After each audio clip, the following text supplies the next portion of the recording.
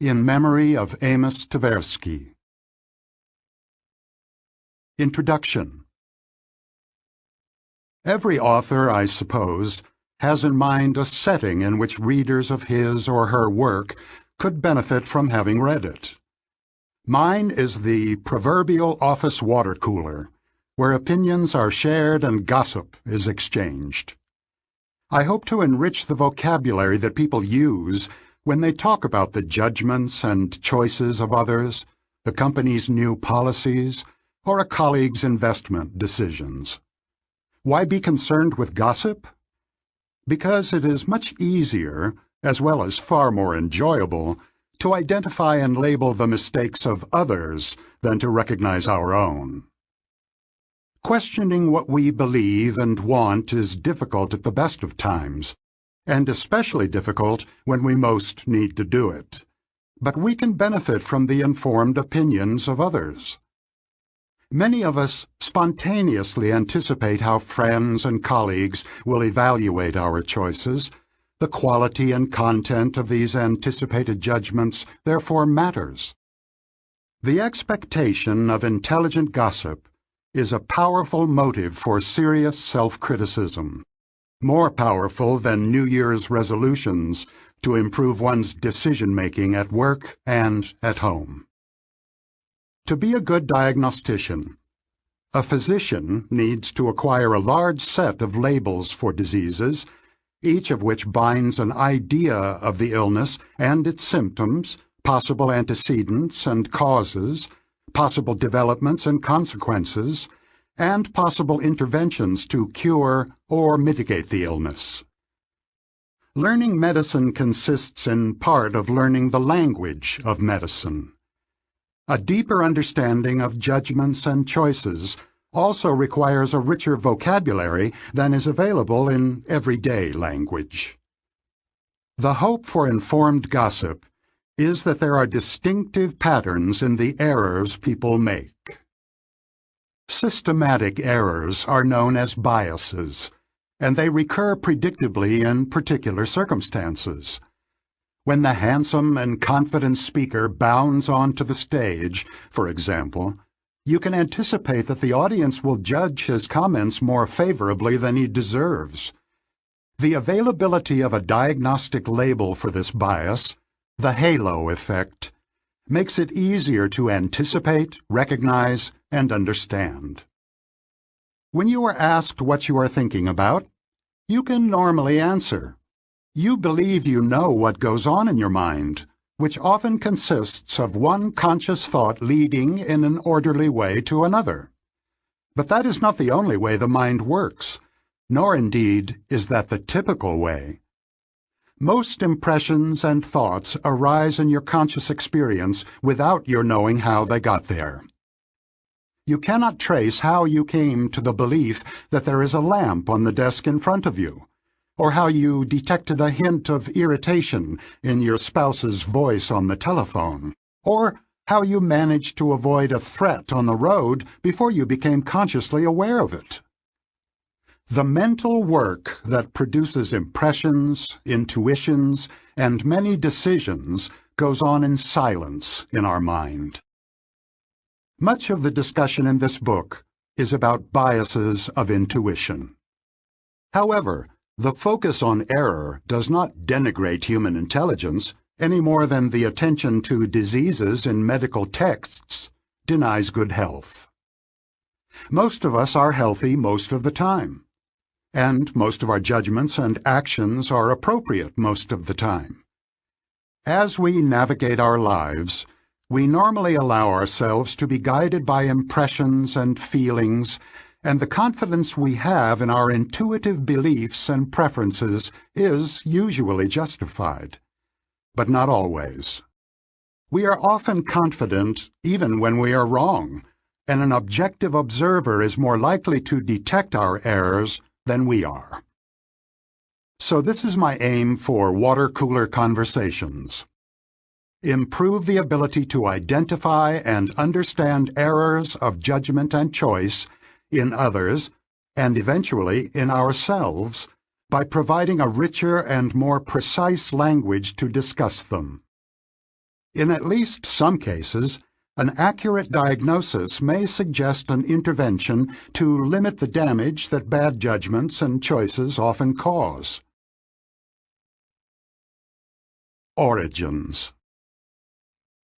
This book presents my current understanding of judgment and decision-making, which has been shaped by psychological discoveries of recent decades. However, I trace the central ideas to the lucky day in 1969 when I asked a colleague to speak as a guest to a seminar I was teaching in the Department of Psychology at the Hebrew University of Jerusalem. Amos Tversky was considered a rising star in the field of decision research, indeed in anything he did, so I knew we would have an interesting time. Many people who knew Amos thought he was the most intelligent person they had ever met. He was brilliant, voluble, and charismatic. He was also blessed with a perfect memory for jokes and an exceptional ability to use them to make a point. There was never a dull moment when Amos was around. He was then 32, I was 35. Amos told the class about an ongoing program of research at the University of Michigan that sought to answer this question. Are people good intuitive statisticians? We already knew that people are good intuitive grammarians. At age 4, a child effortlessly conforms to the rules of grammar as she speaks, although she has no idea that such rules exist. Do people have a similar intuitive feel for the basic principles of statistics? Amos reported that the answer was a qualified yes. We had a lively debate in the seminar and ultimately concluded that a qualified no was a better answer. Amos and I enjoyed the exchange and concluded that intuitive statistics was an interesting topic and that it would be fun to explore it together. That Friday, we met for lunch at Café Rumon, a favorite hangout of bohemians and professors in Jerusalem, and planned a study of the statistical intuitions of sophisticated researchers. We had concluded in the seminar that our own intuitions were deficient. In spite of years of teaching and using statistics, we had not developed an intuitive sense of the reliability of statistical results observed in small samples. Our subjective judgments were biased. We were far too willing to believe research findings based on inadequate evidence and prone to collect too few observations in our own research. The goal of our study was to examine whether other researchers suffered from the same affliction. We prepared a survey that included realistic scenarios of statistical issues that arise in research. Amos collected the responses of a group of expert participants in a meeting of the Society of Mathematical Psychology, including the authors of 2 statistical textbooks. As expected, we found that our expert colleagues, like us, greatly exaggerated the likelihood that the original result of an experiment would be successfully replicated even with a small sample. They also gave very poor advice to a fictitious graduate student about the number of observations she needed to collect. Even statisticians were not good intuitive statisticians. While writing the article that reported these findings, Amos and I discovered that we enjoyed working together. Amos was always very funny, and in his presence I became funny as well, so we spent hours of solid work in continuous amusement. The pleasure we found in working together made us exceptionally patient. It is much easier to strive for perfection when you are never bored. Perhaps most important, we checked our critical weapons at the door. Both Amos and I were critical and argumentative, he even more than I, but during the years of our collaboration, neither of us ever rejected out of hand anything the other said.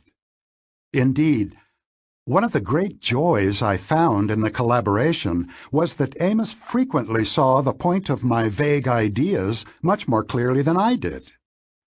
Amos was the more logical thinker, with an orientation to theory and an unfailing sense of direction. I was more intuitive and rooted in the psychology of perception, from which we borrowed many ideas. We were sufficiently similar to understand each other easily, and sufficiently different to surprise each other. We developed a routine in which we spent much of our working days together, often on long walks. For the next 14 years, our collaboration was the focus of our lives, and the work we did together during those years was the best either of us ever did. We quickly adopted a practice that we maintained for many years. Our research was a conversation, in which we invented questions and jointly examined our intuitive answers. Each question was a small experiment, and we carried out many experiments in a single day. We were not seriously looking for the correct answer to the statistical questions we posed. Our aim was to identify and analyze the intuitive answer, the first one that came to mind, the one we were tempted to make even when we knew it to be wrong.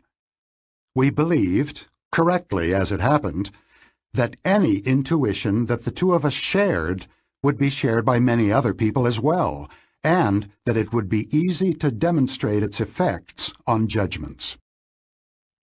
We once discovered with great delight that we had identical silly ideas about the future professions of several toddlers we both knew.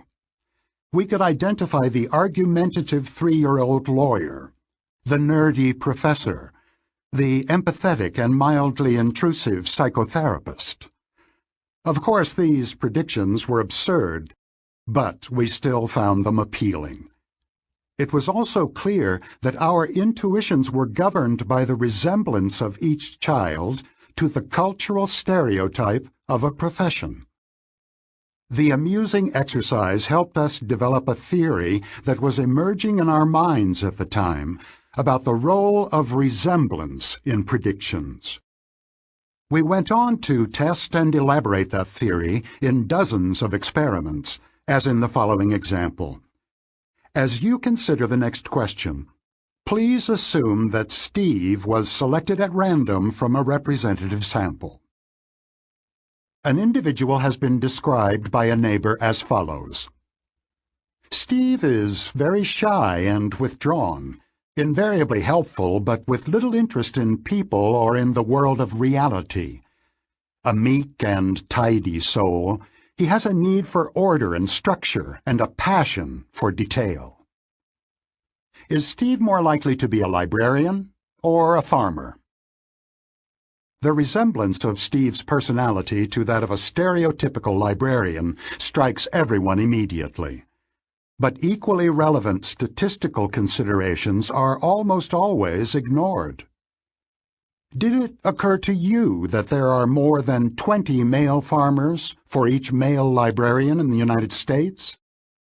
Because there are so many more farmers, it is almost certain that more meek and tidy souls will be found on tractors than at library information desks. However, we found that participants in our experiments ignored the relevant statistical facts and relied exclusively on resemblance. We proposed that they used resemblance as a simplifying heuristic, roughly a rule of thumb, to make a difficult judgment. The reliance on the heuristic caused predictable biases, systematic errors in their predictions. On another occasion, Amos and I wondered about the rate of divorce among professors in our university. We noticed that the question triggered a search of memory for divorced professors we knew or knew about, and that we judged the size of categories by the ease with which instances came to mind. We called this reliance on the ease of memory search the availability heuristic. In one of our studies, We asked participants to answer a simple question about words in a typical English text. Consider the letter K. Is K more likely to appear as the first letter in a word or as the third letter? As any Scrabble player knows, it is much easier to come up with words that begin with a particular letter than to find words that have the same letter in the third position. This is true for every letter of the alphabet. We therefore expected respondents to exaggerate the frequency of letters appearing in the first position. Even those letters such as K, L, N, R, V, which in fact occur more frequently in the third position. Here again, the reliance on a heuristic produces a predictable bias in judgments. For example, I recently came to doubt my long-held impression that adultery is more common among politicians than among physicians or lawyers. I had even come up with explanations for that fact, including the aphrodisiac effect of power and the temptations of life away from home. I eventually realized that the transgressions of politicians are much more likely to be reported than the transgressions of lawyers and doctors. My intuitive impression could be due entirely to journalists' choices of topics and to my reliance on the availability heuristic. Amos and I spent several years studying and documenting biases of intuitive thinking in various tasks, assigning probabilities to events, forecasting the future, assessing hypotheses, and estimating frequencies. In the 5th year of our collaboration, we presented our main findings in Science magazine, a publication read by scholars in many disciplines.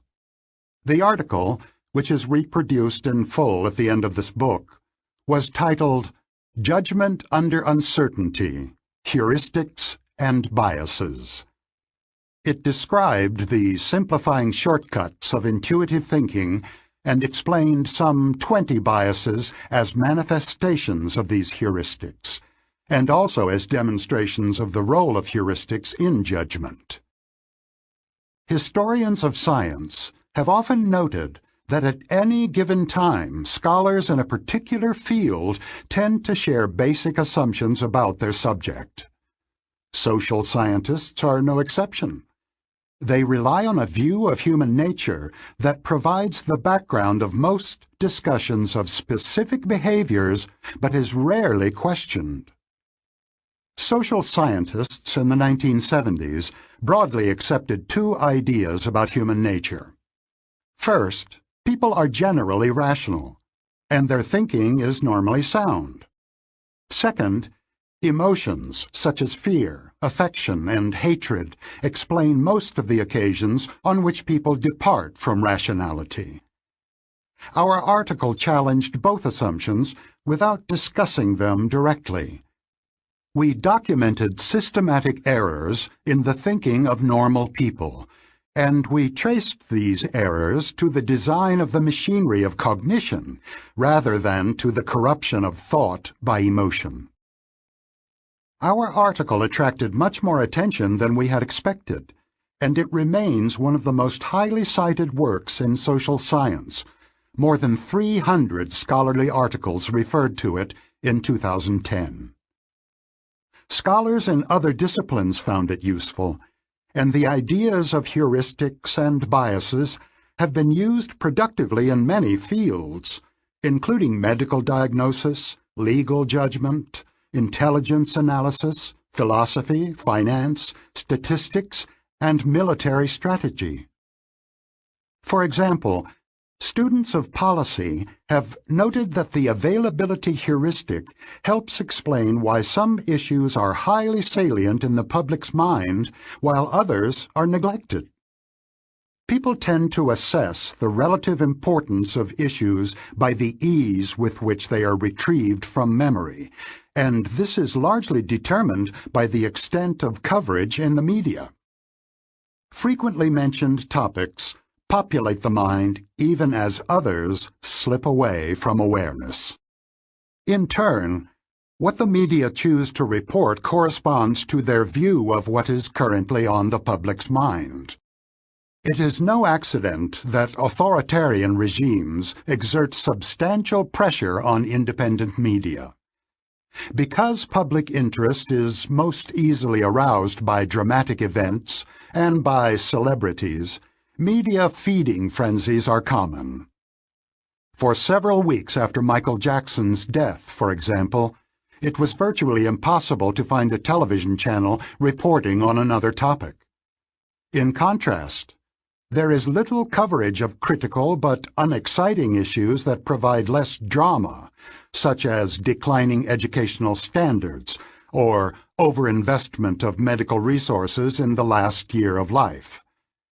As I write this, I notice that my choice of little-covered examples was guided by availability. The topics I chose as examples are mentioned often. Equally important issues that are less available did not come to my mind. We did not fully realize it at the time, but a key reason for the broad appeal of heuristics and biases outside psychology was an incidental feature of our work. We almost always included in our articles the full text of the questions we had asked ourselves and our respondents. These questions served as demonstrations for the reader, allowing him to recognize how his own thinking was tripped up by cognitive biases. I hope you had such an experience as you read the question about Steve the librarian, which was intended to help you appreciate the power of resemblance as a cue to probability and to see how easy it is to ignore relevant statistical facts.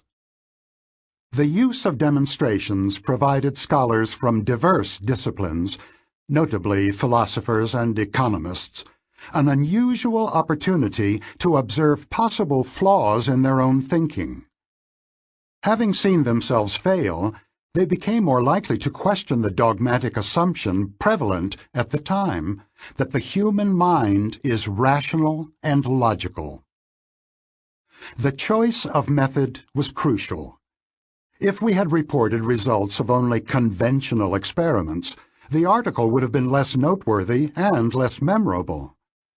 Furthermore, skeptical readers would have distanced themselves from the results by attributing judgment errors to the familiar fecklessness of undergraduates, the typical participants in psychological studies. Of course, we did not choose demonstrations over standard experiments because we wanted to influence philosophers and economists. We preferred demonstrations because they were more fun, and we were lucky in our choice of method as well as in many other ways. A recurrent theme of this book is that luck plays a large role in every story of success. It is almost always easy to identify a small change in the story that would have turned a remarkable achievement into a mediocre outcome. Our story was no exception. The reaction to our work was not uniformly positive. In particular, our focus on biases was criticized as suggesting an unfairly negative view of the mind. As expected in normal science, some investigators refined our ideas and others offered plausible alternatives. By and large, though, the idea that our minds are susceptible to systematic errors is now generally accepted. Our research on judgment had far more effect on social science than we thought possible when we were working on it. Immediately after completing our review of judgment, we switched our attention to decision-making under uncertainty. Our goal was to develop a psychological theory of how people make decisions about simple gambles. For example, would you accept a bet on the toss of a coin where you win $130 if the coin shows heads and lose $100 if it shows tails? These elementary choices had long been used to examine broad questions about decision-making, such as the relative weight that people assign to sure things and to uncertain outcomes. Our method did not change. We spent many days making up choice problems and examining whether our intuitive preferences conformed to the logic of choice. Here again, as in judgment, we observed systematic biases in our own decisions, intuitive preferences that consistently violated the rules of rational choice. 5 years after the science article, we published Prospect Theory, an analysis of decision under risk, a theory of choice that is by some counts more influential than our work on judgment, and is one of the foundations of behavioral economics. Until geographical separation made it too difficult to go on, Amos and I enjoyed the extraordinary good fortune of a shared mind that was superior to our individual minds and of a relationship that made our work fun as well as productive. Our collaboration on judgment and decision-making was the reason for the Nobel Prize that I received in 2002, which Amos would have shared had he not died, age 59, in 1996. Where we are now. This book is not intended as an exposition of the early research that Amos and I conducted together, a task that has been ably carried out by many authors over the years.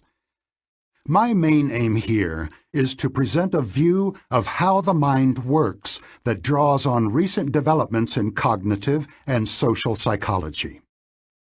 One of the more important developments is that we now understand the marvels as well as the flaws of intuitive thought. Amos and I did not address accurate intuitions beyond the casual statement that judgment heuristics are quite useful but sometimes lead to severe and systematic errors. We focused on biases, both because we found them interesting in their own right, and because they provided evidence for the heuristics of judgment. We did not ask ourselves whether all intuitive judgments under uncertainty are produced by the heuristics we studied. It is now clear that they are not. In particular, the accurate intuitions of experts are better explained by the effects of prolonged practice than by heuristics. We can now draw a richer and more balanced picture in which skill and heuristics are alternative sources of intuitive judgments and choices. The psychologist Gary Klein tells the story of a team of firefighters that entered a house in which the kitchen was on fire. Soon after they started hosing down the kitchen, the commander heard himself shout, "Let's get out of here," without realizing why. The floor collapsed almost immediately after the firefighters escaped. Only after the fact did the commander realize that the fire had been unusually quiet and that his ears had been unusually hot. Together, these impressions prompted what he called a sixth sense of danger. He had no idea what was wrong, but he knew something was wrong. It turned out that the heart of the fire had not been in the kitchen, but in the basement beneath where the men had stood. We have all heard such stories of expert intuition. The chess master who walks past a street game and announces "white mates in 3" without stopping. Or the physician who makes a complex diagnosis after a single glance at a patient. Expert intuition strikes us as magical, but it is not. Indeed, each of us performs feats of intuitive expertise many times each day. Most of us are pitch perfect in detecting anger in the first word of a telephone call. Recognize as we enter a room that we were the subject of the conversation, and quickly react to subtle signs that the driver of the car in the next lane is dangerous. our everyday intuitive abilities are no less marvelous than the striking insights of an experienced firefighter or physician, only more common. The psychology of accurate intuition involves no magic. Perhaps the best short statement of it is by the great Herbert Simon, who studied chess masters and showed that after thousands of hours of practice, they come to see the pieces on the board differently from the rest of us. You can feel Simon's impatience with the mythologizing of expert intuition when he writes, "The situation has provided a cue. This cue has given the expert access to information stored in memory, and the information provides the answer." Intuition is nothing more and nothing less than recognition. We are not surprised when a 2-year-old looks at a dog and says, "Doggy," because we are used to the miracle of children learning to recognize and name things. Simon's point is that the miracles of expert intuition have the same character. Valid intuitions develop when experts have learned to recognize familiar elements in a new situation and to act in a manner that is appropriate to it. Good intuitive judgments come to mind with the same immediacy as "doggy." Unfortunately, professionals' intuitions do not all arise from true expertise. Many years ago, I visited the chief investment officer of a large financial firm who told me that he had just invested some tens of millions of dollars in the stock of Ford Motor Company. When I asked how he had made that decision, he replied that he had recently attended an automobile show and had been impressed. "Boy, do they know how to make a car," was his explanation. He made it very clear that he trusted his gut feeling and was satisfied with himself and with his decision. I found it remarkable that he had apparently not considered the one question that an economist would call relevant: is Ford stock currently underpriced? Instead, he had listened to his intuition. He liked the cars, he liked the company, and he liked the idea of owning its stock. From what we know about the accuracy of stock picking, it is reasonable to believe that he did not know what he was doing. The specific heuristics that Amos and I studied provide little help in understanding how the executive came to invest in Ford stock, but a broader conception of heuristics now exists, which offers a good account. An important advance is that emotion now looms much larger in our understanding of intuitive judgments and choices than it did in the past. The executive's decision would today be described as an example of the affect heuristic, where judgments and decisions are guided directly by feelings of liking and disliking with little deliberation or reasoning. When confronted with a problem, choosing a chess move or deciding whether to invest in a stock, the machinery of intuitive thought does the best it can. If the individual has relevant expertise, she will recognize the situation, and the intuitive solution that comes to her mind is likely to be correct. This is what happens when a chess master looks at a complex position. The few moves that immediately occur to him are all strong. When the question is difficult and a skilled solution is not available, intuition still has a shot. An answer may come to mind quickly, but it is not an answer to the original question. The question that the executive faced, "Should I invest in Ford stock?" was difficult, but the answer to an easier and related question, "Do I like Ford cars?" came readily to his mind and determined his choice. This is the essence of intuitive heuristics. When faced with a difficult question, we often answer an easier one instead, usually without noticing the substitution. The spontaneous search for an intuitive solution sometimes fails, Neither an expert solution nor a heuristic answer comes to mind. In such cases, we often find ourselves switching to a slower, more deliberate, and effortful form of thinking. This is the slow thinking of the title. Fast thinking includes both variants of intuitive thought, the expert and the heuristic, as well as the entirely automatic mental activities of perception and memory, the operations that enable you to know there is a lamp on your desk or retrieve the name of the capital of Russia. The distinction between fast and slow thinking has been explored by many psychologists over the last 25 years. For reasons that I explain more fully in the next chapter, I describe mental life by the metaphor of two agents, called System 1 and System 2, which respectively produce fast and slow thinking. I speak of the features of intuitive and deliberate thought as if they were traits and dispositions of two characters in your mind.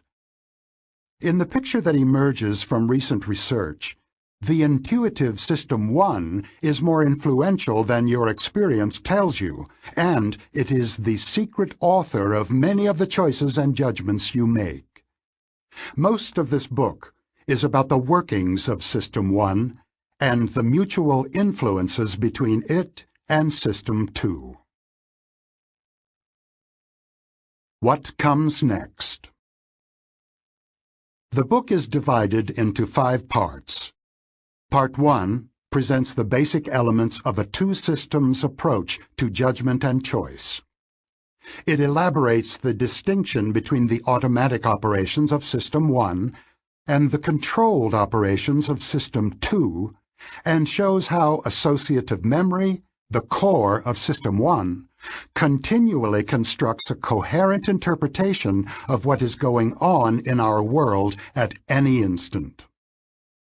I attempt to give a sense of the complexity and richness of the automatic and often unconscious processes that underlie intuitive thinking, and of how these automatic processes explain the heuristics of judgment. A goal is to introduce a language for thinking and talking about the mind. Part 2 updates the study of judgment heuristics and explores a major puzzle. Why is it so difficult for us to think statistically? We easily think associatively, we think metaphorically, we think causally, but statistics requires thinking about many things at once, which is something that System 1 is not designed to do. The difficulties of statistical thinking contribute to the main theme of Part 3, which describes a puzzling limitation of our mind, our excessive confidence in what we believe we know, and our apparent inability to acknowledge the full extent of our ignorance and the uncertainty of the world we live in. We are prone to overestimate how much we understand about the world and to underestimate the role of chance in events. Overconfidence is fed by the illusory certainty of hindsight. My views on this topic have been influenced by Nassim Taleb, the author of The Black Swan. I hope for water-cooler conversations that intelligently explore the lessons that can be learned from the past while resisting the lure of hindsight and the illusion of certainty. The focus of Part 4 is a conversation with the discipline of economics on the nature of decision-making and on the assumption that economic agents are rational.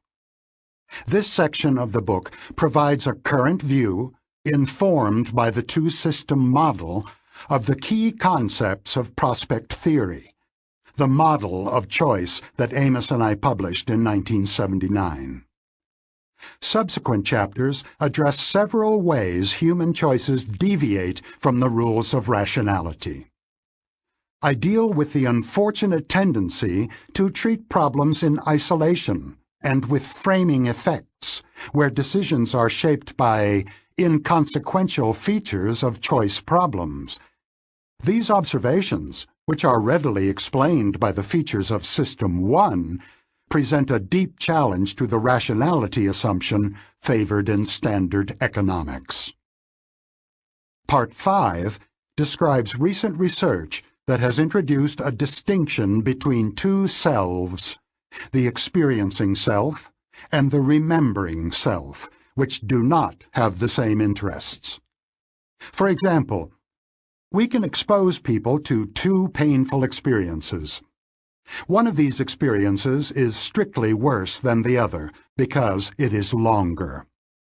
But the automatic formation of memories, a feature of System 1, has its rules, which we can exploit so that the worse episode leaves a better memory.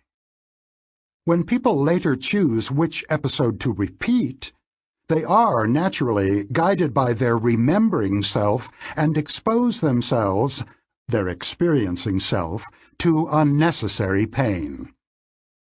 The distinction between two selves is applied to the measurement of well-being, where we find again that what makes the experiencing self happy is not quite the same as what satisfies the remembering self.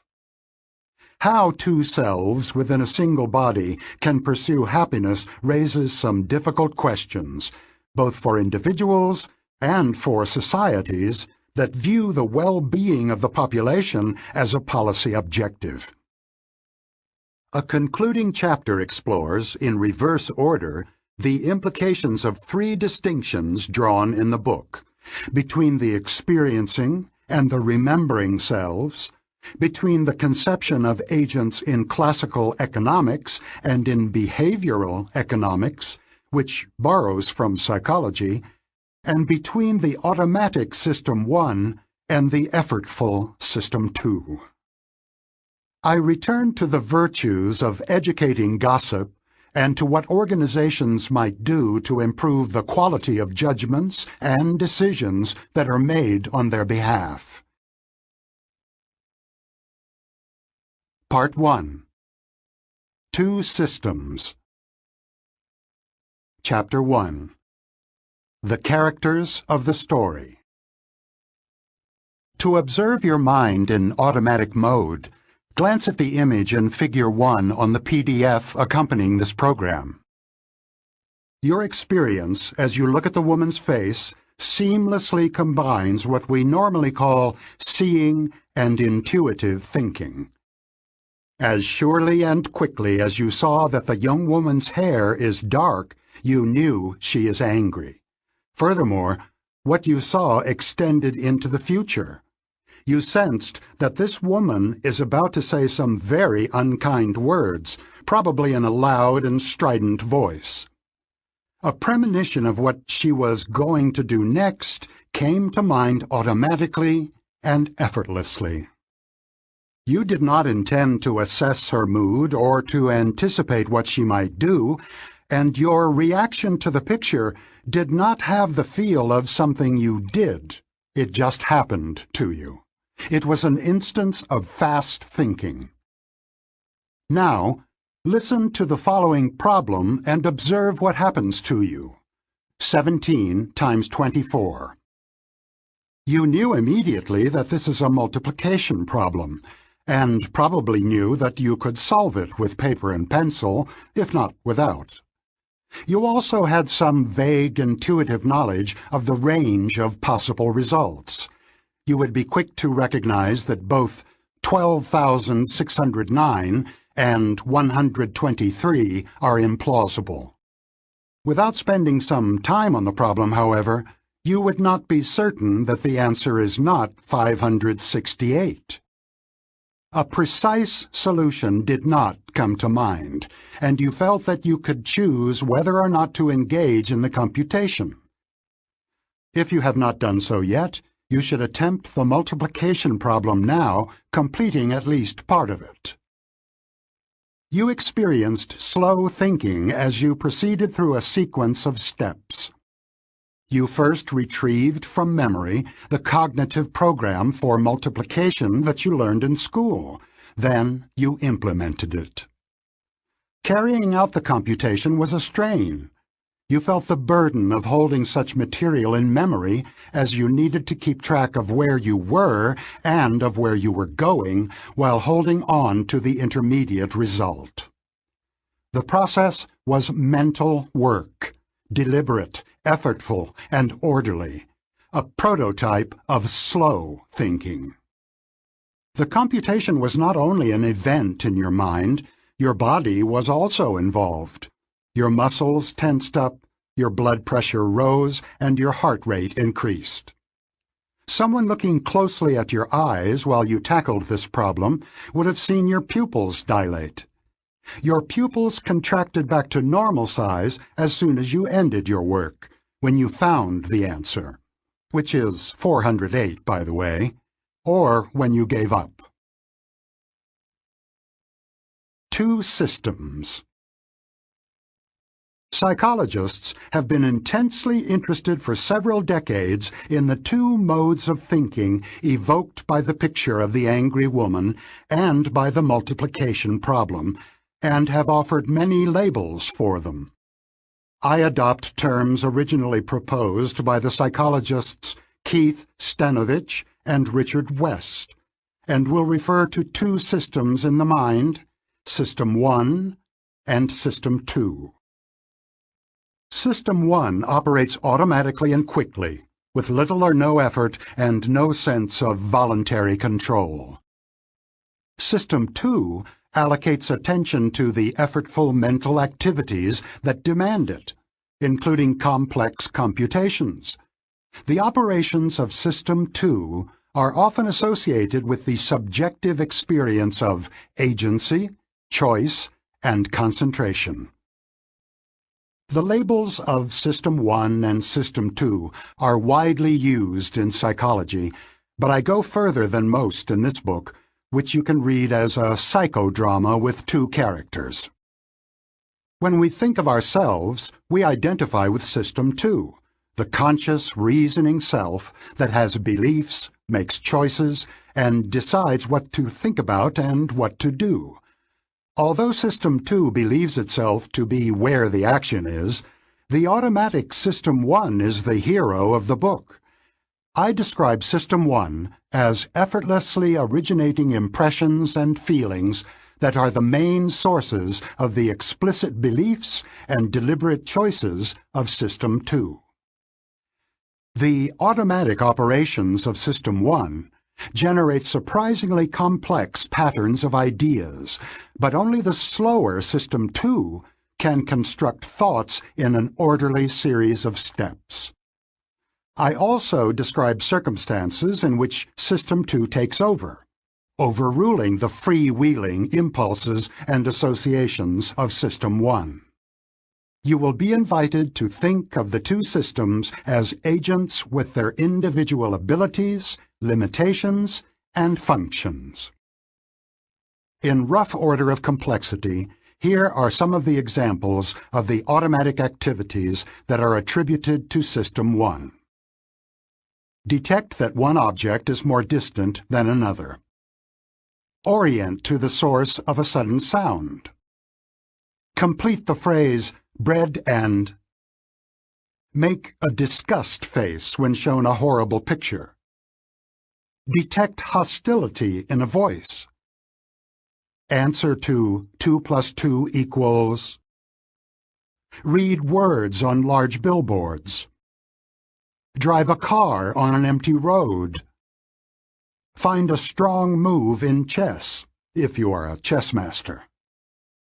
Understand simple sentences. Recognize that a meek and tidy soul with a passion for detail resembles an occupational stereotype. All these mental events belong with the angry woman. They occur automatically and require little or no effort. The capabilities of System 1 include innate skills that we share with other animals. We are born prepared to perceive the world around us, recognize objects, orient attention, avoid losses, and fear spiders. Other mental activities become fast and automatic through prolonged practice. System 1 has learned associations between ideas, the capital of France. It has also learned skills such as reading and understanding nuances of social situations. Some skills, such as finding strong chess moves, are acquired only by specialized experts. Others are widely shared.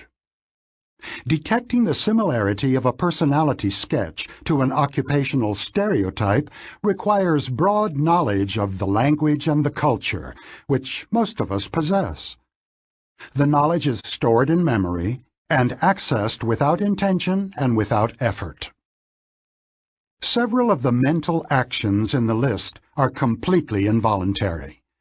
You cannot refrain from understanding simple sentences in your own language, or from orienting to a loud, unexpected sound, nor can you prevent yourself from knowing that 2 plus 2 equals 4, or from thinking of Paris when the capital of France is mentioned.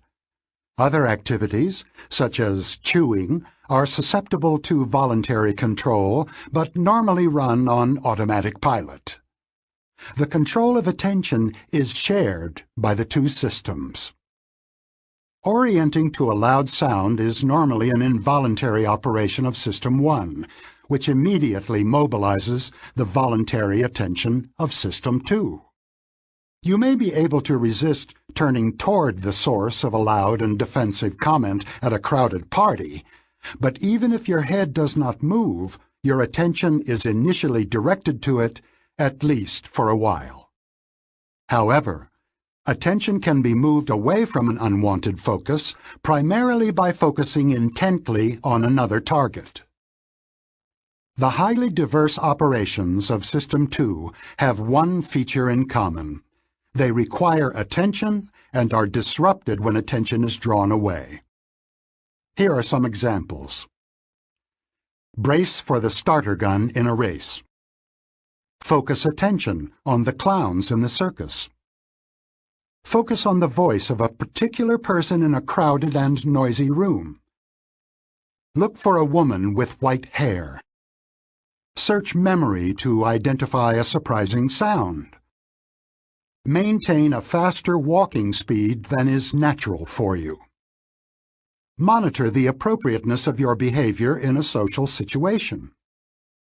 Count the occurrences of the letter A in a page of text. Tell someone your phone number. Park in a narrow space, for most people except garage attendants. Compare 2 washing machines for overall value. Fill out a tax form. Check the validity of a complex logical argument. In all these situations, you must pay attention, and you will perform less well, or not at all, if you are not ready or if your attention is directed inappropriately. System 2 has some ability to change the way System 1 works by programming the normally automatic functions of attention and memory. When waiting for a relative at a busy train station, for example, you can set yourself at will to look for a white-haired woman or a bearded man and thereby increase the likelihood of detecting your relative from a distance. You can set your memory to search for capital cities that start with N, or for French existentialist novels. And when you rent a car at London's Heathrow Airport, the attendant will probably remind you that we drive on the left side of the road over here. In all these cases, you are asked to do something that does not come naturally, and you will find that the consistent maintenance of a set requires continuous exertion of at least some effort. The often used phrase, "pay attention," is apt. You dispose of a limited budget of attention that you can allocate to activities, and if you try to go beyond your budget, you will fail. It is the mark of effortful activities that they interfere with each other, which is why it is difficult or impossible to conduct several at once. You could not compute the product of 17 times 24 while making a left turn into dense traffic, and you certainly should not try. You can do several things at once, but only if they are easy and undemanding. You are probably safe carrying on a conversation with a passenger while driving on an empty highway, and many parents have discovered, perhaps with some guilt, that they can read a story to a child while thinking of something else. Everyone has some awareness of the limited capacity of attention, and our social behavior makes allowances for these limitations. When the driver of a car is overtaking a truck on a narrow road, for example, adult passengers quite sensibly stop talking. They know that distracting the driver is not a good idea, and they also suspect that he is temporarily deaf and will not hear what they say. Intense focusing on a task can make people effectively blind, even to stimuli that normally attract attention. The most dramatic demonstration was offered by Christopher Chabris and Daniel Simons in their book, The Invisible Gorilla. They constructed a short film of two teams passing basketballs, one team wearing white shirts, the other wearing black. The viewers of the film are instructed to count the number of passes made by the white team, ignoring the black players. This task is difficult and completely absorbing. Halfway through the video, a woman wearing a gorilla suit appears, crosses the court, thumps her chest, and moves on. The gorilla is in view for 9 seconds. Many thousands of people have seen the video, and about half of them do not notice anything unusual. It is the counting task, and especially the instruction to ignore one of the teams, that causes the blindness. No one who watches the video without that task would miss the gorilla. Seeing and orienting are automatic functions of System 1, but they depend on the allocation of some attention to the relevant stimulus. The authors note that the most remarkable observation of their study is that people find its results very surprising. Indeed, the viewers who fail to see the gorilla are initially sure that it was not there. They cannot imagine missing such a striking event. The gorilla study illustrates two important facts about our minds. We can be blind to the obvious, and we are also blind to our blindness. Plot synopsis. The interaction of the two systems is a recurrent theme of the book, and a brief synopsis of the plot is in order. In the story I will tell, Systems 1 and 2 are both active whenever we are awake. System 1 runs automatically, and System 2 is normally in a comfortable low-effort mode, in which only a fraction of its capacity is engaged. System 1 continuously generates suggestions for System 2, impressions, intuitions, intentions, and feelings. If endorsed by System 2, impressions and intuitions turn into beliefs, and impulses turn into voluntary actions. When all goes smoothly, which is most of the time, System 2 adopts the suggestions of System 1 with little or no modification. You generally believe your impressions and act on your desires, and that is fine, usually. When System 1 runs into difficulty, it calls on System 2 to support more detailed and specific processing that may solve the problem of the moment. System 2 is mobilized when a question arises for which System 1 does not offer an answer, as probably happened to you when you encountered the multiplication problem, 17 times 24.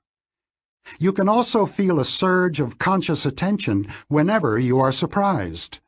System 2 is activated when an event is detected that violates the model of the world that System 1 maintains. In that world, lamps do not jump, Cats do not bark, and gorillas do not cross basketball courts. The gorilla experiment demonstrates that some attention is needed for the surprising stimulus to be detected. Surprise, then, activates and orients your attention. You will stare, and you will search your memory for a story that makes sense of the surprising event. System 2 is also credited with the continuous monitoring of your own behavior, the control that keeps you polite when you are angry and alert when you are driving at night. System 2 is mobilized to increased effort when it detects an error about to be made. Remember a time when you almost blurted out an offensive remark, and note how hard you worked to restore control. In summary, most of what you, your System 2, think and do originates in your System 1, but System 2 takes over when things get difficult, and it normally has the last word. The division of labor between System 1 and System 2 is highly efficient. It minimizes effort and optimizes performance. The arrangement works well most of the time because System 1 is generally very good at what it does. Its models of familiar situations are accurate. Its short-term predictions are usually accurate as well. And its initial reactions to challenges are swift and generally appropriate. System 1 has biases, however. Systematic errors that it is prone to make in specified circumstances. As we shall see, it sometimes answers easier questions than the one it was asked, and it has little understanding of logic and statistics. One further limitation of System 1 is that it cannot be turned off. If you are shown a word on a screen in a language you know, you will read it, unless your attention is totally focused elsewhere. Conflict. Figure 2 is a variant of a classic experiment that produces a conflict between the two systems. You should try the exercise before listening on. Please refer to Figure 2 on the PDF. Your first task is to go down both columns, calling out whether each word is printed in lowercase or in uppercase.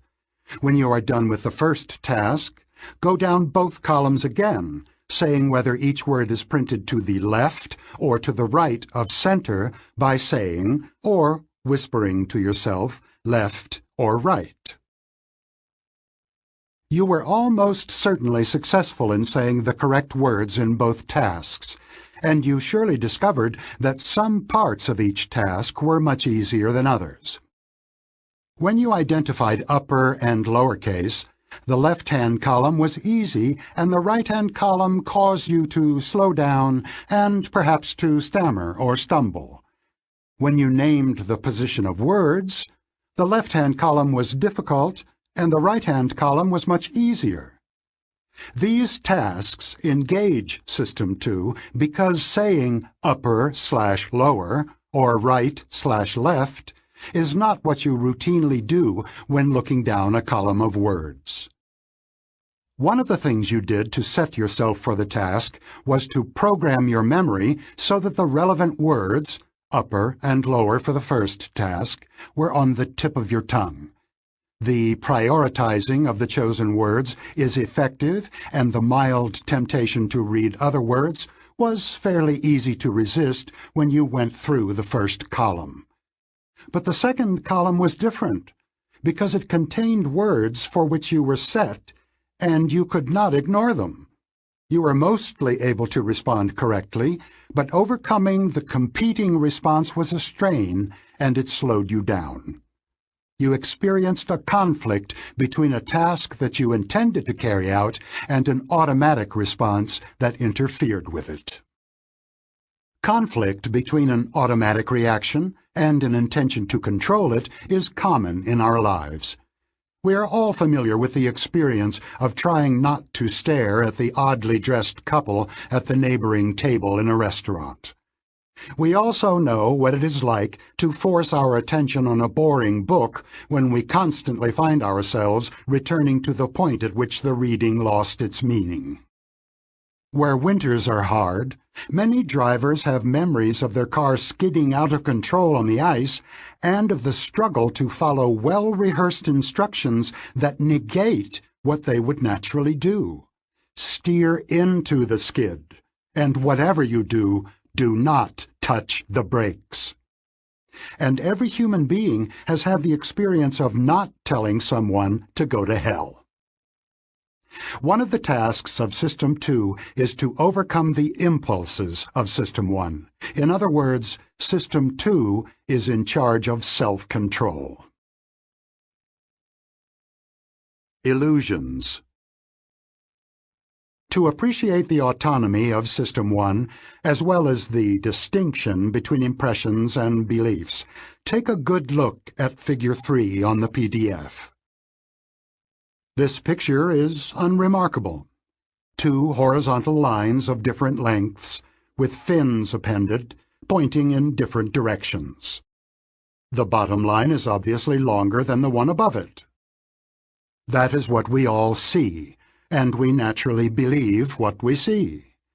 If you have already encountered this image, however, you recognize it as the famous Müller-Lyer illusion.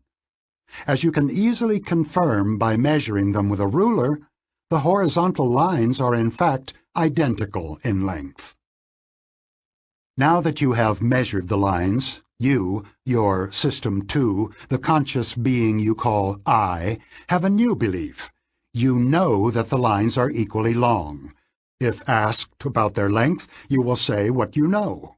But you will still see the bottom line is longer. You have chosen to believe the measurement, but you cannot prevent System 1 from doing its thing. You cannot decide to see the lines as equal, although you know they are. To resist the illusion, there is only one thing you can do. You must learn to mistrust your impressions of the length of lines when fins are attached to them. To implement that rule, you must be able to recognize the illusory pattern and recall what you know about it. If you can do this, you will never again be fooled by the Müller-Lyer illusion. But you will still see one line as longer than the other. Not all illusions are visual. There are illusions of thought, which we call cognitive illusions. As a graduate student, I attended some courses on the art and science of psychotherapy. During one of these lectures, our teacher imparted a morsel of clinical wisdom. This is what he told us. You will, from time to time, meet a patient who shares a disturbing tale of multiple mistakes in his previous treatment. He has been seen by several clinicians, and all failed him. The patient can lucidly describe how his therapists misunderstood him, but he has quickly perceived that you are different. You share the same feeling, are convinced that you understand him, and will be able to help. At this point, my teacher raised his voice as he said, "Do not even think of taking on this patient. Throw him out of the office. He is most likely a psychopath, and you will not be able to help him."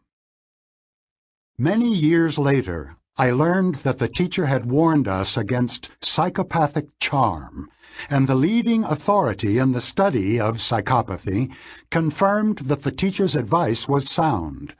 The analogy to the Müller-Lyer illusion is close. What we were being taught was not how to feel about that patient. Our teacher took it for granted that the sympathy we would feel for the patient would not be under our control. It would arise from System 1. Furthermore, we were not being taught to be generally suspicious of our feelings about patients. We were told that a strong attraction to a patient with a repeated history of failed treatment is a danger sign, like the fins on the parallel lines. It is an illusion, a cognitive illusion, and I, System 2, was taught how to recognize it and advised not to believe it or act on it. The question that is most often asked about cognitive illusions is whether they can be overcome. The message of these examples is not encouraging, because System 1 operates automatically and cannot be turned off at will. Errors of intuitive thought are often difficult to prevent. Biases cannot always be avoided, because System 2 may have no clue to the error. Even when cues to likely errors are available, errors can be prevented only by the enhanced monitoring and effortful activity of System 2. As a way to live your life, however, continuous vigilance is not necessarily good, and it is certainly impractical.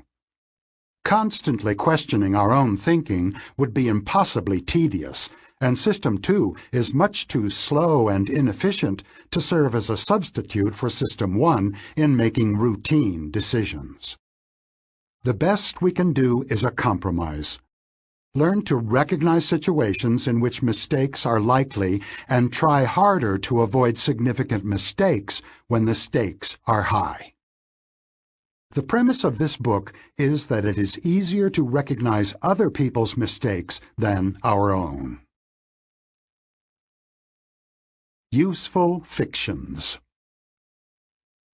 You have been invited to think of the two systems as agents within the mind, with their individual personalities, abilities, and limitations. I will often use sentences in which the systems are the subjects, such as, System 2 calculates products. The use of such language is considered a sin in professional circles in which I travel, because it seems to explain the thoughts and actions of a person by the thoughts and actions of little people inside the person's head. Grammatically, the sentence about System 2 is similar to, the butler steals the petty cash. My colleagues would point out that the butler's action actually explains the disappearance of the cash, and they rightly question whether the sentence about System 2 explains how products are calculated. My answer is that the brief, active sentence that attributes calculation to System 2 is intended as a description, not an explanation. It is meaningful only because of what you already know about System 2. It is shorthand for the following. Mental arithmetic is a voluntary activity that requires effort, should not be performed while making a left turn, and is associated with dilated pupils and an accelerated heart rate. Similarly, the statement that highway driving under routine conditions is left to System 1 means that steering the car around a bend is automatic and almost effortless. It also implies that an experienced driver can drive on an empty highway while conducting a conversation. Finally, System 2 prevented James from reacting foolishly to the insult, means that James would have been more aggressive in his response if his capacity for effortful control had been disrupted. For example, if he had been drunk. System 1 and System 2 are so central to the story I tell in this book that I must make it absolutely clear that they are fictitious characters. System 1 and 2 are not systems in the standard sense of entities with interacting aspects or parts, and there is no one part of the brain that either of the systems would call home.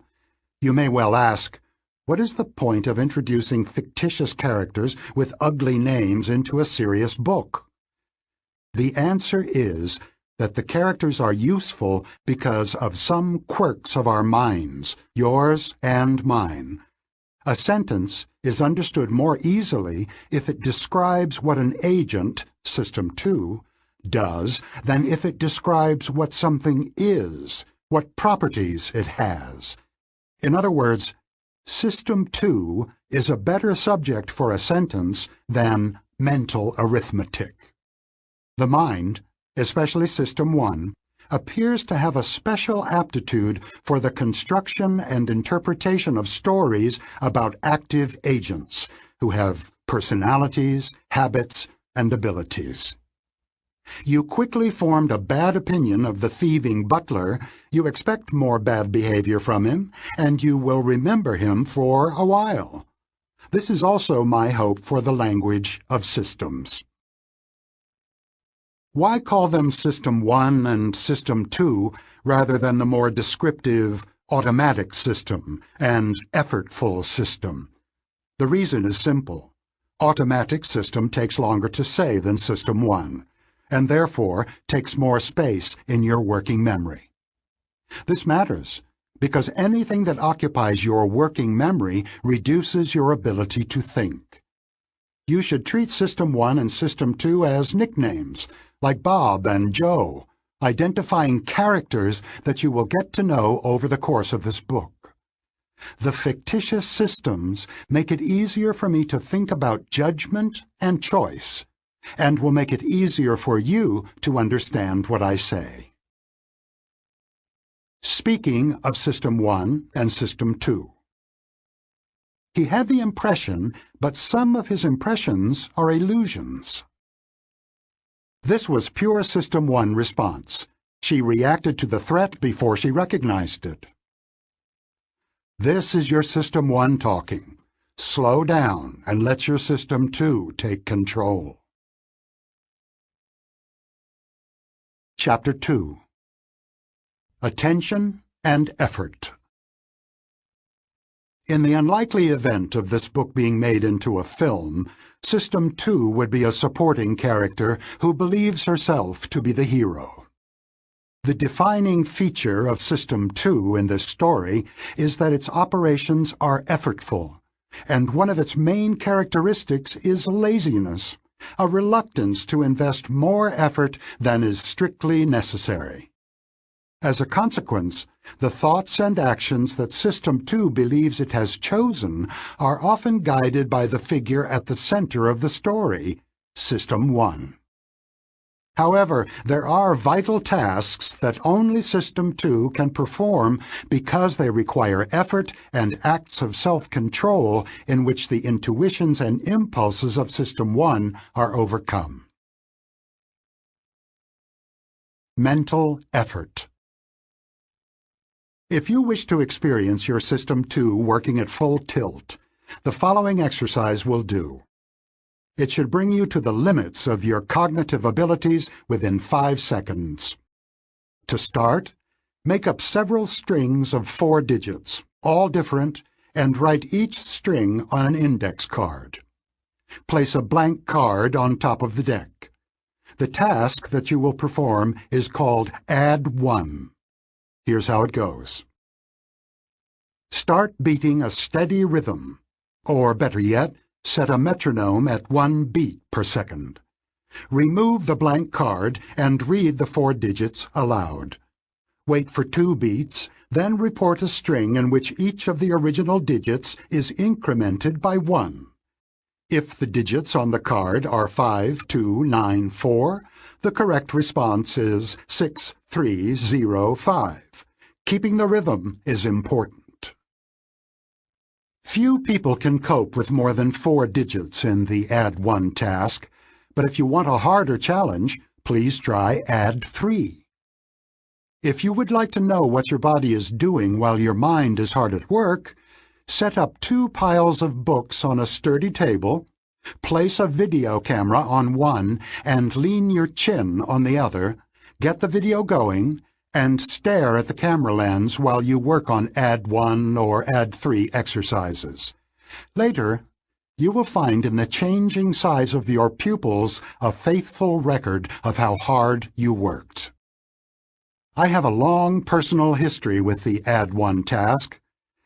Early in my career, I spent a year at the University of Michigan as a visitor in a laboratory that studied hypnosis. Casting about for a useful topic of research, I found an article in Scientific American in which the psychologist Eckhard Hess described the pupil of the eye as a window to the soul. I reread it recently and again found it inspiring. It begins with Hess reporting that his wife had noticed his pupils widening as he watched beautiful nature pictures, and it ends with two striking pictures of the same good-looking woman who somehow appears much more attractive in one than in the other. There is only one difference. The pupils of the eyes appear dilated in the attractive picture and constricted in the other. Hess also wrote of belladonna, a pupil-dilating substance that was used as a cosmetic, and of bizarre shoppers who wear dark glasses in order to hide their level of interest from merchants. One of Hess's findings especially captured my attention.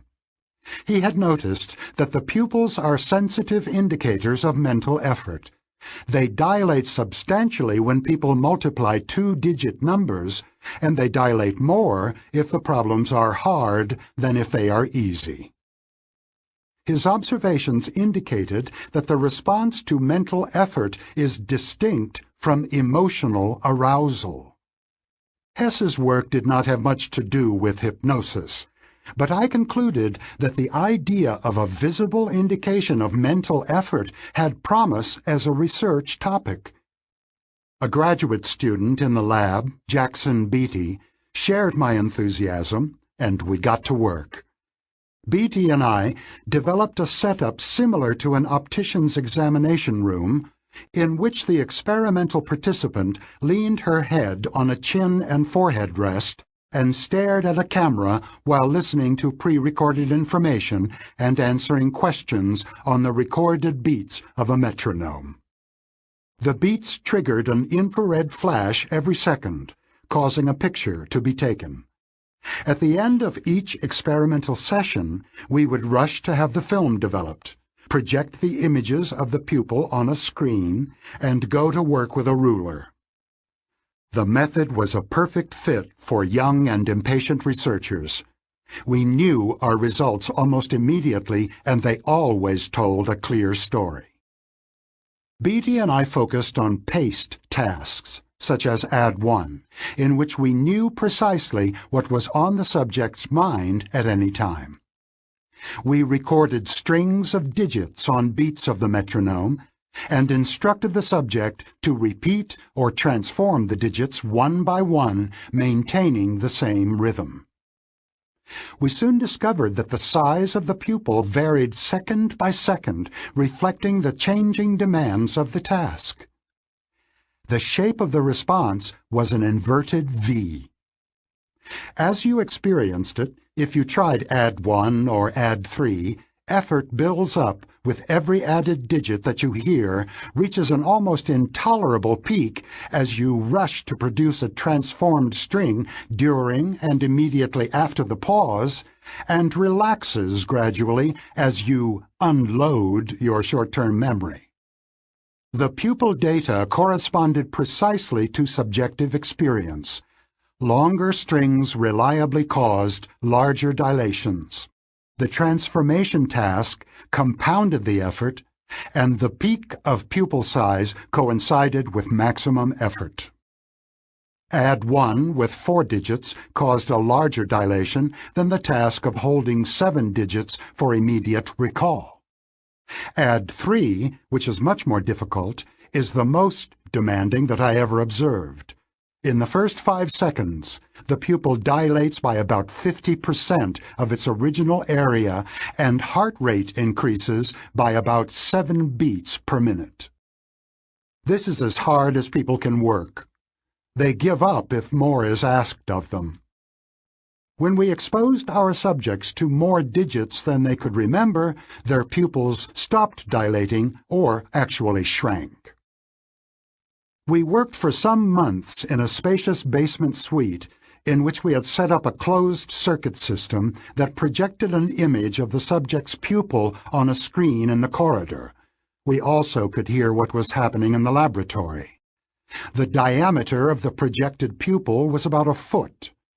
Watching it dilate and contract when the participant was at work was a fascinating sight, quite an attraction for visitors in our lab.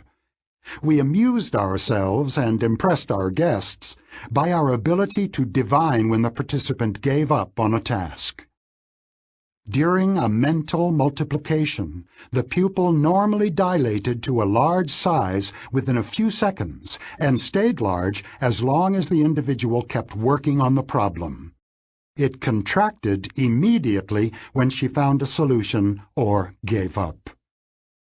As we watched from the corridor, we would sometimes surprise both the owner of the pupil and our guests by asking, "Why did you stop working just now?"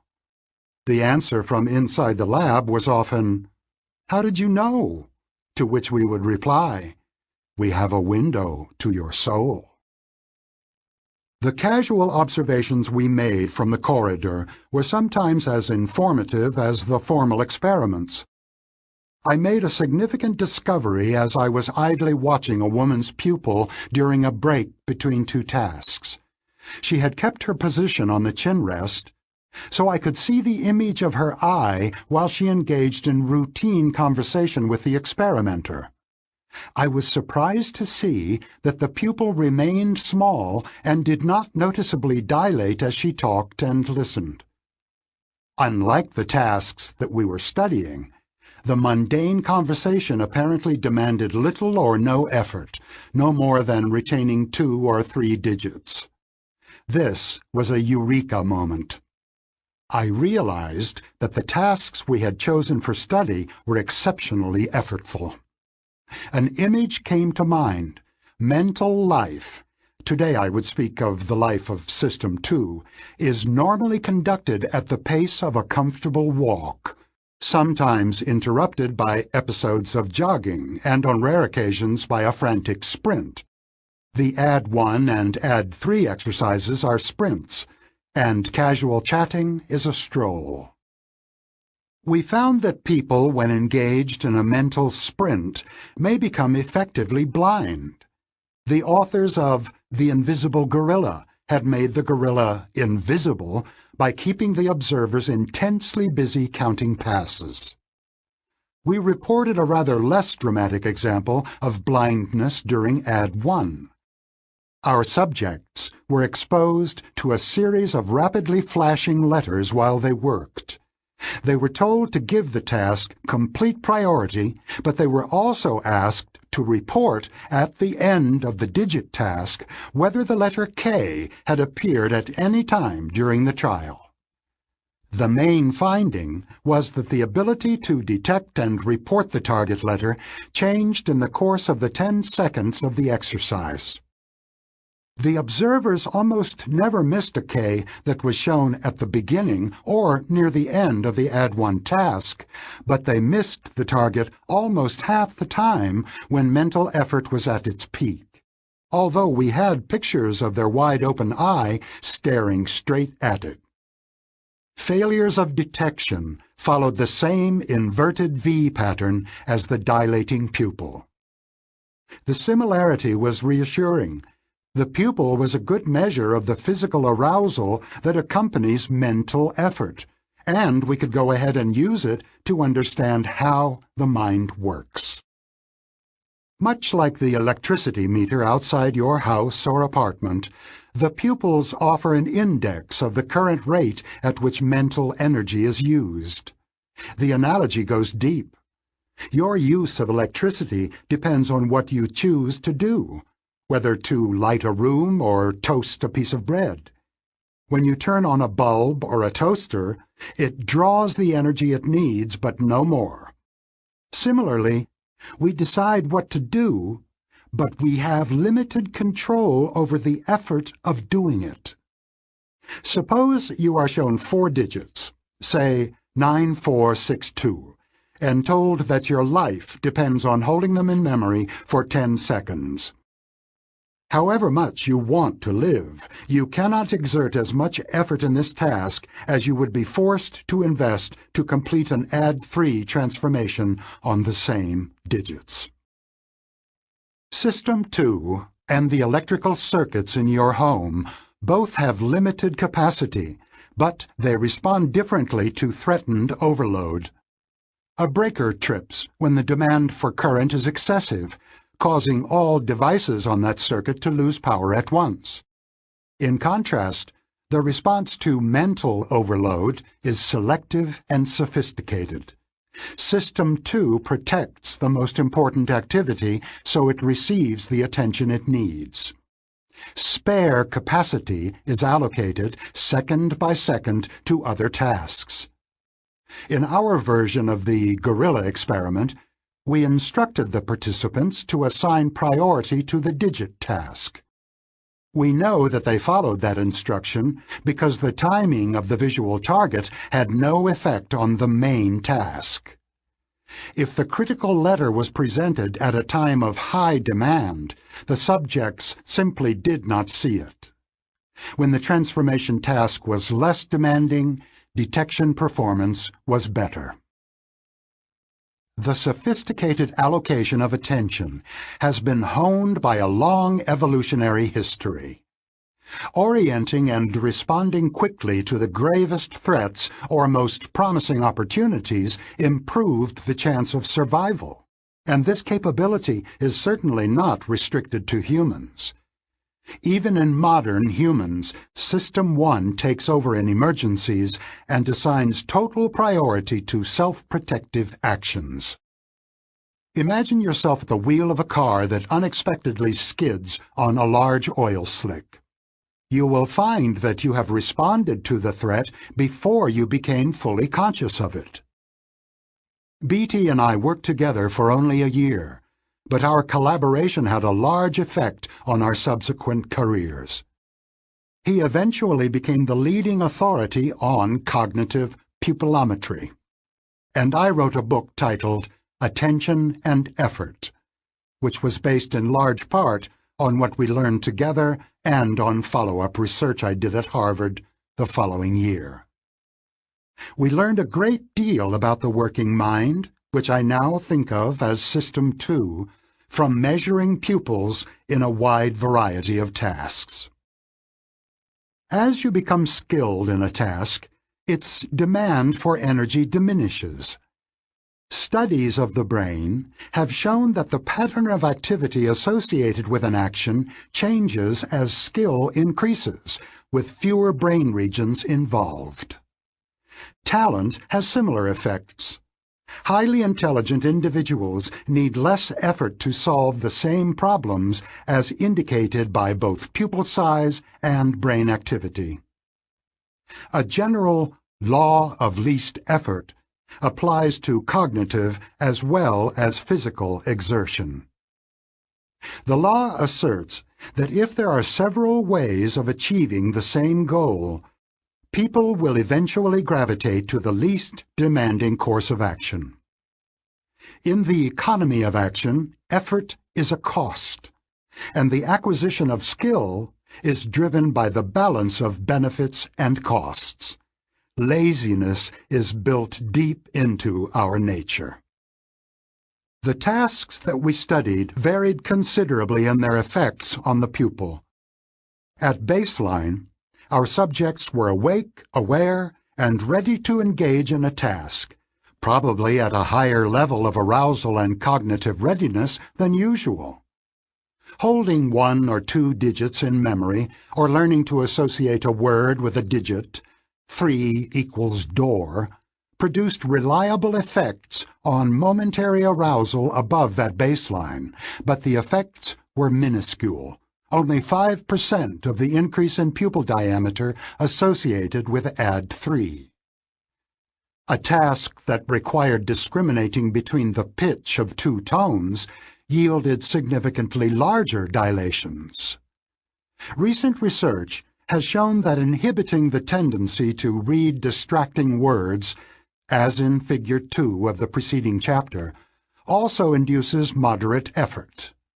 Tests of short-term memory for 6 or 7 digits were more effortful. As you can experience, the request to retrieve and say aloud your phone number or your spouse's birthday also requires a brief but significant effort, because the entire string must be held in memory as a response is organized. Mental multiplication of two-digit numbers and the add 3 task are near the limit of what most people can do. What makes some cognitive operations more demanding and effortful than others? What outcomes must we purchase in the currency of attention? What can System 2 do that System 1 cannot? We now have tentative answers to these questions. Effort is required to maintain simultaneously in memory several ideas that require separate actions, or that need to be combined according to a rule. Rehearsing your shopping list as you enter the supermarket, choosing between the fish and the veal at a restaurant, or combining a surprising result from a survey with the information that the sample was small, for example. System 2 is the only one that can follow rules, compare objects on several attributes, and make deliberate choices between options. The automatic System 1 does not have these capabilities. System 1 detects simple relations. They are all alike. The son is much taller than the father, and excels at integrating information about one thing, but it does not deal with multiple distinct topics at once, nor is it adept at combining information of different kinds. System 1 will detect that a person described as a meek and tidy soul with a need for order and structure and a passion for detail resembles a caricature librarian.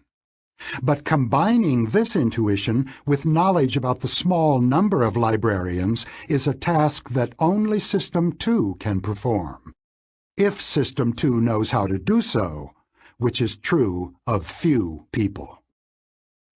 A crucial capability of System 2 is the adoption of task sets. It can program memory to obey an instruction that overrides habitual responses. Consider the following. Count all occurrences of the letter F in this page. This is not a task you have ever performed before, and it will not come naturally to you, but your System 2 can take it on.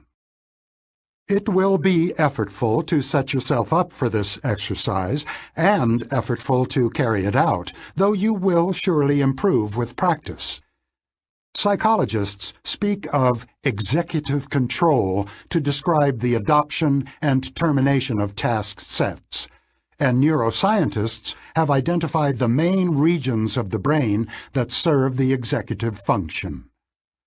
One of these regions is involved whenever a conflict must be resolved. Another is the prefrontal area of the brain, a region that is substantially more developed in humans than in other primates, and is involved in all the operations that we associate with intelligence. Now suppose that at the end of the page you get another instruction. Count all the commas in the next page. This will be harder, because you will have to overcome the newly acquired tendency to focus attention on the letter F. One of the significant discoveries of cognitive psychologists in recent decades is that switching from one task to another is effortful, especially under time pressure. The need for rapid switching is one of the reasons that add 3 and mental multiplication are so difficult. To perform the add 3 task, you must hold several digits in your working memory at the same time, associating each with a particular operation. Some digits are in the queue to be transformed. One is in the process of transformation, and others, already transformed, are retained for reporting. Modern tests of working memory require the individual to switch repeatedly between two demanding tasks, accumulating the results of one operation while performing the other. People who do well on these tests tend to do well on tests of general intelligence. However, the ability to control attention is not simply a measure of intelligence. Measures of efficiency in the control of attention predict performance of air traffic controllers and of Israeli Air Force pilots beyond the effects of intelligence. Time pressure is another driver of effort. As you carried out the Add 3 exercise, the rush was imposed in part by the metronome and in part by the load on memory. Like a juggler with several balls in the air, you cannot afford to slow down. The rate at which material decays in memory forces the pace, driving you to refresh and rehearse information before it is lost. Any task that requires you to keep several ideas in mind at the same time has the same hurried character. Unless you have the good fortune of a capacious working memory, you may be forced to work uncomfortably hard. The most effortful forms of slow thinking are those that require you to think fast. You surely observed as you performed Add 3 how unusual it is for your mind to work so hard. Even if you think for a living, few of the mental tasks in which you engage in the course of a working day are as demanding as Add 3. Or even as demanding as storing 6 digits for immediate recall. We normally avoid mental overload by dividing our tasks into multiple easy steps, committing intermediate results to long-term memory or to paper rather than to an easily overloaded working memory. We cover long distances by taking our time and conduct our mental lives by the law of least effort. Speaking of attention and effort. I won't try to solve this while driving. This is a pupil-dilating task. It requires mental effort. The law of least effort is operating here. He will think as little as possible. She did not forget about the meeting. She was completely focused on something else when the meeting was set, and she just didn't hear you. What came quickly to my mind was an intuition from System 1. I'll have to start over and search my memory deliberately. Chapter 3. The Lazy Controller. I spend a few months each year in Berkeley, and one of my great pleasures there is a daily 4-mile walk on a marked path in the hills with a fine view of San Francisco Bay. I usually keep track of my time and have learned a fair amount about effort from doing so. I have found a speed, about 17 minutes for a mile, which I experience as a stroll. I certainly exert physical effort and burn more calories at that speed than if I sat in a recliner, but I experience no strain, no conflict, and no need to push myself. I am also able to think and work while walking at that rate. Indeed, I suspect that the mild physical arousal of the walk may spill over into greater mental alertness. System 2 also has a natural speed. You expend some mental energy in random thoughts and in monitoring what goes on around you, even when your mind does nothing in particular, but there is little strain. Unless you are in a situation that makes you unusually wary or self-conscious, monitoring what happens in the environment or inside your head demands little effort. You make many small decisions as you drive your car, absorb some information as you read the newspaper, and conduct routine exchanges of pleasantries with a spouse or a colleague, all with little effort and no strain. Just like a stroll. It is normally easy and actually quite pleasant to walk and think at the same time, but at the extremes these activities appear to compete for the limited resources of System 2. You can confirm this claim by a simple experiment. While walking comfortably with a friend, ask him to compute 23 times 78 in his head and to do so immediately. He will almost certainly stop in his tracks. My experience is that I can think while strolling, but cannot engage in mental work that imposes a heavy load on short-term memory. If I must construct an intricate argument under time pressure, I would rather be still, and I would prefer sitting to standing. Of course, not all slow thinking requires that form of intense concentration and effortful computation. I did the best thinking of my life on leisurely walks with Amos. Accelerating beyond my strolling speed completely changes the experience of walking, because the transition to a faster walk brings about a sharp deterioration in my ability to think coherently. As I speed up, my attention is drawn with increasing frequency to the experience of walking and to the deliberate maintenance of the faster pace.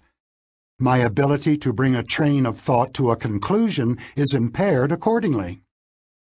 At the highest speed I can sustain on hills, about 14 minutes for a mile, I do not even try to think of anything else.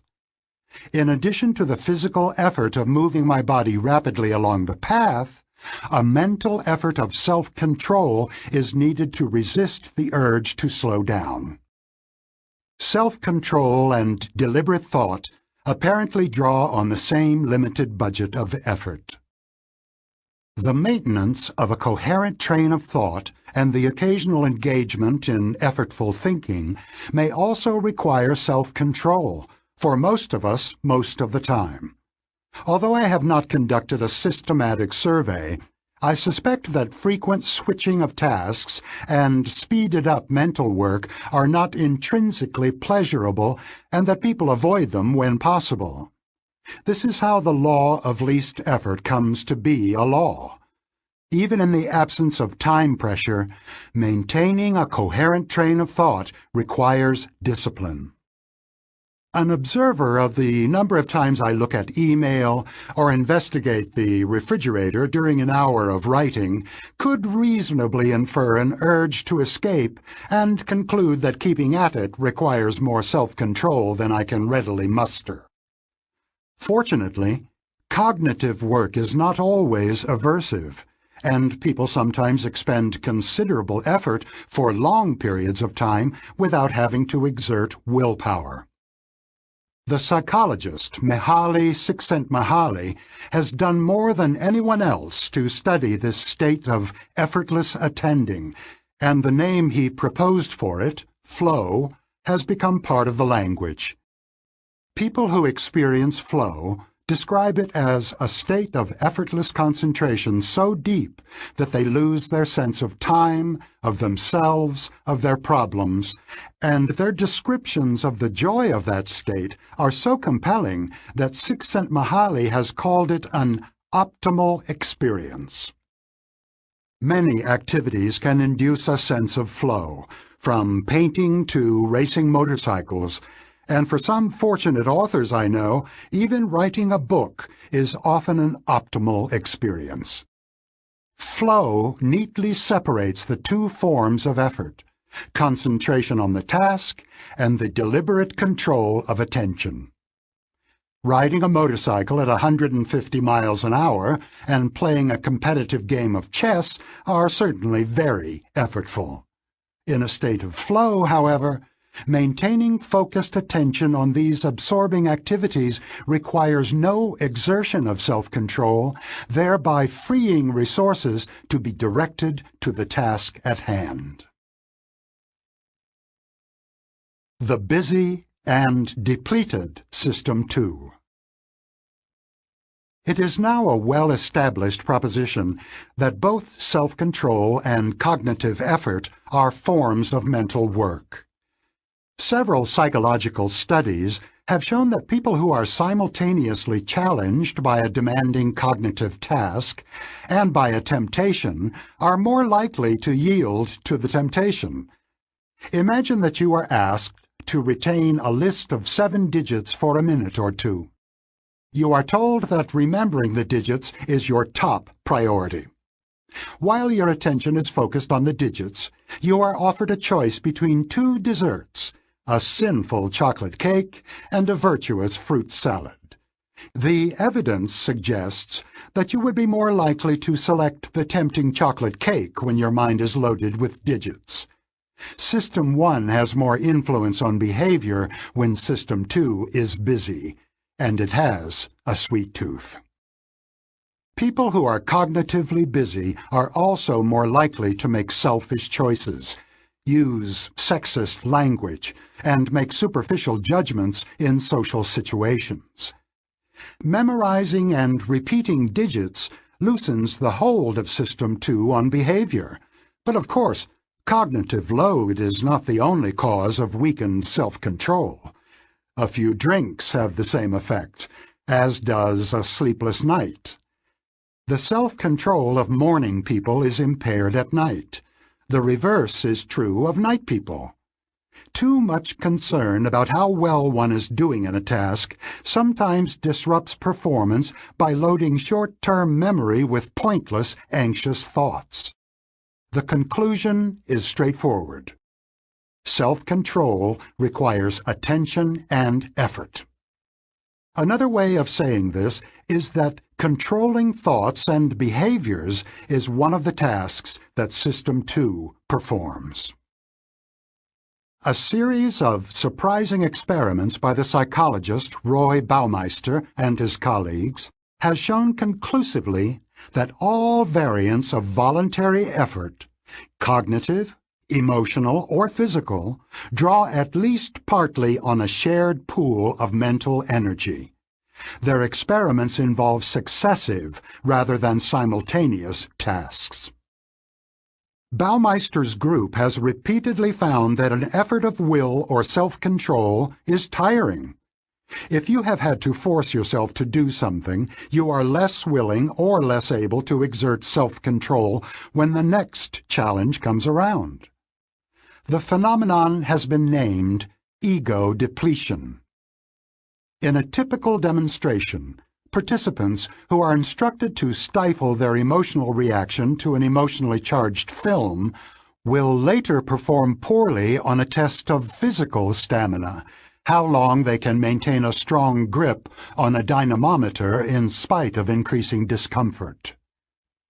The emotional effort in the first phase of the experiment reduces the ability to withstand the pain of sustained muscle contraction, and ego-depleted people therefore succumb more quickly to the urge to quit.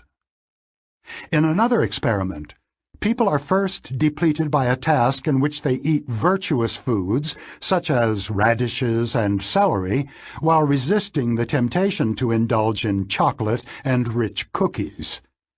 Later, these people will give up earlier than normal when faced with a difficult cognitive task. The list of situations and tasks that are now known to deplete self-control is long and varied. All involve conflict and the need to suppress a natural tendency. They include avoiding the thought of white bears, inhibiting the emotional response to a stirring film, making a series of choices that involve conflict, trying to impress others, responding kindly to a partner's bad behavior, interacting with a person of a different race, for prejudiced individuals. The list of indications of depletion is also highly diverse. Deviating from one's diet, overspending on impulsive purchases, reacting aggressively to provocation, persisting less time in a hand grip task, performing poorly in cognitive tasks and logical decision-making. The evidence is persuasive. Activities that impose high demands on System 2 require self-control, and the exertion of self-control is depleting and unpleasant. Unlike cognitive load, ego depletion is at least in part a loss of motivation. After exerting self-control in one task, you do not feel like making an effort in another, although you could do it if you really had to. In several experiments, People were able to resist the effects of ego depletion when given a strong incentive to do so. In contrast, increasing effort is not an option when you must keep 6 digits in short-term memory while performing a task. Ego depletion is not the same mental state as cognitive busyness. The most surprising discovery made by Baumeister's group shows, as he puts it, that the idea of mental energy is more than a mere metaphor. The nervous system consumes more glucose than most other parts of the body, and effortful mental activity appears to be especially expensive in the currency of glucose. When you are actively involved in difficult cognitive reasoning or engaged in a task that requires self-control, your blood glucose level drops.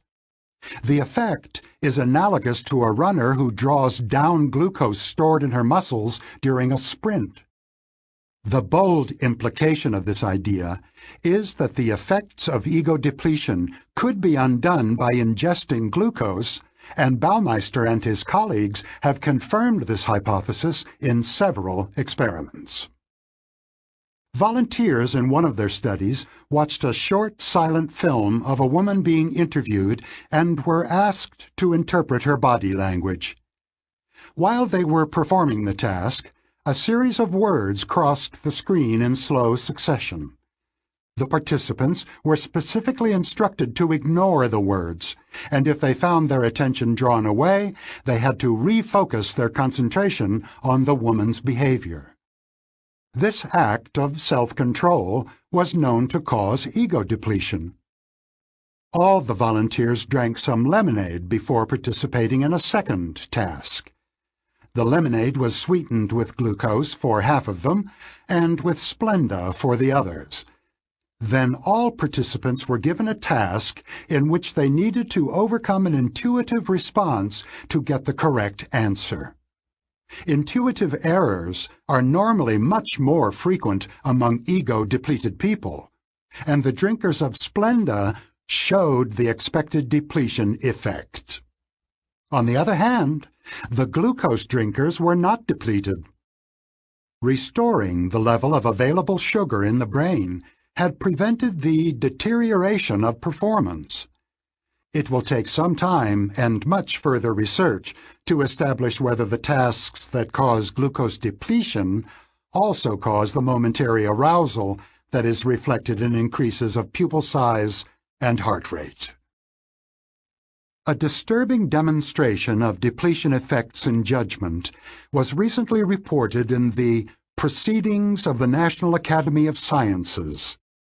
The unwitting participants in the study were 8 parole judges in Israel. They spend entire days reviewing applications for parole. The cases are presented in random order, and the judges spend little time on each one, an average of 6 minutes. The default decision is denial of parole. Only 35% of requests are approved. The exact time of each decision is recorded, and the times of the judge's 3 food breaks, morning break, lunch, and afternoon break, during the day are recorded as well. The authors of the study plotted the proportion of approved requests against the time since the last food break. The proportion spikes after each meal, when about 65% of requests are granted. During the 2 hours or so until the judge's next feeding, the approval rate drops steadily to about 0 just before the meal. As you might expect, this is an unwelcome result, and the authors carefully checked many alternative explanations. The best possible account of the data provides bad news. Tired and hungry judges tend to fall back on the easier default position of denying requests for parole. Both fatigue and hunger probably play a role. The Lazy System 2. One of the main functions of System 2 is to monitor and control thoughts and actions suggested by System 1, allowing some to be expressed directly in behavior and suppressing or modifying others. For an example, here is a simple puzzle. Do not try to solve it, but listen to your intuition. A bat and ball cost $1.10. The bat costs $1 more than the ball. How much does the ball cost? A number came to your mind. The number, of course, is 10 cents. The distinctive mark of this easy puzzle is that it evokes an answer that is intuitive, appealing, and wrong. Do the math and you will see. If the ball costs 10 cents, then the total cost would be $1.20, 10 cents for the ball and $1.10 for the bat. Not $1.10. The correct answer is 5 cents. It is safe to assume that the intuitive answer also came to the mind of those who ended up with the correct number. They somehow managed to resist the intuition. Shane Frederick and I worked together on a theory of judgment based on two systems, and he used the bat and ball puzzle to study a central question. How closely does System 2 monitor the suggestions of System 1? His reasoning was that we know a significant fact about anyone who says that the ball cost 10 cents. That person did not actively check whether the answer was correct, and her System 2 endorsed an intuitive answer that it could have rejected with a small investment of effort. Furthermore, we also know that the people who give the intuitive answer have missed an obvious social cue. They should have wondered why anyone would include in a questionnaire a puzzle with such an obvious answer. A failure to check is remarkable because the cost of checking is so low. A few seconds of mental work, the problem is moderately difficult, with slightly tensed muscles and dilated pupils could avoid an embarrassing mistake. People who say 10 cents appear to be ardent followers of the law of least effort. People who avoid that answer appear to have more active minds. Many thousands of university students have answered the bat and ball puzzle, and the results are shocking. More than 50% of students at Harvard, MIT, and Princeton gave the intuitive, incorrect answer. At less selective universities, the rate of demonstrable failure to check was in excess of 80%. The bat and ball problem is our first encounter with an observation that will be a recurrent theme of this book. Many people are overconfident, prone to place too much faith in their intuitions. They apparently find cognitive effort at least mildly unpleasant and avoid it as much as possible. Now I will show you a logical argument, two premises, and a conclusion. Try to determine as quickly as you can if the argument is logically valid. Does the conclusion follow from the premises? All roses are flowers. Some flowers fade quickly. Therefore, some roses fade quickly. A large majority of college students endorse this syllogism as valid.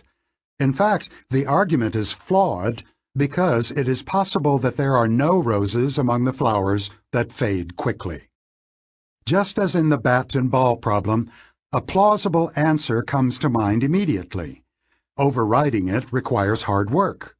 The insistent idea that it's true, makes it difficult to check the logic, and most people do not take the trouble to think through the problem. This experiment has discouraging implications for reasoning in everyday life. It suggests that when people believe a conclusion is true, they are also very likely to believe arguments that appear to support it, even when these arguments are unsound.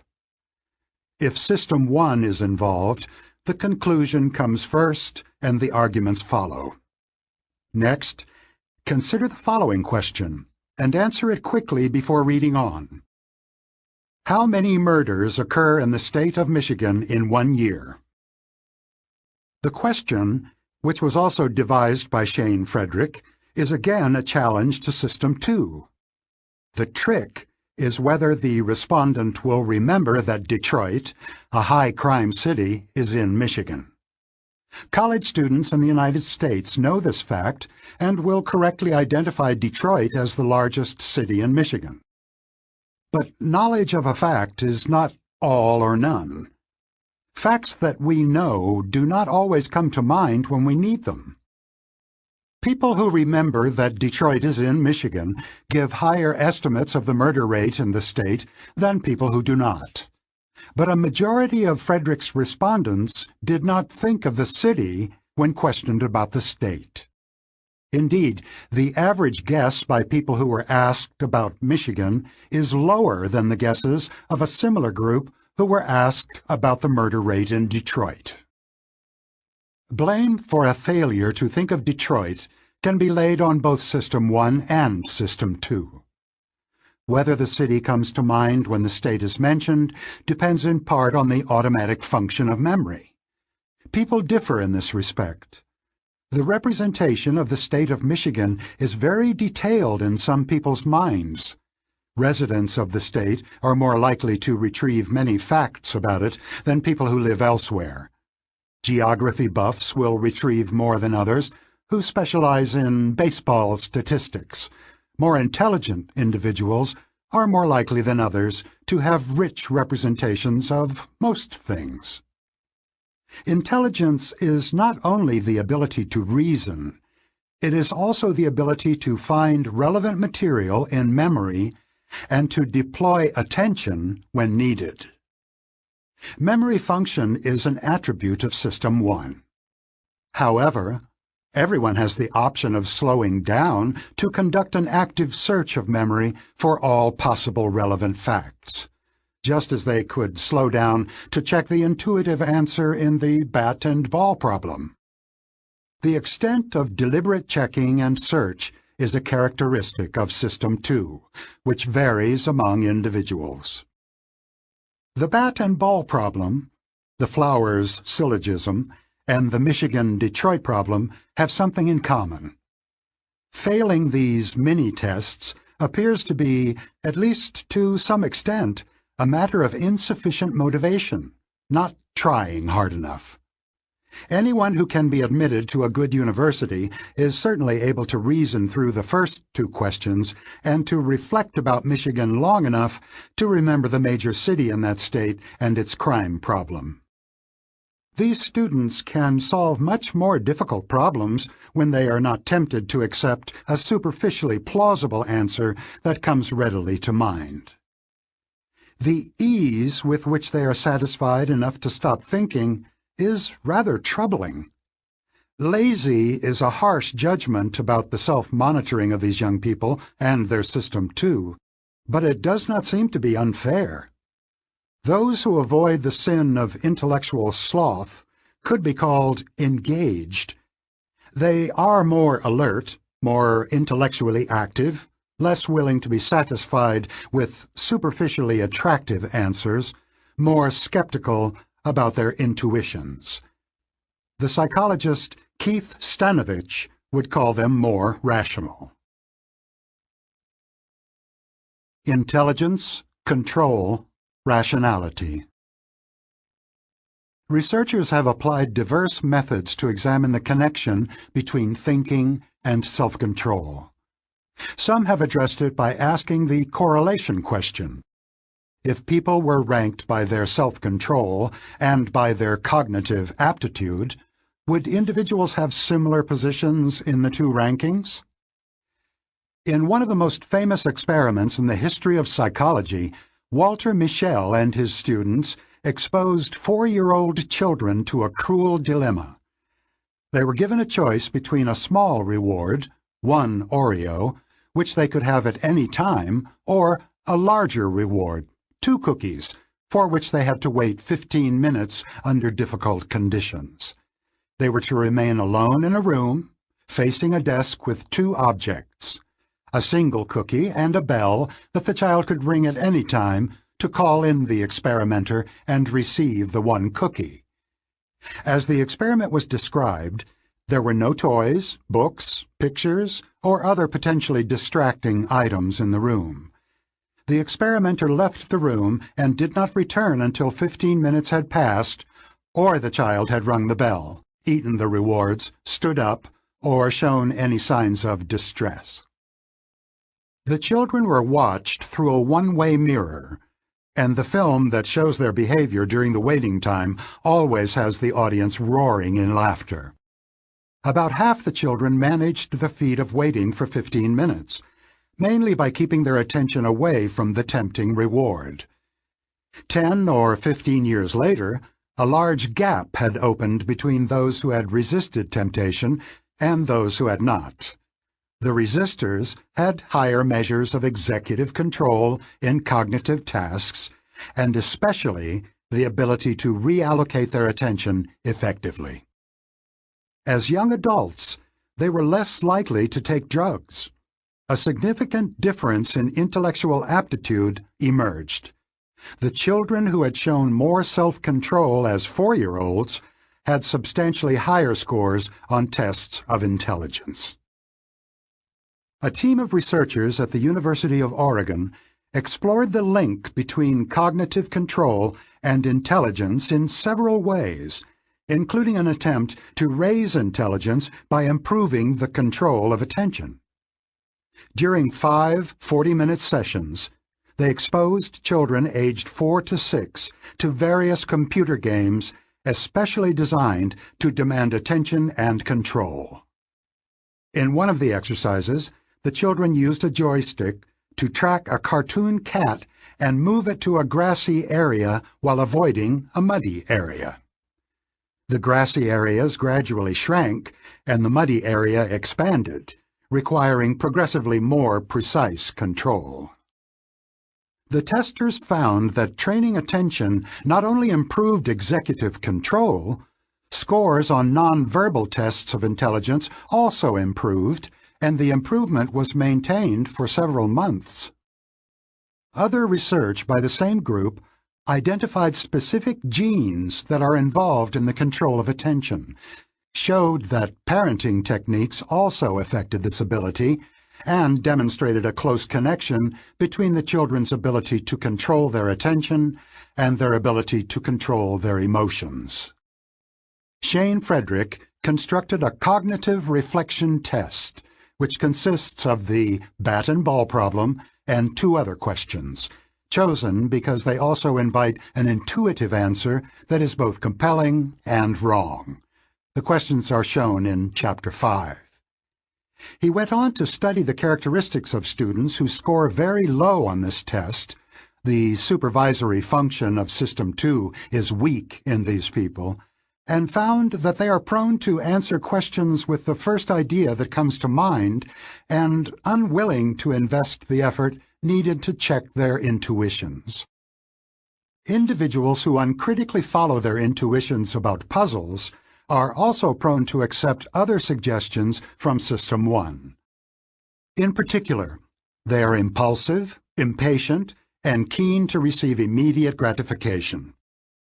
For example, 63% of the intuitive respondents say they would prefer to get $3,400 this month rather than $3,800 next month. Only 37% of those who solve all 3 puzzles correctly have the same short-sighted preference for receiving a smaller amount immediately. When asked how much they will pay to get overnight delivery of a book they have ordered, the low scorers on the cognitive reflection test are willing to pay twice as much as the high scorers. Frederick's findings suggest that the characters in our psychodrama have different personalities. System 1 is impulsive and intuitive. System 2 is capable of reasoning, and it is cautious, but at least for some people it is also lazy. We recognize related differences among individuals. Some people are more like their System 2, others closer to their System 1. This simple test has emerged as one of the better predictors of lazy thinking. Keith Stanovich and his longtime collaborator Richard West originally introduced the terms System 1 and System 2. They now prefer to speak of Type 1 and Type 2 processes. Stanovich and his colleagues have spent decades studying differences among individuals in the kinds of problems with which this book is concerned. They have asked one basic question in many different ways. What makes some people more susceptible than others to biases of judgment? Stanovich published his conclusions in a book titled Rationality and the Reflective Mind, which offers a bold and distinctive approach to the topic of this chapter. He draws a sharp distinction between two parts of System 2. Indeed, the distinction is so sharp that he calls them separate minds. One of these minds, he calls it algorithmic, deals with slow thinking and demanding computation. Some people are better than others in these tasks of brain power.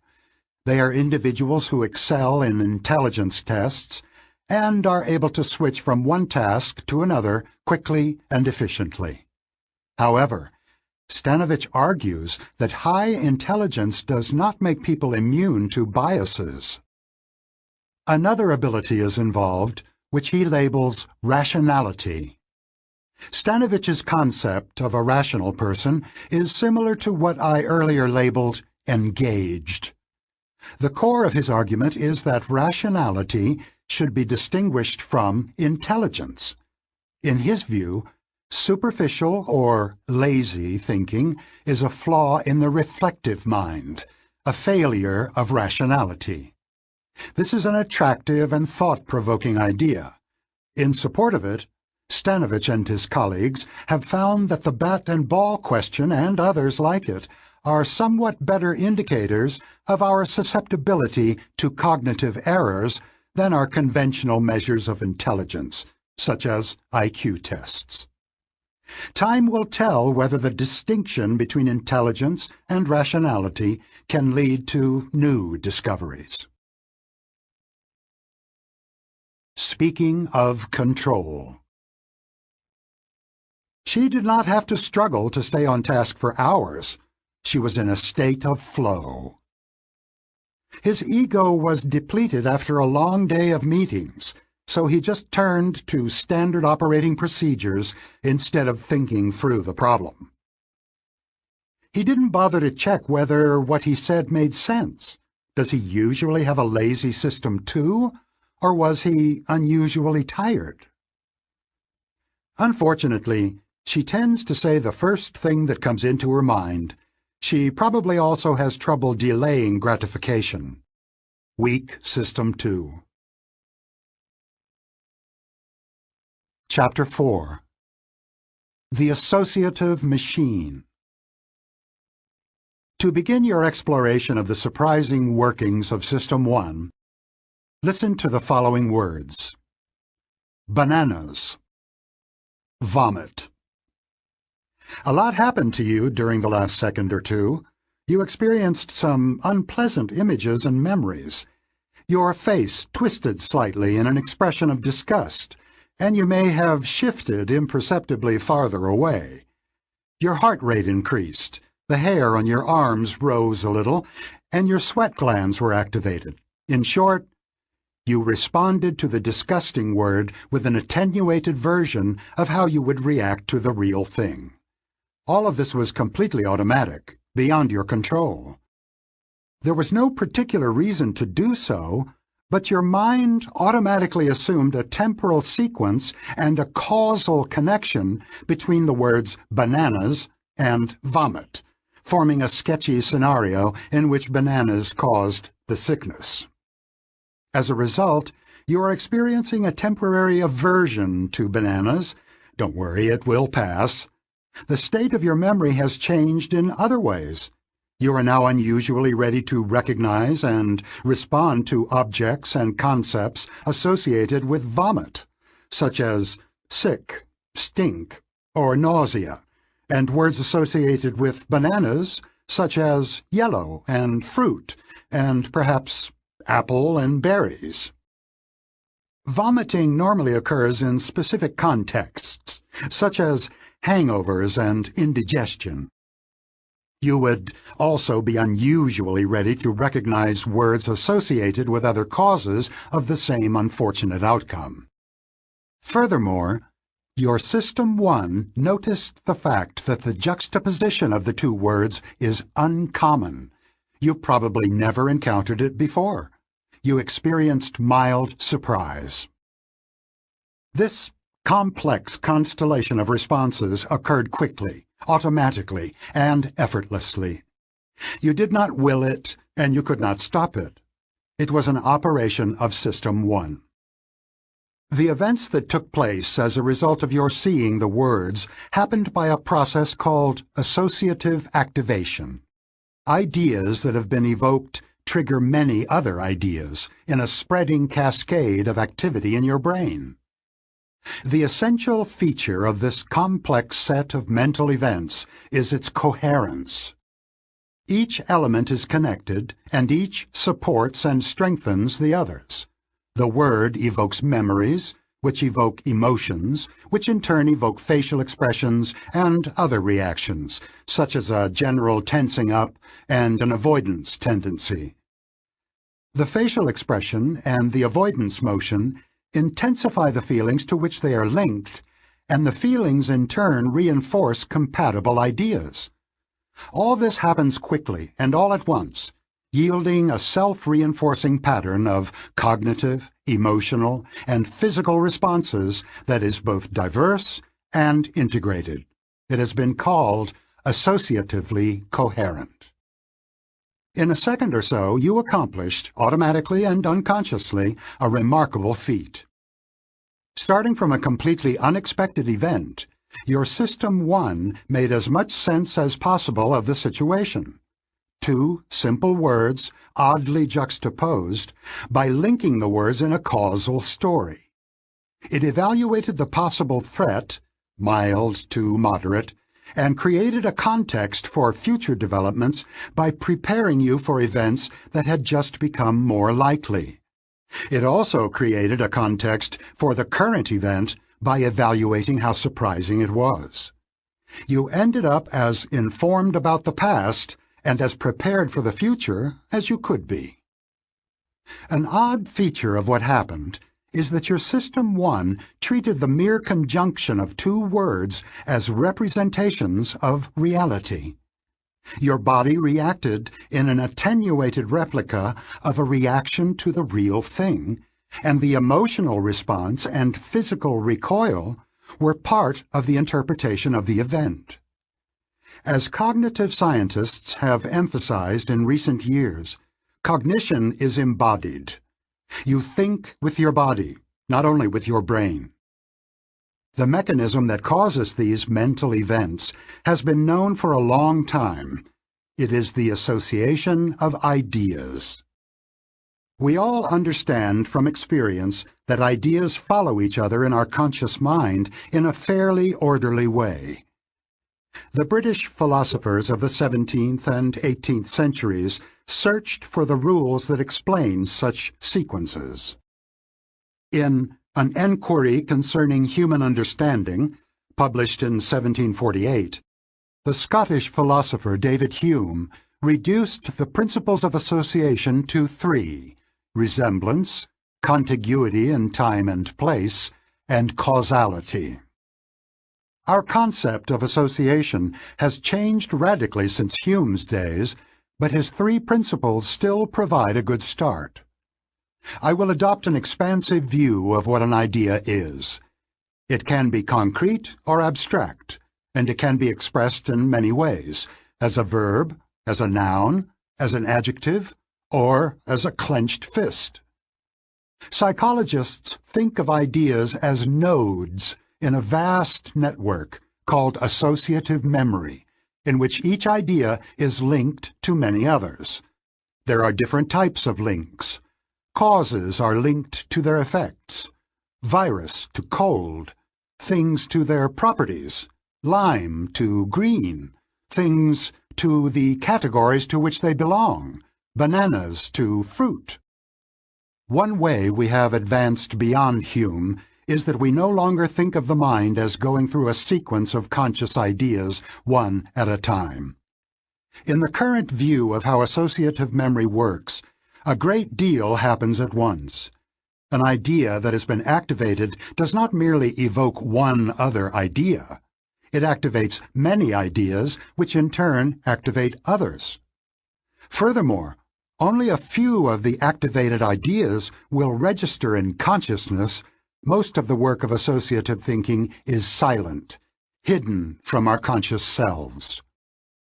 The notion that we have limited access to the workings of our minds is difficult to accept because, naturally, it is alien to our experience.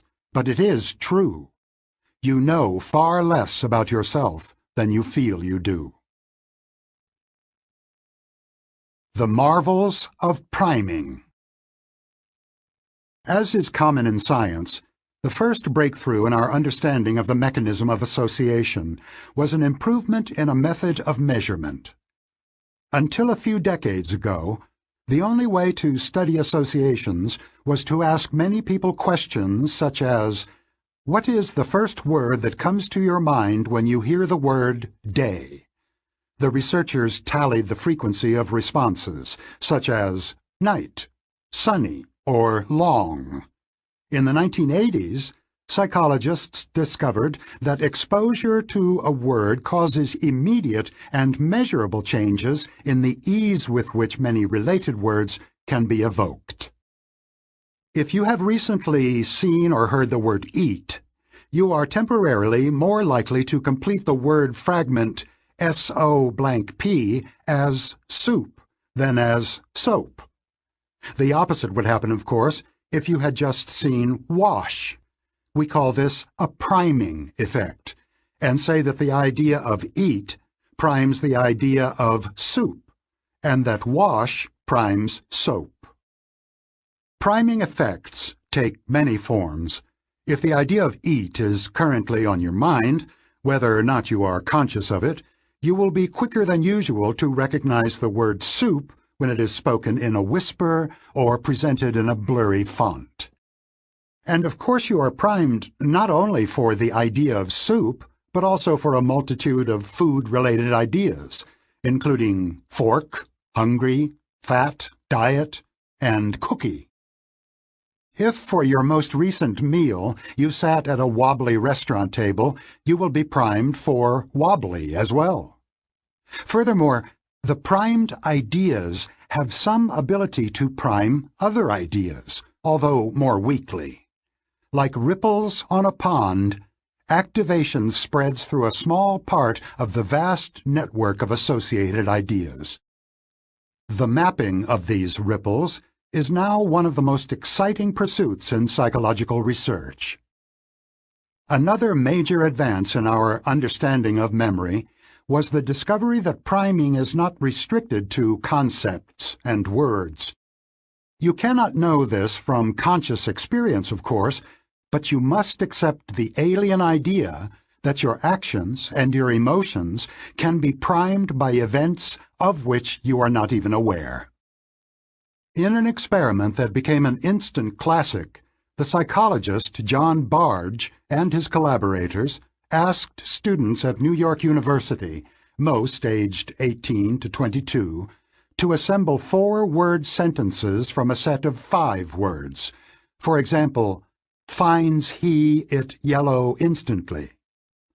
For one group of students, half the scrambled sentences contained words associated with the elderly, such as Florida, forgetful, bald, gray, or wrinkle. When they had completed that task, the young participants were sent out to do another experiment in an office down the hall. That short walk was what the experiment was about.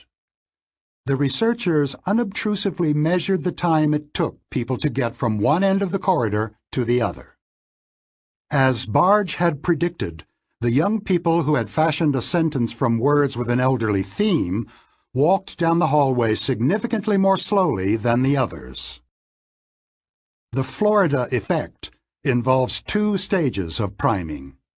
First, the set of words primes thoughts of old age, though the word old is never mentioned. Second, these thoughts prime a behavior, walking slowly, which is associated with old age. All this happens without any awareness.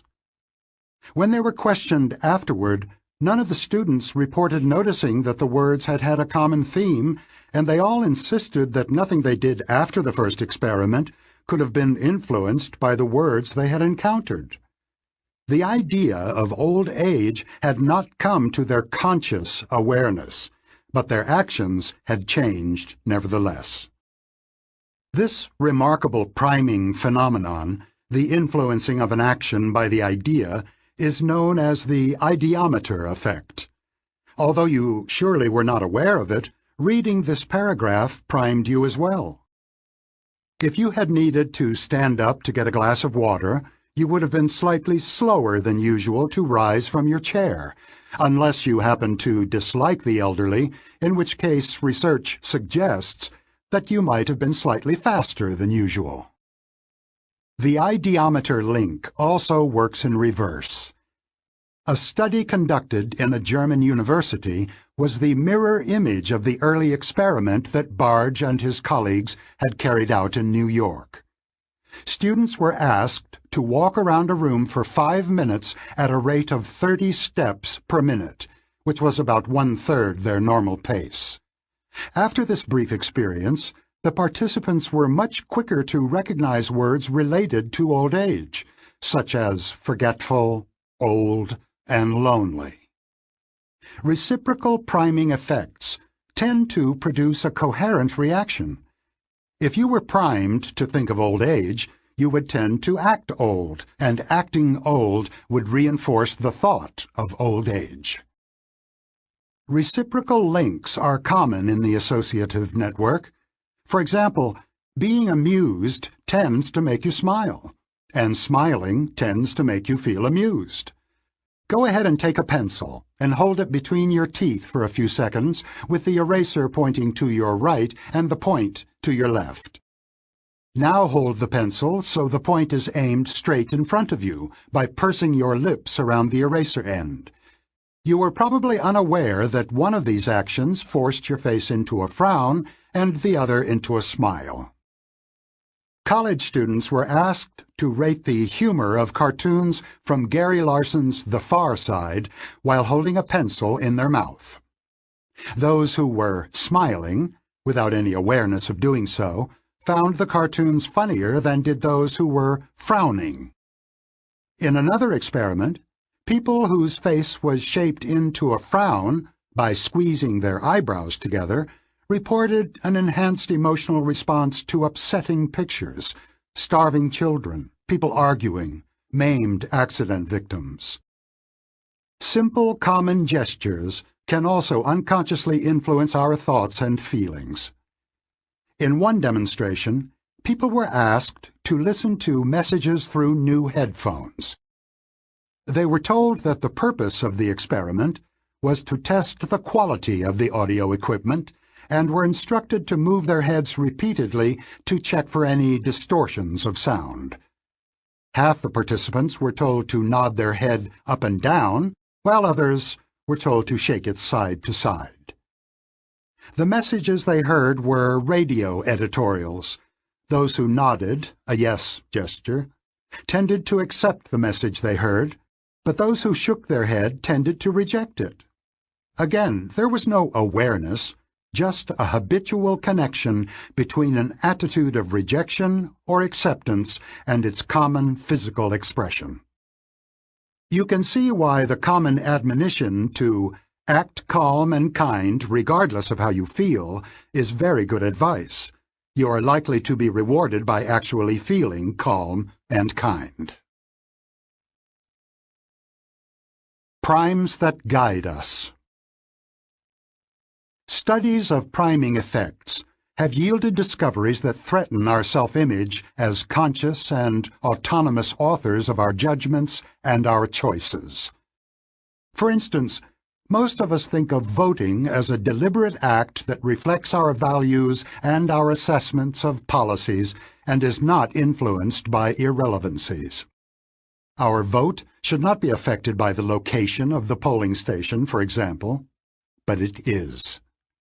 A study of voting patterns in precincts in Arizona in 2000 showed that the support for propositions to increase the funding of schools was significantly greater when the polling station was in a school than when it was in a nearby location. A separate experiment showed that exposing people to images of classrooms and school lockers also increased the tendency of participants to support a school initiative.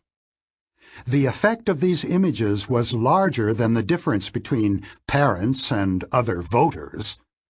The study of priming has come some way from the initial demonstrations that reminding people of old age makes them walk more slowly.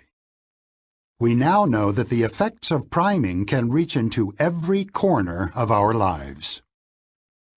Reminders of money produce some troubling effects. Participants in one experiment were shown a list of 5 words from which they were required to construct a 4-word phrase that had a money theme. High a salary desk paying became a high-paying salary. Other primes were much more subtle, including the presence of an irrelevant money-related object in the background, such as a stack of Monopoly money on a table, or a computer with a screensaver of dollar bills floating in water. Money-primed people become more independent than they would be without the associative trigger. They persevered almost twice as long in trying to solve a very difficult problem before they asked the experimenter for help, a crisp demonstration of increased self-reliance. Money-primed people are also more selfish. They were much less willing to spend time helping another student who pretended to be confused about an experimental task. When an experimenter clumsily dropped a bunch of pencils on the floor, the participants with money unconsciously on their mind picked up fewer pencils. In another experiment in the series, participants were told that they would shortly have a get-acquainted conversation with another person and were asked to set up 2 chairs while the experimenter left to retrieve that person. Participants primed by money chose to stay much farther apart than their non-primed peers, 118 versus 80 centimeters. Money-primed undergraduates also showed a greater preference for being alone. The general theme of these findings is that the idea of money primes individualism, a reluctance to be involved with others, to depend on others, or to accept demands from others. The psychologist who has done this remarkable research, Kathleen Voss, has been laudably restrained in discussing the implications of her findings, leaving the task to her readers. Her experiments are profound. Her findings suggest that living in a culture that surrounds us with reminders of money may shape our behavior and our attitudes in ways that we do not know about and of which we may not be proud. Some cultures provide frequent reminders of respect. Others constantly remind their members of God. And some societies prime obedience by large images of the dear leader. Can there be any doubt that the ubiquitous portraits of the national leader in dictatorial societies not only convey the feeling that Big Brother is watching, but also lead to an actual reduction in spontaneous thought and independent action?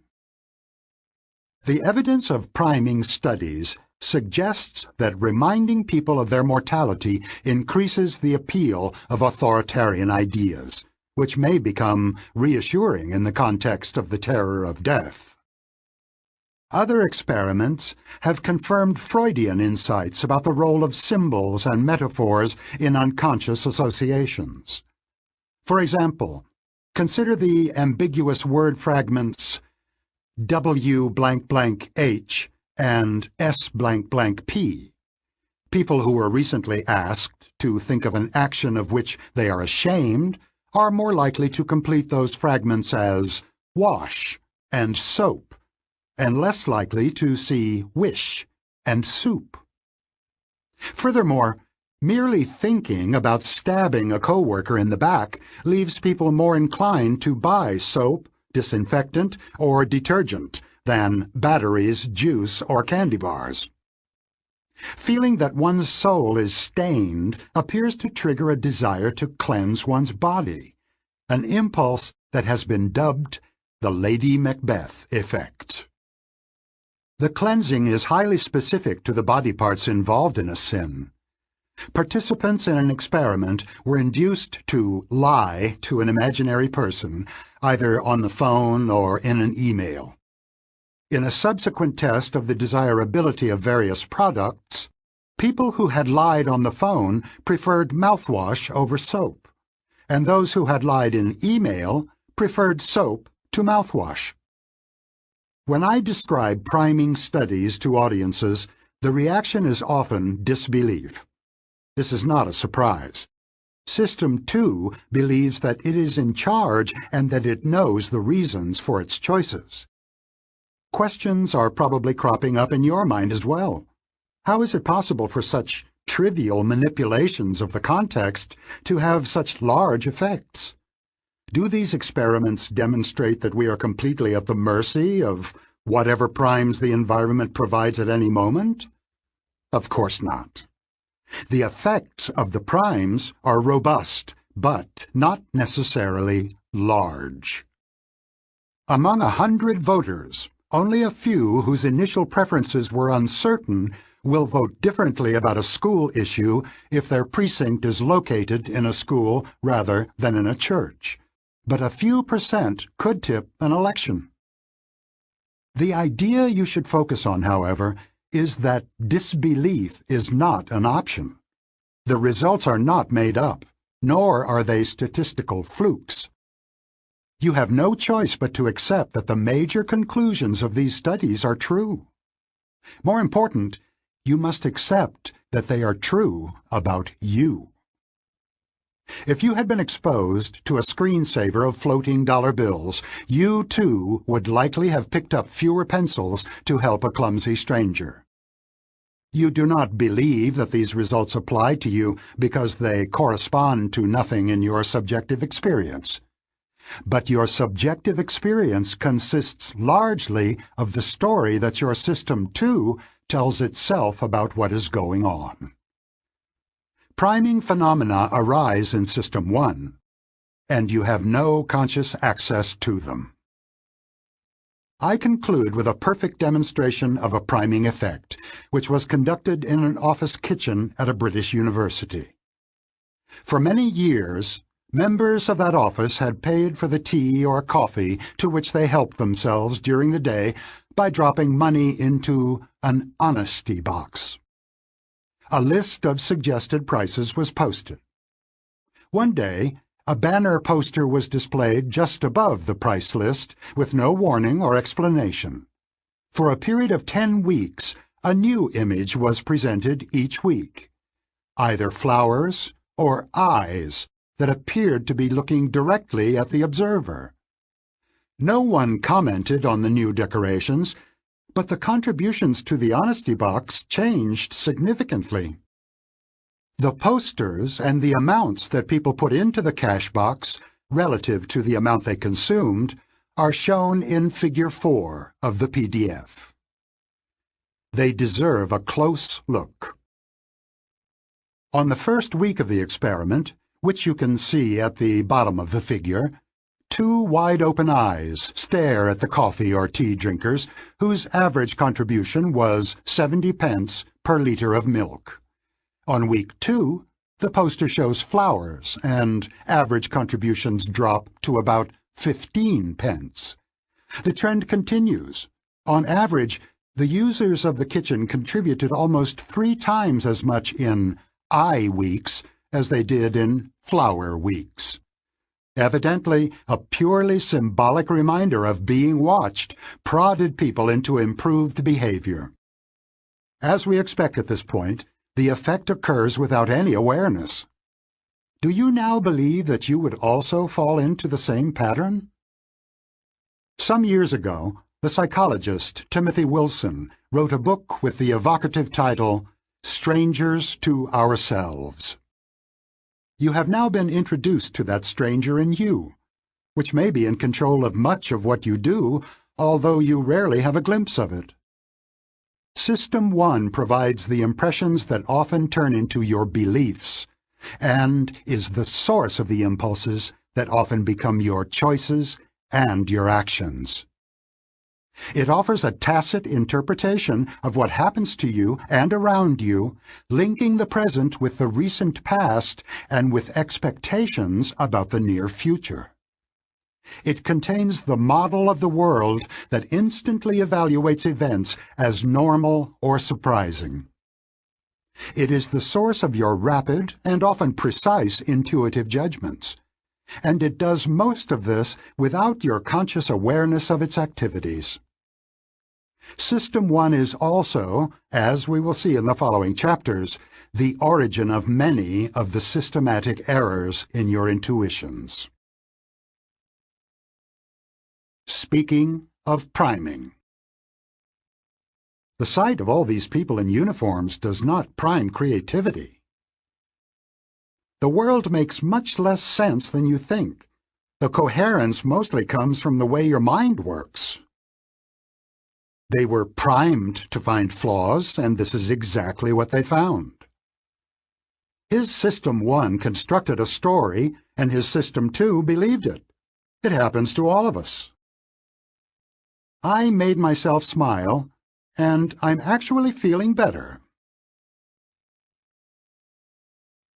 Chapter 5. Cognitive Ease. Whenever you are conscious, and perhaps even when you are not, multiple computations are going on in your brain, which maintain and update current answers to some key questions. Is anything new going on? Is there a threat? Are things going well? Should my attention be redirected? Is more effort needed for this task? You can think of a cockpit with a set of dials that indicate the current values of each of these essential variables. The assessments are carried out automatically by System 1, and their main function is to determine whether extra effort is required from System 2. One of the dials measures cognitive ease, and its range is between easy and strained. Easy is a sign that things are going well. No threats, no major news, no need to redirect attention or mobilize effort.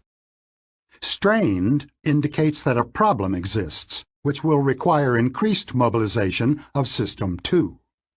Conversely, you experience cognitive strain. Cognitive strain is affected by both the current level of effort and the presence of unmet demands. The surprise is that a single dial of cognitive ease is connected to a large network of diverse inputs and outputs. Figure 5 on the PDF tells the story. The figure suggests that a sentence that is printed in a clear font, or has been repeated, or has been primed, will be fluently processed with cognitive ease. Hearing a speaker when you are in a good mood, or even when you have a pencil stuck crosswise in your mouth to make you smile, also induces cognitive ease. Conversely, you experience cognitive strain when you read instructions in a poor font, or in faint colors, or worded in complicated language, or when you are in a bad mood, and even when you frown. The various causes of ease or strain have interchangeable effects. When you are in a state of cognitive ease, you are probably in a good mood, like what you see, believe what you hear, trust your intuitions, and feel that the current situation is comfortably familiar. You are also likely to be relatively casual and superficial in your thinking. When you feel strained, you are more likely to be vigilant and suspicious, invest more effort in what you are doing, feel less comfortable, and make fewer errors, but you also are less intuitive and less creative than usual. Illusions of remembering. The word illusion brings visual illusions to mind, because we are all familiar with pictures that mislead. But vision is not the only domain of illusions.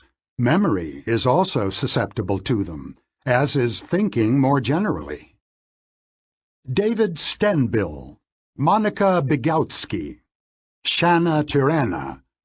I just made up these names. If you encounter any of them within the next few minutes, you are likely to remember where you saw them. You know, and will know for a while, that these are not the names of minor celebrities. But suppose that a few days from now you are shown a long list of names, including some minor celebrities and new names of people you have never heard of. Your task will be to check every name of a celebrity in the list. There is a substantial probability that you will identify David Stenbill as a well-known person, although you will not, of course, know whether you encountered his name in the context of movies, sports, or politics. Larry Jacoby, the psychologist who first demonstrated this memory illusion in the laboratory, titled his article, "Becoming Famous Overnight." How does this happen? Start by asking yourself how you know whether or not someone is famous. In some cases, truly famous people, or of celebrities in an area you follow, you have a mental file with rich information about a person. Think Albert Einstein, Bono, Hillary Clinton. But you will have no file of information about David Stenbill if you encounter his name in a few days. All you will have is a sense of familiarity. You have seen this name somewhere. Jacoby nicely stated the problem. The experience of familiarity has a simple but powerful quality of pastness that seems to indicate that it is a direct reflection of prior experience. This quality of pastness is an illusion.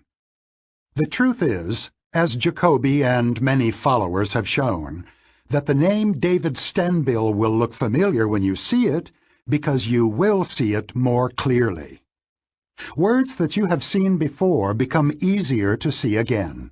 You can identify them better than other words when they are shown very briefly or masked by noise, and you will be quicker by a few hundredths of a second to read them than to read other words. In short, you experience greater cognitive ease in perceiving a word you have seen earlier, and it is this sense of ease that gives you the impression of familiarity. Figure 5 on the PDF suggests a way to test this.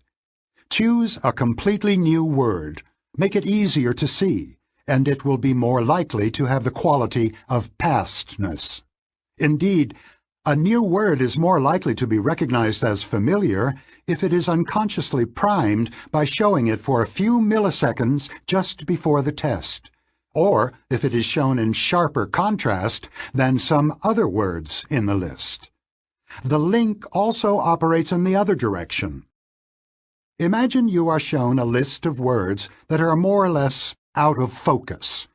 Some of the words are severely blurred, others less so, and your task is to identify the words that are shown more clearly. A word that you have seen recently will appear to be clearer than unfamiliar words. As Figure 5 on the PDF indicates, the various ways of inducing cognitive ease or strain are interchangeable. You may not know precisely what it is that makes things cognitively easy or strained. This is how the illusion of familiarity comes about. Illusions of truth. New York is a large city in the United States. The moon revolves around the earth. A chicken has 4 legs. In all these cases, you quickly retrieved a great deal of related information, almost all pointing one way or another. You knew soon after reading them that the first two statements are true and the last one is false. Note, however, that the statement, "A chicken has 3 legs," is more obviously false than "A chicken has 4 legs." Your associative machinery slows the judgment of the latter sentence by delivering the fact that many animals have 4 legs, and perhaps also that supermarkets often sell chicken legs in packages of 4. System 2 was involved in sifting that information, perhaps raising the issue of whether the question about New York was too easy, or checking the meaning of revolves. Think of the last time you took a driving test. Is it true that you need a special license to drive a vehicle that weighs more than 3 tons? Perhaps you studied seriously and can remember the side of the page on which the answer appeared, as well as the logic behind it. This is certainly not how I passed driving tests when I moved to a new state. My practice was to read the booklet of rules quickly once and hope for the best. I knew some of the answers from the experience of driving for a long time, but there were questions where no good answer came to mind, where all I had to go by was cognitive ease. If the answer felt familiar, I assumed that it was probably true. If it looked new, or improbably extreme, I rejected it. The impression of familiarity is produced by System 1, and System 2 relies on that impression for a true or false judgment. The lesson of Figure 5 is that predictable illusions inevitably occur if a judgment is based on an impression of cognitive ease or strain. Anything that makes it easier for the associative machine to run smoothly will also bias beliefs. A reliable way to make people believe in falsehoods is frequent repetition, because familiarity is not easily distinguished from truth. Authoritarian institutions and marketers have always known this fact. But it was psychologists who discovered that you do not have to repeat the entire statement of a fact or idea to make it appear true. People who were repeatedly exposed to the phrase, "the body temperature of a chicken," were more likely to accept as true the statement that the body temperature of a chicken is 144 degrees, or any other arbitrary number. The familiarity of one phrase in the statement sufficed to make the whole statement feel familiar, and therefore true. If you cannot remember the source of a statement, and have no way to relate it to other things you know, you have no option but to go with the sense of cognitive ease. How to write a persuasive message. Suppose you must write a message that you want the recipients to believe. Of course, your message will be true, but that is not necessarily enough for people to believe that it is true. It is entirely legitimate for you to enlist cognitive ease to work in your favor, and studies of truth illusions provide specific suggestions that may help you achieve this goal. The general principle is that anything you can do to reduce cognitive strain will help. So you should first maximize legibility. Compare these two statements, the first in bold type, the second in regular type. Adolf Hitler was born in 1892. Adolf Hitler was born in 1887. Both are false. Hitler was born in 1889, but experiments have shown that the first is more likely to be believed. More advice: if your message is to be printed, use high-quality paper to maximize the contrast between characters and their background. If you use color, you are more likely to be believed if your text is printed in bright blue or red than in middling shades of green, yellow, or pale blue. If you care about being thought credible and intelligent, do not use complex language where simpler language will do. My Princeton colleague, Danny Oppenheimer, refuted a myth prevalent among undergraduates about the vocabulary that professors find most impressive. In an article titled "Consequences of Erudite Vernacular Utilized Irrespective of Necessity, Problems with Using Long Words Needlessly," he showed that couching familiar ideas in pretentious language is taken as a sign of poor intelligence and low credibility. In addition to making your message simple, try to make it memorable. Put your ideas in verse if you can. They will be more likely to be taken as truth. Participants in a much-cited experiment read dozens of unfamiliar aphorisms such as, "Woes unite foes," "Little strokes will tumble great oaks," "A fault confessed is half redressed." Other students read some of the same proverbs transformed into non-rhyming versions. "Woes unite enemies," "Little strokes will tumble great trees," "A fault admitted is half redressed." The aphorisms were judged more insightful when they rhymed than when they did not. Finally, if you quote a source, choose one with a name that is easy to pronounce. Participants in an experiment were asked to evaluate the prospects of fictitious Turkish companies on the basis of reports from 2 brokerage firms. For each stock, one of the reports came from an easily pronounced name. For example, Artan, and the other report came from a firm with an unfortunate name. For example, Tehut. The reports sometimes disagreed. The best procedure for the observers would have been to average the 2 reports, but this is not what they did. They gave much more weight to the report from Artan than to the report from Tehut.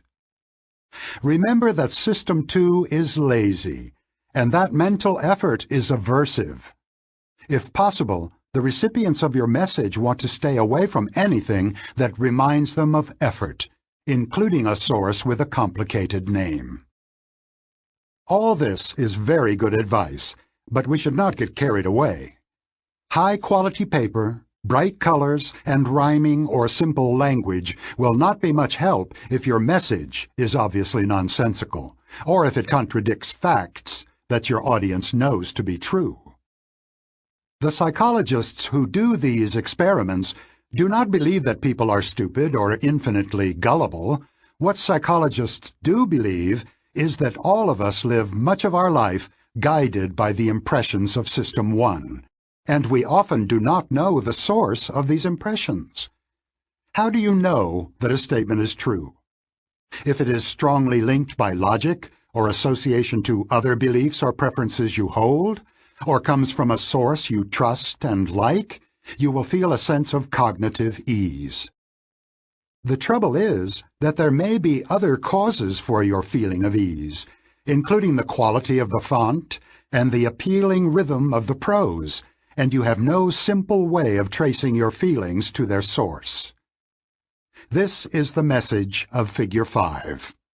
The sense of ease or strain has multiple causes, and it is difficult to tease them apart. Difficult, but not impossible. People can overcome some of the superficial factors that produce illusions of truth when strongly motivated to do so. On most occasions, however, the lazy System 2 will adopt the suggestions of System 1 and march on. Strain and effort.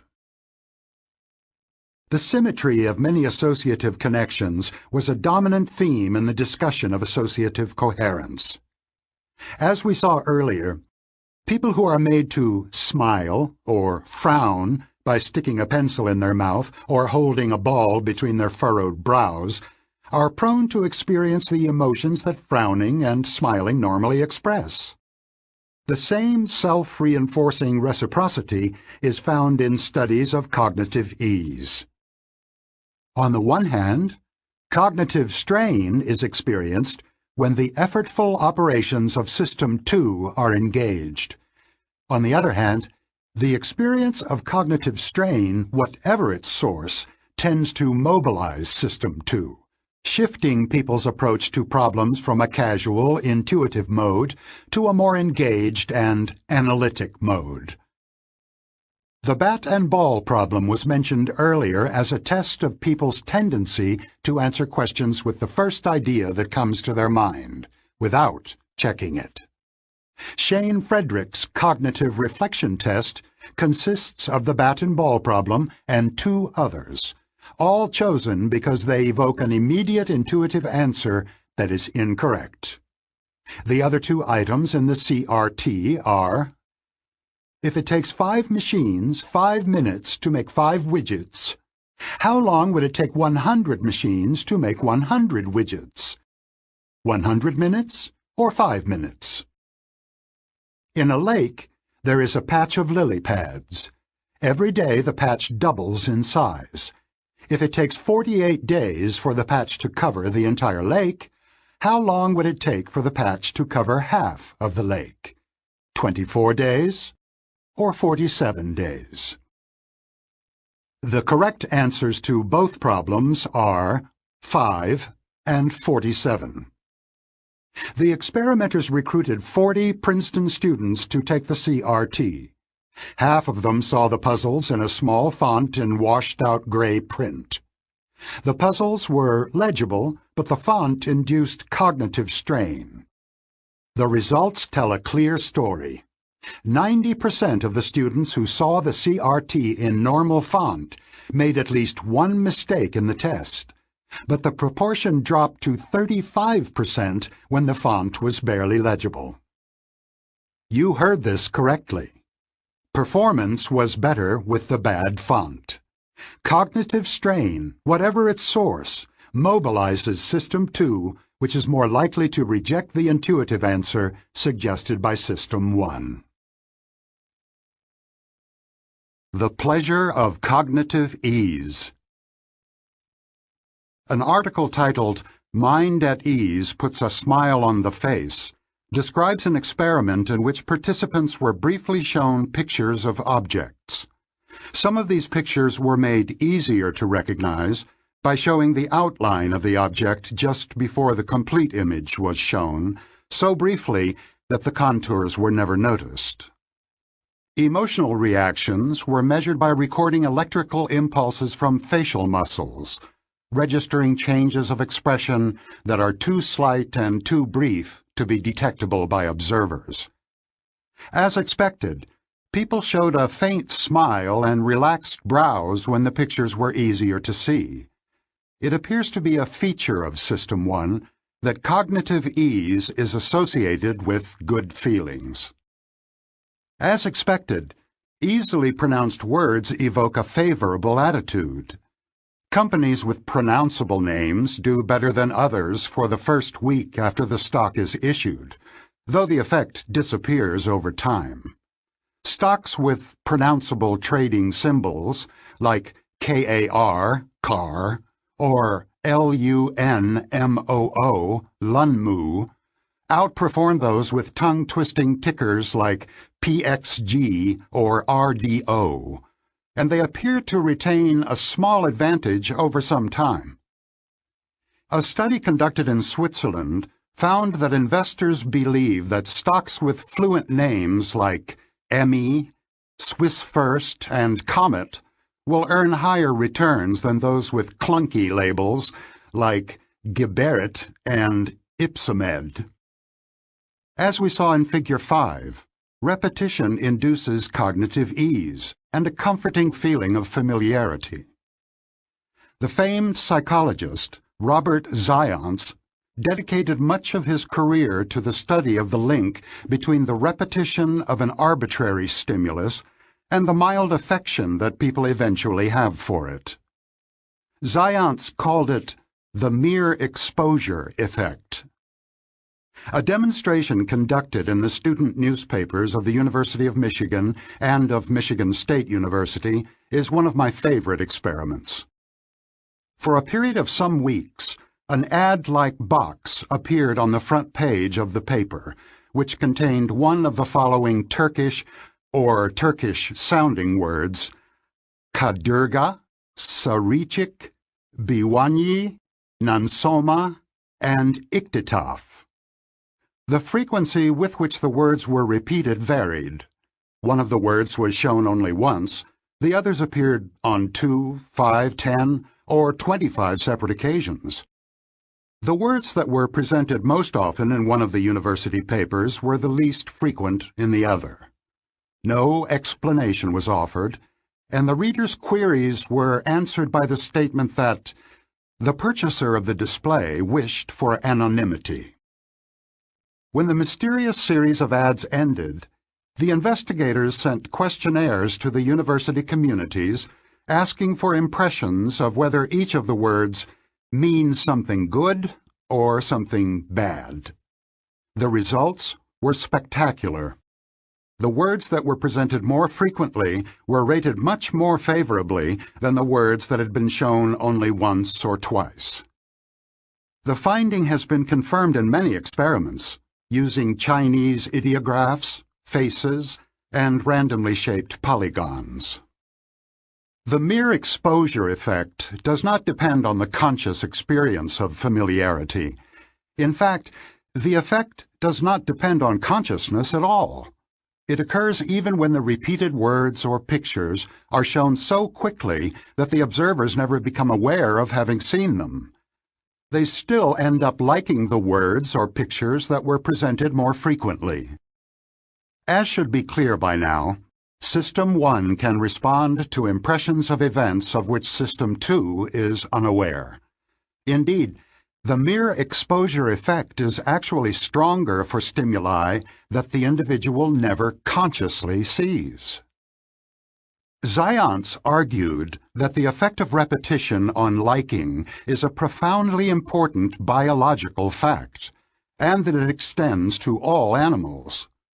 To survive in a frequently dangerous world, an organism should react cautiously to a novel stimulus, with withdrawal and fear. Survival prospects are poor for an animal that is not suspicious of novelty. However, it is also adaptive for the initial caution to fade if the stimulus is actually safe. The mere exposure effect occurs, Zients claimed, because the repeated exposure of a stimulus is followed by nothing bad. Such a stimulus will eventually become a safety signal, and safety is good. Obviously, this argument is not restricted to humans. To make that point, one of Zients' associates exposed 2 sets of fertile chicken eggs to different tones. After they hatched, the chicks consistently emitted fewer distress calls when exposed to the tone they had heard while inhabiting the shell. Zients offered an eloquent summary of his program of research. The consequences of repeated exposures benefit the organism in its relations to the immediate animate and inanimate environment. They allow the organism to distinguish objects and habitats that are safe from those that are not, and they are the most primitive basis of social attachments. Therefore, they form the basis for social organization and cohesion, the basic sources of psychological and social stability. The link between positive emotion and cognitive ease in System 1 has a long evolutionary history. Ease, mood, and intuition. Around 1960, a young psychologist named Sarnoff-Mednick thought he had identified the essence of creativity. His idea was as simple as it was powerful. Creativity is associative memory that works exceptionally well. He made up a test called the Remote Association Test, RAT, which is still often used in studies of creativity. For an easy example, consider the following 3 words: cottage, Swiss, cake. Can you think of a word that is associated with all 3? You probably worked out that the answer is cheese. Now try this. Dive, light, rocket. This problem is much harder, but it has a unique, correct answer which every speaker of English recognizes, although less than 20% of a sample of students found it within 15 seconds. The answer is sky. Of course, not every triad of words has a solution.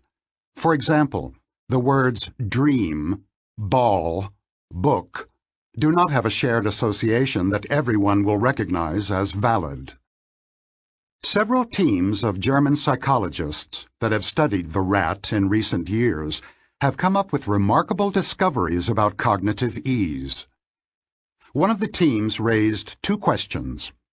Can people feel that a triad of words has a solution before they know what the solution is? How does mood influence performance in this task?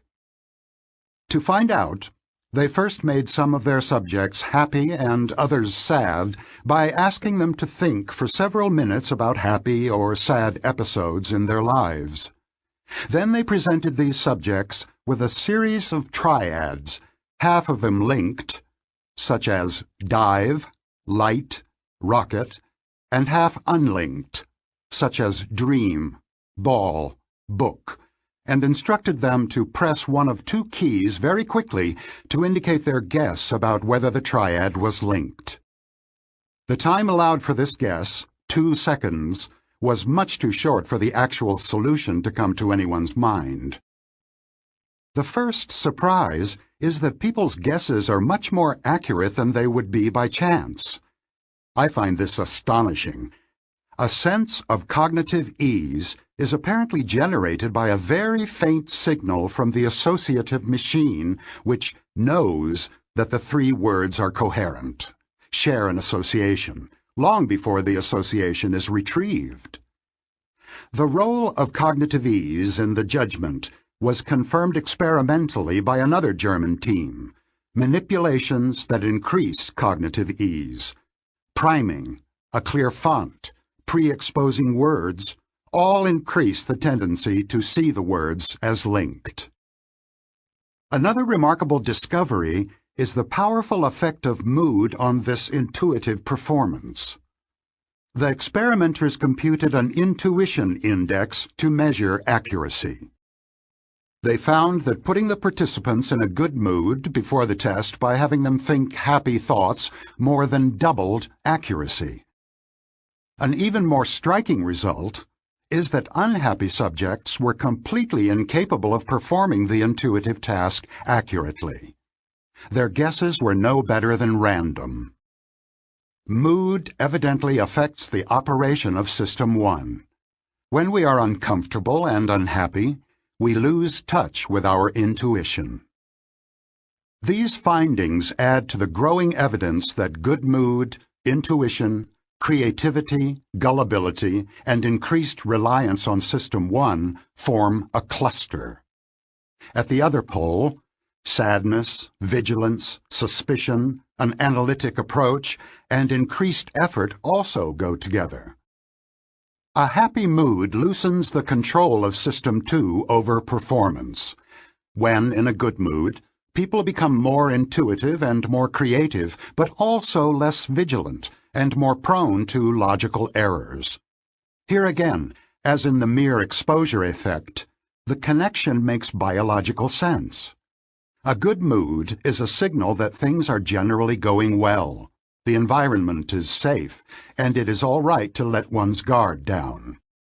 A bad mood indicates that things are not going very well, there may be a threat, and vigilance is required. Cognitive ease is both a cause and a consequence of a pleasant feeling. The remote association test has more to tell us about the link between cognitive ease and positive affect. Briefly consider two triads of words. Sleep, male, switch. Salt, deep, foam. You could not know it, of course, but measurements of electrical activity in the muscles of your face would probably have shown a slight smile when you read the second triad, which is coherent. C is the solution.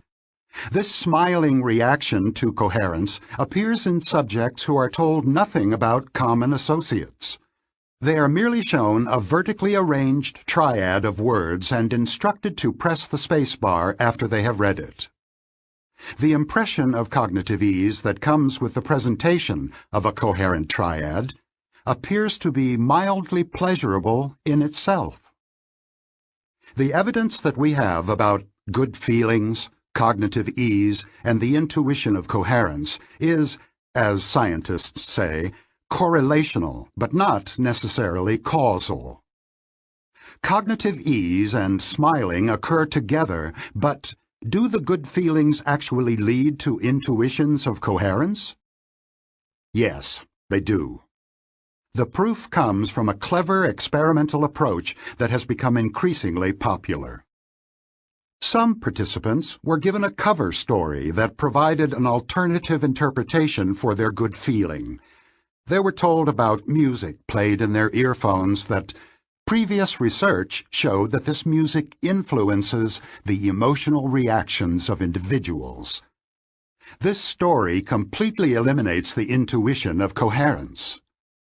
The finding shows that the brief emotional response that follows the presentation of a triad of words, pleasant if the triad is coherent, unpleasant otherwise, is actually the basis of judgments of coherence.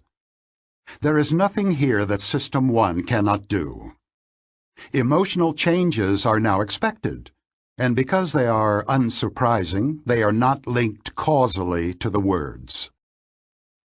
This is as good as psychological research ever gets, in its combination of experimental techniques and in its results, which are both robust and extremely surprising. We have learned a great deal about the automatic workings of System 1 in the last decades. Much of what we now know would have sounded like science fiction 30 or 40 years ago. It was beyond imagining that bad font influences judgments of truth and improves cognitive performance, or that an emotional response to the cognitive ease of a triad of words mediates impressions of coherence. Psychology has come a long way. Speaking of cognitive ease. Let's not dismiss their business plan just because the font makes it hard to read. We must be inclined to believe it because it has been repeated so often. But let's think it through again. Familiarity breeds liking. This is a mere exposure effect. I'm in a very good mood today, and my System 2 is weaker than usual. I should be extra careful. Chapter 6. Norms, Surprises, and Causes. The central characteristics and functions of System 1 and System 2 have now been introduced, with a more detailed treatment of System 1. Freely mixing metaphors, we have in our head a remarkably powerful computer, not fast by conventional hardware standards, but able to represent the structure of our world by various types of associative links in a vast network of various types of ideas. The spreading of activation in the associative machine is automatic, but we, System 2, have some ability to control the search of memory and also to program it so that the detection of an event in the environment can attract attention. We next go into more detail of the wonders and limitation of what System 1 can do. Assessing normality. The main function of System 1 is to maintain and update a model of your personal world, which represents what is normal in it. The model is constructed by associations that link ideas of circumstances, events, actions, and outcomes that co-occur with some regularity, either at the same time or within a relatively short interval. As these links are formed and strengthened, The pattern of associated ideas comes to represent the structure of events in your life, and it determines your interpretation of the present as well as your expectations of the future. A capacity for surprise is an essential aspect of our mental life, and surprise itself is the most sensitive indication of how we understand our world and what we expect from it. There are two main varieties of surprise. Some expectations are active and conscious. You know you are waiting for a particular event to happen. When the hour is near, you may be expecting the sound of the door as your child returns from school. When the door opens, you expect the sound of a familiar voice. You will be surprised if an actively expected event does not occur. But there is a much larger category of events that you expect passively. You don't wait for them, but you are not surprised when they happen. These are events that are normal in a situation, though not sufficiently probable to be actively expected. A single incident may make a recurrence less surprising. Some years ago, my wife and I were vacationing in a small island resort on the Great Barrier Reef. There are only 40 guest rooms on the island. When we came to dinner, we were surprised to meet an acquaintance, a psychologist named John. We greeted each other warmly and commented on the coincidence. John left the resort the next day. About 2 weeks later, we were in a theater in London. A latecomer sat next to me after the lights went down. When the lights came up for the intermission, I saw that my neighbor was John. My wife and I commented later that we were simultaneously conscious of two facts. First, this was a more remarkable coincidence than the first meeting. Second, we were distinctly less surprised to meet John on the second occasion than we had been on the first. Evidently, the first meeting had somehow changed the idea of John in our minds. He was now the psychologist who shows up when we travel abroad. We, System 2, knew this was a ludicrous idea, but our System 1 had made it seem almost normal to meet John in strange places. We would have experienced much more surprise if we had met any acquaintance other than John in the next seat of a London theater.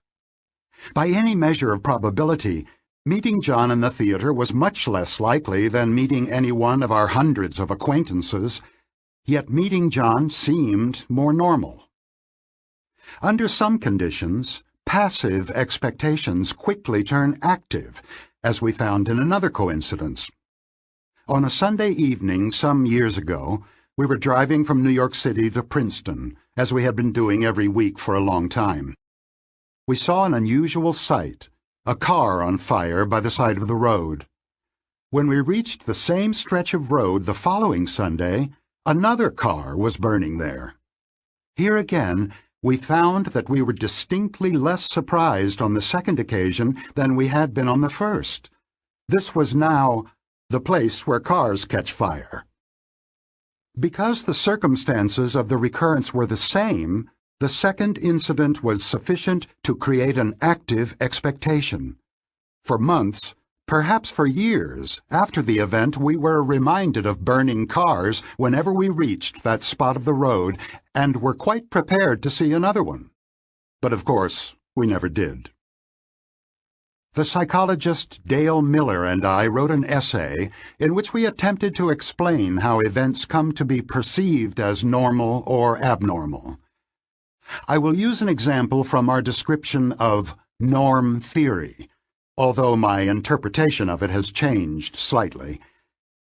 An observer, casually watching the patrons at a neighboring table in a fashionable restaurant, notices that the first guest to taste the soup winces as if in pain. The normality of a multitude of events will be altered by this incident. It is now unsurprising for the guest who first tasted the soup to startle violently when touched by a waiter.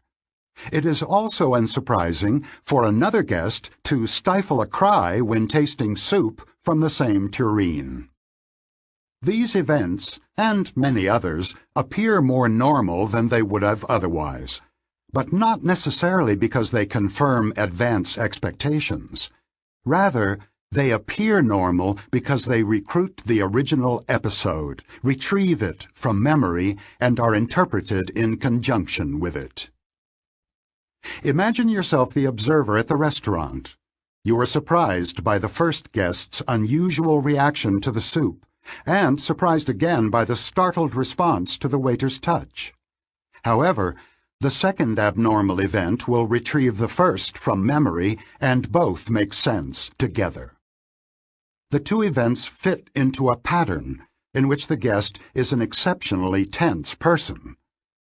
On the other hand, if the next thing that happens after the first guest's grimace is that another customer rejects the soup, these two surprises will be linked, and the soup will surely be blamed.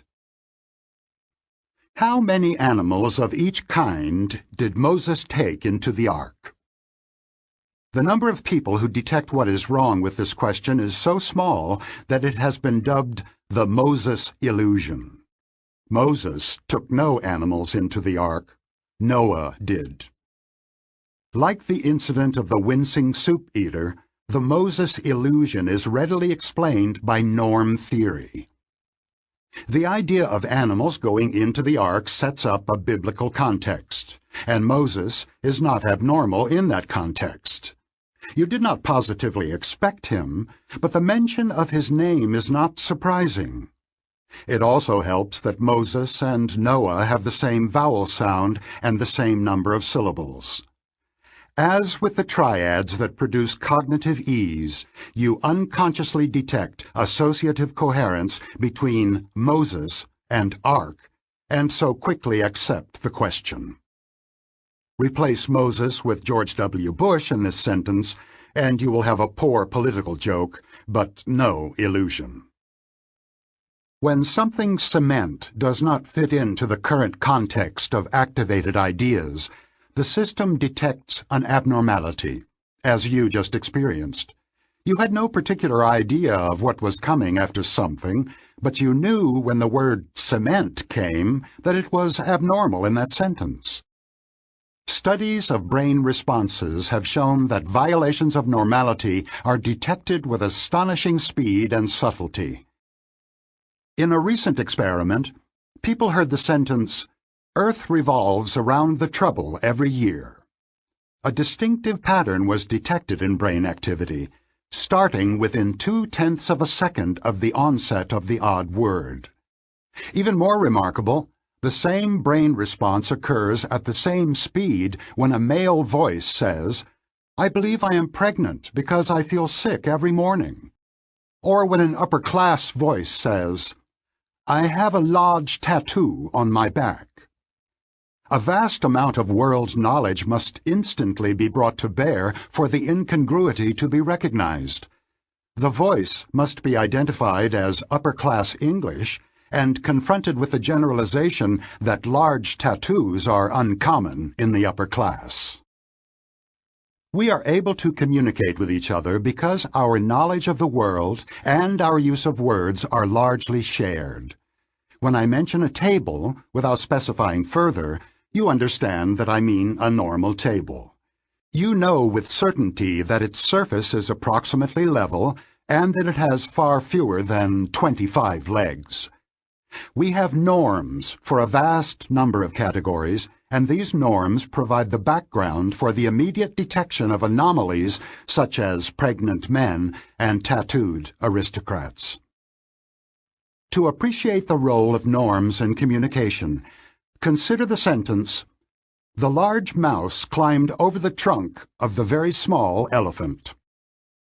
I can count on your having norms for the size of mice and elephants that are not too far from mine.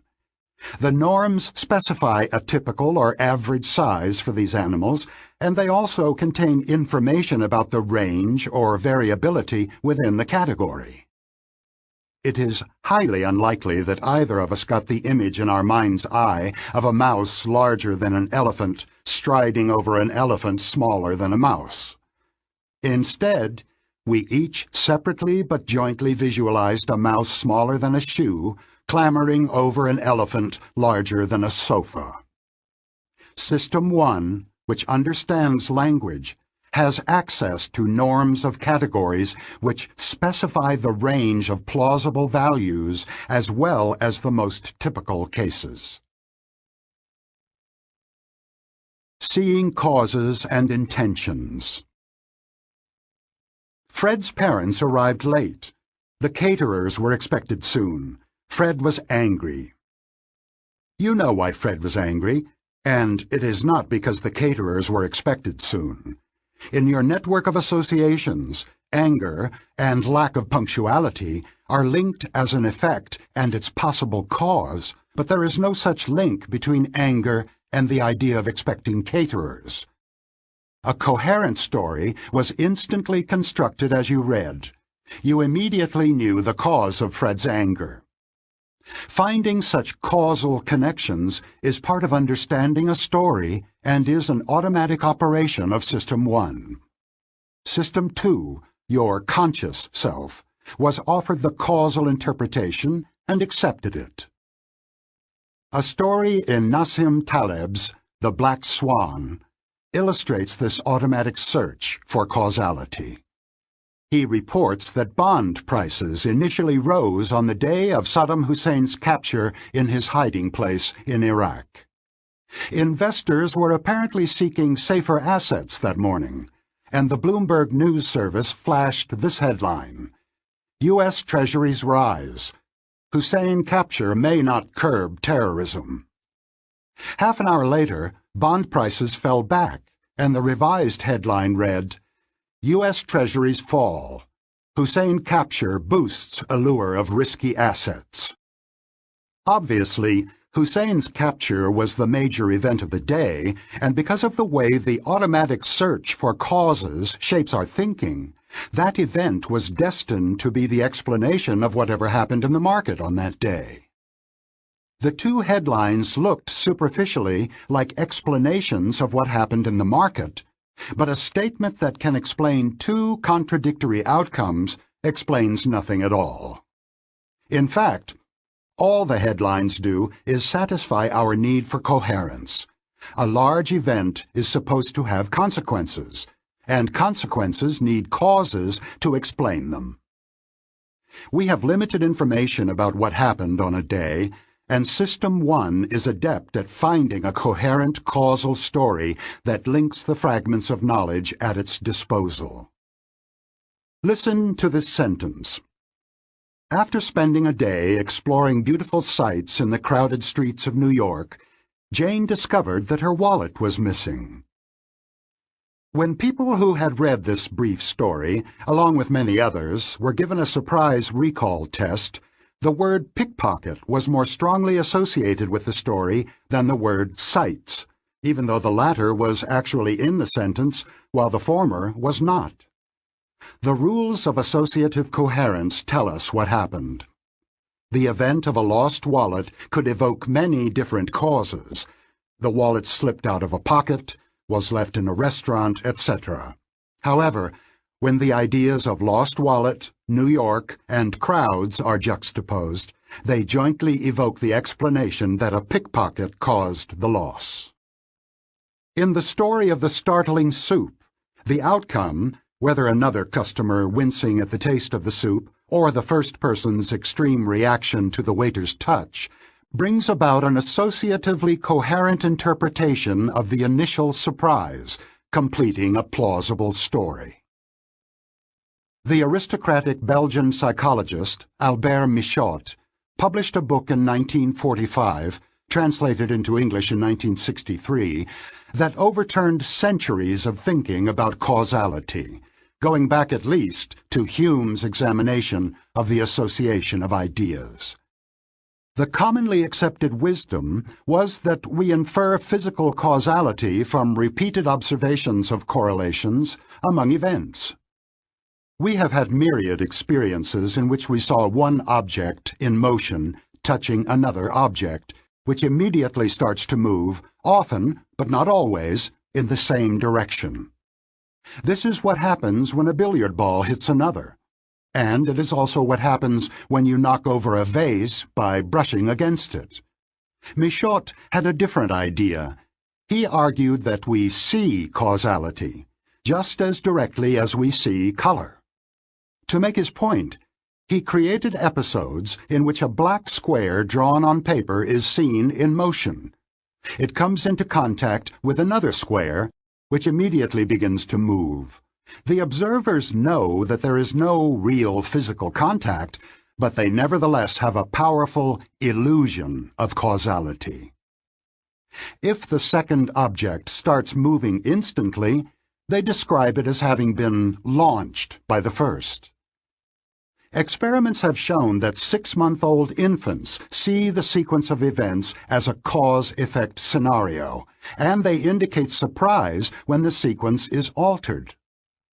We are evidently ready from birth to have impressions of causality, which do not depend on reasoning about patterns of causation.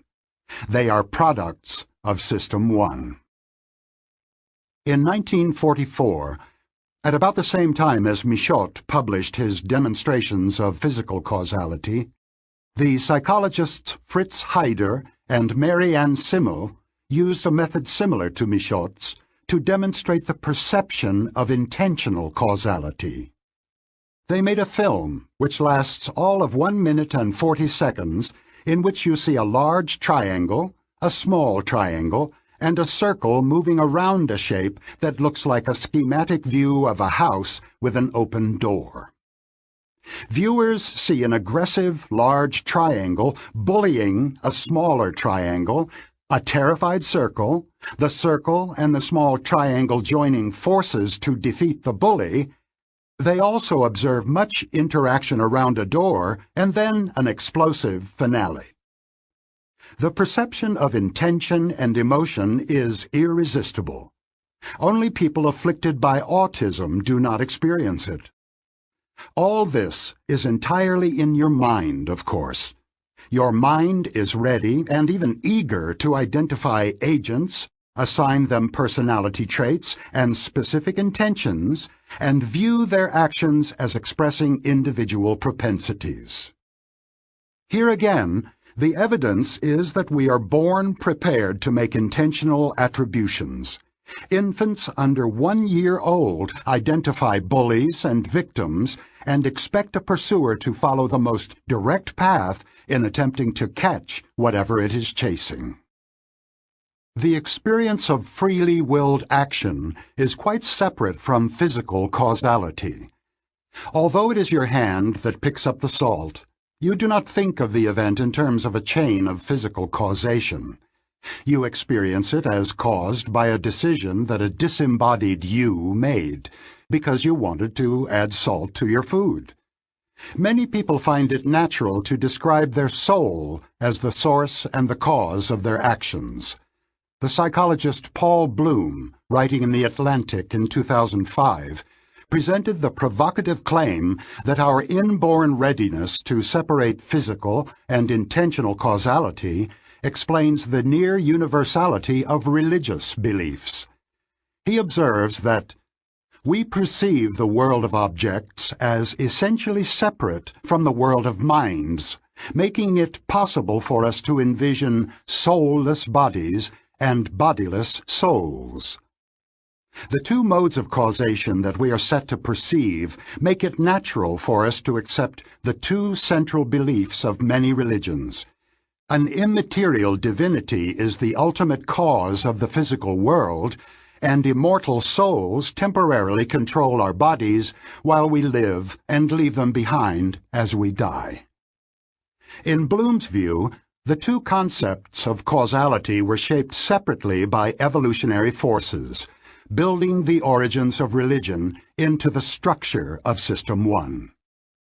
The prominence of causal intuitions is a recurrent theme in this book because people are prone to apply causal thinking inappropriately to situations that require statistical reasoning. Statistical thinking derives conclusions about individual cases from properties of categories and ensembles. Unfortunately, System 1 does not have the capability for this mode of reasoning. System 2 can learn to think statistically, but few people receive the necessary training. The psychology of causality was the basis of my decision to describe psychological processes by the metaphors of agency, with little concern for consistency. I sometimes refer to System 1 as an agent with certain traits and preferences, and sometimes as an associative machine that represents reality by a complex pattern of links. The system and the machine are fictions. My reason for using them is that they fit the way we think about causes. Hyder's triangles and circles are not really agents. It is just very easy and natural to think of them that way. It is a matter of mental economy. I assume that you, like me, find it easier to think about the mind if we describe what happens in terms of traits and intentions, the two systems, and sometimes in terms of mechanical regularities, the associative machine. I do not intend to convince you that the systems are real, any more than Hyder intended you to believe that the large triangle is really a bully. Speaking of norms and causes. When the second applicant also turned out to be an old friend of mine, I wasn't quite as surprised. Very little repetition is needed for a new experience to feel normal. When we survey the reaction to these products, let's make sure we don't focus exclusively on the average. We should consider the entire range of normal reactions. She can't accept that she was just unlucky. She needs a causal story. She will end up thinking that someone intentionally sabotaged her work. Chapter 7. A Machine for Jumping to Conclusions. The great comedian Danny Kaye had a line that has stayed with me since my adolescence. Speaking of a woman he dislikes, he says, "Her favorite position is beside herself, and her favorite sport is jumping to conclusions." The line came up, I remember, in the initial conversation with Amos Tversky about the rationality of statistical intuitions, and now I believe it offers an apt description of how System 1 functions. Jumping to conclusions is efficient if the conclusions are likely to be correct and the costs of an occasional mistake acceptable, and if the jump saves much time and effort. Jumping to conclusions is risky when the situation is unfamiliar, the stakes are high, and there is time to collect more information. These are the circumstances in which intuitive errors are probable, which may be prevented by a deliberate intervention of System 2. Neglect of ambiguity and suppression of doubt. See Figure 6 on the PDF. On the left, you see ABC. In the center, Anne approached the bank. On the right, 12, 13, 14. What do the three exhibits in Figure 6 have in common? The answer is that all are ambiguous. You almost certainly read the display on the left as ABC and the one on the right as 12, 13, 14, but the middle items in both displays are identical. You could just as well have read them as A13C or 12B14, but you did not. Why not? The same shape is read as a letter in a context of letters and as a number in a context of numbers. The entire context helps determine the interpretation of each element. The shape is ambiguous, but you jump to a conclusion about its identity and do not become aware of the ambiguity that was resolved. As for Anne, you probably imagined a woman with money on her mind, walking toward a building with tellers and secure vaults. But this plausible interpretation is not the only possible one. The sentence is ambiguous. If an earlier sentence had been, "They were floating gently down the river," you would have imagined an altogether different scene. When you have just been thinking of a river, the word bank is not associated with money. In the absence of an explicit context, System 1 automatically supplied a context of its own. We know that it is System 1 because you were not aware of the choice or of the possibility of another interpretation. Unless you have been canoeing recently, you probably spend more time going to banks than floating on rivers, and you resolved the ambiguity accordingly. When uncertain, System 1 bets on an answer, and the bets are guided by experience. The rules of the betting are intelligent. Recent events and the current context have the most weight in determining an interpretation. When no recent event comes to mind, more distant memories govern. Among your earliest and most memorable experiences was singing your ABCs. You did not sing your A13Cs. The most important aspect of both examples is that a definite choice was made, but you did not know it. Only one interpretation came to mind, and you were never aware of the ambiguity. System 1 does not keep track of alternatives that it rejects, or even of the fact that there were alternatives. Conscious doubt is not in the repertoire of System 1. It requires maintaining incompatible interpretations in mind at the same time, which demands mental effort. Uncertainty and doubt are the domain of System 2. A bias to believe and confirm. The psychologist Daniel Gilbert, widely known as the author of Stumbling to Happiness, once wrote an essay titled How Mental Systems Believe, in which he developed a theory of believing and unbelieving that he traced to the 17th century philosopher Baruch Spinoza. Gilbert proposed that understanding a statement must begin with an attempt to believe it. You must first know what the idea would mean if it were true. Only then can you decide whether or not to unbelieve it. The initial attempt to believe is an automatic operation of System 1, which involves the construction of the best possible interpretation of the situation. Even a nonsensical statement, Gilbert argues, will evoke initial belief. Try his example. Whitefish eat candy. You probably were aware of vague impressions of fish and candy as an automatic process of associative memory searched for links between the two ideas that would make sense of the nonsense. Gilbert sees unbelieving as an operation of System 2, and he reported an elegant experiment to make his point. The participants saw nonsensical assertions such as, "A dinka is a flame," followed after a few seconds by a single word, true or false. They were later tested for their memory of which sentences had been labeled true. In one condition of the experiment, subjects were required to hold digits in memory during the task. The disruption of System 2 had a selective effect. It made it difficult for people to unbelieve false sentences. In a later test of memory, the depleted participants ended up thinking that many of the false sentences were true. The moral is significant. When System 2 is otherwise engaged, we will believe almost anything. System 1 is gullible and biased to believe. System 2 is in charge of doubting and unbelieving, but System 2 is sometimes busy and often lazy.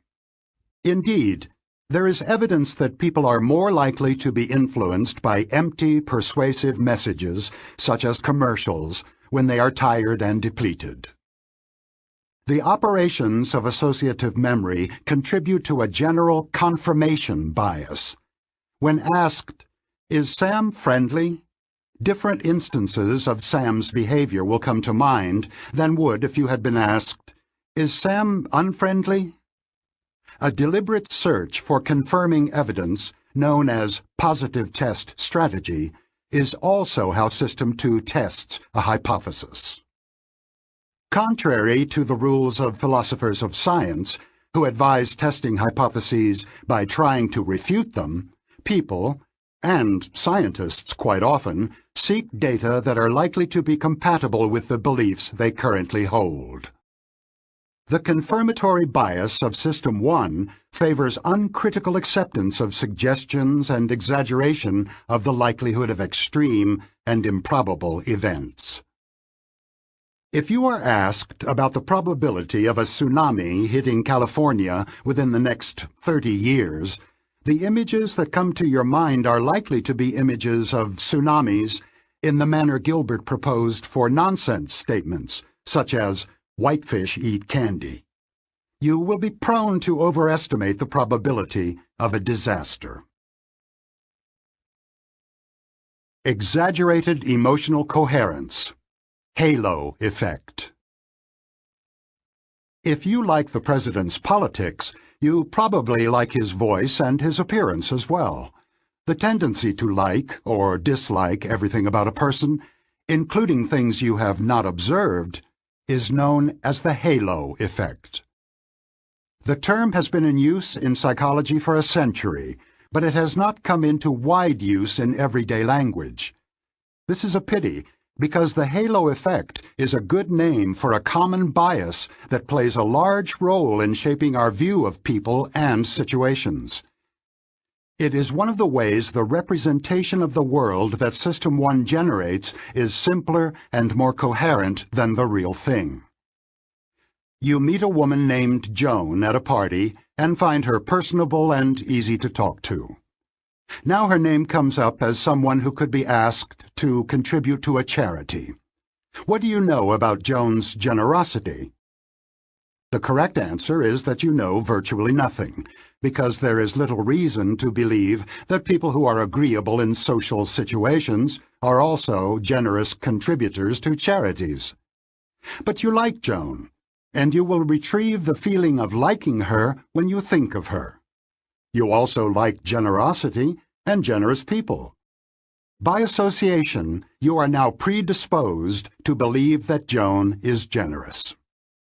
And now that you believe she is generous, you probably like Joan even better than you did earlier, because you have added generosity to her pleasant attributes. Real evidence of generosity is missing in the story of Joan, and the gap is filled by a guess that fits one's emotional response to her. In other situations, evidence accumulates gradually, and the interpretation is shaped by the emotion attached to the first impression. In an enduring classic of psychology, Solomon Asch presented descriptions of two people and asked for comments on their personality. What do you think of Alan and Ben?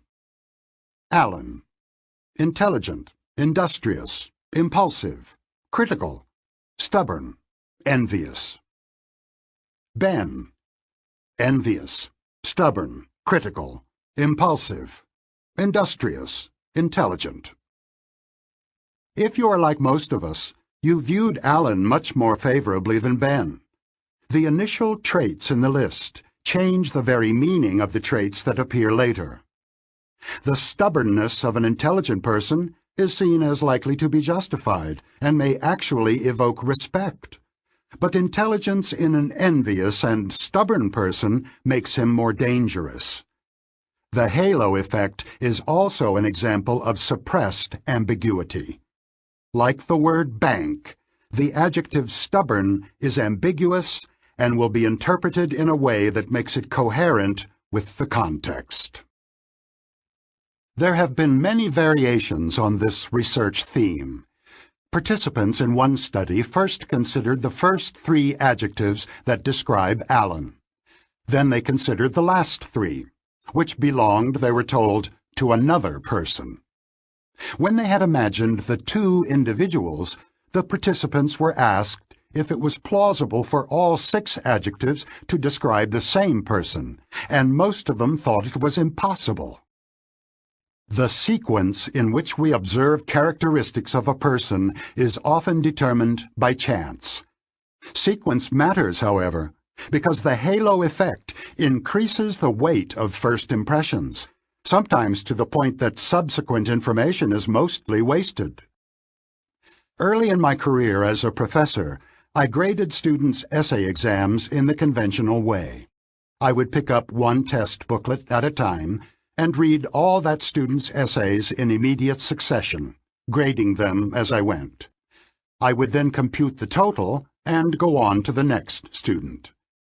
I eventually noticed that my evaluations of the essays in each booklet were strikingly homogeneous.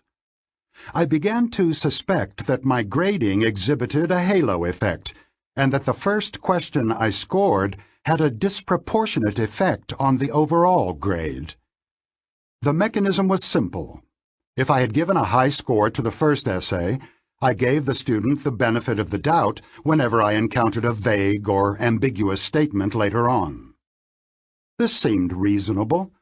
Surely a student who had done so well in the first essay would not make a foolish mistake in the second one. But there was a serious problem with my way of doing things. If a student had written 2 essays, one strong and one weak, I would end up with different final grades depending on which essay I read first. I had told the students that the 2 essays had equal weight, but that was not true. The first one had a much greater impact on the final grade than the second. This was unacceptable. I adopted a new procedure. Instead of reading the booklets in sequence, I read and scored all the students' answers to the first question, then went on to the next one. I made sure to write all the scores on the inside back page of the booklet so that I would not be biased, even unconsciously, when I read the second essay. Soon after switching to the new method, I made a disconcerting observation. My confidence in my grading now was much lower than it had been. The reason was that I frequently experienced a discomfort that was new to me. When I was disappointed with a student's second essay and went to the back page of the booklet to enter a poor grade, I occasionally discovered that I had given a top grade to the same student's first essay. I also noticed that I was tempted to reduce the discrepancy by changing the grade that I had not yet written down, and found it hard to follow the simple rule of never yielding to that temptation. My grades for the essays of a single student often varied over a considerable range. The lack of coherence left me uncertain and frustrated. I was now less happy with and less confident in my grades than I had been earlier, but I recognized that this was a good sign, an indication that the new procedure was superior. The consistency I had enjoyed earlier was spurious. It produced a feeling of cognitive ease, and my system, too, was happy to lazily accept the final grade. By allowing myself to be strongly influenced by the first question in evaluating subsequent ones, I spared myself the dissonance of finding the same student doing very well on some questions and badly on others. The uncomfortable inconsistency that was revealed when I switched to the new procedure was real. It reflected both the inadequacy of any single question as a measure of what the student knew, and the unreliability of my own grading. The procedure I adopted to tame the halo effect conforms to a general principle: decorrelate error. To understand how this principle works, imagine that a large number of observers are shown glass jars containing pennies and are challenged to estimate the number of pennies in each jar. As James Surowiecki explained in his best-selling The Wisdom of Crowds, this is the kind of task in which individuals do very poorly, but pools of individual judgments do remarkably well. Some individuals greatly overestimate the true number, others underestimate it, but when many judgments are averaged, the average tends to be quite accurate. The mechanism is straightforward. All individuals look at the same jar, and all their judgments have a common basis. On the other hand, The errors that individuals make are independent of the errors made by others, and, in the absence of a systematic bias, they tend to average to zero. However, the magic of error reduction works well only when the observations are independent and their errors uncorrelated. If the observers share a bias, the aggregation of judgments will not reduce it. Allowing the observers to influence each other effectively reduces the size of the sample, and with it, the precision of the group estimate. To derive the most useful information from multiple sources of evidence, you should always try to make these sources independent of each other. This rule is part of good police procedure. When there are multiple witnesses to an event, they are not allowed to discuss it before giving their testimony. The goal is not only to prevent collusion by hostile witnesses, it is also to prevent unbiased witnesses from influencing each other. Witnesses who exchange their experiences will tend to make similar errors in their testimony, reducing the total value of the information they provide. Eliminating redundancy from your sources of information is always a good idea. The principle of independent judgments and decorrelated errors has immediate applications for the conduct of meetings, an activity in which executives in organizations spend a great deal of their working days. A simple rule can help. Before an issue is discussed, all members of the committee should be asked to write a very brief summary of their position. This procedure makes good use of the value of the diversity of knowledge and opinion in the group. The standard practice of open discussion gives too much weight to the opinions of those who speak early and assertively, causing others to line up behind them. What you see is all there is. One of my favorite memories of the early years of working with Amos is a comedy routine he enjoyed performing. In a perfect impersonation of one of the professors with whom he had studied psychology as an undergraduate, Amos would growl in Hebrew marked by a thick German accent, "You must never forget the primate of the is." What exactly his teacher had meant by that phrase never became clear to me, or to Amos, I believe, but Amos's jokes always made a point. He was reminded of the old phrase, and eventually I was too, whenever we encountered the remarkable asymmetry between the ways our mind treats information that is currently available and information we do not have. An essential design feature of the associative machine is that it represents only activated ideas. Information that is not retrieved, even unconsciously, from memory might as well not exist. System 1 excels at constructing the best possible story that incorporates ideas currently activated, but it does not, cannot allow for information it does not have. The measure of success for System 1 is the coherence of the story it manages to create. The amount and quality of the data on which the story is based are largely irrelevant. When information is scarce, which is a common occurrence, System 1 operates as a machine for jumping to conclusions. Consider the following. Will Mindik be a good leader? She is intelligent and strong. An answer quickly came to your mind, and it was yes. You picked the best answer based on the very limited information available, but you jumped the gun. What if the next two adjectives were corrupt and cruel? Take note of what you did not do as you briefly thought of Mindik as a leader. You did not start by asking, what would I need to know before I formed an opinion about the quality of someone's leadership? System 1 got to work on its own from the first adjective. Intelligent is good. Intelligent and strong is very good. This is the best story that can be constructed from two adjectives, and System 1 delivered it with great cognitive ease. the story will be revised if new information comes in, such as Mindick is corrupt. But there is no waiting and no subjective discomfort, and there also remains a bias favoring the first impression.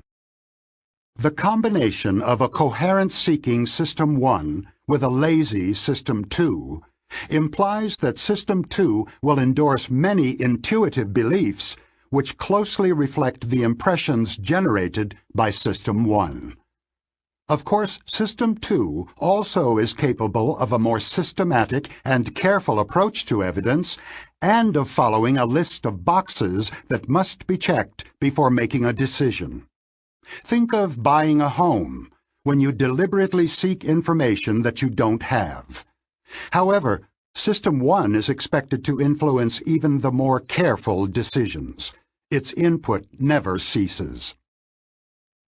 Jumping to conclusions on the basis of limited evidence is so important to an understanding of intuitive thinking that it comes up so often in this book that I will use a cumbersome abbreviation for it, WYSIATI,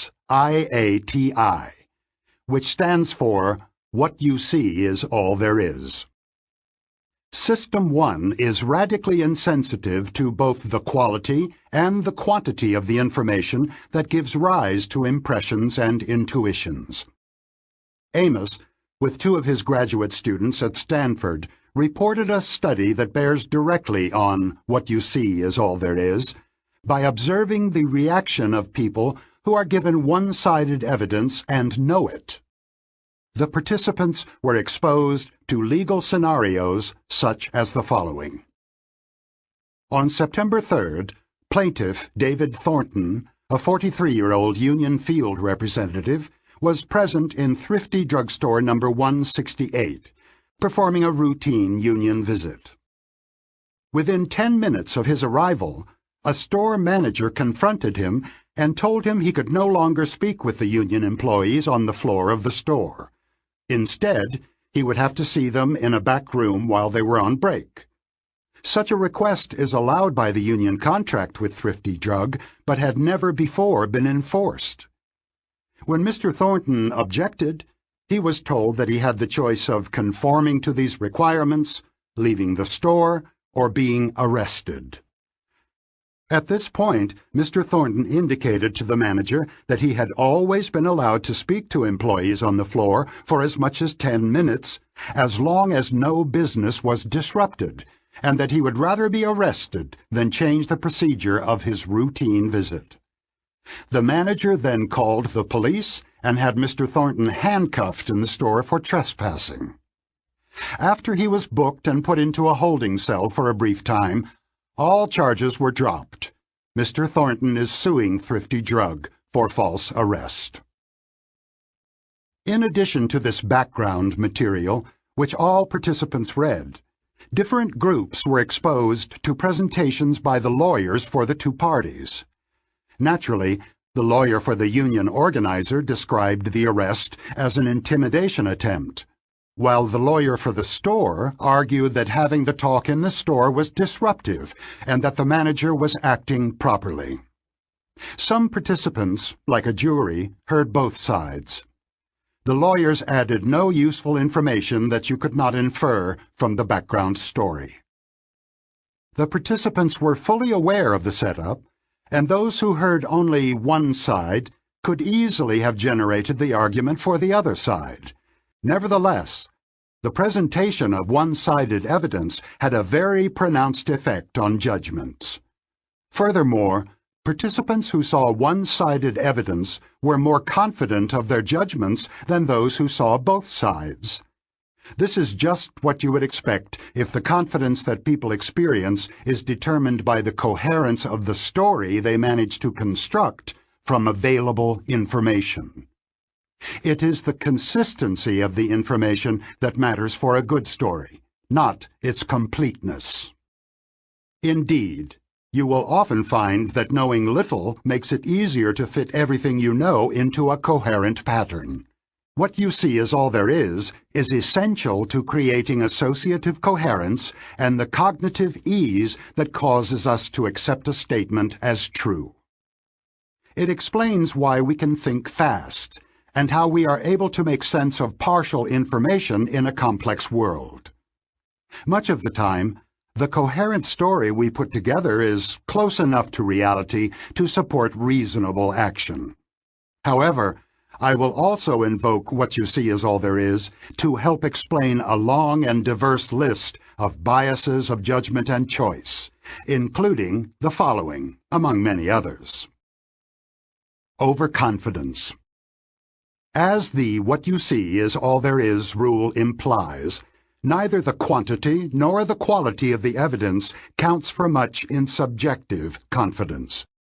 The confidence that individuals have in their beliefs depends mostly on the quality of the story they can tell about what they see, even if they see little.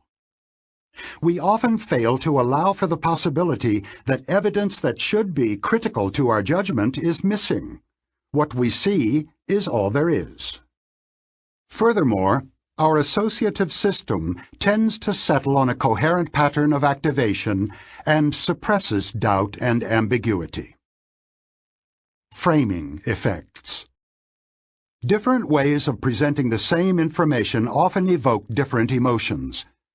The statement that the odds of survival 1 month after surgery are 90% is more reassuring than the equivalent statement that mortality within 1 month of surgery is 10%.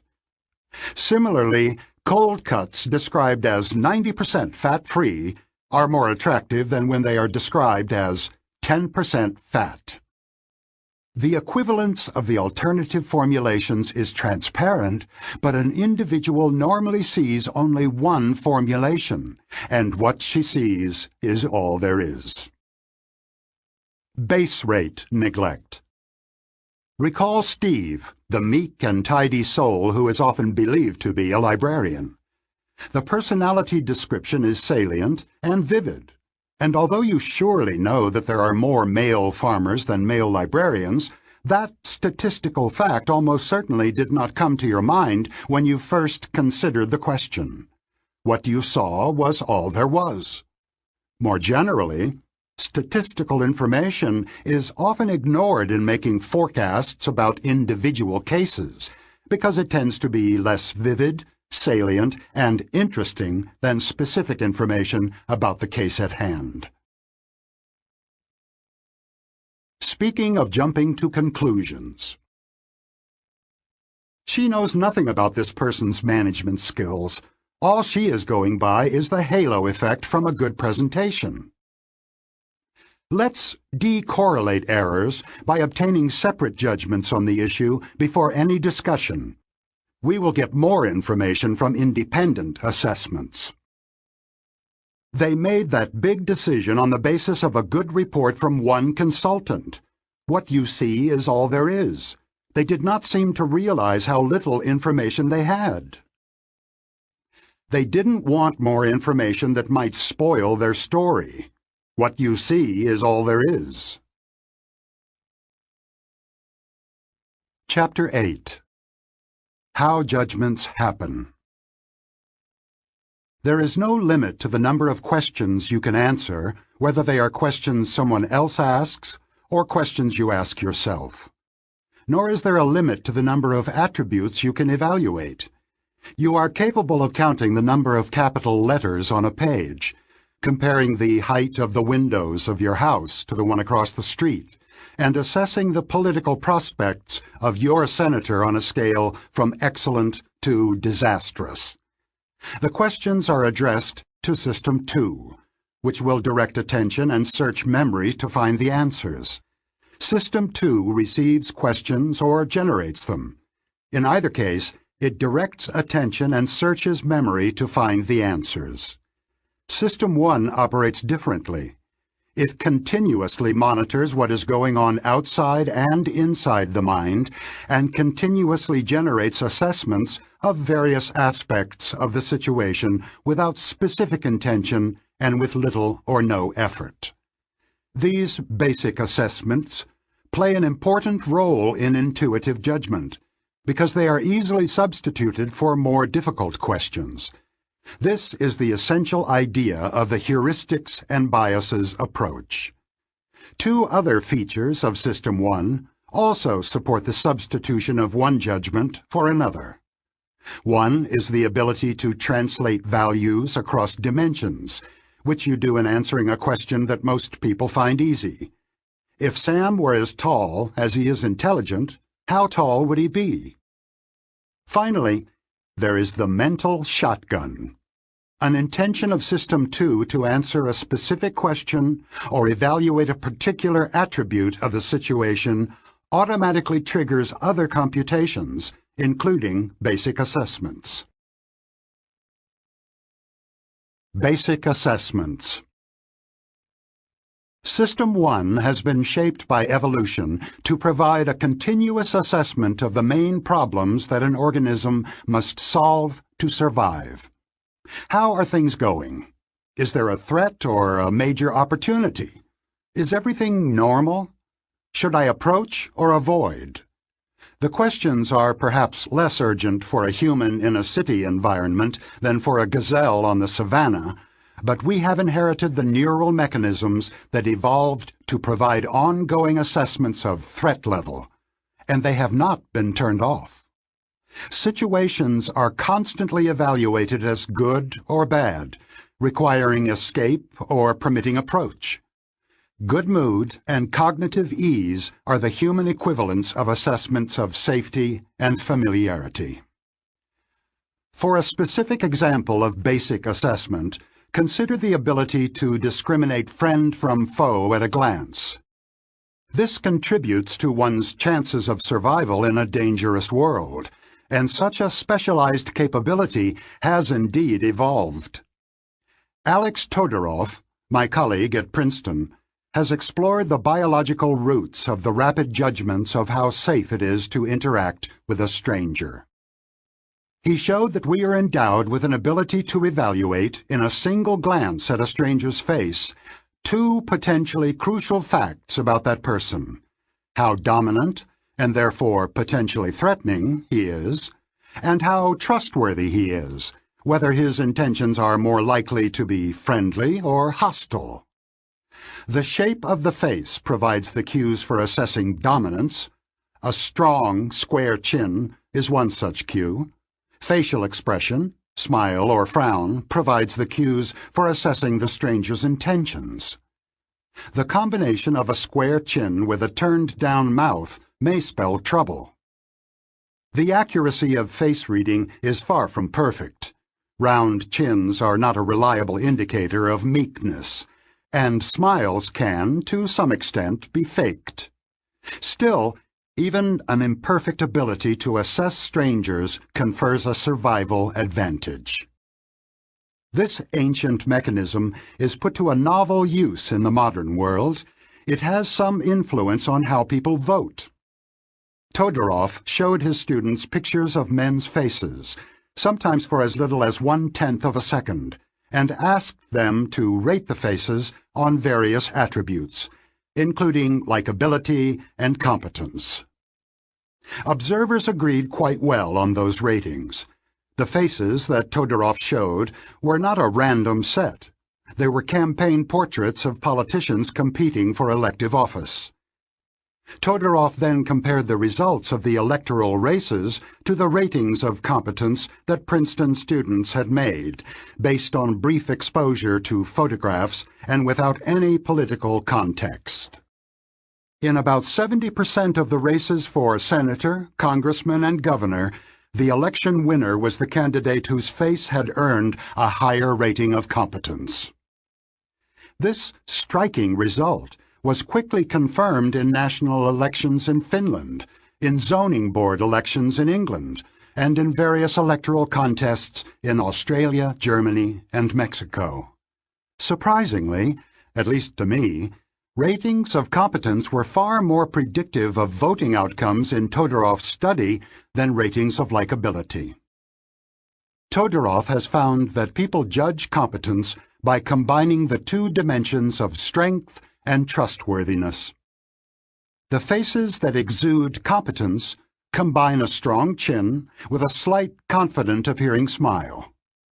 There is no evidence that these facial features actually predict how well politicians will perform in office.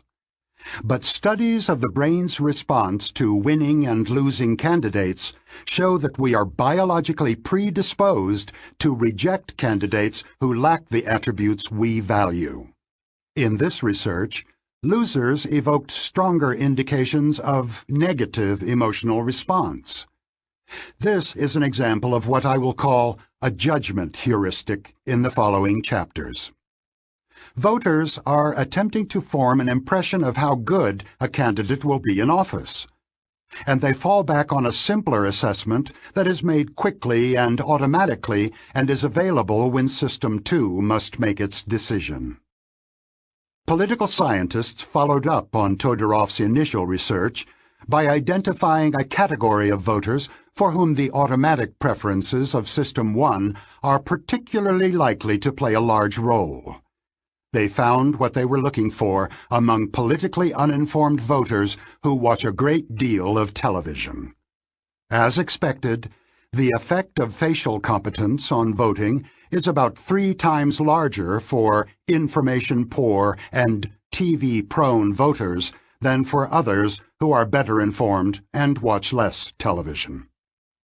Evidently, the relative importance of System 1 in determining voting choices is not the same for all people. We will encounter other examples of such individual differences. System 1 understands language, of course, and understanding depends on the basic assessments that are routinely carried out as part of the perception of events and the comprehension of messages. These assessments include computations of similarity and representativeness, attributions of causality, and evaluations of the availability of associations and exemplars. They are performed even in the absence of a specific task set, although the results are used to meet task demands as they arise. The list of basic assessments is long, but not every possible attribute is assessed. For an example, look briefly at Figure 7 on the PDF. A glance provides an immediate impression of many features of the display. You know that the 2 towers are equally tall and that they are more similar to each other than the tower on the left is to the array of blocks in the middle. However, you do not immediately know that the number of blocks in the left-hand tower is the same as the number of blocks arrayed on the floor, and you have no impression of the height of the tower that you could build from them. To confirm that the numbers are the same, you would need to count the 2 sets of blocks and compare the results, an activity that only System 2 can carry out. Sets and prototypes. For another example, consider the question, what is the average length of the lines in Figure 8 on the PDF? This question is easy, and System 1 answers it without prompting. Experiments have shown that a fraction of a second is sufficient for people to register the average length of an array of lines with considerable precision. Furthermore, the accuracy of these judgments is not impaired when the observer is cognitively busy with a memory task. They do not necessarily know how to describe the average in inches or centimeters, but they will be very accurate in adjusting the length of another line to match the average. System 2 is not needed to form an impression of the norm of length for an array. System 1 does it, automatically and effortlessly, just as it registers the color of the lines and the fact that they are all vertical. We also can form an immediate impression of the number of objects in an array, precisely if there are 4 or fewer objects, crudely if there are more. Now to another question. What is the total length of the lines in Figure 8? This is a different experience because System 1 has no suggestions to offer.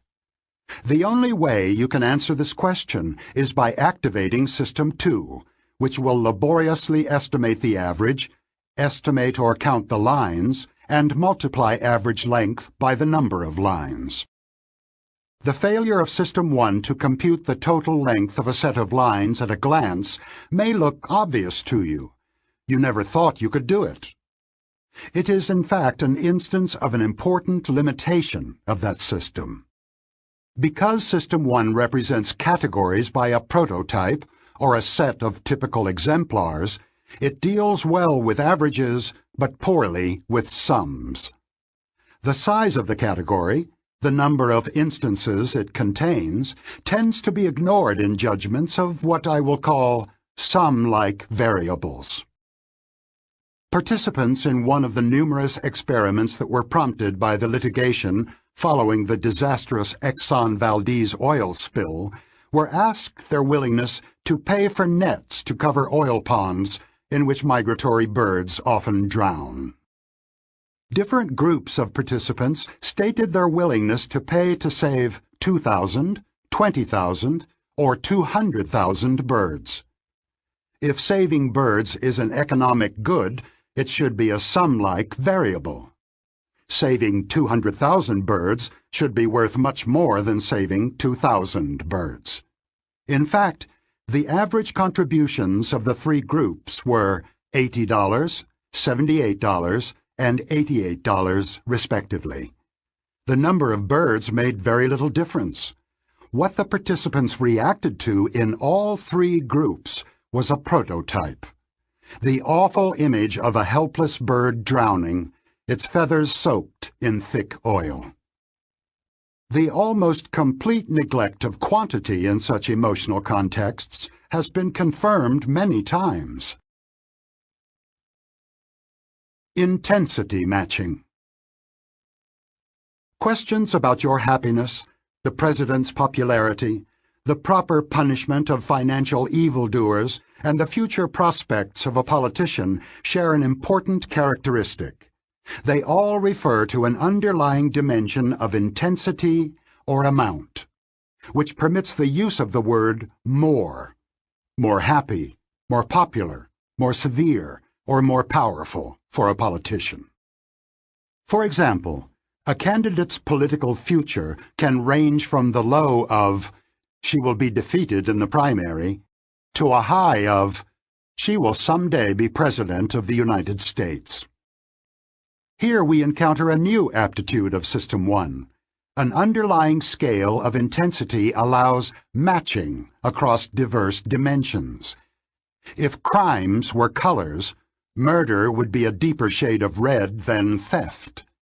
If crimes were expressed as music, mass murder would be played fortissimo, while accumulating unpaid parking tickets would be a faint pianissimo. And of course, you have similar feelings about the intensity of punishments. In classic experiments, people adjusted the loudness of a sound to the severity of crimes. Other people adjusted loudness to the severity of legal punishments. If you heard two notes, one for the crime and one for the punishment, you would feel a sense of injustice if one tone was much louder than the other. Consider an example that we will encounter again later. Julie read fluently when she was 4 years old. Now, match Julie's reading prowess as a child to the following intensity scales. How tall is a man who is as tall as Julie was precocious? What do you think of 6 feet? Obviously too little. What about 7 feet? Probably too much. You are looking for a height that is as remarkable as the achievement of reading at age 4. Fairly remarkable, but not extraordinary. Reading at 15 months would be extraordinary, perhaps like a man who is 7 feet 8 inches. What level of income in your profession matches Julie's reading achievement? Which crime is as severe as Julie was precocious? Which graduating GPA in an Ivy League college matches Julie's reading? Not very hard, was it? Furthermore, you can be assured that your matches will be quite close to those of other people in your cultural milieu. We will see that when people are asked to predict Julie's GPA from the information about the age at which she learned to read, they answer by translating from one scale to another and pick the matching GPA. And we will also see why this mode of prediction by matching is statistically wrong, although it is perfectly natural to System 1, and for most people, except statisticians, it is also acceptable to System 2. The mental shotgun. System 1 carries out many computations at any one time. Some of these are routine assessments that go on continuously. Whenever your eyes are open, your brain computes a three-dimensional representation of what is in your field of vision, complete with the shape of objects, their position in space, and their identity. No intention is needed to trigger this operation or the continuous monitoring for violated expectations.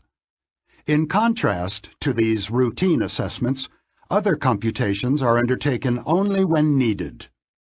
You do not maintain a continuous evaluation of how happy or wealthy you are, and even if you are a political addict, you do not continuously assess the president's prospects.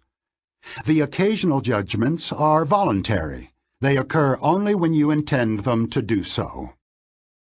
You do not automatically count the number of syllables in every word you read, but you can do it if you so choose. However, the control over intended computations is far from precise. We often compute much more than we want or need. I call this excess computation the mental shotgun.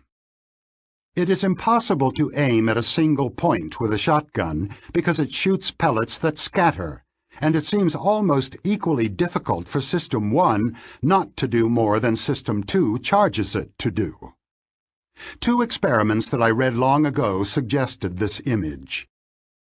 Participants in one experiment listened to pairs of words with the instruction to press a key as quickly as possible whenever they detected that the words rhymed.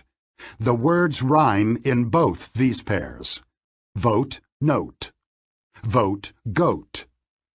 The difference is obvious to you because you see the two pairs.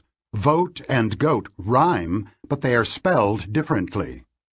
The participants only heard the words, but they were also influenced by the spelling. They were distinctly slower to recognize the words as rhyming if their spelling was discrepant. Although the instructions required only a comparison of sounds, the participants also compared their spelling, and the mismatch on the irrelevant dimension slowed them down. An intention to answer one question evoked another, which was not only superfluous, but actually detrimental to the main task. In another study, people listened to a series of sentences with the instruction to press one key as quickly as possible to indicate if the sentence was literally true, and another key if the sentence was not literally true. What are the correct responses for the following sentences? Some roads are snakes. Some jobs are snakes. Some jobs are jails. All three sentences are literally false. However, you probably noticed that the second sentence is more obviously false than the other two. The reaction times collected in the experiment confirmed a substantial difference. The reason for the difference is that the two difficult sentences can be metaphorically true. Here again, the intention to perform one computation evoked another. And here again, the correct answer prevailed in the conflict, but the conflict with the irrelevant answer disrupted performance. In the next chapter, we will see that the combination of a mental shotgun with intensity matching explains why we have intuitive judgments about many things that we know little about. Speaking of judgment. Evaluating people as attractive or not is a basic assessment. You do that automatically whether or not you want to, and it influences you. There are circuits in the brain that evaluate dominance from the shape of the face. He looks the part for a leadership role. The punishment won't feel just unless its intensity matches the crime, just like you can match the loudness of a sound to the brightness of a light. This was a clear instance of a mental shotgun. He was asked whether he thought the company was financially sound, but he couldn't forget that he likes their product. Chapter 9. Answering an easier question. A remarkable aspect of your mental life is that you are rarely stumped. True, you occasionally face a question such as 17 times 24 equals, to which no answer comes immediately to mind. But these dumbfounded moments are rare. The normal state of your mind is that you have intuitive feelings and opinions about almost everything that comes your way. You like or dislike people long before you know much about them. You trust or distrust strangers without knowing why. You feel that an enterprise is bound to succeed without analyzing it. Whether you state them or not, you often have answers to questions that you do not completely understand, relying on evidence that you can neither explain nor defend. Substituting questions. I propose a simple account of how we generate intuitive opinions on complex matters. If a satisfactory answer to a hard question is not found quickly, System 1 will find a related question that is easier and will answer it. I call the operation of answering one question in place of another substitution. I also adopt the following terms. The target question is the assessment you intend to produce. The heuristic question is the simpler question that you answer instead. The technical definition of heuristic is a simple procedure that helps find adequate, though often imperfect, answers to difficult questions. The word comes from the same root as eureka. The idea of substitution came up early in my work with Amos, and it was the core of what became the heuristics and biases approach. We asked ourselves how people manage to make judgments of probability without knowing precisely what probability is. We concluded that people must somehow simplify that impossible task, and we set out to find how they do it. Our answer was that when called upon to judge probability, people actually judge something else, and believe they have judged probability. System 1 often makes this move when faced with difficult target questions, if the answer to a related and easier heuristic question comes readily to mind. Substituting one question for another can be a good strategy for solving difficult problems, and George Polya included substitution in his classic How to Solve It. If you can't solve a problem, then there is an easier problem you can solve. Find it. Polya's heuristics are strategic procedures that are deliberately implemented by System 2. But the heuristics that I discuss in this chapter are not chosen. They are a consequence of the mental shotgun, the imprecise control we have over targeting our responses to questions. Consider the target questions you are about to hear. These are difficult questions, and before you can produce a reasoned answer to any of them, you must deal with other difficult issues. What is the meaning of happiness? What are the likely political developments in the next 6 months? What are the standard sentences for other financial crimes? How strong is the competition that the candidate faces? What other environmental or other causes should be considered? Dealing with these questions seriously is completely impractical. But you are not limited to perfectly reasoned answers to questions. There is a heuristic alternative to careful reasoning, which sometimes works fairly well and sometimes leads to serious errors. Target question. How much would you contribute to save an endangered species? Heuristic question. How much emotion do I feel when I think of dying dolphins? Target question. How happy are you with your life these days? Heuristic question. What is my mood right now? Target question. How popular will the president be 6 months from now? Heuristic question. How popular is the president right now? Target question.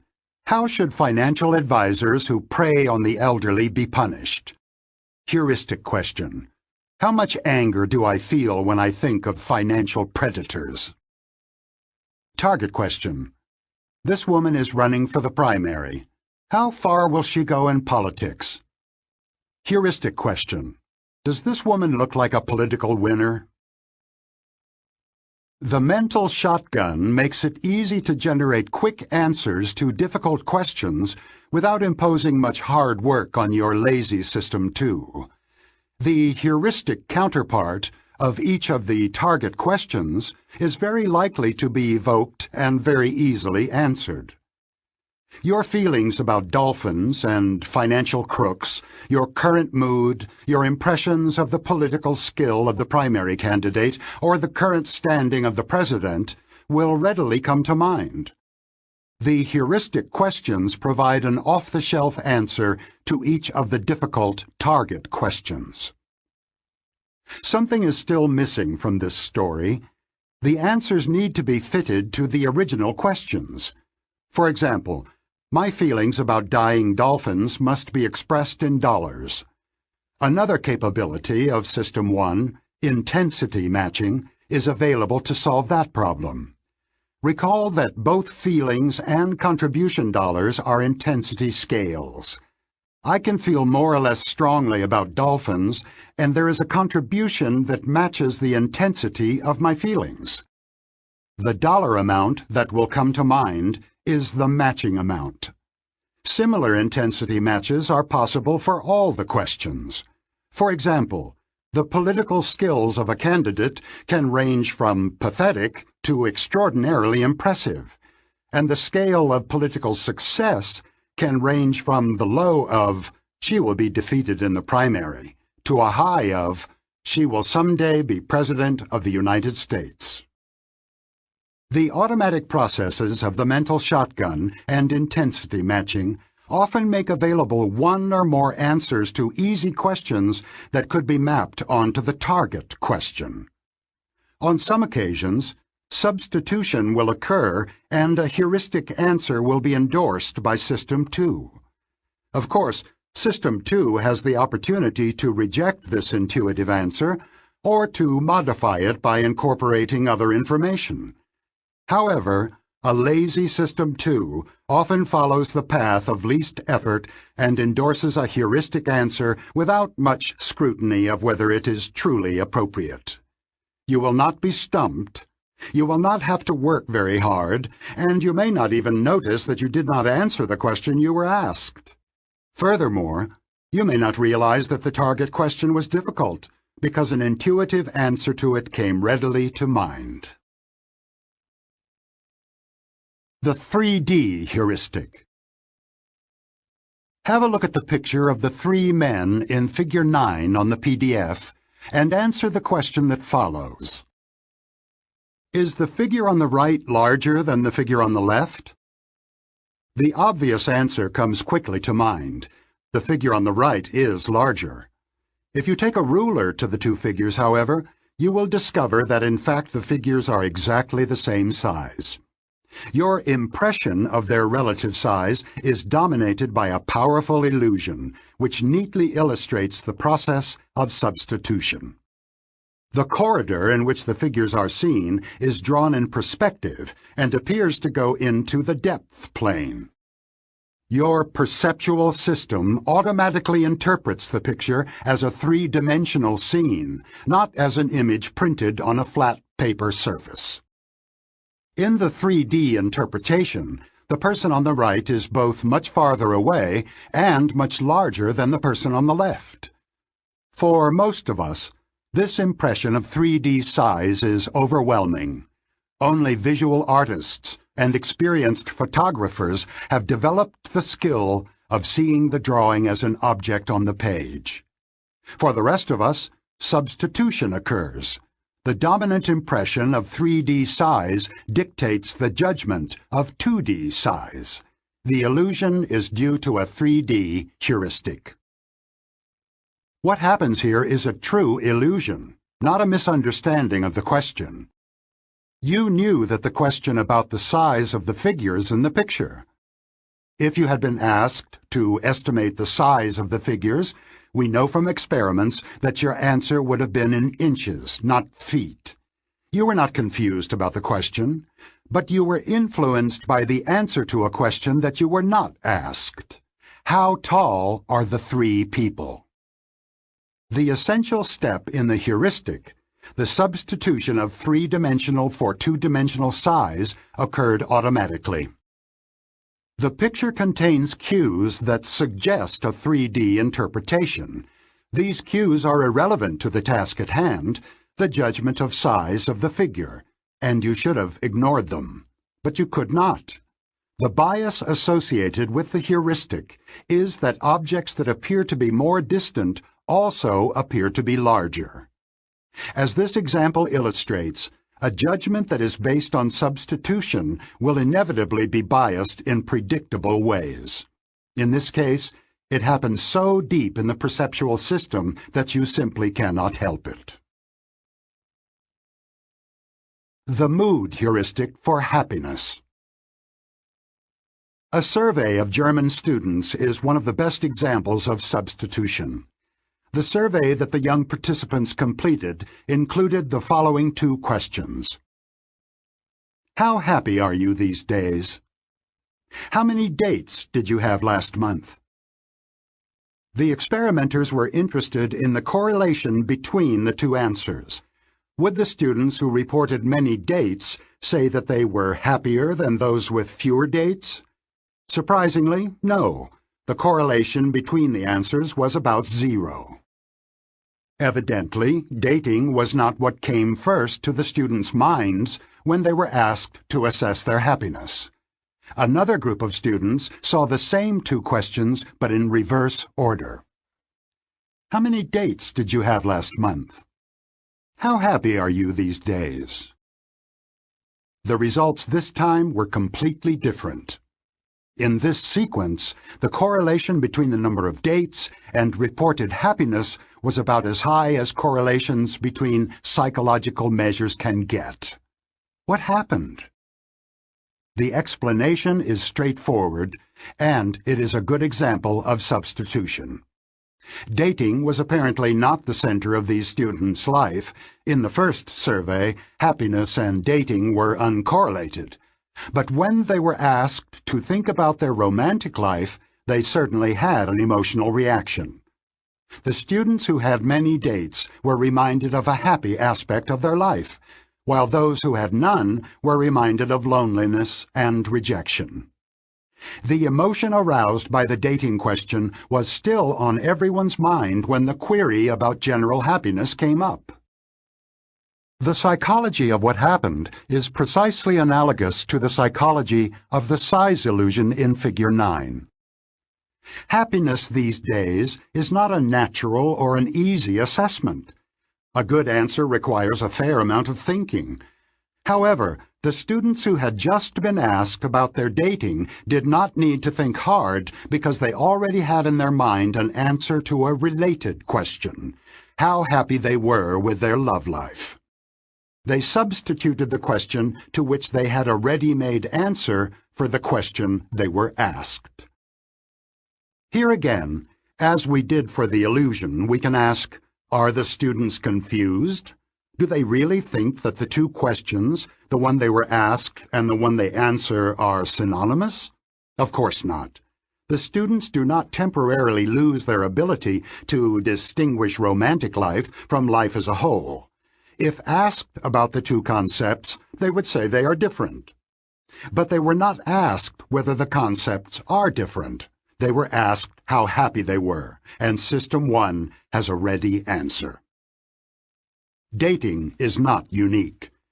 The same pattern is found if a question about the student's relations with their parents or about their finances immediately precedes the question about general happiness. In both cases, satisfaction in the particular domain dominates happiness reports.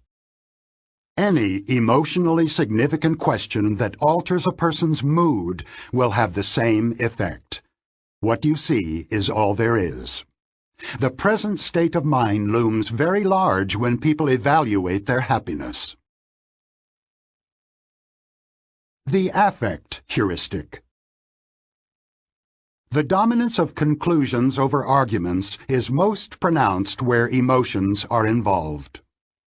The psychologist Paul Slovic has proposed an affect heuristic in which people let their likes and dislikes determine their beliefs about the world.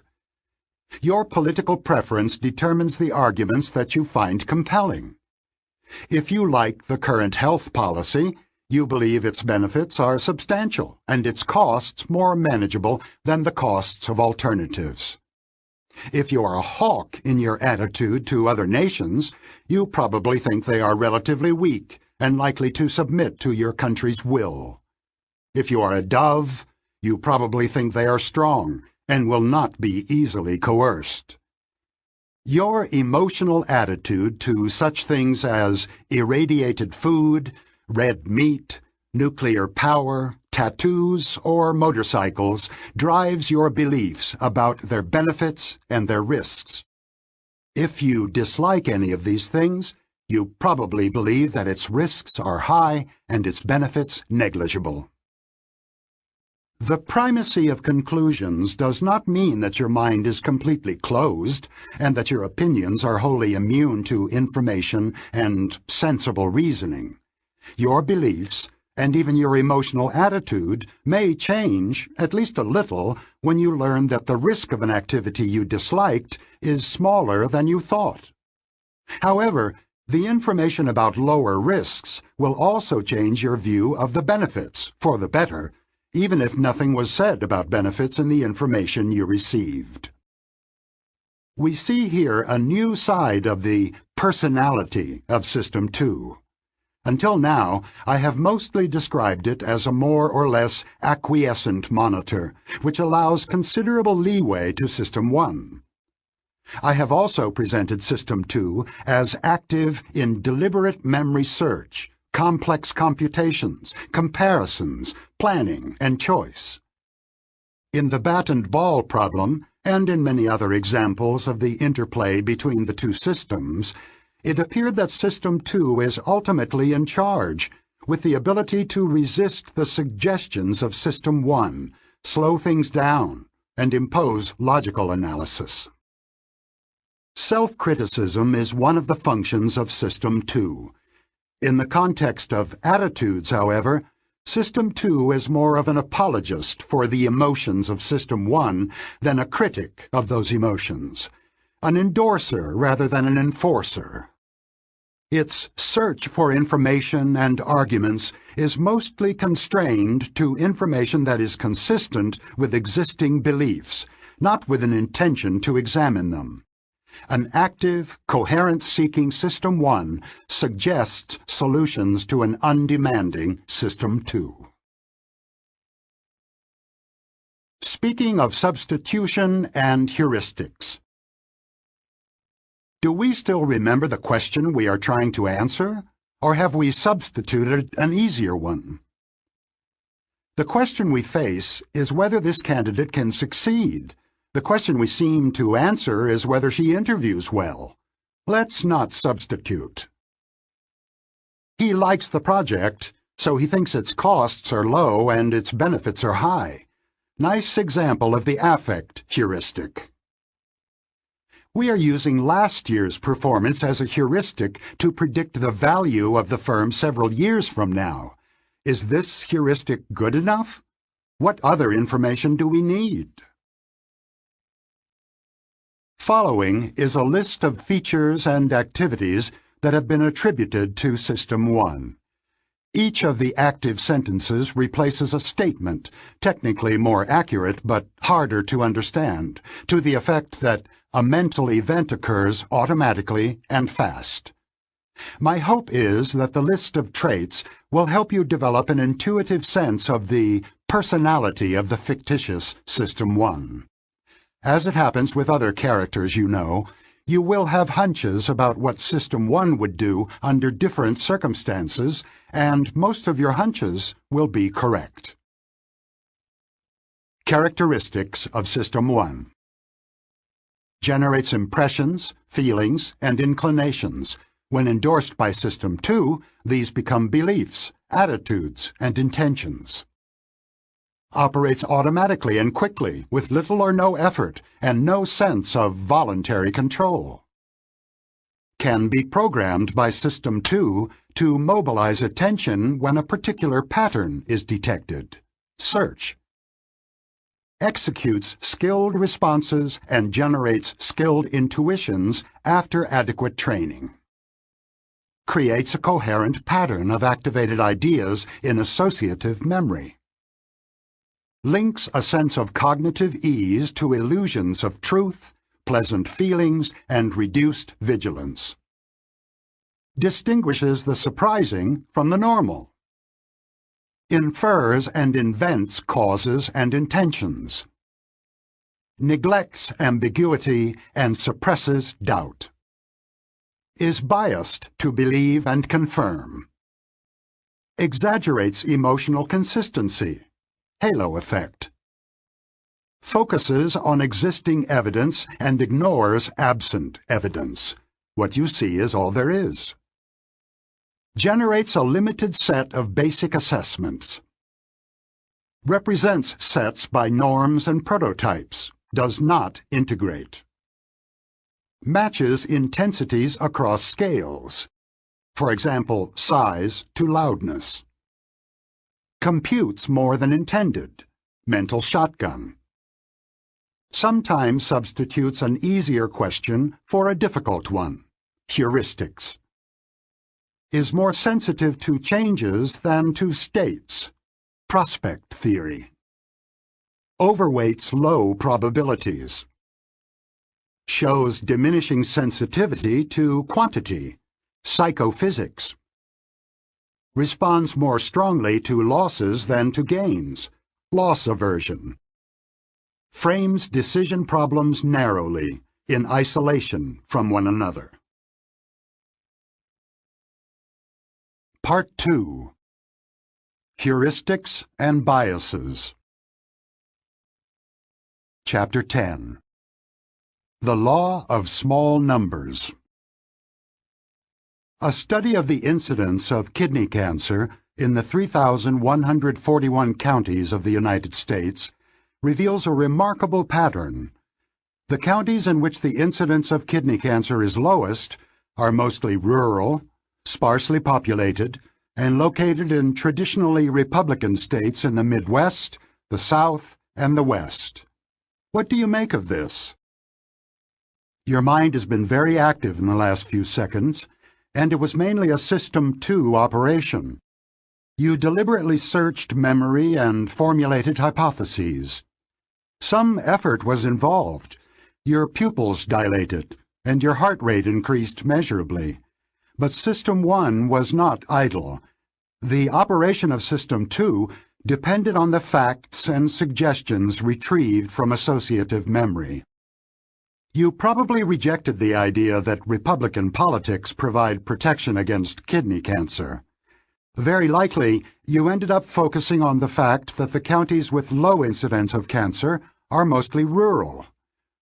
The witty statisticians Howard Weiner and Harris Zwirling, from whom I learned this example, commented, "It is both easy and tempting to infer that their low cancer rates are directly due to the clean living of the rural lifestyle. No air pollution, no water pollution, access to fresh food without additives." This makes perfect sense. Now, consider the counties in which the incidence of kidney cancer is highest. These ailing counties tend to be mostly rural, sparsely populated, and located in traditionally Republican states in the Midwest, the South, and the West. Tongue-in-cheek, Weiner and Zwirling comment, "It is easy to infer that their high cancer rates might be directly due to the poverty of the rural lifestyle. No access to good medical care, a high-fat diet, and too much alcohol, too much tobacco." Something is wrong, of course. The rural lifestyle cannot explain both very high and very low incidence of kidney cancer. The key factor is not that the counties were rural or predominantly Republican. It is that rural counties have small populations. And the main lesson to be learned is not about epidemiology. It is about the difficult relationship between our mind and statistics. System 1 is highly adept in one form of thinking. It automatically and effortlessly identifies causal connections between events, sometimes even when the connection is spurious. When told about the high-incidence counties, you immediately assumed that these counties are different from other counties for a reason, that there must be a cause that explains this difference. As we shall see, however, System 1 is inept when faced with merely statistical facts, which change the probability of outcomes but do not cause them to happen. A random event, by definition, does not lend itself to explanation, but collections of random events do behave in a highly regular fashion. Imagine a large urn filled with marbles. Half the marbles are red, half are white. Next, imagine a very patient person, or a robot, who blindly draws 4 marbles from the urn, records the number of red balls in the sample, throws the balls back into the urn, and then does it all again, many times. If you summarize the results, you will find that the outcome 2 red, 2 white occurs almost exactly 6 times as often as the outcome 4 red or 4 white. This relationship is a mathematical fact. You can predict the outcome of repeated sampling from an urn just as confidently as you can predict what will happen if you hit an egg with a hammer. You cannot predict every detail of how the shell will shatter, but you can be sure of the general idea. There is a difference. The satisfying sense of causation that you experience when thinking of a hammer hitting an egg is altogether absent when you think about sampling. A related statistical fact is relevant to the cancer example. From the same urn, 2 very patient marble counters take turns. Jack draws 4 marbles on each trial, Jill draws 7. They both record each time they observe a homogeneous sample, all white or all red. If they go on long enough, Jack will observe such extreme outcomes more often than Jill, by a factor of 8. The expected percentages are 12.5% and 1.56%. Again, no hammer, no causation, but a mathematical fact. Samples of 4 marbles yield extreme results more often than samples of 7 marbles do. Now imagine the population of the United States as marbles in a giant urn. Some marbles are marked KC, for kidney cancer. You draw samples of marbles and populate each county in turn. Rural counties are smaller than other counties. Just as in the game of Jack and Jill, extreme outcomes, very high and/or very low cancer rates, are most likely to be found in sparsely populated counties. This is all there is to the story. We started from the fact that calls for a cause. The incidence of kidney cancer varies widely across counties, and the differences are systematic. The explanation I offered is statistical. Extreme outcomes, both high and low, are more likely to be found in small than in large counties. This explanation is not causal. The small population of a county neither causes nor prevents cancer. It merely allows the incidence of cancer to be much higher or much lower than it is in the larger population. The deeper truth is that there is nothing to explain. The incidence of cancer is not truly lower or higher than normal in a county with a small population. It just appears to be so in a particular year because of an accident of sampling.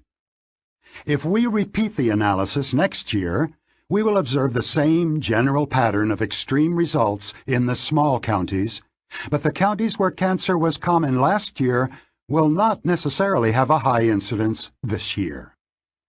If this is the case, the differences between large and small counties do not really count as facts. They are what scientists call artifacts, observations that are produced entirely by some aspect of the method of research, in this case, by differences in sample size. The story I have told may have surprised you, but it was not a revelation. You have long known that the results of large samples deserve more trust than smaller samples, and even people who are innocent of statistical knowledge have heard about this law of large numbers. But knowing is not a yes-no affair, and you may find that the following statements apply to you. The feature sparsely populated did not immediately stand out as relevant when you read the epidemiological story. You were at least mildly surprised by the size of the difference between samples of 4 and samples of 7. Even now, you must exert some mental effort to see that the following two statements mean exactly the same thing. Large samples are more precise than small samples. Small samples yield extreme results more often than large samples do. The first statement has a clear ring of truth, but until the second version makes intuitive sense, you have not truly understood the first. The bottom line.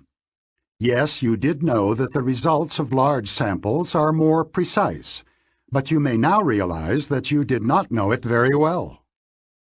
You are not alone.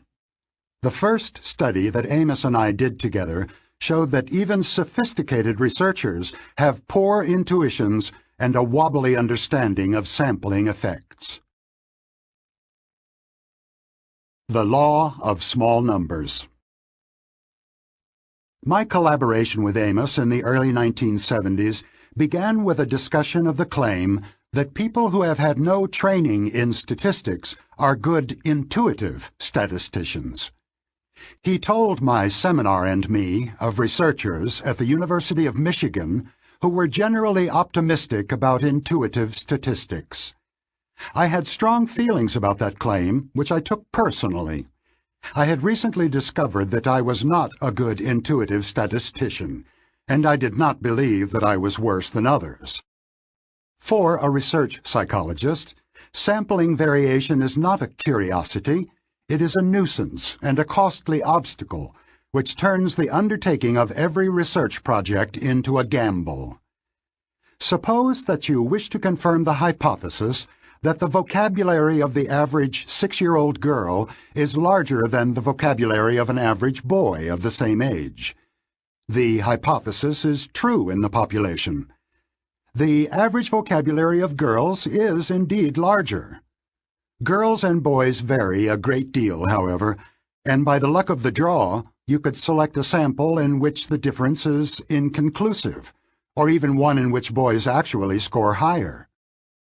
If you are the researcher, this outcome is costly to you because you have wasted time and effort and failed to confirm a hypothesis that was in fact true. Using a sufficiently large sample is the only way to reduce the risk. Researchers who pick too small a sample leave themselves at the mercy of sampling luck. The risk of error can be estimated for any given sample size by a fairly simple procedure. Traditionally, however, psychologists do not use calculations to decide on a sample size. They use their judgment, which is commonly flawed. An article I had read shortly before the debate with Amos demonstrated the mistake that researchers made, they still do, by a dramatic observation. The author pointed out that psychologists commonly chose samples so small that they exposed themselves to a 50% risk of failing to confirm their true hypotheses. No researcher in his right mind would accept such a risk. A plausible explanation was that psychologists' decisions about sample size reflected prevalent intuitive misconceptions of the extent of sampling variation. The article shocked me, because it explained some troubles I had had in my own research. Like most research psychologists, I had routinely chosen samples that were too small and had often obtained results that made no sense. Now I knew why. The odd results were actually artifacts of my research method. My mistake was particularly embarrassing because I taught statistics and knew how to compute the sample size that would reduce the risk of failure to an acceptable level. But I had never chosen a sample size by computation. Like my colleagues, I had trusted tradition and my intuition in planning my experiments, and had never thought seriously about the issue. When Amos visited the seminar, I had already reached the conclusion that my intuitions were deficient, and in the course of the seminar we quickly agreed that the Michigan optimists were wrong. Amos and I set out to examine whether I was the only fool or a member of a majority of fools by testing whether researchers selected for mathematical expertise would make similar mistakes. We developed a questionnaire that described realistic research situations, including replications of successful experiments. It asked the researchers to choose sample sizes, to assess the risks of failure to which their decisions exposed them, and to provide advice to hypothetical graduate students planning their research. Amos collected the responses of a group of sophisticated participants, including authors of 2 statistical textbooks, at a meeting of the Society of Mathematical Psychology. The results were straightforward. I was not the only fool. Every one of the mistakes I had made was shared by a large majority of our respondents. It was evident that even the experts paid insufficient attention to sample size. Amos and I called our first joint article, "Belief in the Law of Small Numbers." We explained, tongue-in-cheek, that intuitions about random sampling appear to satisfy the law of small numbers, which asserts that the law of large numbers applies to small numbers as well. We also included a strongly worded recommendation that researchers regard their statistical intuitions with proper suspicion and replace impression formation by computation whenever possible. A bias of confidence over doubt. In a telephone poll of 300 seniors, 60% support the president. If you had to summarize the message of this sentence in exactly 3 words, what would they be? Almost certainly you would choose, elderly support president. These words provide the gist of the story. The omitted details of the poll, that it was done on the phone with a sample of 300, are of no interest in themselves. They provide background information that attracts little attention. Your summary would be the same if the sample size had been different. Of course, a completely absurd number would draw your attention. A telephone poll of 6 or 60 million elderly voters. Unless you are a professional, however, you may not react very differently to a sample of 150 and to a sample of 3,000. That is the meaning of the statement that people are not adequately sensitive to sample size. The message about the poll contains information of 2 kinds: the story and the source of the story. Naturally, you focus on the story rather than on the reliability of the results. When the reliability is obviously low, however, the message will be discredited. If you are told that A partisan group has conducted a flawed and biased poll to show that the elderly support the president. You will, of course, reject the findings of the poll, and they will not become part of what you believe. Instead, the partisan poll and its false results will become a news story about political lies. You can choose to disbelieve a message in such clear-cut cases, but do you discriminate sufficiently between "I read in the New York Times" and "I heard at the water cooler"? Can your System 1 distinguish degrees of belief? The principle of what you see is all there is suggests that it cannot. As I described earlier, System 1 is not prone to doubt. It suppresses ambiguity and spontaneously constructs stories that are as coherent as possible. Unless the message is immediately negated, the associations that it evokes will spread as if the message were true.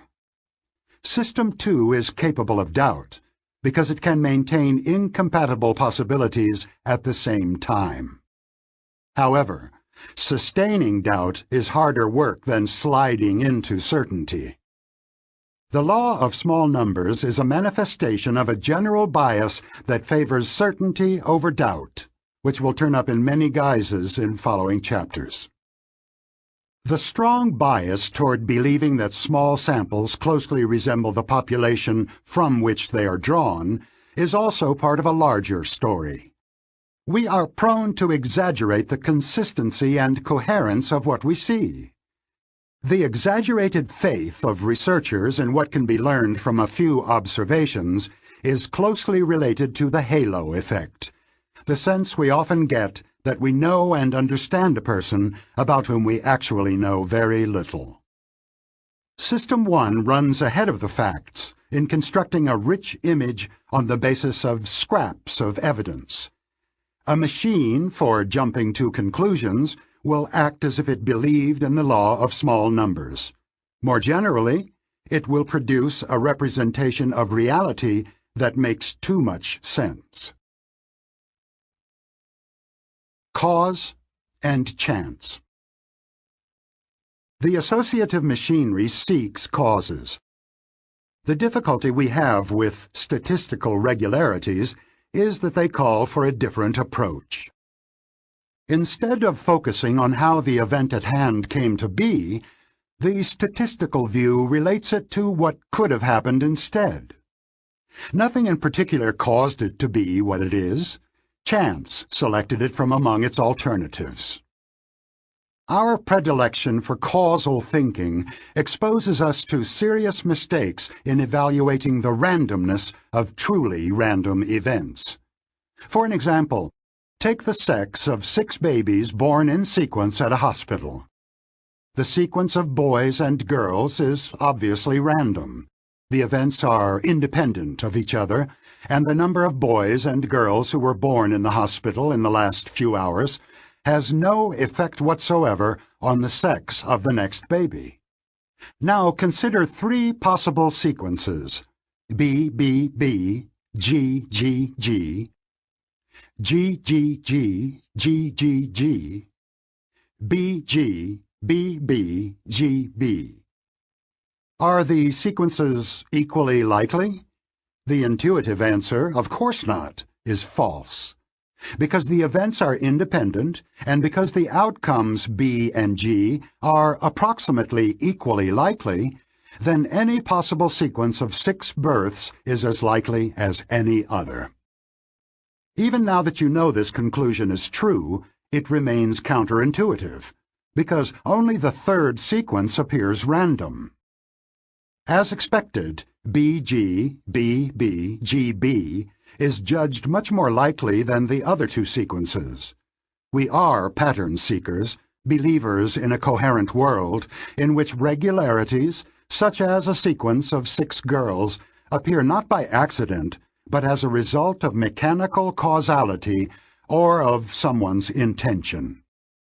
We do not expect to see regularity produced by a random process, and when we detect what appears to be a rule, we quickly reject the idea that the process is truly random.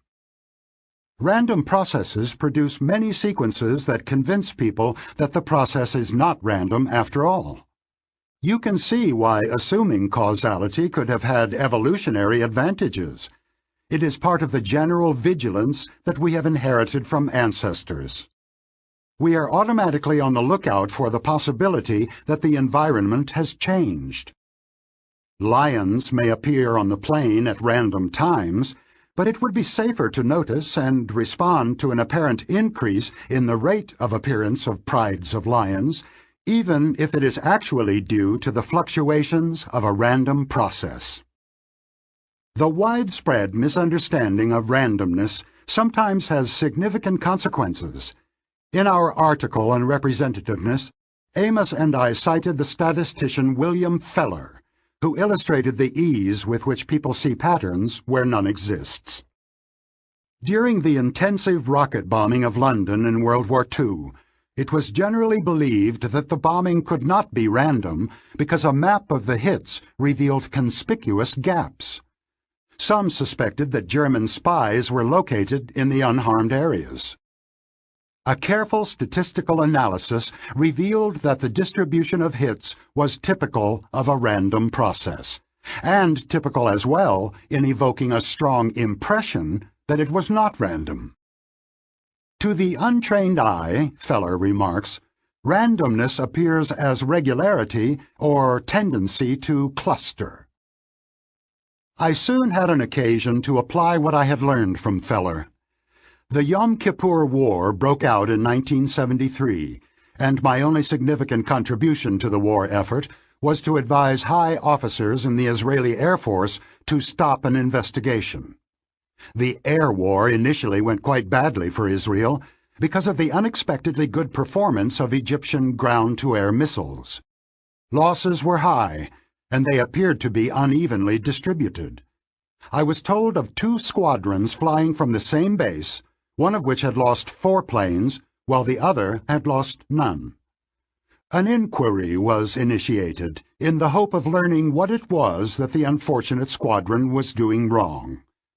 There was no prior reason to believe that one of the squadrons was more effective than the other, and no operational differences were found, but of course the lives of the pilots differed in many random ways, including, as I recall, how often they went home between missions, and something about the conduct of debriefings.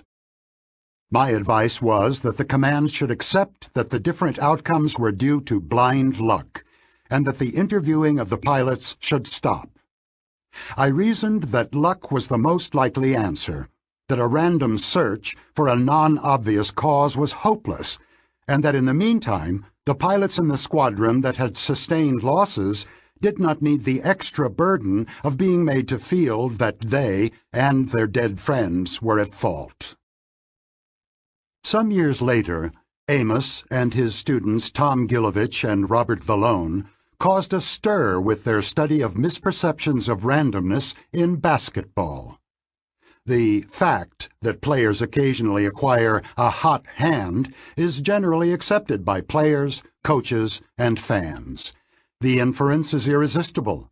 A player sinks 3 or 4 baskets in a row, and you cannot help forming the causal judgment that this player is now hot, with a temporarily increased propensity to score. Players on both teams adapt to this judgment. Teammates are more likely to pass to the hot scorer, and the defense is more likely to double-team. Analysis of thousands of sequences of shots led to a disappointing conclusion. There is no such thing as a hot hand in professional basketball, either in shooting from the field or scoring from the foul line. Of course, some players are more accurate than others, but the sequence of successes and missed shots satisfies all tests of randomness. The hot hand is entirely in the eye of the beholders, who are consistently too quick to perceive order and causality in randomness. The hot hand is a massive and widespread cognitive illusion. The public reaction to this research is part of the story. The finding was picked up by the press because of its surprising conclusion, and the general response was disbelief. When the celebrated coach of the Boston Celtics, Red Auerbach, heard of Gilovich and his study, he responded, "Who is this guy? So he makes a study. I couldn't care less." The tendency to see patterns in randomness is overwhelming, certainly more impressive than a guy making a study. The illusion of pattern affects our lives in many ways off the basketball court. How many good years should you wait before concluding that an investment advisor is unusually skilled? How many successful acquisitions should be needed for a board of directors to believe that the CEO has extraordinary flair for such deals? The simple answer to these questions is that if you follow your intuition, you will more often than not err by misclassifying a random event as systematic. We are far too willing to reject the belief that much of what we see in life is random. I began this chapter with the example of cancer incidents across the United States. The example appears in a book intended for statistics teachers, but I learned about it from an amusing article by the two statisticians I quoted earlier, Howard Weiner and Harris Zwirling. Their essay focused on a large investment, some $1.7 billion, which the Gates Foundation made to follow up intriguing findings on the characteristics of the most successful schools. Many researchers have sought the secret of successful education by identifying the most successful schools in the hope of discovering what distinguishes them from others. One of the conclusions of this research is that the most successful schools, on average, are small. In a survey of 1,662 schools in Pennsylvania, for instance, 6 of the top 50 were small, which is an overrepresentation by a factor of 4. These data encouraged the Gates Foundation to make a substantial investment in the creation of small schools, sometimes by splitting large schools into smaller units. At least half a dozen other prominent institutions, such as the Annenberg Foundation and the Pew Charitable Trust, joined the effort, as did the U.S. Department of Education's Smaller Learning Communities program. This probably makes intuitive sense to you. It is easy to construct a causal story that explains how small schools are able to provide superior education and thus produce high-achieving scholars by giving them more personal attention and encouragement than they could get in larger schools. Unfortunately, the causal analysis is pointless because the facts are wrong. If the statisticians who reported to the Gates Foundation had asked about the characteristics of the worst schools, they would have found that bad schools also tend to be smaller than average. The truth is that small schools are not better on average. They are simply more variable. If anything, say Weiner and Zwirling, large schools tend to produce better results, especially in higher grades where a variety of curricular options is valuable. Thanks to recent advances in cognitive psychology, we can now see clearly what Amos and I could only glimpse. The law of small numbers is part of two larger stories about the workings of the mind. The exaggerated faith in small samples is only one example of a more general illusion. We pay more attention to the content of messages than to information about their reliability, and as a result, end up with a view of the world around us that is simpler and more coherent than the data justify. Jumping to conclusions is a safer sport in the world of our imagination than it is in reality. Statistics produce many observations that appear to beg for causal explanations, but do not lend themselves to such explanations. Many facts of the world are due to chance, including accidents of sampling. Causal explanations of chance events are inevitably wrong. Speaking of the law of small numbers. Yes, the studio has had 3 successful films since the new CEO took over. but it is too early to declare that he has a hot hand. I won't believe that the new trader is a genius before consulting a statistician who could estimate the likelihood of his streak being a chance event. The sample of observations is too small to make any inferences. Let's not follow the law of small numbers. I plan to keep the results of the experiment secret until we have a sufficiently large sample. Otherwise, we will face pressure to reach a conclusion prematurely. Chapter 11. Anchors. Amos and I once rigged a wheel of fortune. It was marked from 0 to 100, but we had it built so that it would stop only at 10 or 65. We recruited students of the University of Oregon as participants in our experiment. One of us would stand in front of a small group, spin the wheel, and ask them to write down the number on which the wheel stopped, which of course was either 10 or 65. We then asked them 2 questions. Is the percentage of African nations among UN members larger or smaller than the number you just wrote? What is your best guess of the percentage of African nations in the UN? The spin of a wheel of fortune, even one that is not rigged, cannot possibly yield useful information about anything, and the participants in our experiment should simply have ignored it. But they did not ignore it. The average estimates of those who saw 10 and 65 were 25% and 45% respectively. The phenomenon we were studying is so common and so important in the everyday world that you should know its name. It is an anchoring effect.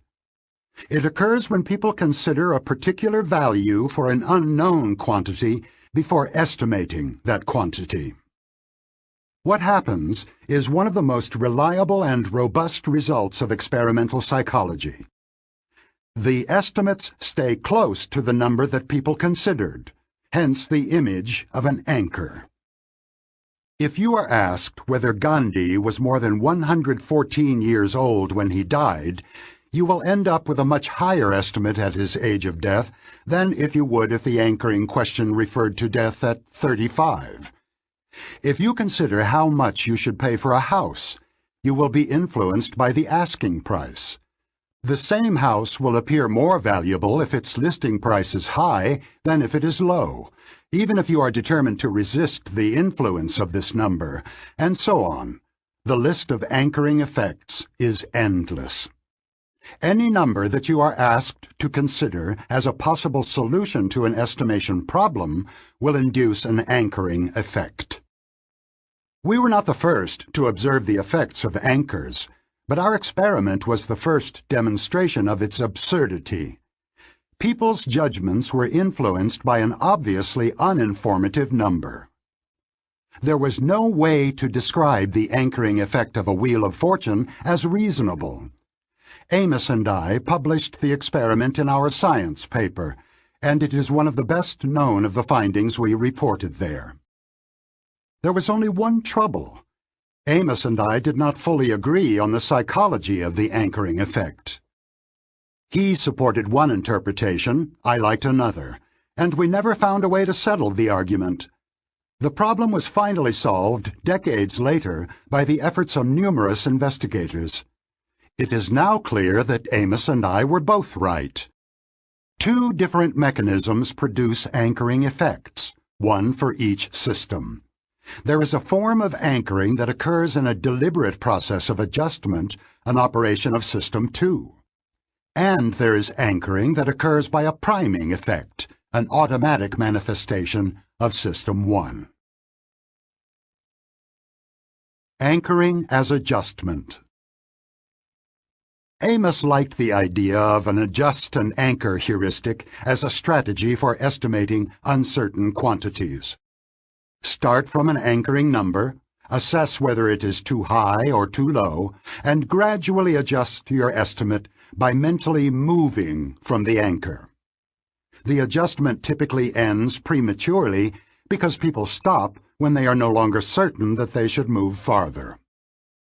Decades after our disagreement, and years after Amos's death, convincing evidence of such a process was offered independently by two psychologists who had worked closely with Amos early in their careers, Eldar Shafir and Tom Gilovich, together with their own students, Amos's intellectual grandchildren. To get the idea, take a sheet of paper and draw a 2.5-inch line going up, starting at the bottom of the page, without a ruler. Now take another sheet and start at the top and draw a line going down until it is 2.5 inches from the bottom. Compare the lines. There is a good chance that your first estimate of 2.5 inches was shorter than the second. The reason is that you do not know exactly what such a line looks like. There is a range of uncertainty. You stop near the bottom of the region of uncertainty when you start from the bottom of the page, and near the top of the region when you start from the top. Robin LeBoeuf and Shafir found many examples of that mechanism in daily experience. Insufficient adjustment neatly explains why you are likely to drive too fast when you come off the highway onto city streets, especially if you are talking with someone as you drive. Insufficient adjustment is also a source of tension between exasperated parents and teenagers who enjoy loud music in their room. LeBoeuf and Shafir note that a well-intentioned child who turns down exceptionally loud music to meet a parent's demand that is played at a reasonable volume may fail to adjust sufficiently from a high anchor and may feel that genuine attempts at compromise are being overlooked. The driver and the child both deliberately adjust down, and both fail to adjust enough. Now consider these questions. When did George Washington become president? What is the boiling temperature of water at the top of Mount Everest? The first thing that happens when you consider each of these questions is that an anchor comes to mind, and you know both that it is wrong and the direction of the correct answer. You know immediately that George Washington became president after 1776, and you also know that the boiling temperature of water at the top of Mount Everest is lower than 100 degrees Celsius. You have to adjust in the appropriate direction by finding arguments to move away from the anchor. As in the case of the lines, you are likely to stop when you are no longer sure you should go farther, at the near edge of the region of uncertainty. Nick Epley and Tom Gilovich found evidence that adjustment is a deliberate attempt to find reasons to move away from the anchor. People who are instructed to shake their head when they hear the anchor, as if they rejected it, move farther from the anchor, and people who nod their head show enhanced anchoring. Epley and Gilovich also confirmed that adjustment is an effortful operation. People adjust less, stay closer to the anchor, when their mental resources are depleted, either because their memory is loaded with digits or because they are slightly drunk. Insufficient adjustment is a failure of a weak or lazy system too.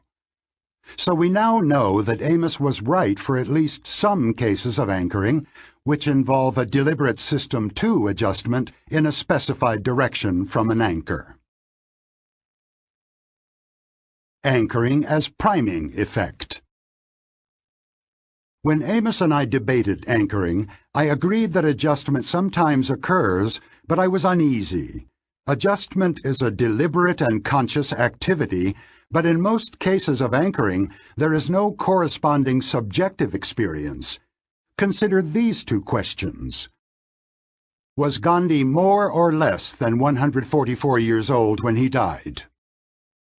How old was Gandhi when he died? Did you produce your estimate by adjusting down from 144? Probably not, but the absurdly high number still affected your estimate. My hunch was that anchoring is a case of suggestion. This is the word we use when someone causes us to see, hear, or feel something by merely bringing it to mind. For example, the question, "Do you now feel a slight numbness in your left leg?" always prompts quite a few people to report that their left leg does indeed feel a little strange.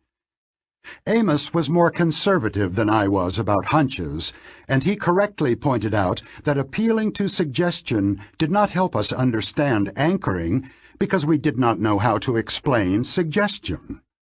I had to agree that he was right, but I never became enthusiastic about the idea of insufficient adjustment as the sole cause of anchoring effects. We conducted many inconclusive experiments in an effort to understand anchoring, but we failed and eventually gave up the idea of writing more about it. The puzzle that defeated us is now solved, because the concept of suggestion is no longer obscure. Suggestion is a priming effect, which selectively evokes compatible evidence. You did not believe for a moment that Gandhi lived for 144 years, but your associative machinery surely generated an impression of a very ancient person. System 1 understands sentences by trying to make them true, and the selective activation of compatible thoughts produces a family of systematic errors that makes us gullible and prone to believe too strongly whatever we believe. We can now see why Amos and I did not realize that there were two types of anchoring. The research techniques and theoretical ideas we needed did not yet exist. They were developed much later by other people. A process that resembles suggestion is indeed at work in many situations. System 1 tries its best to construct a world in which the anchor is the true number. This is one of the manifestations of associative coherence that I described in the first part of the book. The German psychologists Thomas Musweiler and Fritz Strack offered the most compelling demonstrations of the role of associative coherence in anchoring. In one experiment, they asked an anchoring question about temperature. Is the annual mean temperature in Germany higher or lower than 20 degrees Celsius, 68 degrees Fahrenheit? Or, is the annual mean temperature in Germany higher or lower than 5 degrees Celsius, 40 degrees Fahrenheit? All participants were then briefly shown words that they were asked to identify. The researchers found that 68 degrees Fahrenheit made it easier to recognize summer words like sun and beach, and 40 degrees Fahrenheit facilitated winter words like frost and ski. The selective activation of compatible memories explains anchoring. The high and the low numbers activate different sets of ideas in memory. The estimates of annual temperature draw on these biased samples of ideas and are therefore biased as well. In another elegant study in the same vein, participants were asked about the average price of German cars. A high anchor selectively primed the names of luxury brands, Mercedes, Audi, whereas the low anchor primed brands associated with mass-market cars, Volkswagen. We saw earlier that any prime will tend to evoke information that is compatible with it. Suggestion and anchoring are both explained by the same automatic operation of System 1. Although I did not know how to prove it at the time, my hunch about the link between anchoring and suggestion turned out to be correct. The Anchoring Index. Many psychological phenomena can be demonstrated experimentally, but few can actually be measured. The effect of anchors is an exception. Anchoring can be measured, and it is an impressively large effect. Some visitors at the San Francisco Exploratorium were asked the following two questions. Is the height of the tallest redwood more or less than 1,200 feet? What is your best guess about the height of the tallest redwood? The high anchor in this experiment was 1,200 feet. For other participants, the first question referred to a low anchor of 180 feet. The difference between the two anchors was 1,020 feet. As expected, the two groups produced very different mean estimates, 844 and 282 feet. The difference between them was 562 feet.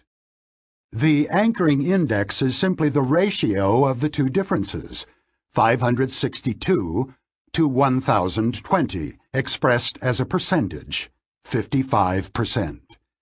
The anchoring measure would be 100% for people who slavishly adopt the anchor as an estimate, and 0 for people who are able to ignore the anchor altogether.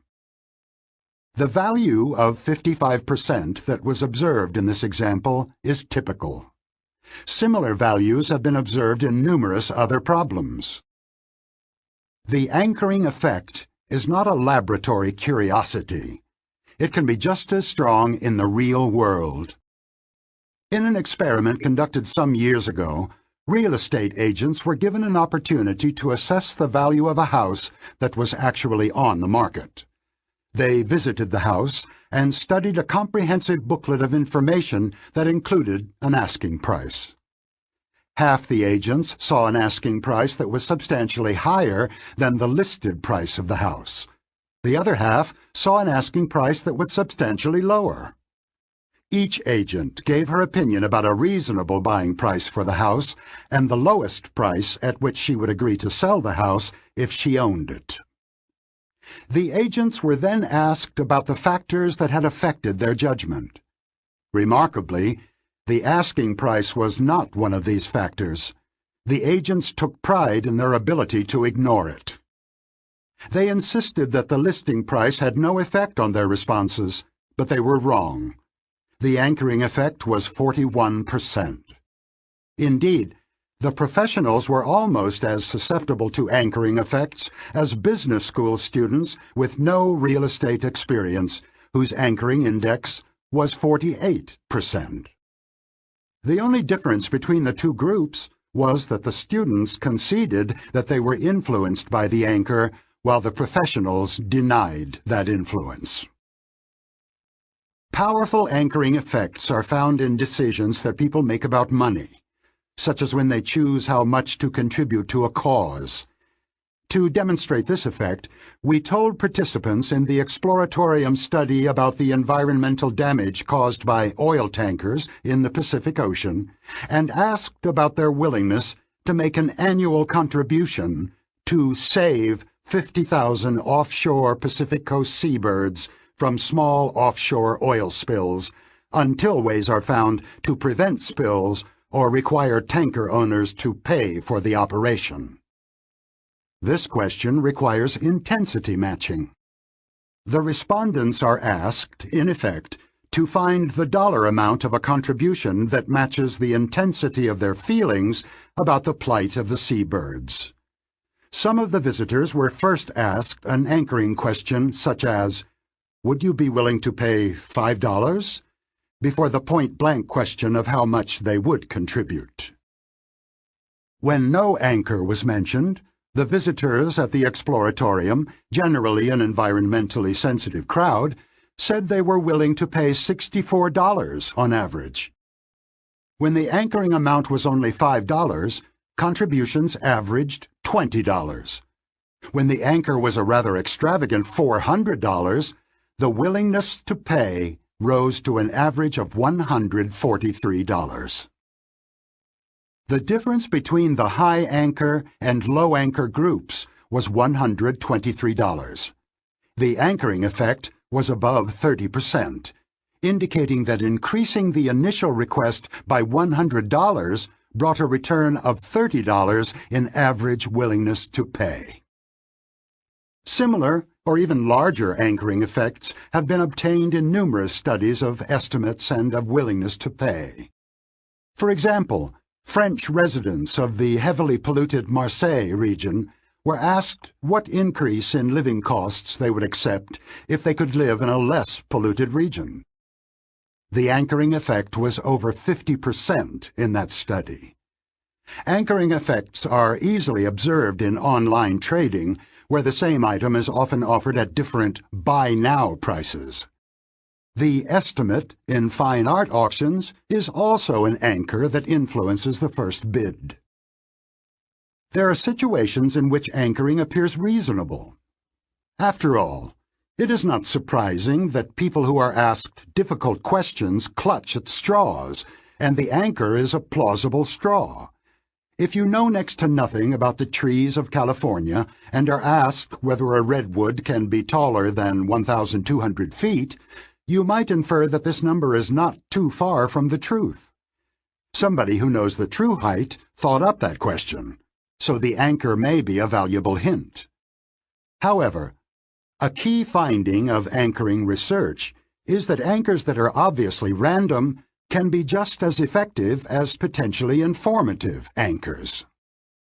When we used a wheel of fortune to anchor estimates of the proportion of African nations in the UN, the anchoring index was 44%, well within the range of effects observed with anchors that could plausibly be taken as hints.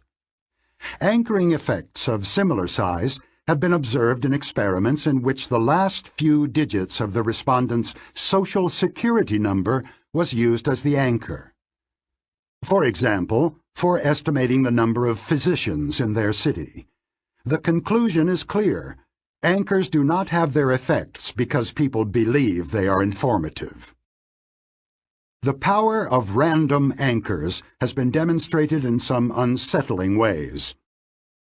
German judges with an average of more than 15 years of experience on the bench first read a description of a woman who had been caught shoplifting, then rolled a pair of dice that were loaded so that every roll resulted in either a 3 or a 9. As soon as the dice came to a stop, the judges were asked whether they would sentence the woman to a term in prison greater or lesser in months than the number showing on the dice. Finally, the judges were instructed to specify the exact prison sentence they would give to the shoplifter. On average, those who had rolled a 9 said they would sentence her to 8 months. Those who rolled a 3 said they would sentence her to 5 months. The anchoring effect was 50%. Uses and abuses of anchors. By now you should be convinced that anchoring effects, sometimes due to priming, sometimes to insufficient adjustment, are everywhere.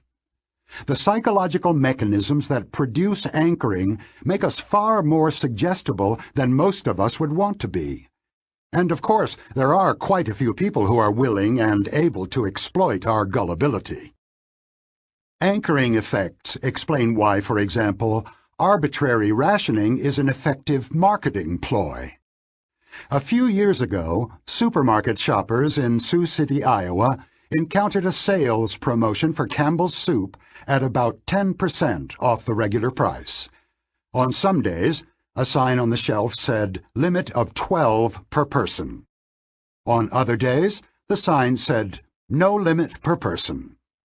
Shoppers purchased an average of 7 cans when the limit was in force, twice as many as they bought when the limit was removed.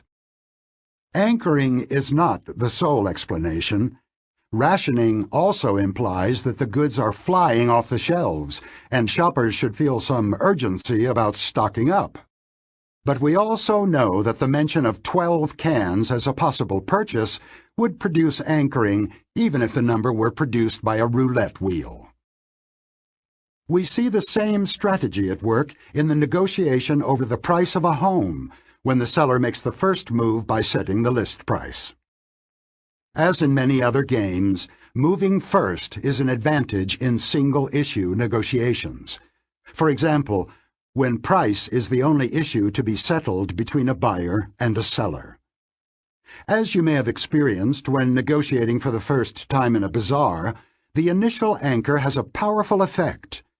My advice to students when I taught negotiations was that if you think the other side has made an outrageous proposal, you should not come back with an equally outrageous counteroffer, creating a gap that will be difficult to bridge in further negotiations. Instead, you should make a scene, storm out or threaten to do so, and make it clear, to yourself as well as to the other side, that you will not continue the negotiation with that number on the table. The psychologists Adam Galinsky and Thomas Musweiler proposed more subtle ways to resist the anchoring effect in negotiations. They instructed negotiators to focus their attention and search their memory for arguments against the anchor. The instruction to activate System 2 was successful.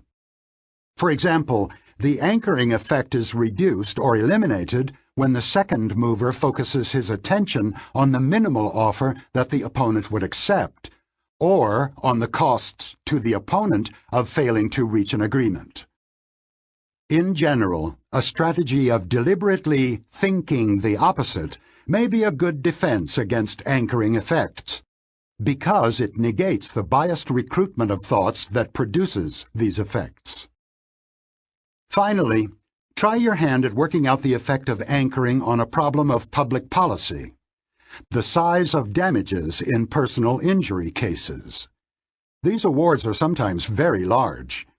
Businesses that are frequent targets of such lawsuits, such as hospitals and chemical companies, have lobbied to set a cap on the awards. Before you read this chapter, you might have thought that capping awards is certainly good for potential defendants, but now you should not be so sure. Consider the effect of capping awards at $1 million.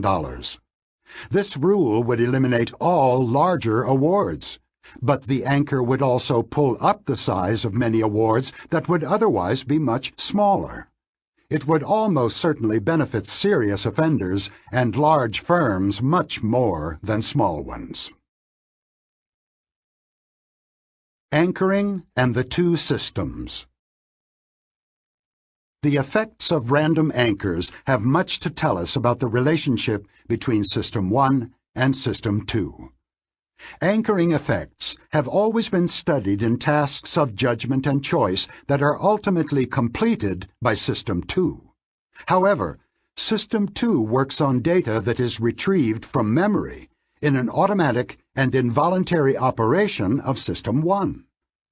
System 2 is therefore susceptible to the biasing influence of anchors that make some information easier to retrieve. Furthermore, System 2 has no control over the effect and no knowledge of it. The participants who have been exposed to random or absurd anchors, such as Gandhi's death at age 144, confidently deny that this obviously useless information could have influenced their estimate. And they are wrong. We saw in the discussion of the law of small numbers that a message, unless it is immediately rejected as a lie, will have the same effect on the associative system regardless of its reliability. The gist of the message is the story, which is based on whatever information is available, even if the quantity of the information is slight and its quality is poor. What you see is all there is.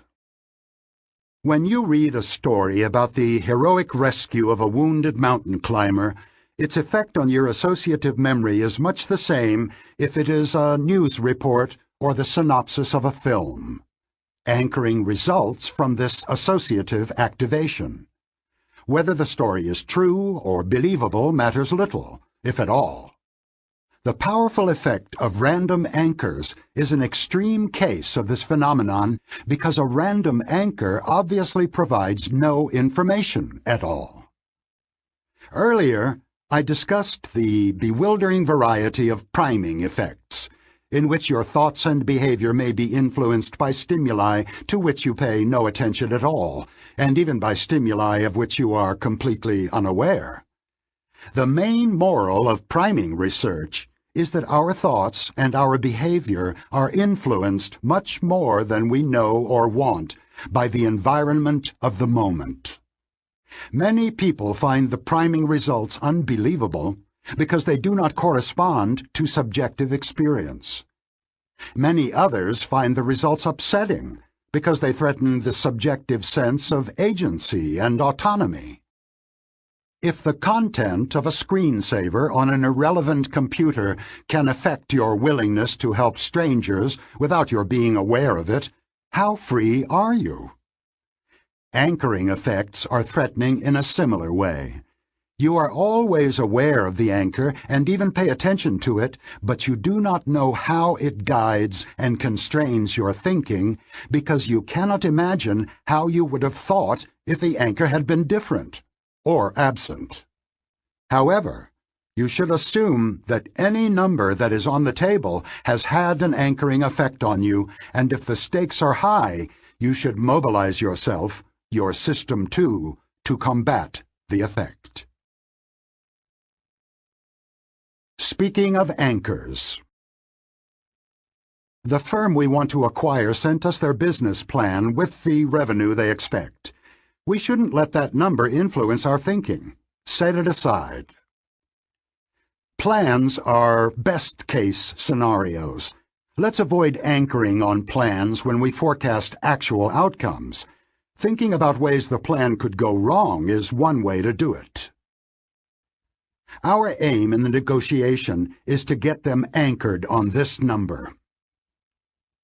Let's make it clear that if that is their proposal, the negotiations are over. We do not want to start there. The defendant's lawyers put in a frivolous reference in which they mentioned a ridiculously low amount of damages, and they got the judge anchored on it. Chapter 12. The Science of Availability. Amos and I had our most productive year in 1971-72, which we spent in Eugene, Oregon. We were the guests of the Oregon Research Institute, which housed several future stars of all fields in which we worked: judgment, decision-making, and intuitive prediction.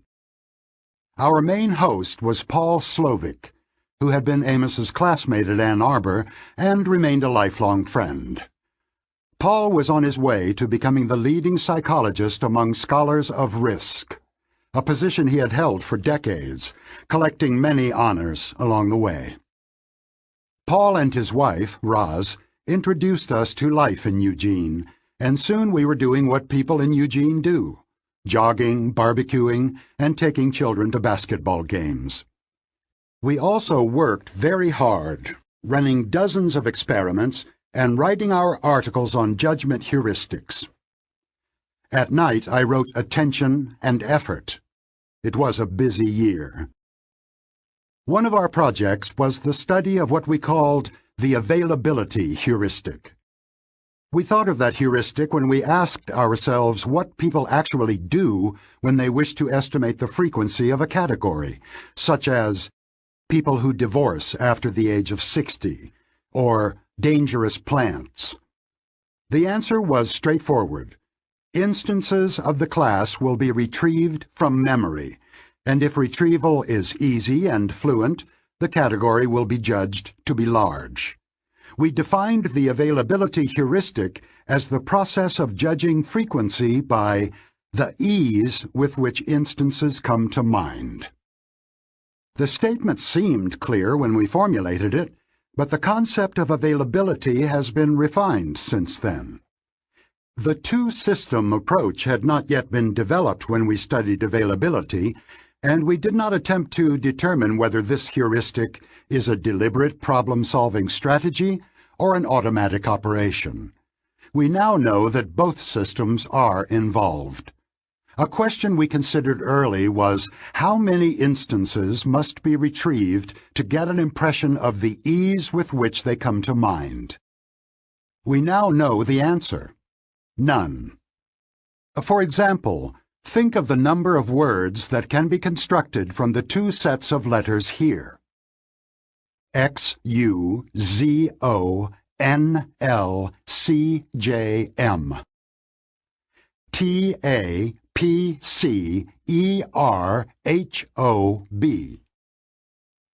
You knew almost immediately, without generating any instances, that one set offers far more possibilities than the other.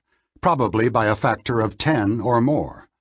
Similarly, you do not need to retrieve specific news stories to have a good idea of the relative frequency with which different countries have appeared in the news during the past year. Belgium, China, France, Congo, Nicaragua, Romania. The availability heuristic, like other heuristics of judgment, substitutes one question for another. You wish to estimate the size of a category or the frequency of an event, but you report an impression of the ease with which instances come to mind. Substitution of questions inevitably produces systematic errors. You can discover how the heuristic leads to biases by following a simple procedure. List factors other than frequency that make it easy to come up with instances. Each factor in your list will be a potential source of bias. Here are some examples. A salient event that attracts your attention will be easily retrieved from memory. Divorces among Hollywood celebrities and sex scandals among politicians attract much attention, and instances will come easily to mind. You are therefore likely to exaggerate the frequency of both Hollywood divorces and political sex scandals. A dramatic event temporarily increases the availability of its category. A plane crash that attracts media coverage will temporarily alter your feelings about the safety of flying. Accidents are on your mind for a while after you see a car burning at the side of the road, and the world is for a while a more dangerous place. Personal experiences, pictures, and vivid examples are more available than incidents that happened to others, or mere words, or statistics. A judicial error that affects you will undermine your faith in the justice system more than a similar incident you read about in a newspaper. Resisting this large collection of potential availability biases is possible, but tiresome. You must make the effort to reconsider your impressions and intuitions by asking such questions as, is our belief that thefts by teenagers are a major problem due to a few recent instances in our neighborhood? Or, could it be that I feel no need to get a flu shot because none of my acquaintances got the flu last year? Maintaining one's vigilance against biases is a chore, but the chance to avoid a costly mistake is sometimes worth the effort. One of the best-known studies of availability suggests that awareness of your own biases can contribute to peace in marriages and probably in other joint projects. In a famous study, spouses were asked, how large was your personal contribution to keeping the place tidy, in percentages? They also answered similar questions about taking out the garbage, initiating social engagements, etc. Would the self-estimated contributions add up to 100%, or more or less? As expected, the self-assessed contributions added up to more than 100%. The explanation is a simple availability bias. Both spouses remember their own individual efforts and contributions much more clearly than those of the other, and the difference in availability leads to a difference in judged frequency. The bias is not necessarily self-serving. Spouses also overestimated their contribution to causing quarrels, although to a smaller extent than their contributions to more desirable outcomes. The same bias contributes to the common observation that many members of a collaborative team feel they have done more than their share and also feel that the others are not adequately grateful for their individual contributions. I am generally not optimistic about the potential for personal control of biases, but this is an exception. The opportunity for successful debiasing exists because the circumstances in which issues of credit allocation come up are easy to identify, the more so because tensions often arise when several people at once feel that their efforts are not adequately recognized. The mere observation that there is usually more than 100% credit to go around is sometimes sufficient to defuse the situation. In any event, it is a good thing for every individual to remember. You will occasionally do more than your share, but it is useful to know that you are likely to have that feeling even when each member of the team feels the same way. The psychology of availability.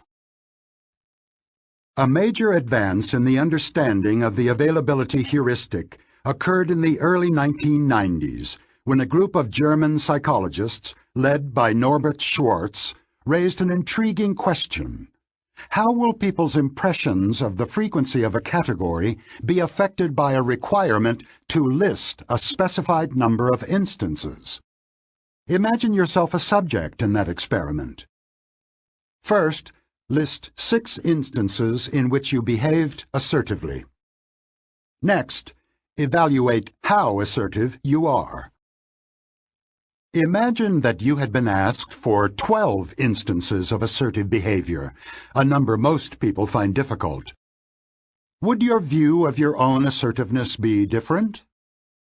Schwarz and his colleagues observed that the task of listing instances may enhance the judgments of the trait by 2 different routes: the number of instances retrieved, the ease with which they come to mind. The request to list 12 instances pits the 2 determinants against each other. On the one hand, you have just retrieved an impressive number of cases in which you were assertive. On the other hand, while the first 3 or 4 instances of your own assertiveness probably came easily to you, you almost certainly struggled to come up with the last few to complete a set of 12. Fluency was low. Which will count more, the amount retrieved or the ease and fluency of the retrieval? The contest yielded a clear-cut winner. People who had just listed 12 instances rated themselves as less assertive than people who had listed only 6. Furthermore, participants who had been asked to list 12 cases in which they had not behaved assertively ended up thinking of themselves as quite assertive. If you cannot easily come up with instances of meek behavior, you are likely to conclude that you are not meek at all. Self-ratings were dominated by the ease with which examples had come to mind. The experience of fluent retrieval of instances trumped the number retrieved. An even more direct demonstration of the role of fluency was offered by other psychologists in the same group. All the participants in their experiment listed 6 instances of assertive or non-assertive behavior, while maintaining a specified facial expression. Smilers were instructed to contract the zygomaticus muscle, which produces a light smile. Frowners were required to furrow their brow. As you already know, frowning normally accompanies cognitive strain, and the effect is symmetric. When people are instructed to frown while doing a task, they actually try harder and experience greater cognitive strain. The researchers anticipated that the frowners would have more difficulty retrieving examples of assertive behavior and would therefore rate themselves as relatively lacking in assertiveness. And so it was. Psychologists enjoyed experiments that yield paradoxical results, and they have applied Schwarz's discovery with gusto. For example, people believe that they use their bicycles less often after recalling many rather than few instances, are less confident in a choice when they are asked to produce more arguments to support it, are less confident that an event was avoidable after listing more ways it could have been avoided, are less impressed by a car after listing many of its advantages. A professor at UCLA found an ingenious way to exploit the availability bias. He asked different groups of students to list ways to improve the course, and he varied the required number of improvements. As expected, the students who listed more ways to improve the class rated it higher. Perhaps the most interesting finding of this paradoxical research is that the paradox is not always found. People sometimes go by content rather than by ease of retrieval. The proof that you truly understand a pattern of behavior is that you know how to reverse it. Schwartz and his colleagues took on this challenge of discovering the conditions under which this reversal would take place. The ease with which instances of assertiveness come to the subject's mind changes during the task. The first few instances are easy, but retrieval soon becomes much harder. Of course, the subject also expects fluency to drop gradually, but the drop of fluency between 6 and 12 instances appears to be steeper than the participant expected. The results suggest that the participants make an inference. If I am having so much more trouble than expected coming up with instances of my assertiveness, then I can't be very assertive. Note that this inference rests on a surprise, fluency being worse than expected. The availability heuristic that the subjects apply is better described as an unexplained unavailability heuristic. Schwartz and his colleagues reasoned that they could disrupt the heuristic by providing the subjects with an explanation for the fluency of retrieval that they experienced. They told the participants they would hear background music while recalling instances and that the music would affect performance in the memory task. Some subjects were told that the music would help. Others were told to expect diminished fluency.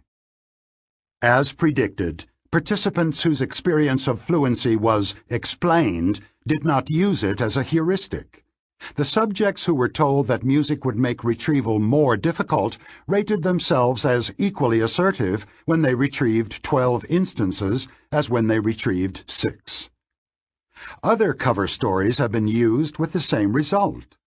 Judgments are no longer influenced by ease of retrieval when the experience of fluency is given a spurious explanation by the presence of curves or straight text boxes, by the background color of the screen, or by other irrelevant factors that the experimenters dreamed up. As I have described it, the process that leads to judgment by availability appears to involve a complex chain of reasoning. The subjects have an experience of diminishing fluency as they produce instances. They evidently have expectations about the rate at which fluency decreases, and those expectations are wrong. The difficulty of coming up with new instances increases more rapidly than they expect. It is the unexpectedly low fluency that causes people who were asked for 12 instances to describe themselves as unassertive. When the surprise is eliminated, low fluency no longer influences the judgment. The process appears to consist of a sophisticated set of inferences. Is the automatic System 1 capable of it? The answer is that, in fact, no complex reasoning is needed. Among the basic features of System 1 is its ability to set expectations and to be surprised when these expectations are violated. The system also retrieves possible causes of a surprise, usually by finding a possible cause among recent surprises. Furthermore, System 2 can reset the expectations of System 1 on the fly, so that an event that would normally be surprising is now almost normal. Suppose you are told that the 3-year-old boy who lives next door frequently wears a top hat in his stroller. You will be far less surprised when you actually see him with his top hat than you would have been without the warning. In Schwartz's experiment, the background music has been mentioned as a possible cause of retrieval problems. The difficulty of retrieving 12 instances is no longer a surprise, and therefore is less likely to be evoked by the task of judging assertiveness. Schwartz and his colleagues discovered that people who are personally involved in the judgment are more likely to consider the number of instances they retrieve from memory and less likely to go by fluency. They recruited 2 groups of students for a study of risks to cardiac health.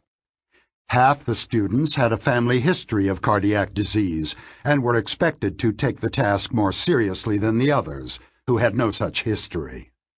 All were asked to recall either 3 or 8 behaviors in their routine that could affect their cardiac health.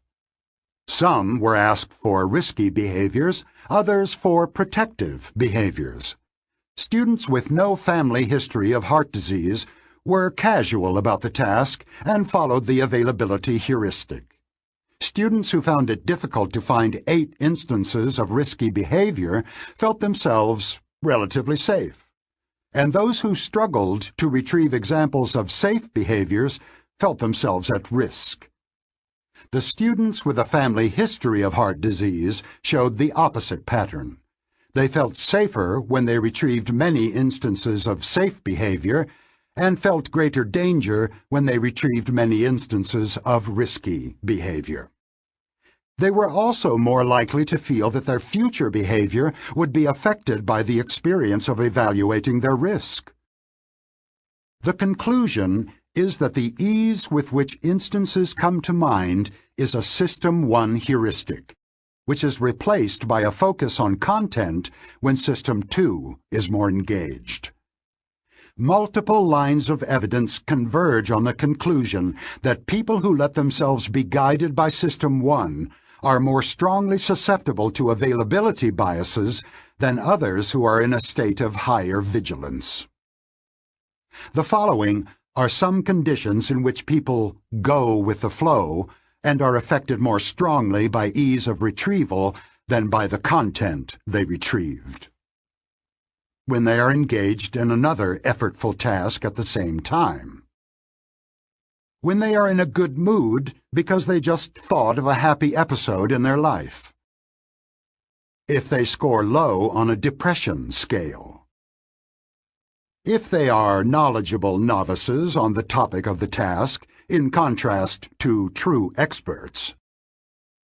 When they score high on a scale of faith in intuition. If they are, or are made to feel, powerful. I find the last finding particularly intriguing. The authors introduce their article with a famous quote. "I don't spend a lot of time taking polls around the world to tell me what I think is the right way to act. I've just got to know how I feel." George W. Bush, November 2002. They go on to show that reliance on intuition is only in part a personality trait. Merely reminding people of a time when they had power increases their apparent trust in their own intuition. Speaking of availability. Because of the coincidence of 2 planes crashing last month, she now prefers to take the train. That's silly. The risk hasn't really changed. It is an availability bias. He underestimates the risks of indoor pollution because there are few media stories on them. That's an availability effect. He should look at the statistics. She has been watching too many spy movies recently, so she's seeing conspiracies everywhere. The CEO has had several successes in a row, so failure doesn't come easily to her mind. The availability bias is making her overconfident. Chapter 13. Availability, Emotion, and Risk. Students of risk were quick to see that the idea of availability was relevant to their concerns. Even before our work was published, the economist, Howard Kunruther, who was then in the early stages of a career that he has devoted to the study of risk and insurance, noticed that availability effects help explain the pattern of insurance purchase and protective action after disasters. Victims and near victims are very concerned after a disaster. After each significant earthquake, Californians are for a while diligent in purchasing insurance and adopting measures of protection and mitigation. They tie down their boiler to reduce quake damage, seal their basement doors against floods, and maintain emergency supplies in good order. However, the memories of the disaster dim over time, and so do worry and diligence. The dynamics of memory help explain the recurrent cycles of disaster, concern, and growing complacency that are familiar to students of large-scale emergencies. Kunruther also observed that protective actions, whether by individuals or governments, are usually designed to be adequate to the worst disaster actually experienced. As long ago as pharaonic Egypt, societies have tracked the high water mark of rivers that periodically flood and have always prepared accordingly, apparently assuming that floods will not rise higher than the existing high water mark. Images of a worse disaster do not come easily to mind. Availability and affect.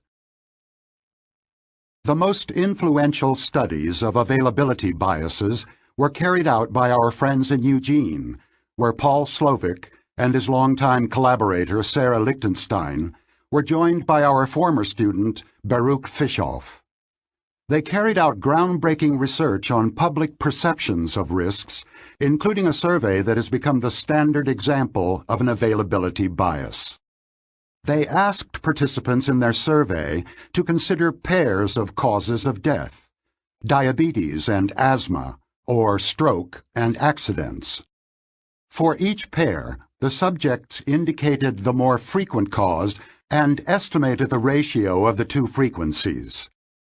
The judgments were compared to health statistics of the time. Here's a sample of their findings.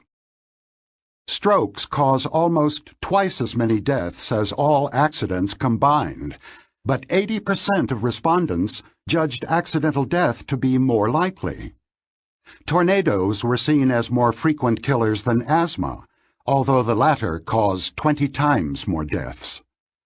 Death by lightning was judged less likely than death from botulism, even though it is 52 times more frequent. Death by disease is 18 times as likely as accidental death, but the two were judged about equally likely. Death by accidents was judged to be more than 300 times more likely than death by diabetes, but the true ratio is 1 to 4. The lesson is clear. Estimates of causes of death are warped by media coverage. The coverage is itself biased toward novelty and poignancy. The media do not just shape what the public is interested in, but also are shaped by it. Editors cannot ignore the public's demand that certain topics and viewpoints receive extensive coverage. Unusual events, such as botulism, attract disproportionate attention and are consequently perceived as less unusual than they really are. The world in our heads is not a precise replica of reality. Our expectations about the frequency of events are distorted by the prevalence and emotional intensity of the messages to which we are exposed. The estimates of causes of death are an almost direct representation of the activation of ideas in associative memory, and are a good example of substitution. But Slovic and his colleagues were led to a deeper insight. They saw that the ease with which ideas of various risks come to mind and the emotional reactions to these risks are inextricably linked. Frightening thoughts and images occur to us with particular ease, and thoughts of danger that are fluent and vivid exacerbate fear. As mentioned earlier, Slovic eventually developed the notion of an affect heuristic, in which people make judgments and decisions by consulting their emotions.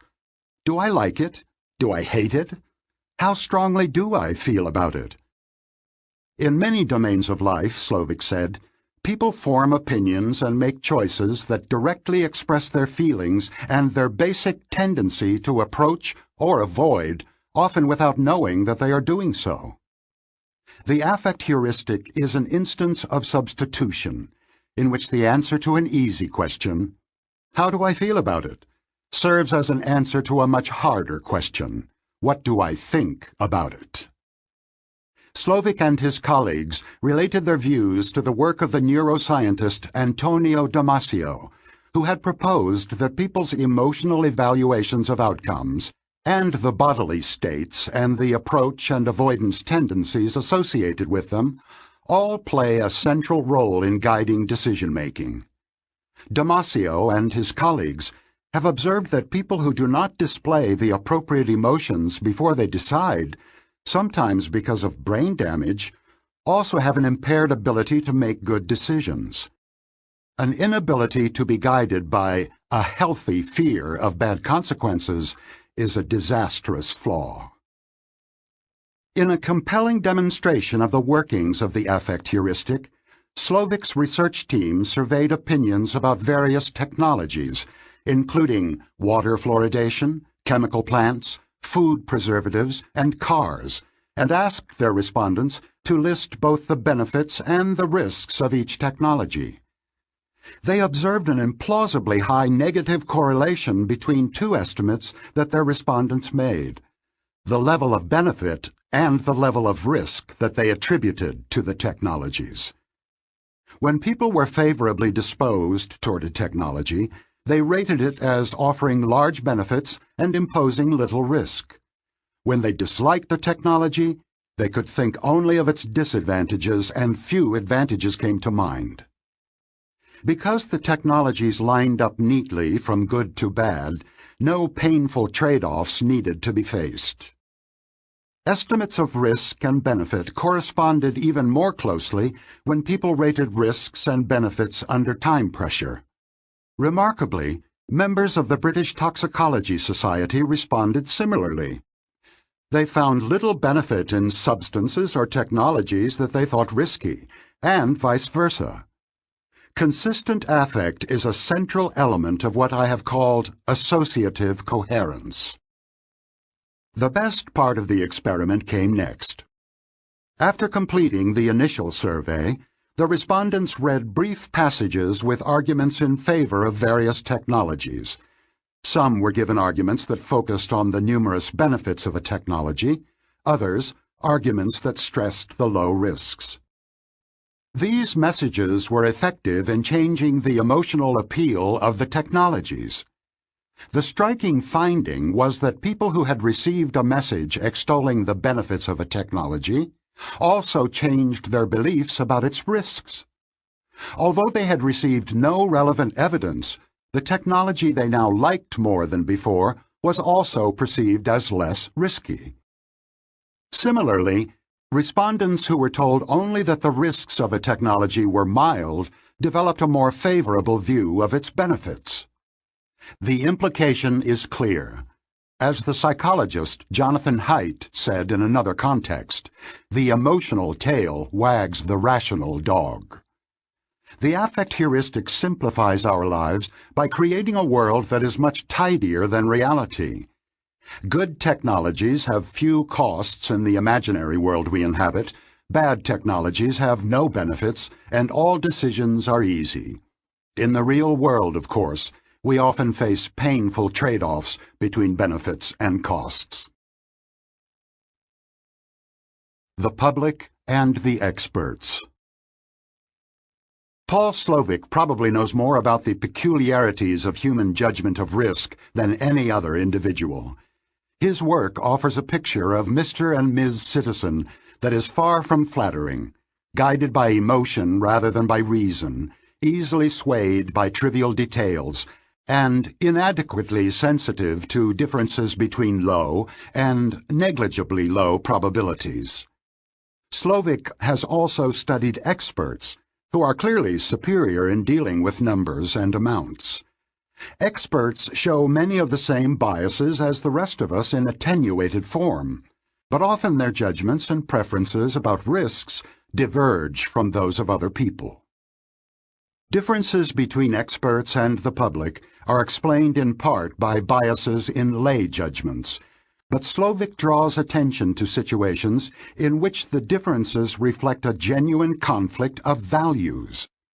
He points out that experts often measure risks by the number of lives, or life years, lost, while the public draws finer distinctions, for example between good deaths and bad deaths, or between random accidental fatalities and deaths that occur in the course of voluntary activities, such as skiing. These legitimate distinctions are often ignored in statistics that merely count cases. Slovic argues from such observations that the public has a richer conception of risks than the experts do. Consequently, he strongly resists the view that the experts should rule, and that their opinions should be accepted without question when they conflict with the opinions and wishes of other citizens. When experts and the public disagree on their priorities, he says, each side must respect the insights and intelligence of the other. In his desire to wrest sole control of risk policy from experts, Slovic has challenged the foundation of their expertise, the idea that risk is objective. Risk does not exist out there, independent of our minds and culture, waiting to be measured. Human beings have invented the concept of risk to help them understand and cope with the dangers and uncertainties of life. Although these dangers are real, there is no such thing as real risk or objective risk. To illustrate his claim, Slovic lists 9 ways of defining the mortality risk associated with the release of a toxic material into the air, ranging from death per million people to death per $1 million of product produced. His point is that the evaluation of the risk depends on the choice of a measure, with the obvious possibility that the choice may have been guided by a preference for one outcome or another. He goes on to conclude that defining risk is thus an exercise in power. You might not have guessed that one can get to such thorny policy issues from experimental studies of the psychology of judgment. However, policy is ultimately about people, what they want, and what is best for them. Every policy question involves assumptions about human nature, in particular about the choices that people may make and the consequences of their choices for themselves and for society. Another scholar and friend whom I greatly admire, Cass Sunstein, disagrees sharply with Slovic's stance on the different views of experts and citizens, and defends the role of experts as a bulwark against populist excesses. Sunstein is one of the foremost legal scholars in the United States and shares with other leaders of his profession the attribute of intellectual fearlessness. He knows he can master any body of knowledge quickly and thoroughly, and he has mastered many, including both the psychology of judgment and choice and issues of regulation and risk policy. His view is that the existing system of regulation in the United States displays a very poor setting of priorities, which reflects reaction to public pressures more than careful, objective analysis. He starts from the position that risk regulation and government intervention to reduce risks should be guided by rational weighting of costs and benefits, and that the natural units for this analysis are the number of lives saved, or perhaps the number of life years saved, which gives more weight to saving the young, and the dollar cost to the economy. Poor regulation is wasteful of lives and money, both of which can be measured objectively. Sunstein has not been persuaded by Slovic's argument that risk and its measurement is subjective. Many aspects of risk assessment are debatable, but he has faith in the objectivity that may be achieved by science, expertise, and careful deliberation.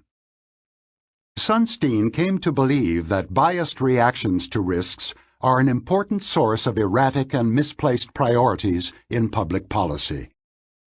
Lawmakers and regulators may be overly responsive to the irrational concerns of citizens, both because of political sensitivity and because they are prone to the same cognitive biases as other citizens. Sunstein and a collaborator, the jurist Timur Kuran, invented a name for the mechanism through which biases flow into policy: the availability cascade. They comment that in the social context, all heuristics are equal, but availability is more equal than the others. They have in mind an expanded notion of the heuristic in which availability provides a heuristic for judgments other than frequency. In particular, the importance of an idea is often judged by the fluency and emotional charge with which that idea comes to mind. An availability cascade is a self-sustaining chain of events, which may start from media reports of a relatively minor event and lead up to public panic and large-scale government action. On some occasions, a media story about a risk catches the attention of a segment of the public which becomes aroused and worried. This emotional reaction becomes a story in itself, prompting additional coverage in the media, which in turn produces greater concern and involvement. The cycle is sometimes sped along deliberately by availability entrepreneurs, individuals or organizations who work to ensure a continuous flow of worrying news. The danger is increasingly exaggerated as the media compete for attention-grabbing headlines. Scientists and others who try to dampen the increasing fear and revulsion attract little attention, most of it hostile. Anyone who claims that the danger is overstated is suspected of association with a heinous cover-up. The issue becomes politically important because it is on everyone's mind, and the response of the political system is guided by the intensity of public sentiment. The availability cascade has now reset priorities. Other risks and other ways that resources could be applied for the public good all have faded into the background. Kuran and Sunstein focused on two examples that are still controversial: the Love Canal affair and the so-called Alar scare. In Love Canal, buried toxic waste was exposed during a rainy season in 1979, causing contamination of the water well beyond standard limits, as well as a foul smell. The residents of the community were angry and frightened, and one of them, Lois Gibbs, was particularly active in an attempt to sustain interest in the problem. The availability cascade unfolded according to the standard script. At its peak, there were daily stories about Love Canal. Scientists attempting to claim that the dangers were overstated were ignored or shouted down. ABC News aired a program titled The Killing Ground, and empty baby-sized coffins were paraded in front of the legislature. A large number of residents were relocated at government expense, and the control of toxic waste became the major environmental issue of the 1980s. The legislation that mandated the cleanup of toxic sites, called CERCLA, established a superfund and is considered a significant achievement of environmental legislation. It was also expensive, and some have claimed that the same amount of money could have saved many more lives if it had been directed to other priorities. Opinions about what actually happened at Love Canal are still sharply divided, and claims of actual damage to health appear not to have been substantiated. Kuran and Sunstein wrote up the Love Canal story almost as a pseudo-event, while on the other side of the debate, environmentalists still speak of the Love Canal disaster. Opinions are also divided on the second example Kuran and Sunstein used to illustrate their concept of an availability cascade, the Alar incident, known to detractors of environmental concerns as the Alar scare of 1989. Alar is a chemical that was sprayed on apples to regulate their growth and improve their appearance. The scare began with press stories that the chemical, when consumed in gigantic doses, caused cancerous tumors in rats and mice. The stories understandably frightened the public, and those fears encouraged more media coverage, the basic mechanism of an availability cascade. The topic dominated the news and produced dramatic media events such as the testimony of the actress Meryl Streep before Congress. The Apple industry sustained large losses as apples and Apple products became objects of fear. Curran and Sunstein quote a citizen who called in to ask whether it was safer to pour apple juice down the drain or to take it to a toxic waste dump. The manufacturer withdrew the product and the FDA banned it. Subsequent research confirmed that the substance might pose a very small risk as a possible carcinogen, but the Alar incident was certainly an enormous overreaction to a minor problem. The net effect of the incident on public health was probably detrimental because fewer good apples were consumed. The Alar tale illustrates a basic limitation in the ability of our mind to deal with small risks. We either ignore them altogether or give them far too much weight. Nothing in between. Every parent who has stayed up waiting for a teenage daughter who is late from a party will recognize the feeling. You may know that there is really almost nothing to worry about, but you cannot help images of disaster from coming to mind. As Slovic has argued, the amount of concern is not adequately sensitive to the probability of harm. You are imagining the numerator, the tragic story you saw on the news, and not thinking about the denominator. Sunstein has coined the phrase probability neglect to describe the pattern. The combination of probability neglect with the social mechanisms of availability cascades inevitably leads to gross exaggerations of minor threats, sometimes with important consequences. In today's world, terrorists are the most significant practitioners of the art of inducing availability cascades. With a few horrible exceptions, such as 9/11, the number of casualties from terror attacks is very small relative to other causes of death. Even in countries that have been targets of intensive terror campaigns, such as Israel, the weekly number of casualties almost never came close to the number of traffic deaths.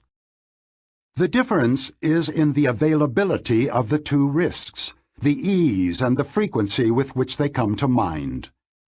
Gruesome images, endlessly repeated in the media, cause everyone to be on edge. As I know from experience, it is difficult to reason oneself into a state of complete calm. Terrorism speaks directly to System 1. Where do I come down in the debate between my friends? Availability cascades are real, and they undoubtedly distort priorities in the allocation of public resources. Cass Sunstein would seek mechanisms that insulate decision-makers from public pressures, letting the allocation of resources be determined by impartial experts who have a broad view of all risks and of the resources available to reduce them.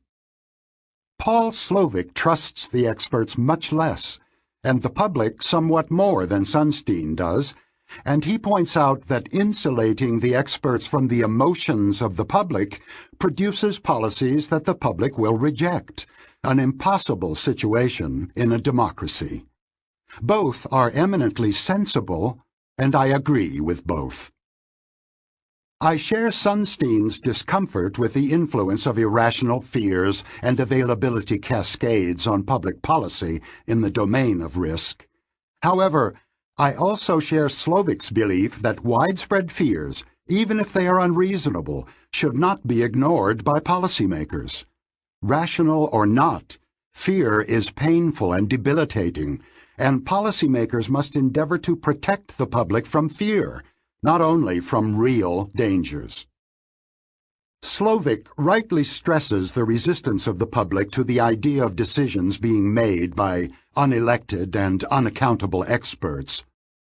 Furthermore, availability cascades may have a long-term benefit by calling attention to classes of risks and by increasing the overall size of the risk reduction budget. The Love Canal incident may have caused excessive resources to be allocated to the management of toxic waste, but it also had a more general effect in raising the priority level of environmental concerns. Democracy is inevitably messy, in part because the availability and affect heuristics that guide citizens' beliefs and attitudes are inevitably biased, even if they generally point in the right direction. Psychology should inform the design of risk policies that combine the expert's knowledge with the public's emotions and intuitions. Speaking of availability cascades. She's raving about an innovation that has large benefits and no costs. I suspect the affect heuristic. This is an availability cascade, a non-event that is inflated by the media and the public until it fills our TV screens and becomes all anyone is talking about. Chapter 14. Tom W.'s Specialty. Have a look at a simple puzzle. Tom W. is a graduate student at the main university in your state. Please rank the following 9 fields of graduate specialization in order of the likelihood that Tom W. is now a student in each of these fields. Use 1 for the most likely, 9 for the least likely.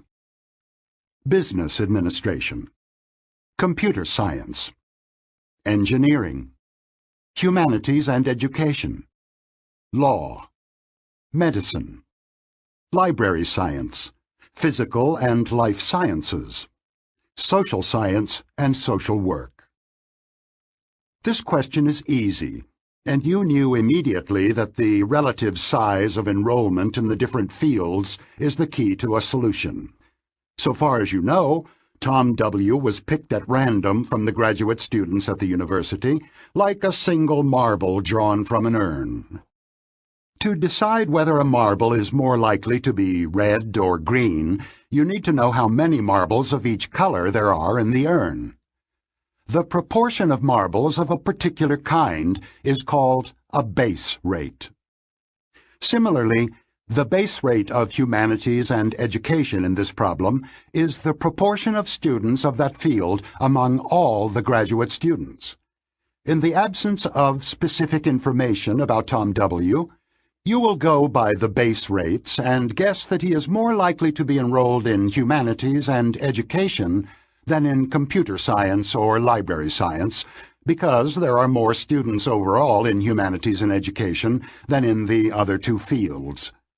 Using base rate information is the obvious move when no other information is provided. Next comes a task that has nothing to do with base rates. The following is a personality sketch of Tom W., written during Tom's senior year in high school by a psychologist on the basis of psychological tests of uncertain validity. Tom W. is of high intelligence, although lacking in true creativity. He has a need for order and clarity and for neat and tidy systems in which every detail finds its appropriate place. His writing is rather dull and mechanical, occasionally enlivened by somewhat corny puns and flashes of imagination of the sci-fi type. He has a strong drive for competence. He seems to have little feel and little sympathy for other people, and does not enjoy interacting with others. Self-centered, he nonetheless has a deep moral sense. Now, please take a sheet of paper and rank the 9 fields of specialization listed by how similar the description of Tom W. is to the typical graduate student in each of the following fields. Use 1 for the most likely and 9 for the least likely. You will get more out of the chapter if you give the task a quick try. Reading the report on Tom W. is necessary to make your judgments about the various graduate specialties. This question, too, is straightforward. It requires you to retrieve, or perhaps to construct, a stereotype of graduate students in the different fields. When the experiment was first conducted in the early 1970s, the average ordering was as follows. Yours is probably not very different. 1. Computer science. 2. Engineering. 3. Business administration. 4. Physical and life sciences. 5. Library science. 6. Law. 7. Medicine. 8. Humanities and education. 9. Social science and social work. You probably ranked computer science among the best fitting because of hints of nerdiness, corny puns. In fact, the description of Tom W. was written to fit that stereotype. Another specialty that most people ranked high is engineering. Neat and tidy systems. You probably thought that Tom W. is not a good fit with your idea of social science and social work. Little feel and little sympathy for other people. Professional stereotypes appear to have changed little in the nearly 40 years since I designed the description of Tom W. The task of ranking the 9 careers is complex and certainly requires the discipline and sequential organization of which only System 2 is capable. However, the hints planted in the description, corny puns and others, were intended to activate an association with a stereotype, an automatic activity of System 1. The instructions for this similarity task required a comparison of the description of Tom W. to the stereotypes of the various fields of specialization. For the purposes of that task, the accuracy of the description, whether or not it is a true portrait of Tom W., is irrelevant. So is your knowledge of the base rates of the various fields. The similarity of an individual to the stereotype of a group is unaffected by the size of the group. Indeed, you could compare the description of Tom to an image of graduate students in library science, even if there is no such department at the university. If you examine Tom W. again, you will see that he is a good fit to stereotypes of some small groups of students, computer scientists, librarians, engineers, and a much poorer fit to the largest groups, humanities and education, social science and social work. Indeed, the participants almost always ranked the 2 largest fields very low. Tom W. was intentionally designed as an anti-base rate character, a good fit to small fields and a poor fit to the most populated specialties. Predicting by representativeness.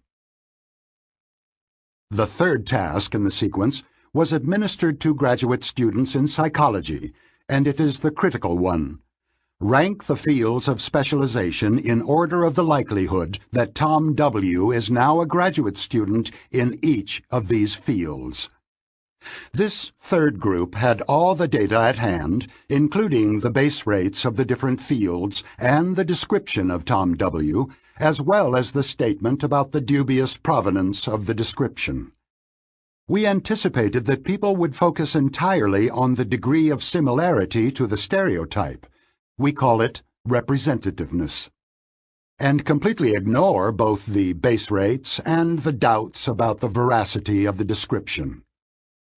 They would then rank the small specialty, computer science, as highly probable, because that outcome gets the highest representativeness score.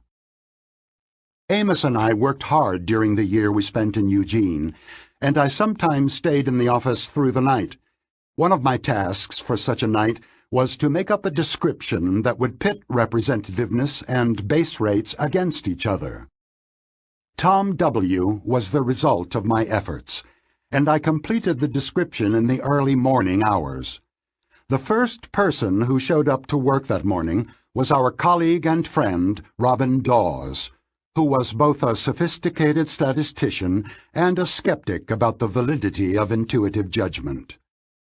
If anyone would see the relevance of the base rate, it would have to be Robin. I called Robin over, gave him the question I had just typed, and asked him to guess Tom W.'s profession. I still remember his sly smile as he said tentatively, "Computer scientist?" That was a happy moment. Even the mighty had fallen. Of course, Robin immediately recognized his mistake as soon as I mentioned base rate, but he had not spontaneously thought of it. Although he knew as much as anyone about the role of base rates in prediction, he neglected them when presented with the description of an individual's personality. As expected, he substituted a judgment of representativeness for the probability he was asked to assess. Amos and I then collected answers to the same question from 114 graduate students in psychology at 3 major universities, all of whom had taken several courses in statistics. They did not disappoint us. Their rankings of the 9 fields by probability did not differ from ratings by similarity to the stereotype. Substitution was perfect in this case. There was no indication that the participants did anything else but judge representativeness. The question about probability, likelihood, was difficult, but the question about similarity was easier, and it was answered instead. This is a serious mistake, because judgments of similarity and probability are not constrained by the same logical rules. It is entirely acceptable for judgments of similarity to be unaffected by base rates, and also by the possibility that the description was inaccurate, but anyone who ignores base rates and the quality of evidence in probability assessments will certainly make mistakes. The concept, the probability that Tom W. studies computer science, is not a simple one. Logicians and statisticians disagree about its meaning, and some would say it has no meaning at all. For many experts, it is a measure of subjective degree of belief. There are some events you are sure of, for example, that the sun rose this morning, and others you consider impossible, such as the Pacific Ocean freezing all at once. Then there are many events, such as your next-door neighbor being a computer scientist, to which you assign an intermediate degree of belief, which is your probability of that event. Logicians and statisticians have developed competing definitions of probability, all very precise. For lay people, however, probability, a synonym of likelihood in everyday language, is a vague notion, related to uncertainty, propensity, plausibility, and surprise. The vagueness is not particular to this concept, nor is it especially disruptive. We know, more or less, what we mean when we use a word such as democracy or beauty, and the people we are talking to understand, more or less, what we intended to say. In all the years I spent asking questions about the probability of events, no one ever raised a hand to ask me, "Sir, what do you mean by probability?" as they would have done if I had asked them to assess a strange concept such as globability. Everyone acted as if they knew how to answer my questions, although we all understood that it would be unfair to ask them for an explanation of what the word means. People who are asked to assess probability are not stumped, because they do not try to judge probability as statisticians and philosophers use the word. A question about probability or likelihood activates a mental shotgun, evoking answers to easier questions. Representativeness is a basic assessment, which is part of the routine operations of understanding language. The false statement that Elvis Presley's parents wanted him to be a dentist is mildly funny because the discrepancy between the images of Presley and a dentist is detected automatically. System 1 generates an impression of similarity without intending to do so. The representativeness heuristic is involved when someone says, "She will win the election. You can see she is a winner." Or, "He won't go far as an academic. Too many tattoos." We rely on representativeness when we judge the potential leadership of a candidate for office by the shape of his chin or the forcefulness of his speeches. Although it is common, prediction by representativeness is not statistically optimal. Michael Lewis's best-selling Moneyball is a story about the inefficiency of this mode of prediction. Professional baseball scouts traditionally forecast the success of possible players in part by their build and look. The hero of Lewis's book is Billy Beane, the manager of the Oakland A's, who made the unpopular decision to overrule his scouts and to select players by the statistics of past performance. The players the A's picked were inexpensive because other teams had rejected them for not looking the part. The team soon achieved excellent results at low cost. The sins of representativeness. Judging probability by representativeness has important virtues. The intuitive impressions that it produces are often, indeed usually, more accurate than chance guesses would be. On most occasions, people who act friendly are, in fact, friendly. A professional athlete who is very tall and thin is much more likely to play basketball than football. People with a PhD are more likely to subscribe to the New York Times than people who ended their education after high school. Young men are more likely than elderly women to drive aggressively. In all these cases, and in many others, there is some truth to the stereotypes that govern judgments of representativeness, and predictions that follow this heuristic may be accurate. In other situations, the stereotypes are false, and the representativeness heuristic will mislead, especially if it causes people to neglect base-rate information that points in another direction. Even when the heuristic has some validity, exclusive reliance on it is associated with grave sins against statistical logic. One sin of representativeness is an excessive willingness to predict the occurrence of unlikely, low base rate events. Here is an example. You see a person reading the New York Times on the New York subway. Which of the following is a better bet about the reading stranger? She has a PhD. She does not have a college degree. Representativeness would tell you to bet on the PhD, but this is not necessarily wise. You should seriously consider the second alternative because many more non-graduates than PhDs ride in New York subways. And if you must guess whether a woman who is described as a shy poetry lover studies Chinese literature or business administration, you should opt for the latter option. Even if every female student of Chinese literature is shy and loves poetry, it is almost certain that there are more bashful poetry lovers in the much larger population of business students. People without training in statistics are quite capable of using base rates in predictions under some conditions. In the first version of the Tom W. problem, which has no information about him, it is obvious to everyone that the probability of Tom W.'s being in a particular field is simply the base rate frequency of enrollment in that field. However, concern for base rates evidently disappears as soon as Tom W.'s personality is described. Amos and I originally believed, on the basis of our early evidence, that base rate information will always be neglected when information about the specific instance is available. But that conclusion was too strong.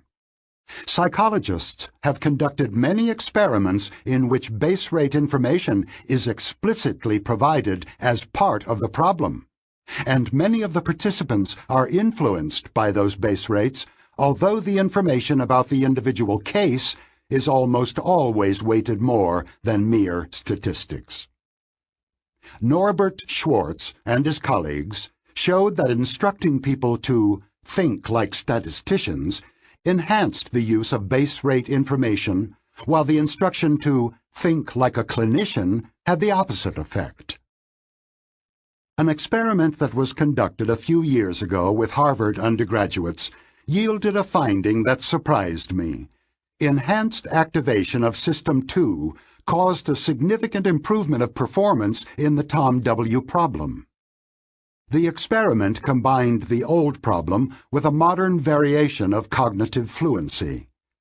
Half the students were told to puff out their cheeks during the task, while the others were told to frown. Frowning, as we have seen, generally increases the vigilance of System 2 and reduces both overconfidence and the reliance on intuition.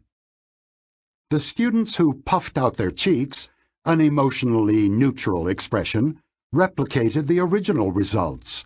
They relied exclusively on representativeness and ignored the base rates. As the authors had predicted, however, the frowners did show some sensitivity to the base rates. This is an instructive finding. When an incorrect intuitive judgment is made, System 1 and System 2 should both be indicted. System 1 suggested the incorrect intuition, and System 2 endorsed it and expressed it in a judgment. However, there are two possible reasons for the failure of System 2: ignorance or laziness. Some people follow their intuition because they do not know that base rate information should be combined with individual information. Others do so because they do not try sufficiently hard. If frowning makes a difference, laziness seems to be the proper explanation of base rate neglect, at least among Harvard undergrads. Their System 2 knows that base rates are relevant, even when they are not explicitly mentioned, but applies that knowledge only when it invests special effort in the task. The second sin of representativeness is insensitivity to the quality of evidence. Recall the rule of System 1. What you see is all there is. In the Tom W. example, what activates your associative machinery is a description of Tom, which may or may not be an accurate portrait. The statement that Tom W. has little feel and little sympathy for people was enough to convince you, and most other readers, that he is very unlikely to be a student of social science or social work. But you were explicitly told that the description should not be trusted. You surely understand in principle that worthless information should not be treated differently from a complete lack of information, but what you see as all there is makes it very difficult to apply that principle. Unless you decide immediately to reject evidence, for example by determining that you received it from a liar, your System 1 will automatically process the information available as if it were true. There is one thing you can do when you have doubts about the quality of the evidence. Let your judgments of probability stay close to the base rate. Don't expect this exercise of discipline to be easy. It requires a significant effort of self-monitoring and self-control. The correct answer to the Tom W. puzzle is that you should stay very close to your prior beliefs, slightly reducing the initially high probabilities of well-populated fields, humanities and education, social science and social work, and slightly raising the low probabilities of rare specialties, library science, computer science. You are not exactly where you would be if you had known nothing at all about Tom W., but the little evidence you have is not trustworthy, so the base rates should dominate your estimates. How to discipline intuition. Your probability that it will rain tomorrow is your subjective degree of belief, but you should not let yourself automatically believe anything you like. To be useful, your beliefs should be constrained by the logic of probability. So if you believe that there is a 40% chance that it will rain sometime tomorrow, you must also believe that there is a 60% chance it will not rain tomorrow, and you must not believe that there is a 50% chance that it will rain tomorrow morning. And if you believe that there is a 30% chance that candidate X will be elected president, and an 80% chance that he will be re-elected if he wins the first time, then you must believe that the chances that he will be elected twice in a row are 24%. The relative rules for cases such as the Tom W. problem are provided by Bayesian statistics. This influential modern approach to statistics is named after an English minister of the 18th century, the Reverend Thomas Bayes, who is credited with the first major contribution to a large problem, the logic of how people should change their mind in the light of evidence. Bayes's rule specifies how prior beliefs, in the examples of this chapter base rates, should be combined with the diagnosticity of the evidence, the degree to which it favors the hypothesis over the alternative. For example, if you believe that 3% of graduate students are enrolled in computer science, the base rate, and you also believe that the description of Tom W. is 4 times more likely for a graduate student in that field than in other fields, then Bayes's rule says you must believe that the probability that Tom W. is a computer scientist is now 11%. If the base rate had been 80%, the new degree of belief would be 94.1%, and so on. The mathematical details are not relevant in this book. There are 2 ideas to keep in mind about Bayesian reasoning and how we tend to mess it up. The first is that base rates matter, even in the presence of evidence about the case at hand. This is often not intuitively obvious. The second is that intuitive impressions of the diagnosticity of evidence are often exaggerated. The combination of what you see is all there is and associative coherence tends to make us believe in the stories we spin for ourselves. The essential keys to disciplined Bayesian reasoning can be simply summarized. Anchor your judgment of the probability of an outcome on a plausible base rate. Question the diagnosticity of your evidence. Both ideas are straightforward. It came as a shock to me when I realized that I was never taught how to implement them, and that even now I find it unnatural to do so. Speaking of representativeness. The lawn is well trimmed, the receptionist looks competent, and the furniture is attractive, but this doesn't mean it is a well-managed company. I hope the board does not go by representativeness. This startup looks as if it could not fail, but the base rate of success in the industry is extremely low. How much solid evidence is there? They keep making the same mistake, predicting rare events from weak evidence.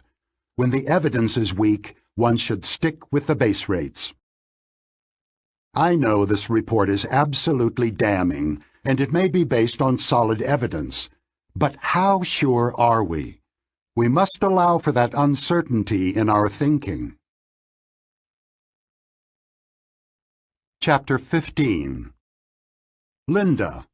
Less is more. The best known and most controversial of our experiments involved a fictitious lady called Linda. Amos and I made up the Linda problem to provide conclusive evidence of the role of heuristics in judgment and of their incompatibility with logic. This is how we described Linda. Linda is 31 years old, single, outspoken, and very bright. She majored in philosophy. As a student, she was deeply concerned with issues of discrimination and social justice, and also participated in anti-nuclear demonstrations. The audiences who heard this description in the 1980s always laughed because they immediately knew that Linda had attended the University of California at Berkeley, which was famous at the time for its radical, politically engaged students. In one of our experiments, we presented participants with a list of 8 possible scenarios for Linda. Some of the students ranked them by representativeness, others by probability. Have a good look. The problem is similar to that of Tom W., but with a twist. Linda is a teacher in elementary school. Linda works in a bookstore and takes yoga classes. Linda is active in the feminist movement. Linda is a psychiatric social worker. Linda is a member of the League of Women Voters. Linda is a bank teller. Linda is an insurance salesperson. Linda is a bank teller and is active in the feminist movement. The problem shows its age in several ways. The League of Women Voters is no longer as prominent as it was, and the idea of a feminist movement sounds quaint, a testimonial to the change in the status of women over the last 30 years. Even in the Facebook era, however, it is still easy to guess the almost perfect consensus of judgments. Linda is a very good fit for an active feminist, a fairly good fit for someone who works in a bookstore and takes yoga classes, and a very poor fit for a bank teller or an insurance salesperson. Now focus on the critical items in the list. Does Linda sound more like a bank teller or more like a bank teller who is active in the feminist movement? Everyone agrees that Linda fits the idea of a feminist bank teller better than she fits the stereotype of bank tellers. The stereotypical bank teller is not a feminist activist, and adding that detail to the description improves the fit to Linda's personality. The twist comes in the judgments of likelihood, because there is a logical relation between the two scenarios. Think in terms of Venn diagrams. The set of feminist bank tellers is wholly included in the set of bank teller, as every feminist bank teller is a bank teller. Therefore, the probability that Linda is a feminist bank teller must be lower than the probability of her being a bank teller. When you specify a possible event in greater detail, you can only lower its probability. The problem therefore sets up a conflict between the intuition of representativeness and the logic of probability. Our initial experiment was between subjects. Each participant saw a set of 7 outcomes that included only one of the critical outcomes, bank teller or feminist bank teller. Some ranked the outcomes by resemblance, others by likelihood. As in the case of Tom W., the average rankings by resemblance and by likelihood were identical. In both judgments, feminist bank teller ranked higher than bank teller. Then we took the experiment further, using a within-subject design. We made up the questionnaire as you saw it, with bank teller in the 6th position in the list, and feminist bank teller as the last item. We were convinced that subjects would notice the relation between the two outcomes and that their rankings would be consistent with logic. Indeed, we were so certain of this that we did not think it worthwhile to conduct a special experiment. My assistant was running another experiment in the lab, and she asked the subjects to complete the new Linda questionnaire while signing out, just before they got paid. About 10 questionnaires had accumulated in a tray on my assistant's desk before I casually glanced at them and found that all the subjects had ranked feminist bank teller as more probable than bank teller. I was so surprised that I still retain a flashbulb memory of the gray color of the metal desk and of where everyone was when I made that discovery. I quickly called Amos in great excitement to tell him what we had found. We had pitted logic against representativeness, and the representativeness had won. In the language of this book, we had observed a failure of System 2. Our participants had a fair opportunity to detect the relevance of the logical rule, since both outcomes were included in the same ranking.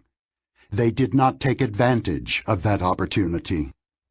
When we extended the experiment, we found that 89% of the undergraduates in our sample produced rankings that violated logic. We were convinced that statistically sophisticated respondents would do better, so we administered the same questionnaire to doctoral students in the Decision Science program of the Stanford Graduate School of Business, all of whom had taken several advanced courses in probability, statistics, and decision theory. We were surprised again. 85% of these respondents also ranked feminist bank teller as more likely than bank teller. In what we later described as increasingly desperate attempts to eliminate the error, we introduced large groups of people to Linda and asked them this simple question: which alternative is more probable? Linda is a bank teller. Linda is a bank teller and is active in the feminist movement. This stark version of the problem made Linda famous in some circles, and it earned us years of controversy. About 85% to 90% of undergraduates at several major universities chose the second option, contrary to logic. Remarkably, the sinners against logic seemed to have no shame. When I asked my large undergraduate class in some indignation, "Do you realize that you have violated an elementary logical rule?" someone in the back row shouted, "So what?" And a graduate student who made the same error explained herself by saying, "I thought you just asked for my opinion." The word fallacy is used, in general, when people fail to apply a logical rule that is obviously relevant. Amos and I introduced the idea of conjunction fallacy, which people commit when they judge a conjunction of two events, here bank teller and feminist, to be more probable than one of the events, bank teller, in a direct comparison. We found only one group that was relatively immune to the fallacy when presented with a short version of the Linda problem: graduate students in the social sciences at Stanford and at Berkeley. Only 36% of them committed the error when the two critical options were compared directly. In the original experiment with 8 outcomes, 85% of graduate students with the same background had made the same mistake. The difference is instructive. In the longer version, the two critical items are separated by an intervening item, insurance salesperson, and the reader is not actually forced to compare the two critical scenarios explicitly. In contrast, the comparison is compulsory when there are only 2 items, and a majority of the sophisticated graduate students answer in a way that conforms to the logic of probability. In hindsight, however, I believe we should have looked more carefully at how a substantial minority, 36%, of this expert group justified to themselves committing the obvious fallacy. They were surely aware of the problem and had an idea about it. As in the Müller-Lyer illusion, the fallacy remains attractive even when you know the truth. The late naturalist, Stephen Jay Gould, described his own struggle with the Linda problem. He knew the correct answer, of course, and yet, he wrote, "A little homunculus in my head continues to jump up and down, shouting at me, 'But she can't just be a bank teller. Read the description.'" The little homunculus is, of course, Gould's System 1 speaking to him in insistent tones. The two-system terminology had not yet been introduced when he wrote. A confusion between probability and plausibility may also be involved. We use the word plausible for a good story that meets the requirements of associative coherence. In that sense, the outcome, Linda is a feminist bank teller, is more plausible than Linda is a bank teller. Because plausible is closely related to probable, it could well be used as a substitute in the judgment, overcoming the rules of logic that people readily apply in other problems. Judge for yourself. How difficult are the following puzzles? Which alternative is more probable? Mark has hair. Mark has blonde hair. And which alternative is more probable? Jane is a teacher. Jane is a teacher and walks to work. Plausibility is not a candidate for substitution in these questions, and the intuition of representativeness does not make things difficult by blurring the meaning of the probability question, as it does in Linda's problem. It is difficult to imagine college undergraduates, let alone Stephen Jay Gould, struggling to find the correct answer to these questions. On the other hand, the confusion between probability and plausibility may play a pernicious role in the frequent use of scenarios as tools of forecasting. Consider these two scenarios, which were presented to different groups with a request to evaluate their probability. A massive flood somewhere in North America next year in which more than 1,000 people drown. An earthquake in California sometime next year, causing a flood in which more than 1,000 people drown. The richer and more detailed scenario is clearly more coherent and plausible than the first, although its probability is certainly smaller. As expected, judgments violated this rule, and the assessments of probability were higher for the more plausible scenario.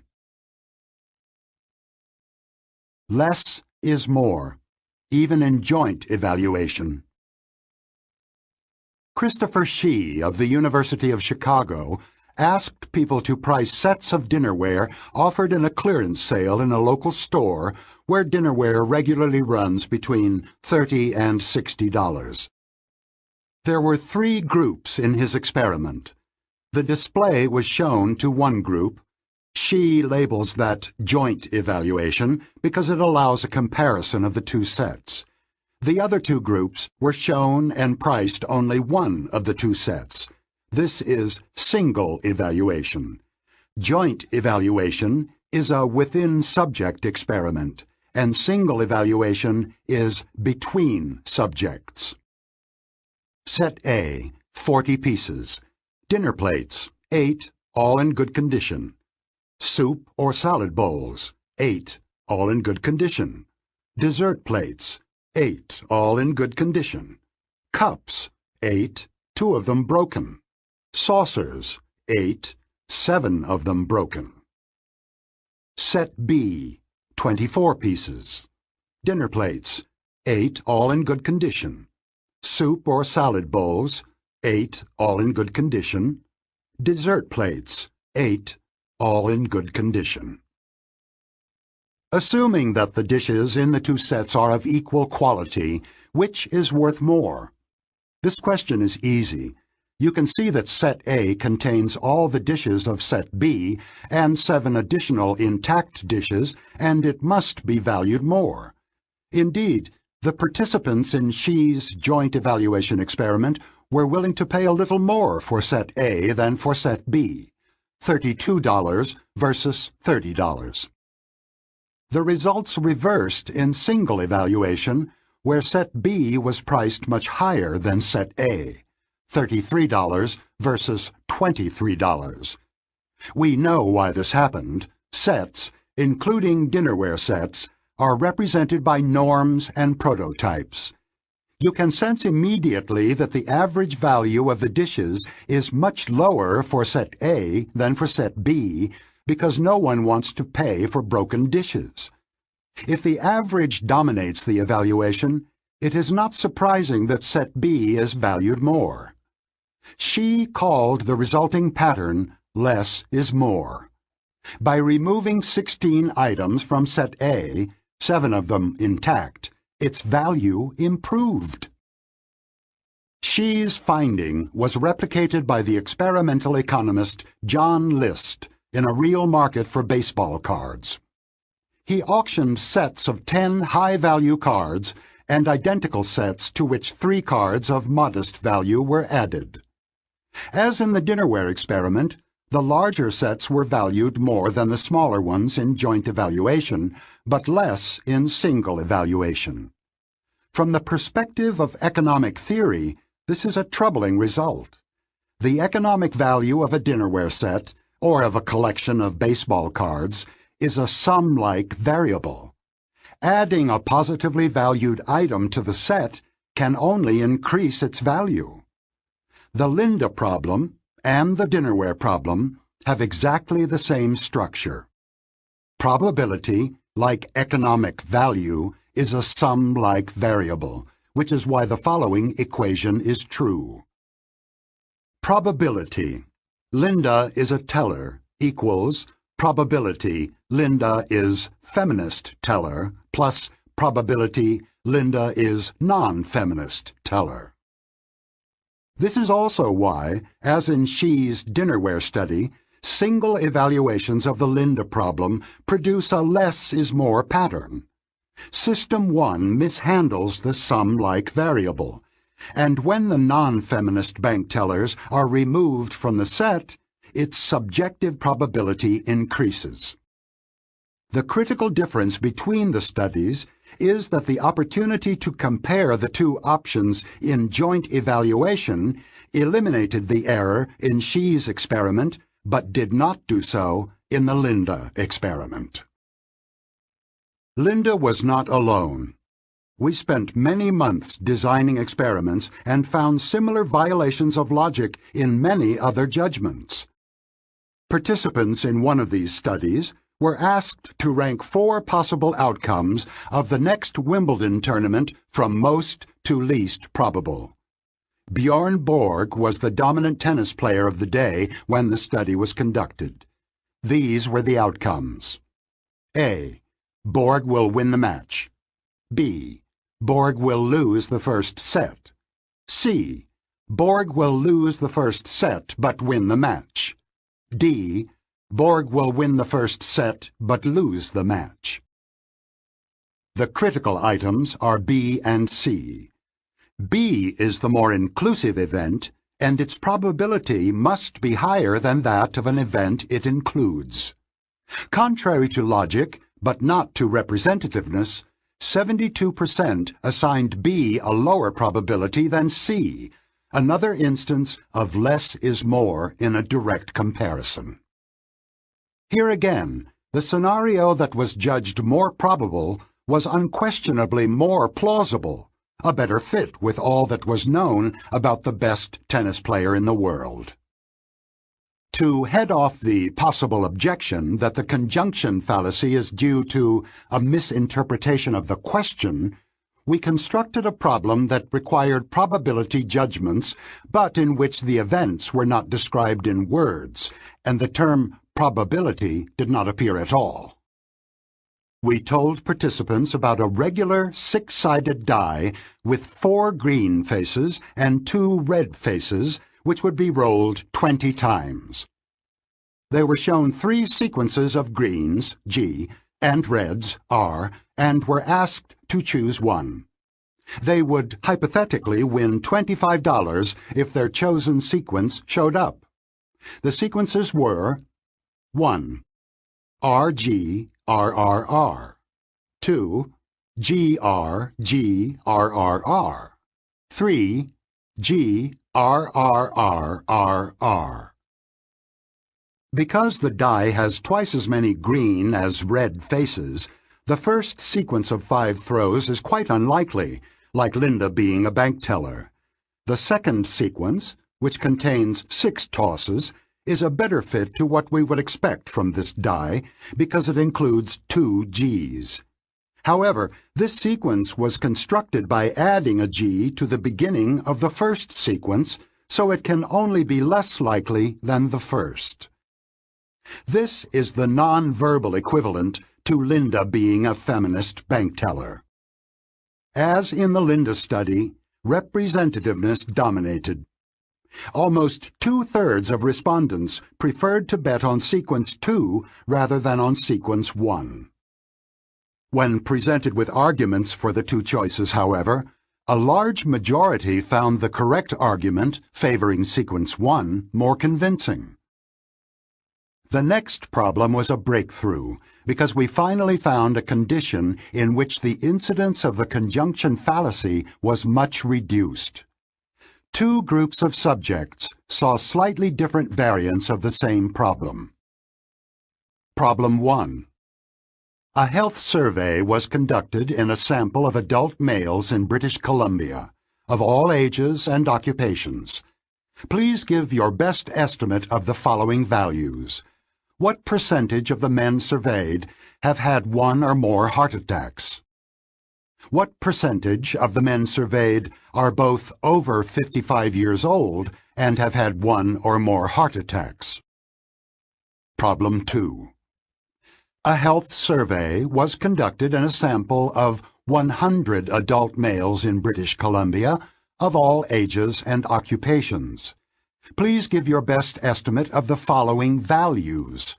How many of the 100 participants have had 1 or more heart attacks?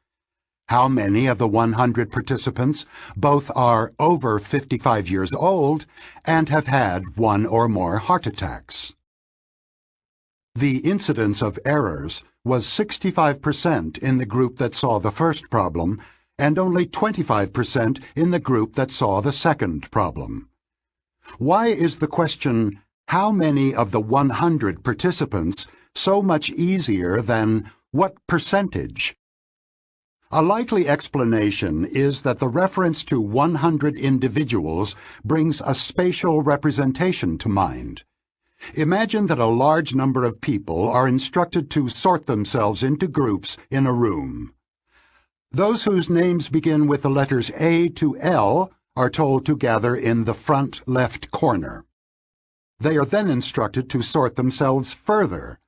The relation of inclusion is now obvious, and you can see that individuals whose names begin with C will be a subset of the crowd in the front left corner. In the medical survey question, heart attack victims end up in a corner of the room, and some of them are less than 55 years old.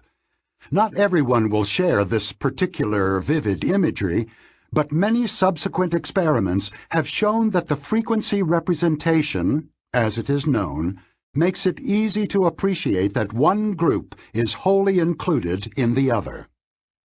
The solution to the puzzle appears to be that a question phrased as, how many, makes you think of individuals, but the same question phrased as, what percentage, does not. What have we learned from these studies about the workings of System 2? One conclusion, which is not new, is that System 2 is not impressively alert. The undergraduates and graduate students who participated in our studies of the conjunction fallacy certainly knew the logic of Venn diagrams, but they did not apply it reliably even when all the relevant information was laid out in front of them. System 2 must detect a clue to the relevance of the logical rule before it can apply it. The absurdity of the less is more pattern was obvious in Xi's dinnerware study and was easily recognized in the how many representation, but it was not apparent to the thousands of people who have committed the conjunction fallacy in the original Linda problem and in others like it. The laziness of System 2 is probably involved. If their next vacation had depended on it, And if they had been given indefinite time and told to follow logic and not to answer until they were sure of their answer, I believe that most of our subjects would have avoided the conjunction fallacy. However, their vacation did not depend on a correct answer.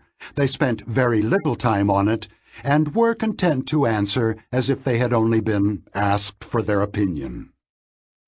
The laziness of System 2 is an important fact of life, and the observation that representativeness can block the application of an obvious logical rule is also of some interest.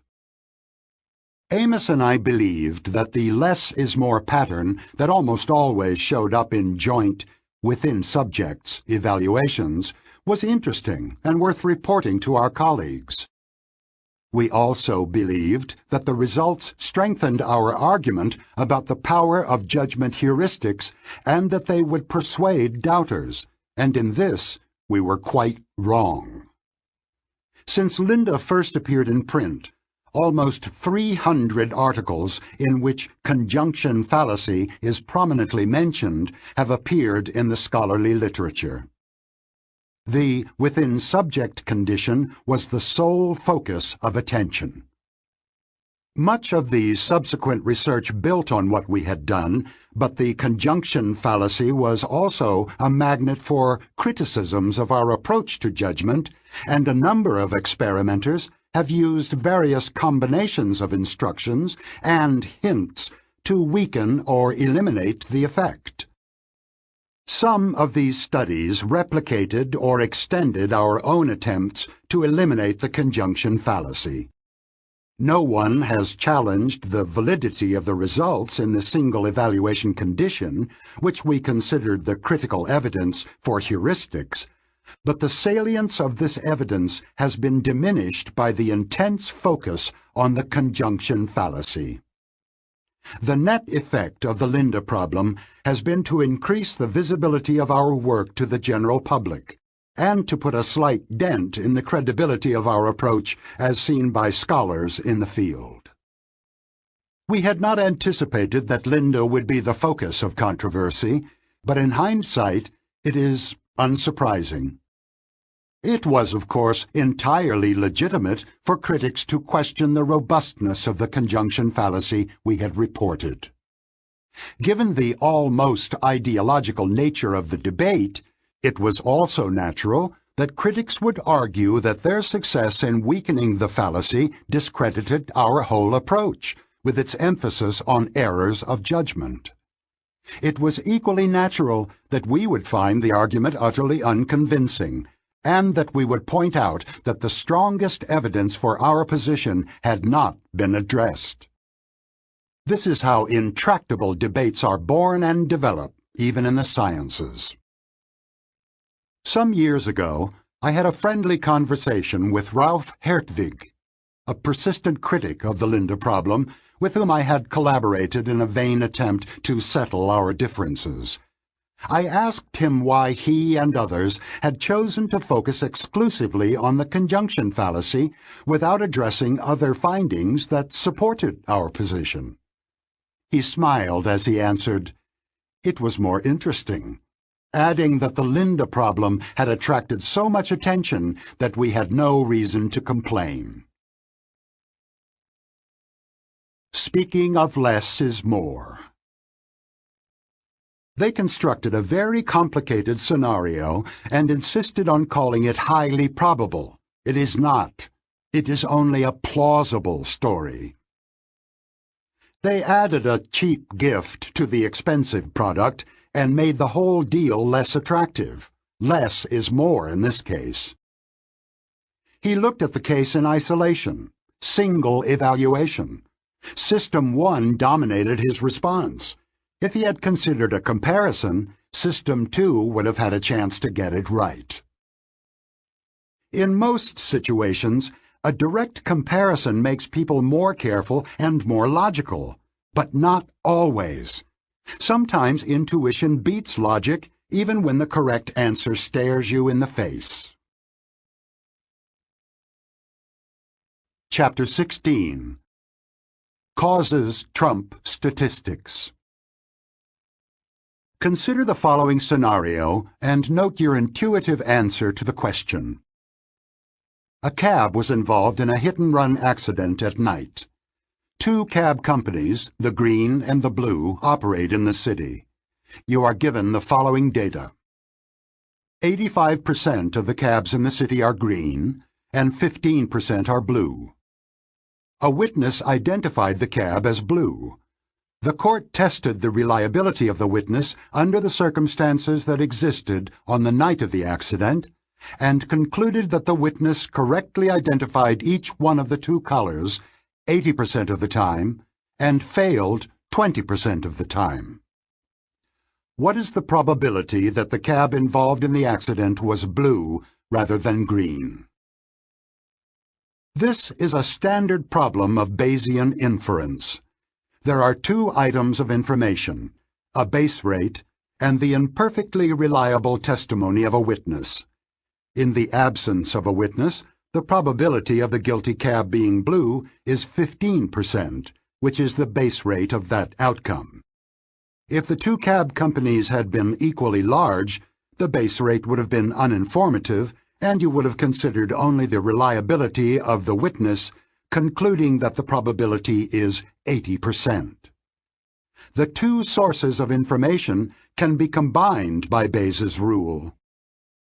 The correct answer is 41%. However, you can probably guess what people do when faced with this problem. They ignore the base rate and go with the witness. The most common answer is 80%. Causal stereotypes. Now consider a variation of the same story, in which only the presentation of the base rate has been altered. You are given the following data. The two companies operate the same number of cabs, but green cabs are involved in 85% of accidents. The information about the witness is as in the previous version. The two versions of the problem are mathematically indistinguishable, but they are psychologically quite different. People who read the first version do not know how to use the base rate and often ignore it. In contrast, people who see the second version give considerable weight to the base rate, and their average judgment is not too far from the Bayesian solution. Why? In the first version, the base rate of blue cabs is a statistical fact about the cabs in the city. A mind that is hungry for causal stories finds nothing to chew on. How does the number of green and blue cabs in the city cause this cab driver to hit and run? In the second version, in contrast, the drivers of green cabs cause more than 5 times as many accidents as the blue cabs do. The conclusion is immediate. The green drivers must be a collection of reckless madmen. You have now formed a stereotype of green recklessness, which you apply to unknown individual drivers in the company. The stereotype is easily fitted into a causal story, because recklessness is a causally relevant fact about individual cab drivers. In this version, there are two causal stories that need to be combined or reconciled. The first is the hit and run, which naturally evokes the idea that a reckless green driver was responsible. The second is the witness's testimony, which strongly suggests the cab was blue. The inferences from the two stories about the color of the car are contradictory and approximately cancel each other. The chances for the two colors are about equal. The Bayesian estimate is 41%, reflecting the fact that the base rate of green cabs is a little more extreme than the reliability of the witness who reported a blue cab. The cab example illustrates two types of base rates. Statistical base rates are facts about a population to which a case belongs, but they are not relevant to the individual case. Causal base rates change your view of how the individual case came to be. The two types of base rate information are treated differently. Statistical base rates are generally underweighted and sometimes neglected altogether when specific information about the case at hand is available. Causal base rates are treated as information about the individual case and are easily combined with other case-specific information. The causal version of the cab problem had the form of a stereotype. Green drivers are dangerous. Stereotypes are statements about the group that are at least tentatively accepted as facts about every member. Here are two examples. Most of the graduates of this inner-city school go to college. Interest in cycling is widespread in France. These statements are readily interpreted as setting up a propensity in individual members of the group, and they fit in a causal story. Many graduates of this particular inner-city school are eager and able to go to college, presumably because of some beneficial features of life in that school. There are forces in French culture and social life that cause many Frenchmen to take an interest in cycling. You will be reminded of these facts when you think about the likelihood that a particular graduate of the school will attend college, or when you wonder whether to bring up the Tour de France in a conversation with a Frenchman you just met. Stereotyping is a bad word in our culture, but in my usage it is neutral. One of the basic characteristics of System 1 is that it represents categories as norms and prototypical exemplars. This is how we think of horses, refrigerators, and New York police officers. We hold in memory a representation of one or more normal members of each of these categories. When the categories are social, these representations are called stereotypes. Some stereotypes are perniciously wrong, and hostile stereotyping can have dreadful consequences, but the psychological facts cannot be avoided. Stereotypes, both correct and false, are how we think of categories. You may note the irony. In the context of the cab problem, the neglect of base rate information is a cognitive flaw, a failure of Bayesian reasoning, and the reliance on causal base rates is desirable. Stereotyping the green drivers improves the accuracy of judgment. In other contexts, however, such as hiring or profiling, there is a strong social norm against stereotyping, which is also embedded in the law. This is as it should be. In sensitive social contexts, we do not want to draw possibly erroneous conclusions about the individual from the statistics of the group. We consider it morally desirable for base rates to be treated as statistical facts about the group rather than as presumptive facts about individuals. In other words, we reject causal base rates. The social norm against stereotyping, including the opposition to profiling, has been highly beneficial in creating a more civilized and more equal society. It is useful to remember, however, that neglecting valid stereotypes inevitably results in suboptimal judgments. Resistance to stereotyping is a laudable moral position, but the simplistic idea that the resistance is costless is wrong. The costs are worth paying to achieve a better society, but denying that the costs exist, while satisfying to the soul and politically correct, is not scientifically defensible. Reliance on the affect heuristic is common in politically charged arguments. The positions we favor have no cost, and those we oppose have no benefits. We should be able to do better. Causal situations. Amos and I constructed the variants of the cab problem, but we did not invent the powerful notion of causal base rates. We borrowed it from the psychologist Ishak Ashin. In his experiment, Ashin showed his participants brief vignettes describing some students who had taken an exam at Yale and asked the participants to judge the probability that each student had passed the test. The manipulation of causal base rates was straightforward. Ashen told one group that the students they saw had been drawn from a class in which 75% passed the exam, and told another group that the same students had been in a class in which only 25% passed. This is a powerful manipulation, because the base rate of passing suggests the immediate inference that the test that only 25% passed must have been brutally difficult. The difficulty of a test, of course, is one of the causal factors that determine every student's outcome. As expected, Ashen's students were highly sensitive to the causal base rates, and every student was judged more likely to pass in the high success condition than in the high failure rate. Ashen used an ingenious method to suggest a non-causal base rate.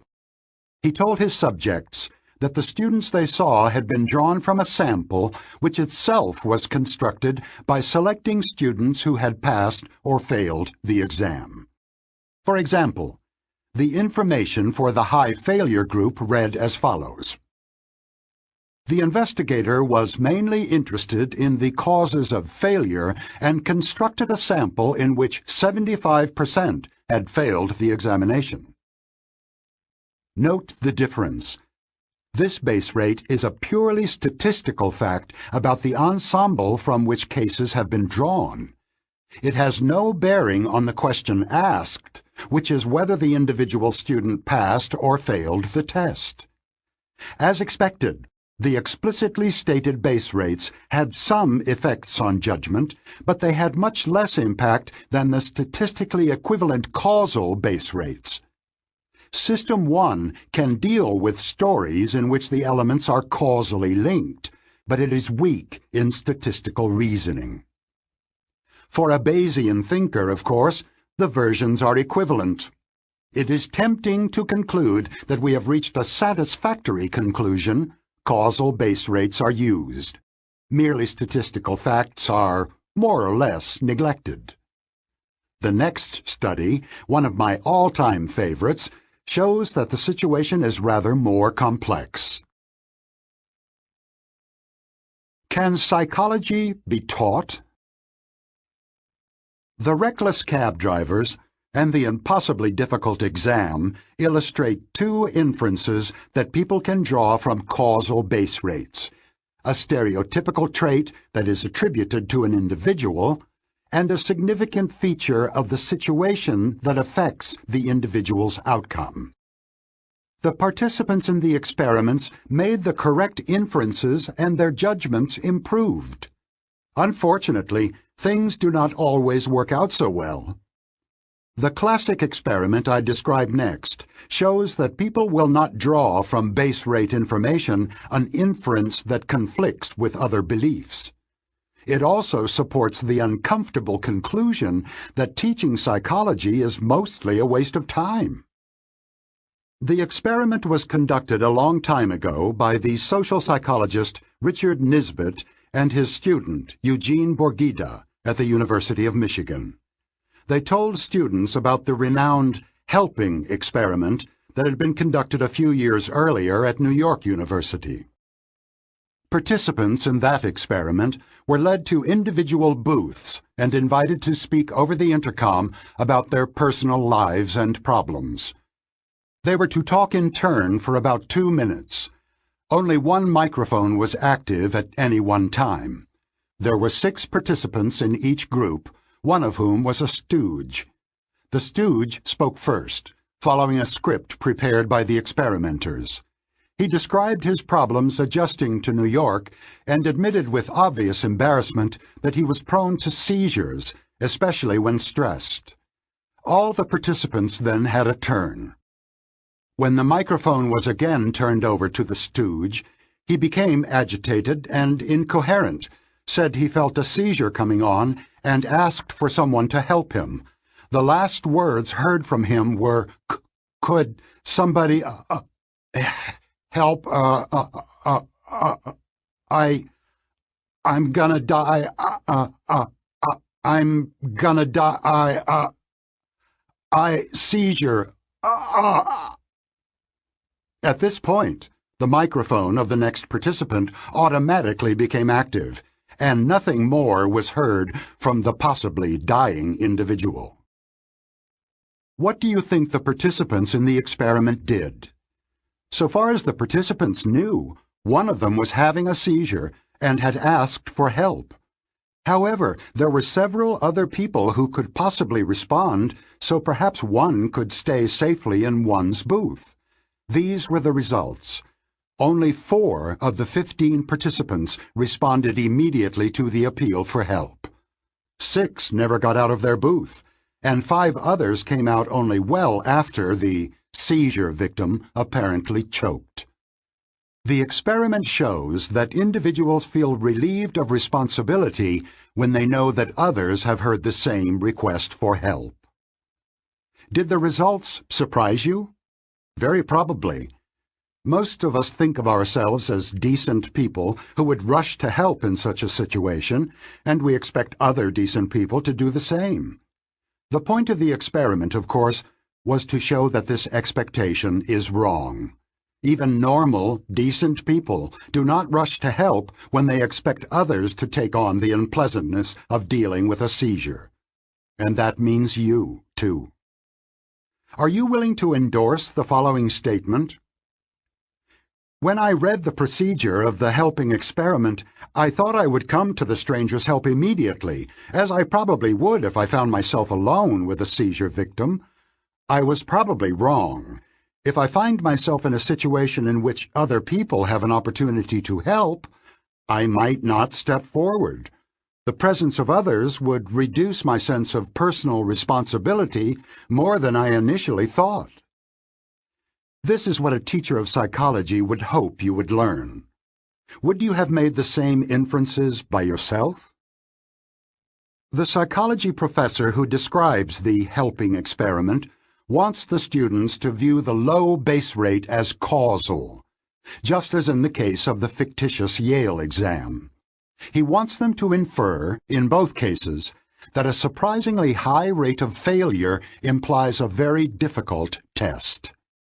The lesson students are meant to take away is that some potent feature of the situation, such as the diffusion of responsibility, induces normal and decent people, such as them, to behave in a surprisingly unhelpful way. Changing one's mind about human nature is hard work, and changing one's mind for the worse about oneself is even harder. Nisbet and Borgida suspected that students would resist the work and the unpleasantness. Of course, the students would be able and willing to recite the details of the helping experiment on a test, and would even repeat the official interpretation in terms of diffusion of responsibility. But did their beliefs about human nature really change?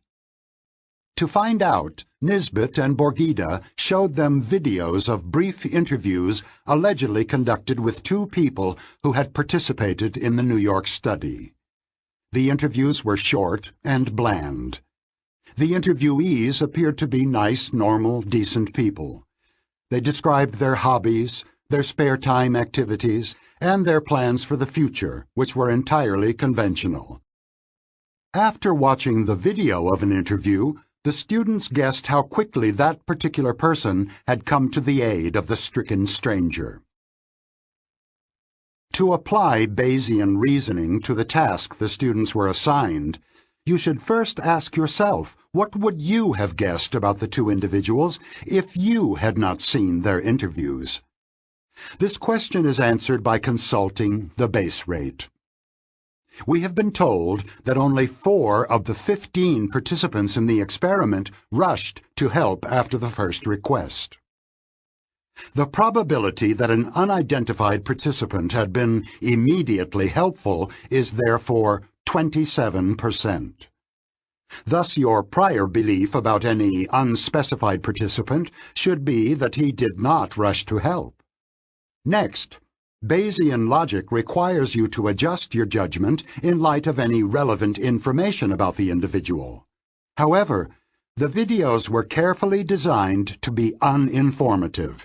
They provided no reason to suspect that the individuals would be either more or less helpful than a randomly chosen student.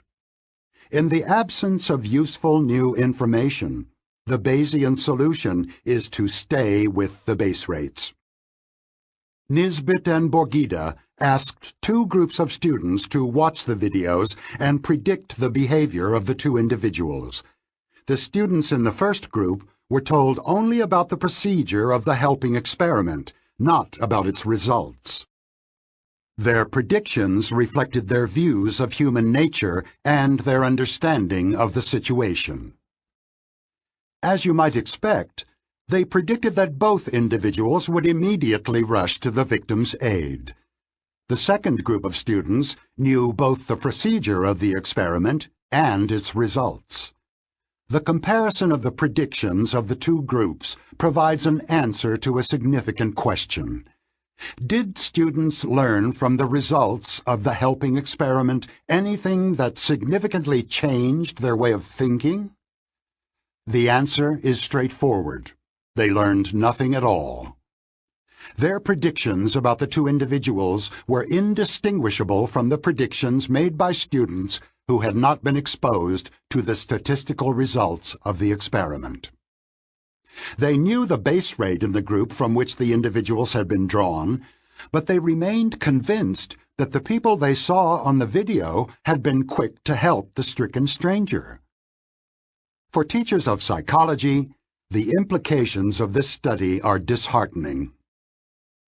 When we teach our students about the behavior of people in the helping experiment, we expect them to learn something they had not known before.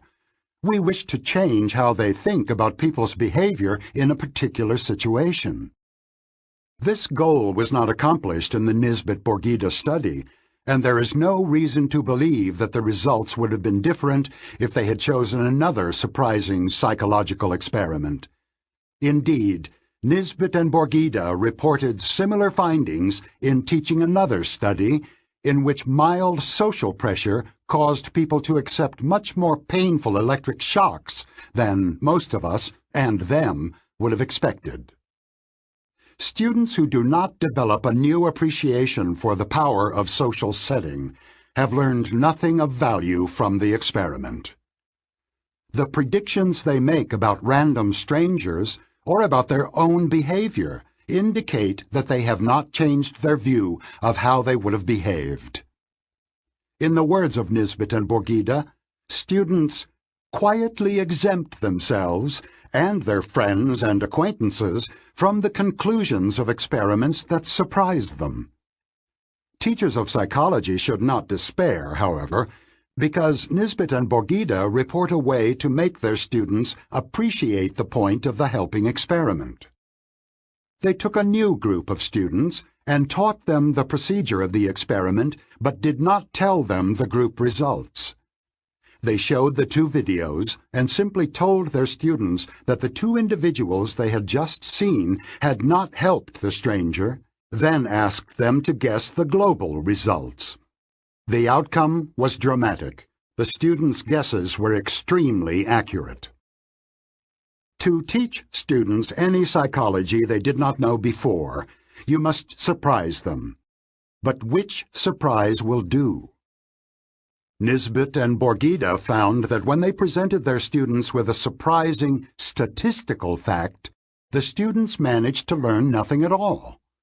But when the students were surprised by individual cases, two nice people who had not helped, they immediately made the generalization and inferred that helping is more difficult than they had thought.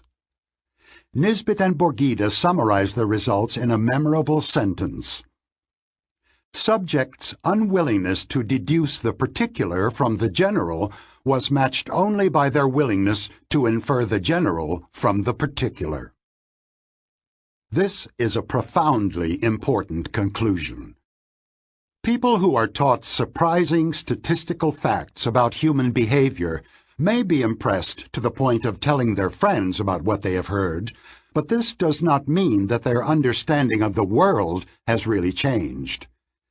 The test of learning psychology is whether your understanding of situations you encounter has changed, not whether you have learned a new fact. There is a deep gap between our thinking about statistics and our thinking about individual cases.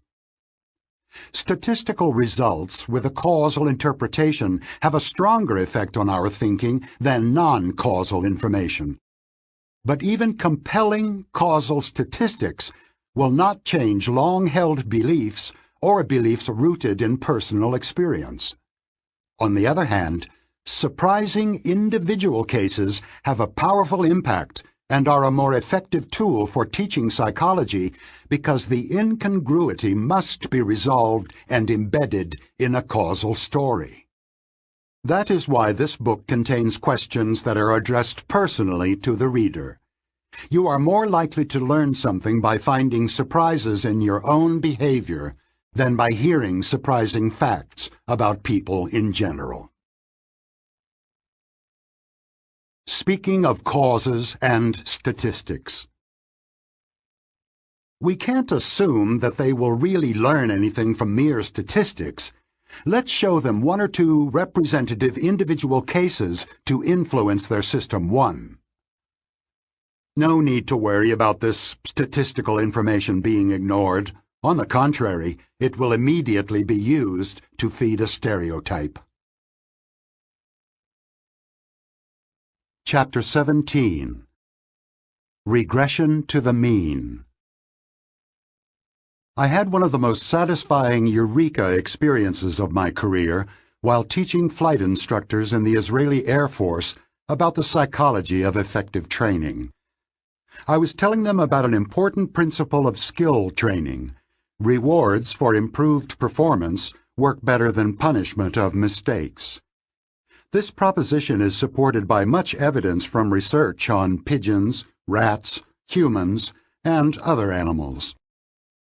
When I finished my enthusiastic speech, one of the most seasoned instructors in the group raised his hand and made a short speech of his own. He began by conceding that rewarding improved performance might be good for the birds, but he denied that it was optimal for flight cadets. This is what he said.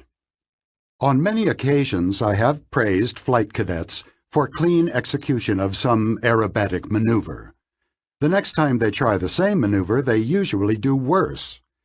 On the other hand, I have often screamed into a cadet's earphone for bad execution, and in general he does better on his next try.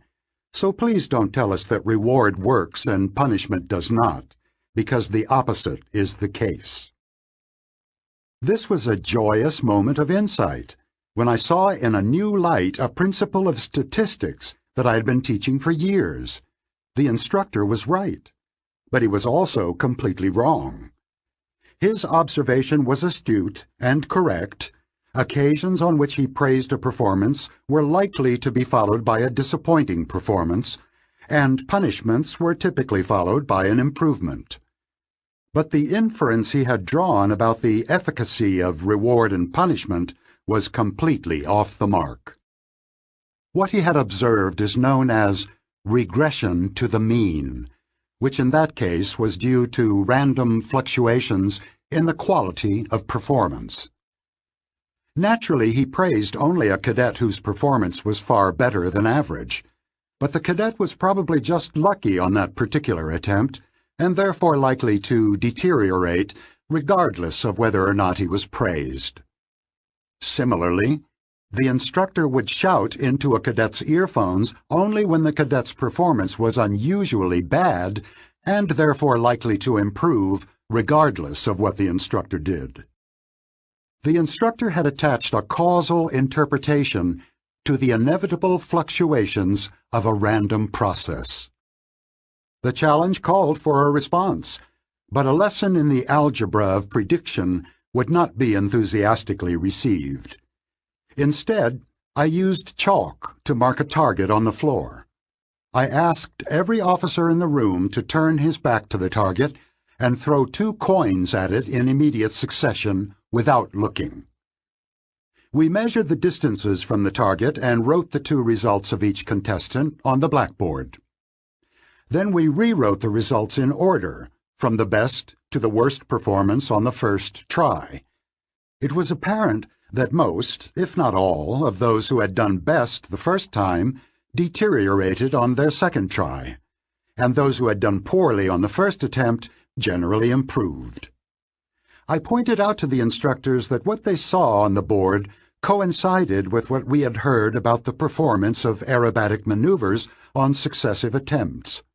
Poor performance was typically followed by improvement, and good performance by deterioration, without any help from either praise or punishment. The discovery I made on that day was that the flight instructors were trapped in an unfortunate contingency. Because they punished cadets when performance was poor, they were mostly rewarded by a subsequent improvement, even if punishment was actually ineffective. Furthermore, the instructors were not alone in that predicament. I had stumbled onto a significant fact of the human condition. The feedback to which life exposes us is perverse. Because we tend to be nice to other people when they please us, and nasty when they do not, we are statistically punished for being nice and rewarded for being nasty. Talent and luck. A few years ago, John Brockman, who edits the online magazine Edge, asked a number of scientists to report their favorite equation. These were my offerings. Success equals talent plus luck. Great success equals a little more talent and a lot of luck. The unsurprising idea that luck often contributes to success has surprising consequences when we apply it to the first 2 days of a high-level golf tournament. To keep things simple, assume that on both days the average score of the competitors was at par 72. We focus on a player who did very well on the first day, closing with a score of 66. What can we learn from that excellent score? An immediate inference is that the golfer is more talented than the average participant in the tournament. The formula for success suggests that another inference is equally justified. The golfer who did so well on day 1 probably enjoyed better than average luck on that day. If you accept that talent and luck both contribute to success, the conclusion that the successful golfer was lucky is as warranted as the conclusion that he is talented. By the same token, if you focus on a player who scored 5 over par on that day, you have reason to infer both that he is rather weak and had a bad day. Of course, you know that neither of these inferences is certain. It is entirely possible that the player who scored 77 is actually very talented, but had an exceptionally dreadful day. Uncertain though they are, the following inferences from the score on day 1 are plausible and will be correct more often than they are wrong. Above average score on day 1 equals above average talent plus lucky on day 1. And below average score on day 1 equals below average talent plus unlucky on day 1. Now suppose you know a golfer's score on day 1 and are asked to predict his score on day 2. You expect the golfer to retain the same level of talent on the second day, so your best guesses will be above average for the first player and below average for the second player. Luck, of course, is a different matter. Since you have no way of predicting the golfer's luck on the second or any day, your best guess must be that it will be average, neither good nor bad. This means that in the absence of any other information, your best guess about the player's score on day 2 should not be a repeat of their performance on day 1. This is the most you can say. The golfer who did well on day 1 is likely to be successful on day 2 as well, but less than on the first, because the unusual luck he probably enjoyed on day one is unlikely to hold. The golfer who did poorly on day one will probably be below average on day two, but will improve, because his probable streak of bad luck is not likely to continue. We also expect the difference between the two golfers to shrink on the second day, although our best guess is that the first player will still do better than the second. My students were always surprised to hear that the best predicted performance on day two is more moderate, closer to the average than the evidence on which it is based, the score on day one. This is why the pattern is called regression to the mean. The more extreme the original score, the more regression we expect, because an extremely good score suggests a very lucky day. The regressive prediction is reasonable, but its accuracy is not guaranteed. A few of the golfers who scored 66 on day one will do even better on the second day, if their luck improves.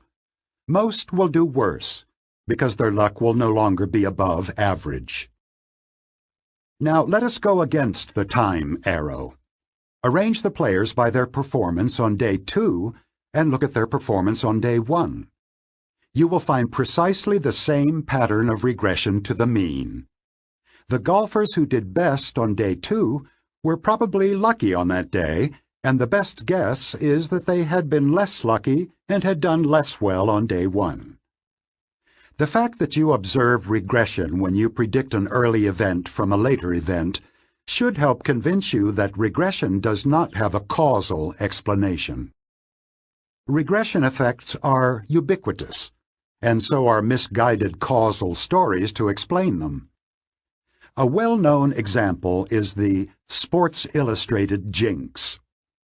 The claim that an athlete whose picture appears on the cover of the magazine is doomed to perform poorly the following season. Overconfidence and the pressure of meeting high expectations are often offered as explanations. But there is a simpler account of the jinx. An athlete who gets to be on the cover of Sports Illustrated must have performed exceptionally well in the preceding season, probably with the assistance of a nudge from luck. And luck is fickle. I happened to watch the men's ski jump event in the Winter Olympics while Amos and I were working on an article about intuitive prediction. Each athlete has 2 jumps in the event, and the results are combined for the final score. I was startled to hear the sportscaster's comments while athletes were preparing for their second jump. Norway had a great first jump. He will be tense, hoping to protect his lead, and will probably do worse. Or, Sweden had a bad first jump, and now he knows he has nothing to lose and will be relaxed, which should help him do better. The commentator had obviously detected regression to the mean and had invented a causal story for which there was no evidence. The story itself could even be true. Perhaps if we measured the athlete's pulse before each jump, we might find that they are indeed more relaxed after a bad first jump, and perhaps not. The point to remember is that the change from the first to the second jump does not need a causal explanation. It is a mathematically inevitable consequence of the fact that luck played a role in the outcome of the first jump. Not a very satisfactory story. We would all prefer a causal account, but that is all there is. Understanding regression. Whether undetected or wrongly explained, the phenomenon of regression is strange to the human mind. So strange, indeed, that it was first identified and understood 200 years after the theory of gravitation and differential calculus. Furthermore, it took one of the best minds of 19th century Britain to make sense of it, and that with great difficulty. Regression to the mean was discovered and named late in the 19th century by Sir Francis Galton, a half-cousin of Charles Darwin and a renowned polymath. You can sense the thrill of discovery in an article he published in 1886 under the title, Regression Towards Mediocrity in Hereditary Stature, which reports measurements of size in successive generations of seeds and in comparisons of the height of children to the height of their parents. He writes about his studies of seeds. They yielded results that seemed very noteworthy, and I used them as the basis of a lecture before the Royal Institution on February 9, 1877. It appeared from these experiments that the offspring did not tend to resemble their parent seeds in size, but to be always more mediocre than they, to be smaller than the parents if the parents were large, to be larger than the parents if the parents were very small. The experiments showed further that the mean filial regression towards mediocrity was directly proportional to the parental deviation from it. Galton obviously expected his learned audience at the Royal Institution, the oldest independent research society in the world, to be as surprised by his noteworthy observation as he had been. What is truly noteworthy is that he was surprised by a statistical regularity that is as common as the air we breathe. Regression effects can be found wherever we look, but we do not recognize them for what they are. They hide in plain sight. It took Galton several years to work his way from his discovery of filial regression in size to the broader notion that regression inevitably occurs when the correlation between two measures is less than perfect, and he needed the help of the most brilliant statisticians of his time to reach that conclusion. One of the hurdles Galton had to overcome was the problem of measuring regression between variables that are measured on different scales, such as weight and piano playing. This is done by using the population as a standard of reference. Imagine that weight and piano playing have been measured for 100 children in all grades of an elementary school, and that they have been ranked from high to low on each measure. If Jane ranks 3rd in piano playing and 27th in weight, it is appropriate to say that she is a better pianist than she is tall. Let us make some assumptions that will simplify things.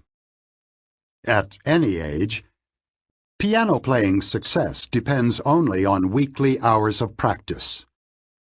Weight depends only on consumption of ice cream. Ice cream consumption and weekly hours of practice are unrelated. Now, using ranks, or the standard scores that statisticians prefer, we can write some equations. Weight equals age plus ice cream consumption. Piano playing equals age plus weekly hours of practice. You can see that there will be regression to the mean when we predict piano playing from weight, or vice versa. If all you know about Tom is that he ranks 12th in weight, well above average, you can infer statistically that he is probably older than average and also that he probably consumes more ice cream than other children. If all you know about Barbara is that she is 85th in piano, far below the average of the group, you can infer that she is likely to be young and that she is likely to practice less than most other children.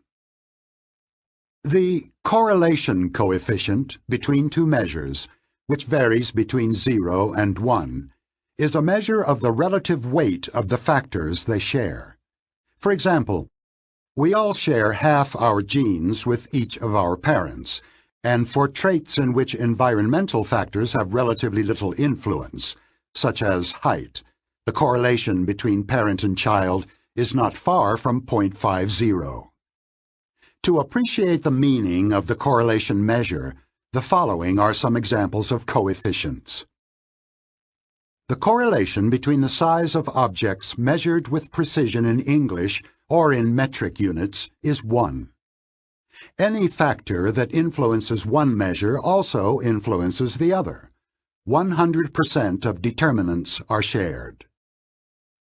The correlation between self-reported height and weight among adult American males is 0.41.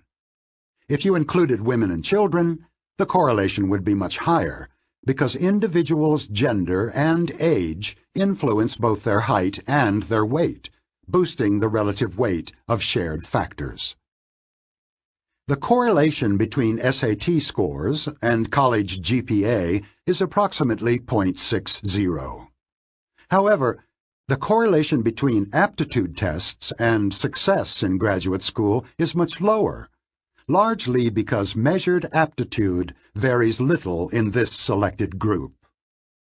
If everyone has similar aptitude, differences in this measure are unlikely to play a large role in measures of success. The correlation between income and education level in the United States is approximately 0.40. The correlation between family income and the last 4 digits of their phone number is 0. It took Francis Galton several years to figure out that correlation and regression are not two concepts. They are different perspectives on the same concept. The general rule is straightforward but has surprising consequences. Whenever the correlation between two scores is imperfect, there will be a regression to the mean. To illustrate Galton's insight, take a proposition that most people find quite interesting. Highly intelligent women tend to marry men who are less intelligent than they are. You can get a good conversation started at a party by asking for an explanation, and your friends will readily oblige. Even people who have had some exposure to statistics will spontaneously interpret the statement in causal terms. Some may think of highly intelligent women wanting to avoid the competition of equally intelligent men, or being forced to compromise in their choice of spouse because intelligent men do not want to compete with intelligent women. More far-fetched explanations will come up at a good party. Now consider this statement. The correlation between the intelligence scores of spouses is less than perfect. This statement is obviously true and not interesting at all. Who would expect the correlation to be perfect? There is nothing to explain. But the statement you found interesting and the statement you found trivial are algebraically equivalent. If the correlation between the intelligence of spouses is less than perfect, and if men and women on average do not differ in intelligence, then it is a mathematical inevitability that highly intelligent women will be married to husbands who are, on average, less intelligent than they are, and vice versa, of course. The observed regression to the mean cannot be more interesting or more explainable than the imperfect correlation. You probably sympathize with Galton's struggle with the concept of regression. Indeed, the statistician David Freeman used to say that if the topic of regression comes up in a criminal or civil trial, the side that must explain regression to the jury will lose the case. Why is it so hard? The main reason for the difficulty is a recurrent theme of this book. Our mind is strongly biased toward causal explanations and does not deal well with mere statistics. When our attention is called to an event, associative memory will look for its cause. More precisely, activation will automatically spread to any cause that is already stored in memory. Causal explanations will be evoked when regression is detected, but they will be wrong, because the truth is that regression to the mean has an explanation but does not have a cause. The event that attracts our attention in the golfing tournament is the frequent deterioration of the performance of the golfers who were successful on day one. The best explanation of it is that those golfers were unusually lucky that day, but this explanation lacks the causal force that our minds prefer.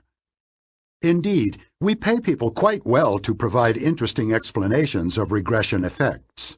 A business commentator who correctly announces that the business did better this year because it had done poorly last year, is likely to have a short tenure on the air.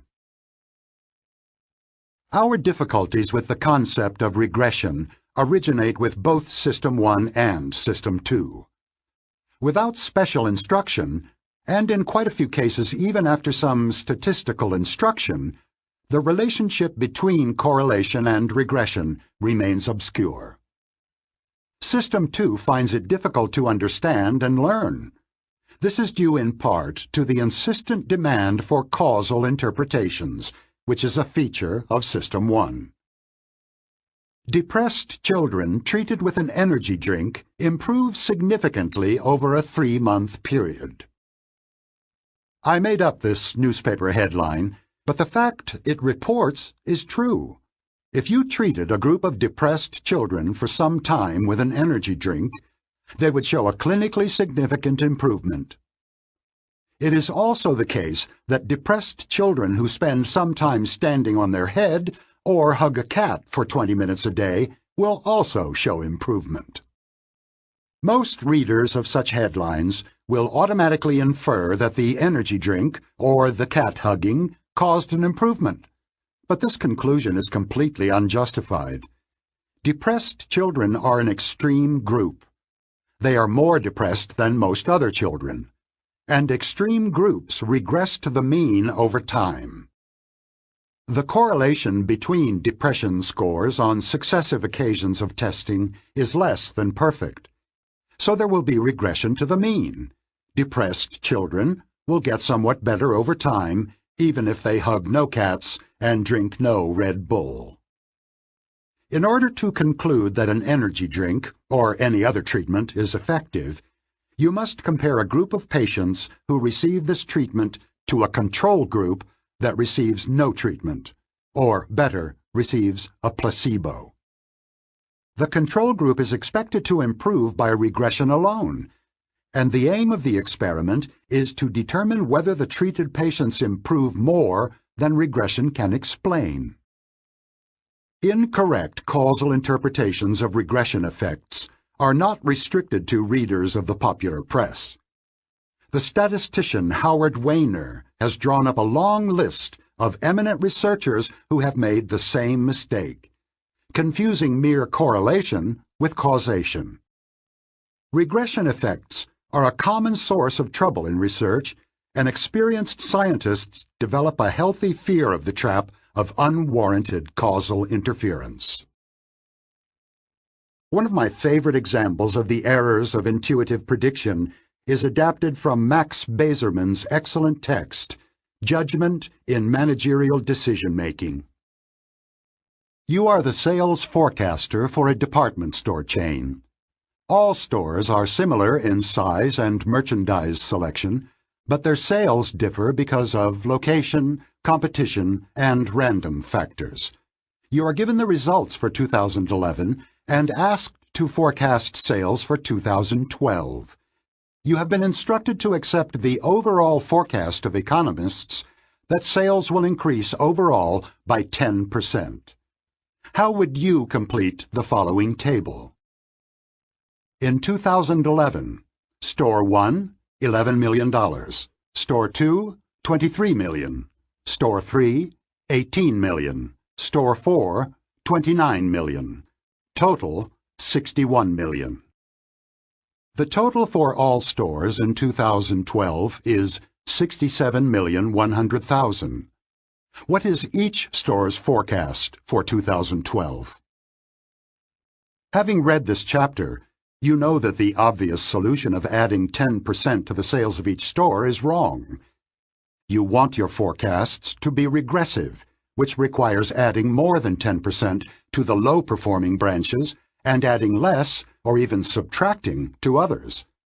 But if you ask other people, you are likely to encounter puzzlement. Why do you bother them with an obvious question? As Galton painfully discovered, the concept of regression is far from obvious. Speaking of regression to mediocrity. She says experience has taught her that criticism is more effective than praise. What she doesn't understand is that it's all due to regression to the mean. Perhaps his second interview was less impressive than the first because he was afraid of disappointing us, but more likely it was his first that was unusually good. Our screening procedure is good, but not perfect, so we should anticipate regression. We shouldn't be surprised that the very best candidates often fail to meet our expectations. Chapter 18. Taming Intuitive Predictions. Life presents us with many occasions to forecast. Economists forecast inflation and unemployment. Financial analysts forecast earnings. Military experts predict casualties. Venture capitalists assess profitability. Publishers and producers predict audiences. Contractors estimate the time required to complete projects. Chefs anticipate the demand for the dishes on their menu. Engineers estimate the amount of concrete needed for a building. Fireground commanders assess the number of trucks that will be needed to put out a fire. In our private lives, we forecast our spouse's reaction to a proposed move or our own future adjustment to a new job. Some predictive judgments, such as those made by engineers, rely largely on lookup tables, precise calculations, and explicit analyses of outcomes observed on similar occasions. Others involve intuition and System 1 in two main varieties. Some intuitions draw rapidly on skill and expertise acquired by repeated experience. The rapid and automatic judgments and choices of chess masters, fireground commanders, and physicians that Gary Klein has described in Sources of Power and elsewhere illustrate these skilled intuitions in which a solution to the current problem comes to mind quickly because familiar cues are recognized. Other intuitions, which are sometimes subjectively indistinguishable from the first, arise from the operation of heuristics that often substitute an easy question for the harder one that was asked. Intuitive judgments can be made with high confidence even when they are based on non-regressive assessments of weak evidence. Of course, many judgments, especially in the professional domain, are influenced by a combination of analysis and intuition. Non-regressive intuitions. Let us return to a person we have already met. Julie is currently a senior in a state university. She read fluently when she was 4 years old. What is her grade point average, GPA? People who are familiar with the American educational scene quickly come up with a number, which is often in the vicinity of 3.7 or 3.8. How does this occur? Several operations of System 1 are involved. A causal link between the evidence, Julie's reading, and the target of the prediction, her GPA, is sought. The link can be indirect. In this instance, early reading and a high GDP are both indications of academic talent. Some connection is necessary. Your System 2, would probably reject as irrelevant a report of Julie winning a fly fishing competition or excelling at weightlifting in high school. The process is effectively dichotomous. We are capable of rejecting information as irrelevant or false, but adjusting for smaller weaknesses in the evidence is not something that System 1 can do. As a result, intuitive predictions are almost completely insensitive to the actual predictive quality of the evidence. When a link is found, as in the case of Julie's early reading, what you see is all there is applies. Your associative memory quickly and automatically constructs the best possible story from the information available. Next, the evidence is evaluated in relation to a relevant norm. How precocious is a child who reads fluently at age 4? What relative rank or percentile score corresponds to this achievement? The group to which the child is compared, we call it a reference group, is not fully specified, but this is also the rule in normal speech. If someone graduating from college is described as quite clever, you rarely need to ask, when you say quite clever, which reference group do you have in mind? The next step involves substitution and intensity matching. The evaluation of the flimsy evidence of cognitive ability in childhood is substituted as an answer to the question about her college GPA. Julie will be assigned the same percentile score for her GPA and for her achievements as an early reader. The question specified that the answer must be on the GPA scale, which requires another intensity matching operation from a general impression of Julie's academic achievements to the GPA that matches the evidence for her talent. The final step is a translation from an impression of Julie's relative academic standing to the GPA that corresponds to it. Intensity matching yields predictions that are as extreme as the evidence on which they are based, leading people to give the same answer to two quite different questions. What is Julie's percentile score on reading precocity? What is Julie's percentile score on GPA? By now, you should easily recognize that all these operations are features of System 1. I listed them here as an orderly sequence of steps, but of course, the spread of activation in associative memory does not work this way.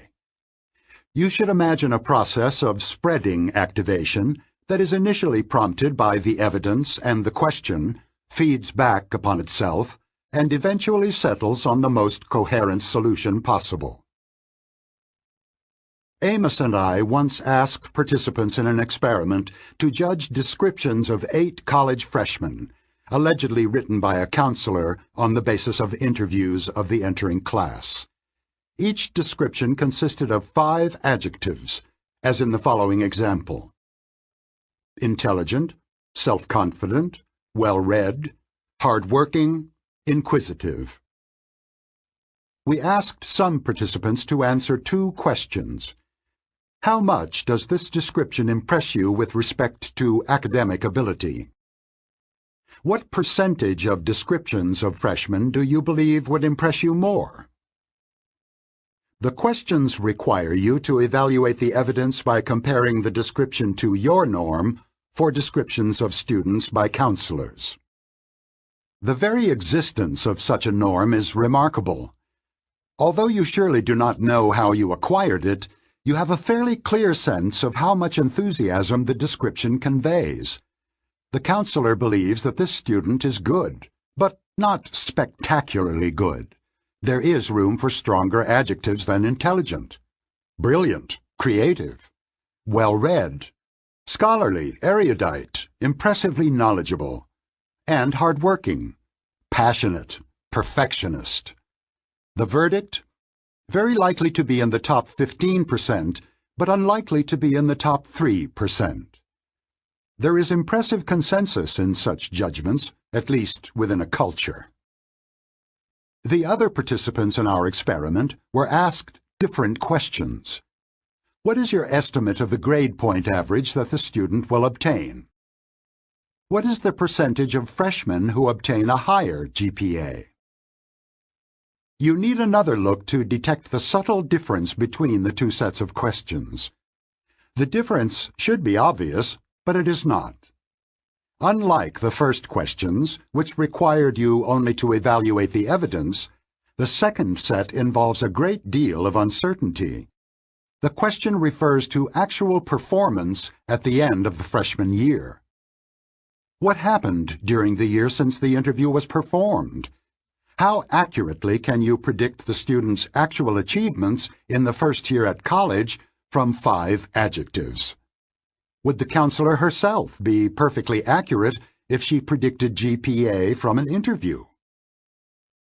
The objective of this study was to compare the percentile judgments that the participants made when evaluating the evidence in one case and when predicting the ultimate outcome in another. The results are easy to summarize. The judgments were identical. Although the two sets of questions differ, one is about the description, the other about the student's future academic performance, the participants treated them as if they were the same. As was the case with Julie, the prediction of the future is not distinguished from an evaluation of current evidence. Prediction matches evaluation. This is perhaps the best evidence we have for the role of substitution.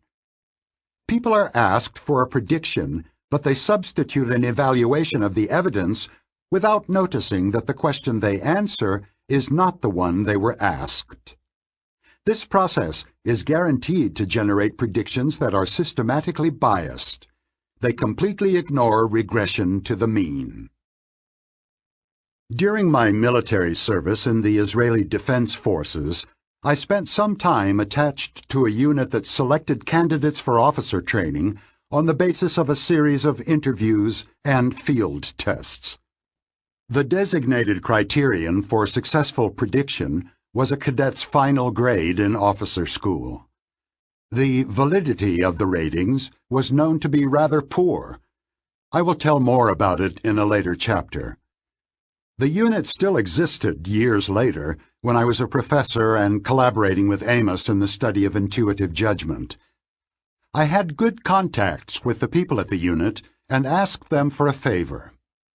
In addition to the usual grading system they used to evaluate the candidates, I asked for their best guess of the grade that each of the future cadets would obtain in officer school.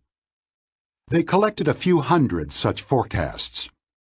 The officers who had produced the predictions were all familiar with the letter grading system that the school applied to its cadets and the approximate proportions of A's, B's, etc. among them. The results were striking. The relative frequency of A's and B's in the predictions was almost identical to the frequencies in the final grades of the school. These findings provide a compelling example of both substitution and intensity matching. The officers who provided the predictions completely failed to discriminate between two tasks. Their usual mission, which was to evaluate the performance of candidates during their stay at the unit, the task I had asked them to perform, which was an actual prediction of a future grade. They had simply translated their own grades onto the scale used in officer school, applying intensity matching. Once again, the failure to address the considerable uncertainty of their predictions had led them to predictions that were completely non-regressive. A correction for intuitive predictions. Back to Julie, our precocious reader. The correct way to predict her GPA was introduced in the preceding chapter. As I did there for golf on successive days and for weight and piano playing, I write a schematic formula for the factors that determine reading age and college grades. Reading age equals shared factors plus factors specific to reading age equals 100%. GPA equals shared factors plus factors specific to GPA equals 100%. The shared factors involve genetically determined aptitude, the degree to which the family supports academic interests, and anything else that would cause the same people to be precocious readers as children and academically successful as young adults. Of course, there are many factors that would affect one of these outcomes and not the other. Julie could have been pushed to read early by overly ambitious parents. She may have had an unhappy love affair that depressed her college grades. She could have had a skiing accident during adolescence that left her slightly impaired, and so on. Recall that the correlation between two measures, in the present case, reading age and GPA, is equal to the proportion of shared factors among their determinants. What is your best guess about that proportion? My most optimistic guess is about 30%. Assuming this estimate, we have all we need to produce an unbiased prediction. Here are the directions for how to get there in 4 simple steps. 1. Start with an estimate of average GPA. 2. Determine the GPA that matches your impression of the evidence. 3. Estimate the correlation between your evidence and GPA. 4. If the correlation is 0.30, move 30% of the distance from the average to the matching GPA. Step 1 gets you to the baseline, the GPA you would have predicted if you were told nothing about Julie beyond the fact that she is a graduating senior. In the absence of information, you would have predicted the average. This is similar to assigning the base rate probability of business administration graduates when you are told nothing about Tom W. Step 2 is your intuitive prediction, which matches your evaluation of the evidence. Step 3 moves you from the baseline toward your intuition, but the distance you are allowed to move depends on your estimate of the correlation. You end up, at Step 4, with a prediction that is influenced by your intuition, but is far more moderate. This approach to prediction is general. You can apply it whenever you need to predict a quantitative variable, such as GPA, profit from an investment, or the growth of a company. The approach builds on your intuition, but it moderates it, regresses it toward the mean. When you have good reasons to trust the accuracy of your intuitive prediction, a strong correlation between the evidence and the prediction, the adjustment will be small. Intuitive predictions need to be corrected because they are not regressive and therefore are biased. Suppose that I predict for each golfer in a tournament that his score on day 2 will be the same as his score on day 1. This prediction does not allow for regression to the mean. The golfers who fared well on day 1 will, on average, do less well on day 2, and those who did poorly will mostly improve. When they are eventually compared to actual outcomes, non-regressive predictions will be found to be biased.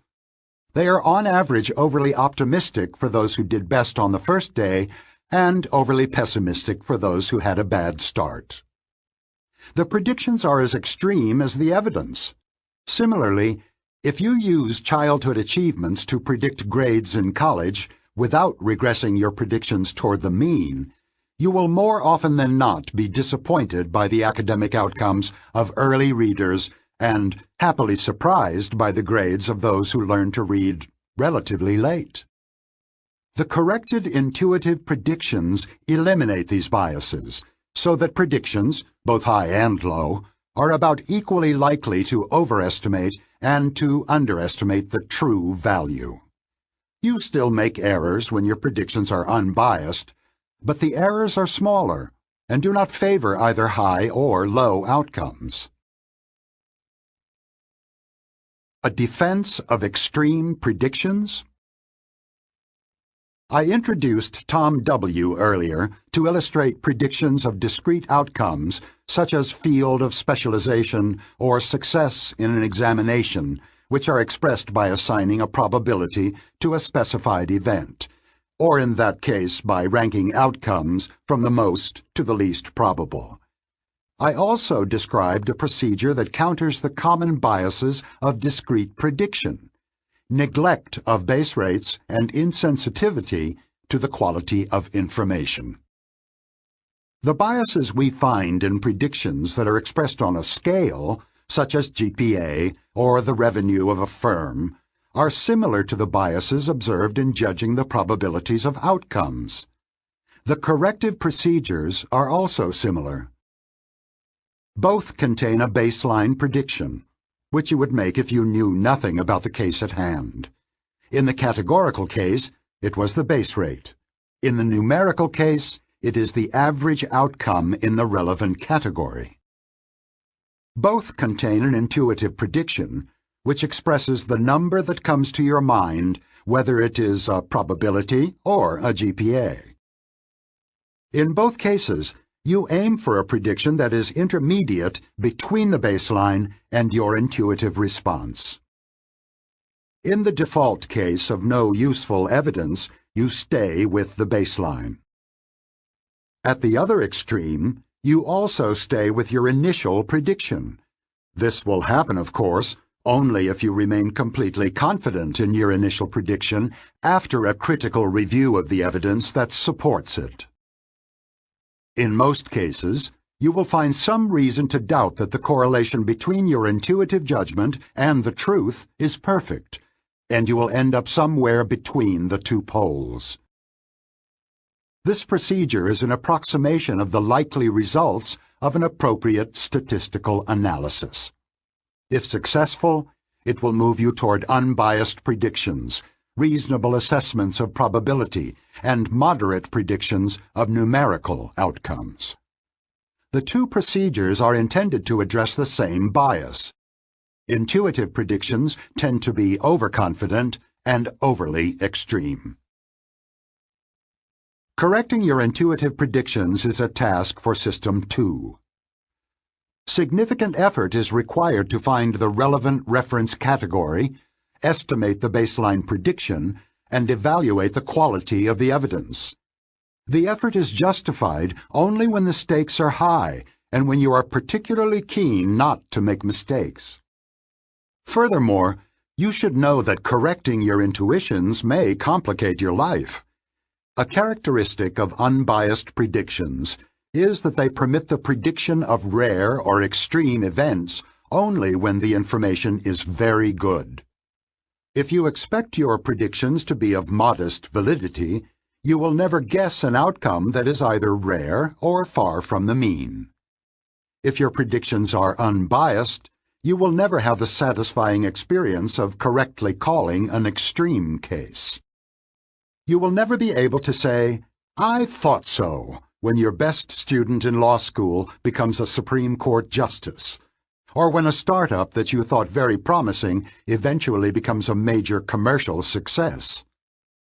Given the limitations of the evidence, you will never predict that an outstanding high school student will be a straight-A student at Princeton. For the same reason, a venture capitalist will never be told that the probability of success for a startup in its early stages is very high. The objections to the principle of moderating intuitive predictions must be taken seriously, because absence of bias is not always what matters most. A preference for unbiased predictions is justified if all errors of prediction are treated alike, regardless of their direction.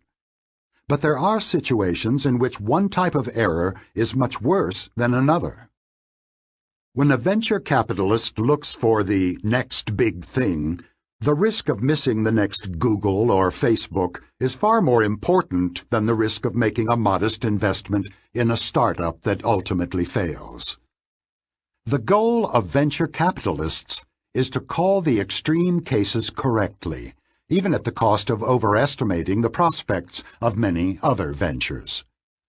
For a conservative banker making large loans, the risk of a single borrower going bankrupt may outweigh the risk of turning down several would-be clients who would fulfill their obligations. In such cases, the use of extreme language, very good prospect, serious risk of default, may have some justification for the comfort it provides, even if the information on which these judgments are based is only of modest validity. For a rational person, predictions that are unbiased and moderate should not present a problem. After all, the rational venture capitalist knows that even the most promising startups have only a moderate chance of success. She views her job as picking the most promising bets from the bets that are available and does not feel the need to delude herself about the prospects of a startup in which she plans to invest. Similarly, rational individuals predicting the revenue of a firm will not be bound to a single number. They should consider the range of uncertainty around the most likely outcome.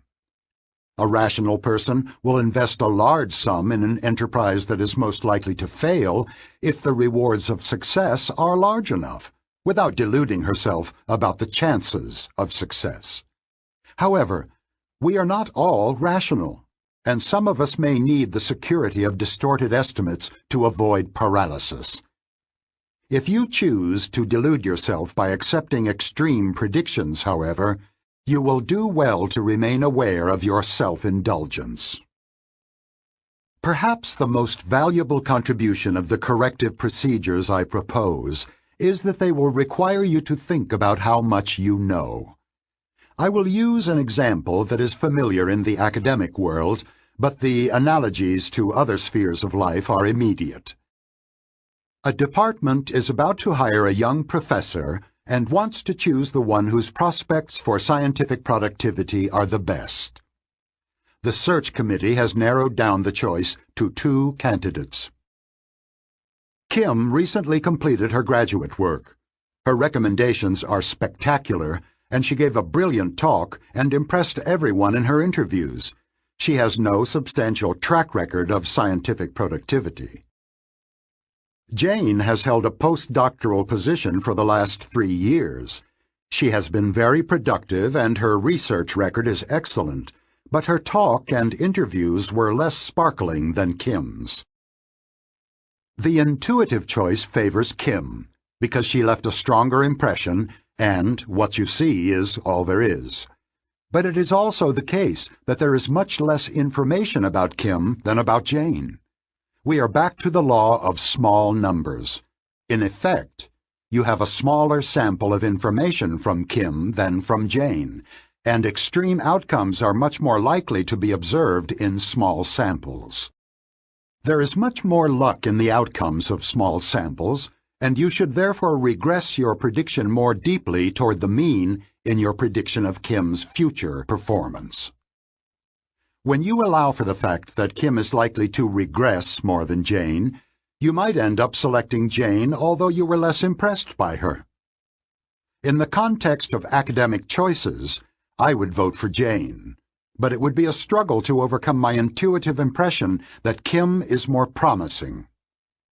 Following our intuitions is more natural, and somehow more pleasant than acting against them. You can readily imagine similar problems in different contexts, such as a venture capitalist choosing between investments in 2 startups that operate in different markets. One startup has a product for which demand can be estimated with fair precision. The other candidate is more exciting and intuitively promising, but its prospects are less certain. Whether the best guess about the prospects of the second startup is still superior when the uncertainty is factored in is a question that deserves careful consideration. A 2-systems view of regression. Extreme predictions and a willingness to predict rare events from weak evidence are both manifestations of System 1. It is natural for the associative machinery to match the extremeness of predictions to the perceived extremeness of evidence on which it is based. This is how substitution works. And it is natural for System 1 to generate overconfident judgments, because confidence, as we have seen, is determined by the coherence of the best story you can tell from the evidence at hand. Be warned. Your intuitions will deliver predictions that are too extreme, and you will be inclined to put far too much faith in them. Regression is also a problem for System 2. The very idea of regression to the mean is alien and difficult to communicate and comprehend. Galton had a hard time before he understood it. Many statistics teachers dread the class in which the topic comes up, and their students often end up with only a vague understanding of this crucial concept. This is a case where System 2 requires special training. Matching predictions to the evidence is not only something we do intuitively, it also seems a reasonable thing to do. We will not learn to understand regression from experience. Even when a regression is identified, As we saw in the story of the flight instructors, it will be given a causal interpretation that is almost always wrong. Speaking of intuitive predictions. That startup achieved an outstanding proof of concept, but we shouldn't expect them to do as well in the future. They are still a long way from the market, and there is a lot of room for regression. Our intuitive prediction is very favorable, but it is probably too high. Let's take into account the strength of our evidence and regress the prediction toward the mean. The investment may be a good idea, even if the best guess is that it will fail. Let's not say we really believe it is the next Google. I read one review of that brand and it was excellent. Still, that could have been a fluke. Let's consider only the brands that have a large number of reviews and pick the one that looks best. Part 3. Overconfidence. Chapter 19. The Illusion of Understanding. The trader, philosopher, statistician Nassim Taleb could also be considered a psychologist. In The Black Swan, Taleb introduced the notion of a narrative fallacy to describe how flawed stories of the past shape our views of the world and our expectations for the future. Narrative fallacies arise inevitably from our continuous attempt to make sense of the world. The explanatory stories that people find compelling are simple, are concrete rather than abstract, assign a larger role to talent, stupidity, and intentions than to luck, and focus on a few striking events that happened rather than on the countless events that failed to happen. Any recent salient event is a candidate to become the kernel of a causal narrative. Taleb suggests that we humans constantly fool ourselves by constructing flimsy accounts of the past and believing they are true. Good stories provide a simple and coherent account of people's actions and intentions. You are always ready to interpret behavior as a manifestation of general propensities and personality traits, causes that you can readily match to effects. The halo effect discussed earlier contributes to coherence because it inclines us to match our view of all the qualities of a person to our judgment of one attribute that is particularly significant. If we think a baseball pitcher is handsome and athletic, for example, we're likely to rate him better at throwing the ball, too. Halos can also be negative. If we think a player is ugly, we will probably underrate his athletic ability. The halo effect helps keep explanatory narratives simple and coherent by exaggerating the consistency of evaluations. Good people do only good things, and bad people are all bad. The statement, "Hitler loved dogs and little children," is shocking no matter how many times you hear it, because any trace of kindness in someone so evil violates the expectations set up by the halo effect. Inconsistencies reduce the ease of our thoughts and the clarity of our feelings. A compelling narrative fosters an illusion of inevitability. Consider the story of how Google turned into a giant of the technology industry. Two creative graduate students in the computer science department at Stanford University come up with a superior way of searching information on the Internet.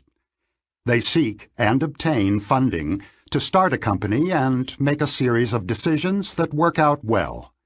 Within a few years, the company they started is one of the most valuable stocks in America, and the two former graduate students are among the richest people on the planet. On one memorable occasion, they were lucky, which makes the story even more compelling. A year after founding Google, they were willing to sell their company for less than $1 million, but the buyer said the price was too high.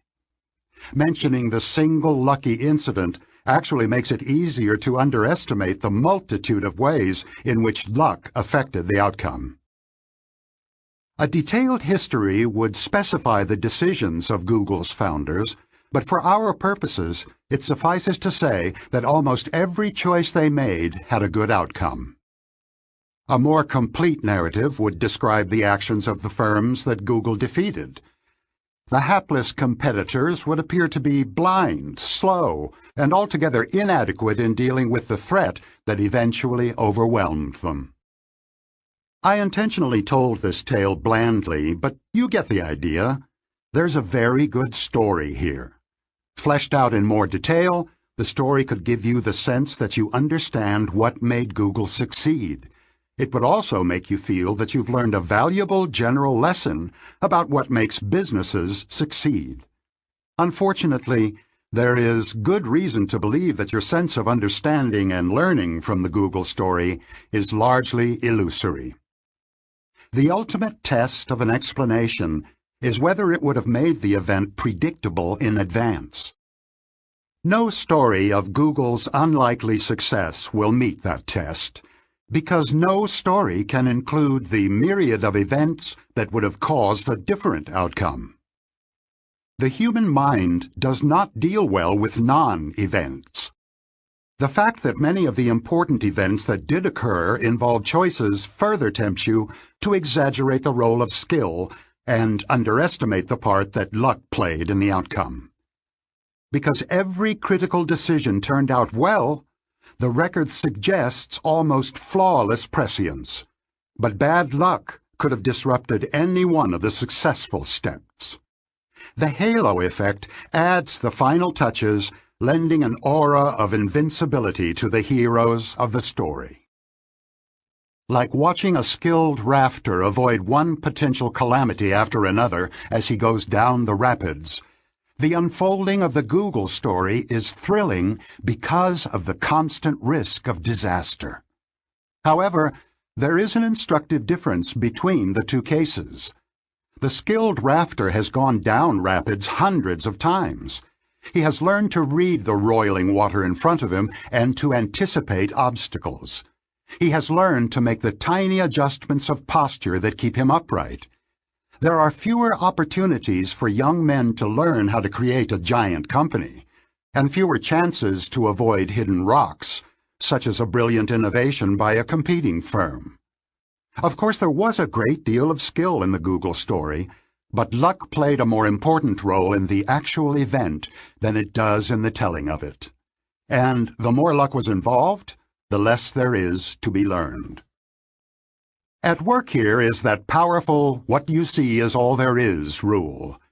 You cannot help dealing with the limited information you have as if it were all there is to know. You build the best possible story from the information available to you, and if it is a good story, you believe it. Paradoxically, it is easier to construct a coherent story when you know little, when there are fewer pieces to fit into the puzzle. Our comforting conviction that the world makes sense rests on a secure foundation, our almost unlimited ability to ignore our ignorance. I have heard of too many people who knew well before it happened that the 2008 financial crisis was inevitable. This sentence contains a highly objectionable word, which should be removed from our vocabulary in discussions of major events. The word is, of course, knew. Some people thought well in advance that there would be a crisis, but they did not know it. They now say they knew it because the crisis did in fact happen. This is a misuse of an important concept. In everyday language, we apply the word know only when what was known is true and can be shown to be true. We can know something only if it is both true and knowable. But the people who thought there would be a crisis, and there are fewer of them than now remember thinking it, could not conclusively show it at the time.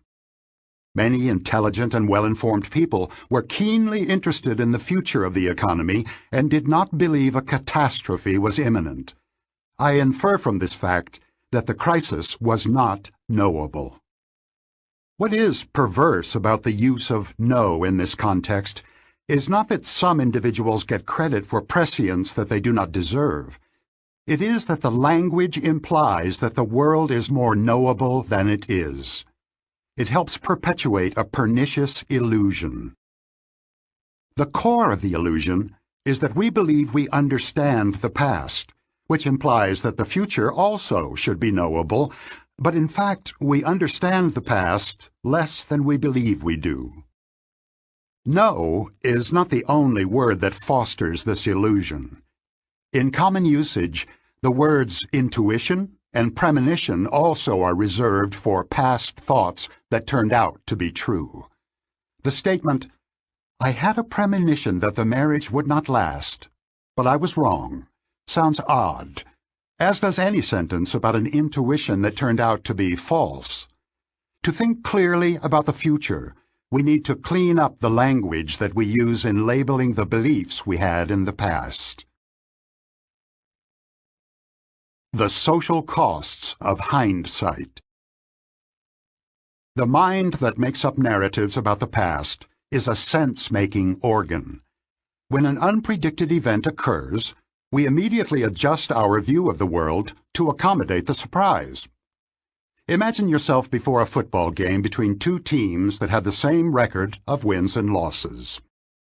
Now the game is over and one team trashed the other.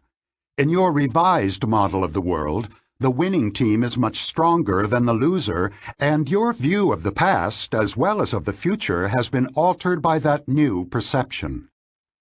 Learning from surprises is a reasonable thing to do, but it can have some dangerous consequences. A general limitation of the human mind is its imperfect ability to reconstruct past states of knowledge or beliefs that have changed. Once you adopt a new view of the world, or of any part of it, you immediately lose much of your ability to recall what you used to believe before your mind changed. Many psychologists have studied what happens when people change their minds.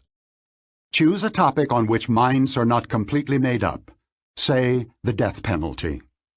The experimenter carefully measures people's attitudes.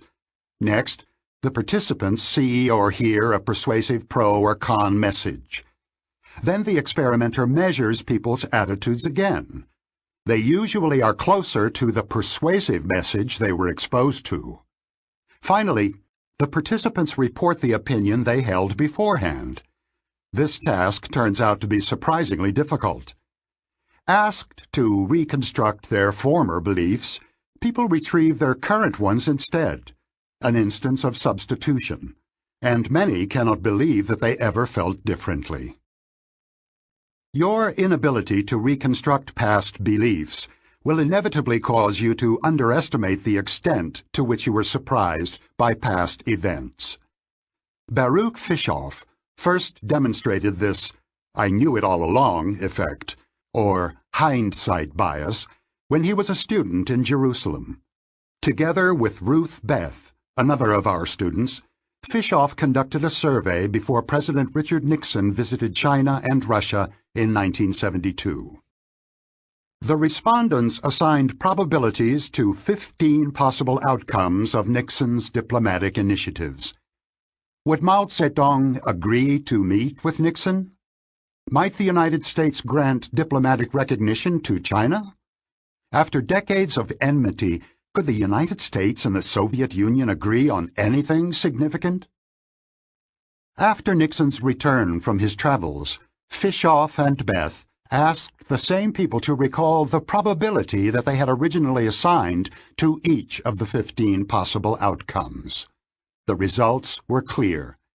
If an event had actually occurred, people exaggerated the probability that they had assigned to it earlier.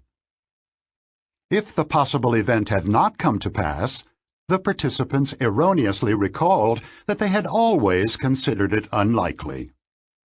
Further experiments show that people were driven to overstate the accuracy not only of their original predictions, but also of those made by others. Similar results have been found for other events that gripped public attention, such as the O.J. Simpson murder trial and the impeachment of President Bill Clinton. The tendency to revise the history of one's beliefs in light of what actually happened produces a robust cognitive illusion. Hindsight bias has pernicious effects on the evaluations of decision-makers. It leads observers to assess the quality of a decision not by whether the process was sound, but by whether its outcome was good or bad.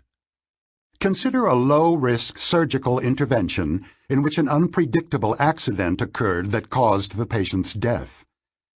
The jury will be prone to believe, after the fact, that the operation was actually risky and that the doctor who ordered it should have known better.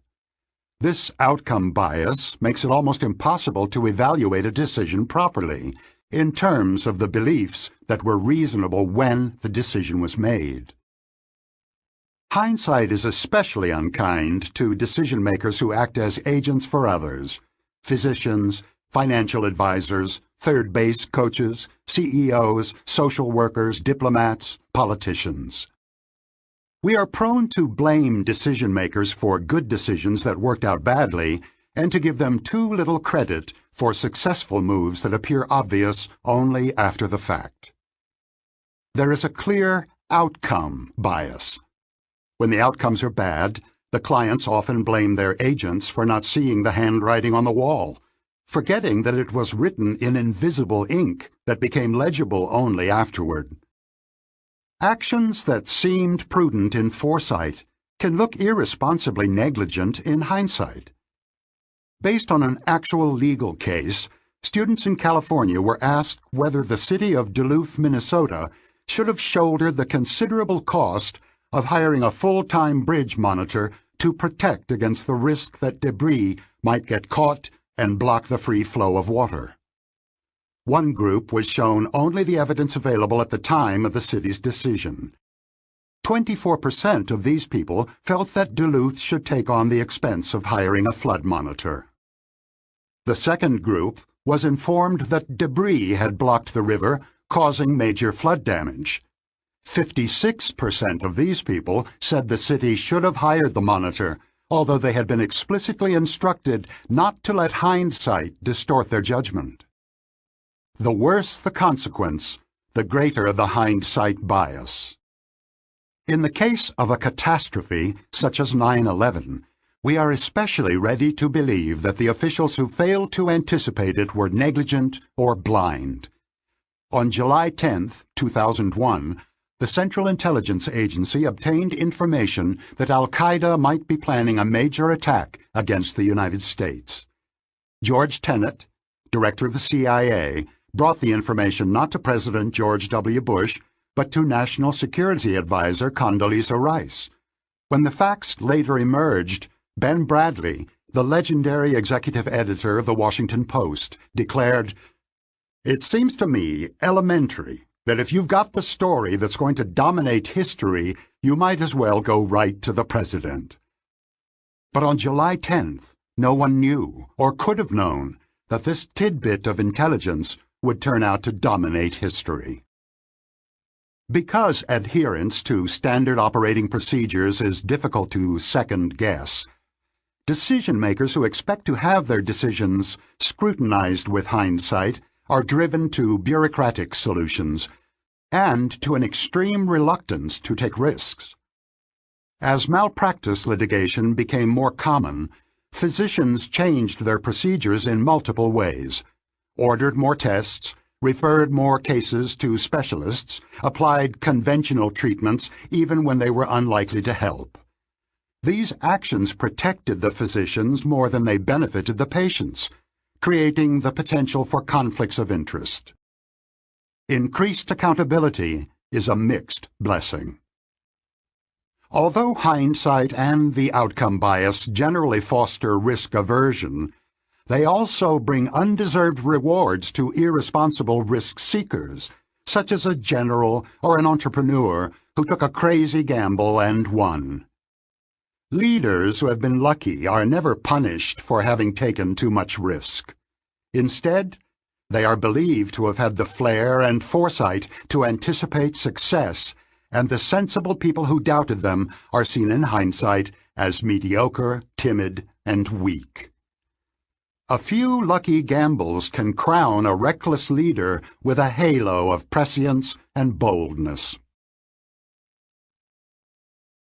Recipes for Success. The sense-making machinery of System 1 makes us see the world as more tidy, simple, predictable, and coherent than it really is. The illusion that one has understood the past feeds the further illusion that one can predict and control the future. These illusions are comforting. They reduce the anxiety that we would experience if we allowed ourselves to fully acknowledge the uncertainties of existence. We all have a need for the reassuring message that actions have appropriate consequences, and that success will reward wisdom and courage. Many business books are tailor-made to satisfy this need. Do leaders and management practices influence the outcomes of firms in the market? Of course they do, and the effects have been confirmed by systematic research that objectively assessed the characteristics of CEOs and their decisions and related them to subsequent outcomes of the firm. In one study, the CEOs were characterized by the strategy of the companies they had led before their current appointment, as well as by management rules and procedures adopted after their appointment. CEOs do influence performance, but the effects are much smaller than a reading of the business press suggests. Researchers measure the strength of relationships by a correlation coefficient, which varies between 0 and 1. The coefficient was defined earlier in relation to regression to the mean by the extent to which two measures are determined by shared factors.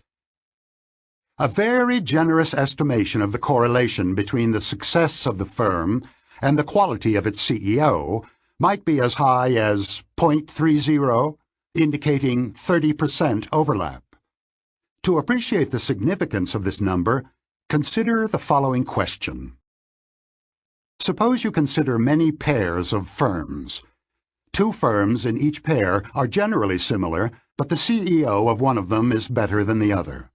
How often will you find that the firm with the stronger CEO is the more successful of the two? In a well-ordered and predictable world, the correlation would be perfect, 1, and the stronger CEO would be found to lead the more successful firm in 100% of the pairs. If the relative success of similar firms was determined entirely by factors that the CEO does not control, call them luck if you wish, you would find the more successful firm led by the weaker CEO 50% of the time. A correlation of 0.30 implies that you would find the stronger CEO leading the stronger firm in about 60% of the pairs, an improvement of a mere 10 percentage points over random guessing. Hardly grist for the hero worship of CEOs we so often witness. If you expected this value to be higher, and most of us do, then you should take that as an indication that you are prone to overestimate the predictability of the world you live in. Make no mistake, improving the odds of success from 1 to 1 to 3 to 2 is a very significant advantage, both at the racetrack and in business.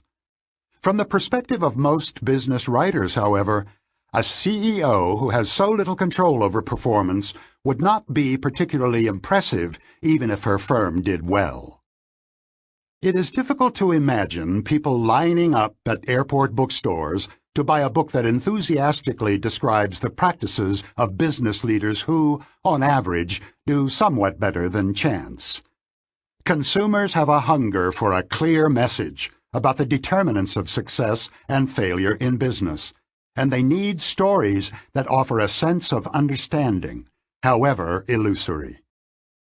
In his penetrating book, The Halo Effect, Philip Rosenzweig, a business school professor based in Switzerland, shows how the demand for illusory certainty is met in two popular genres of business writing: histories of the rise, usually, and fall, occasionally, of particular individuals and companies, and analyses of differences between successful and less successful firms.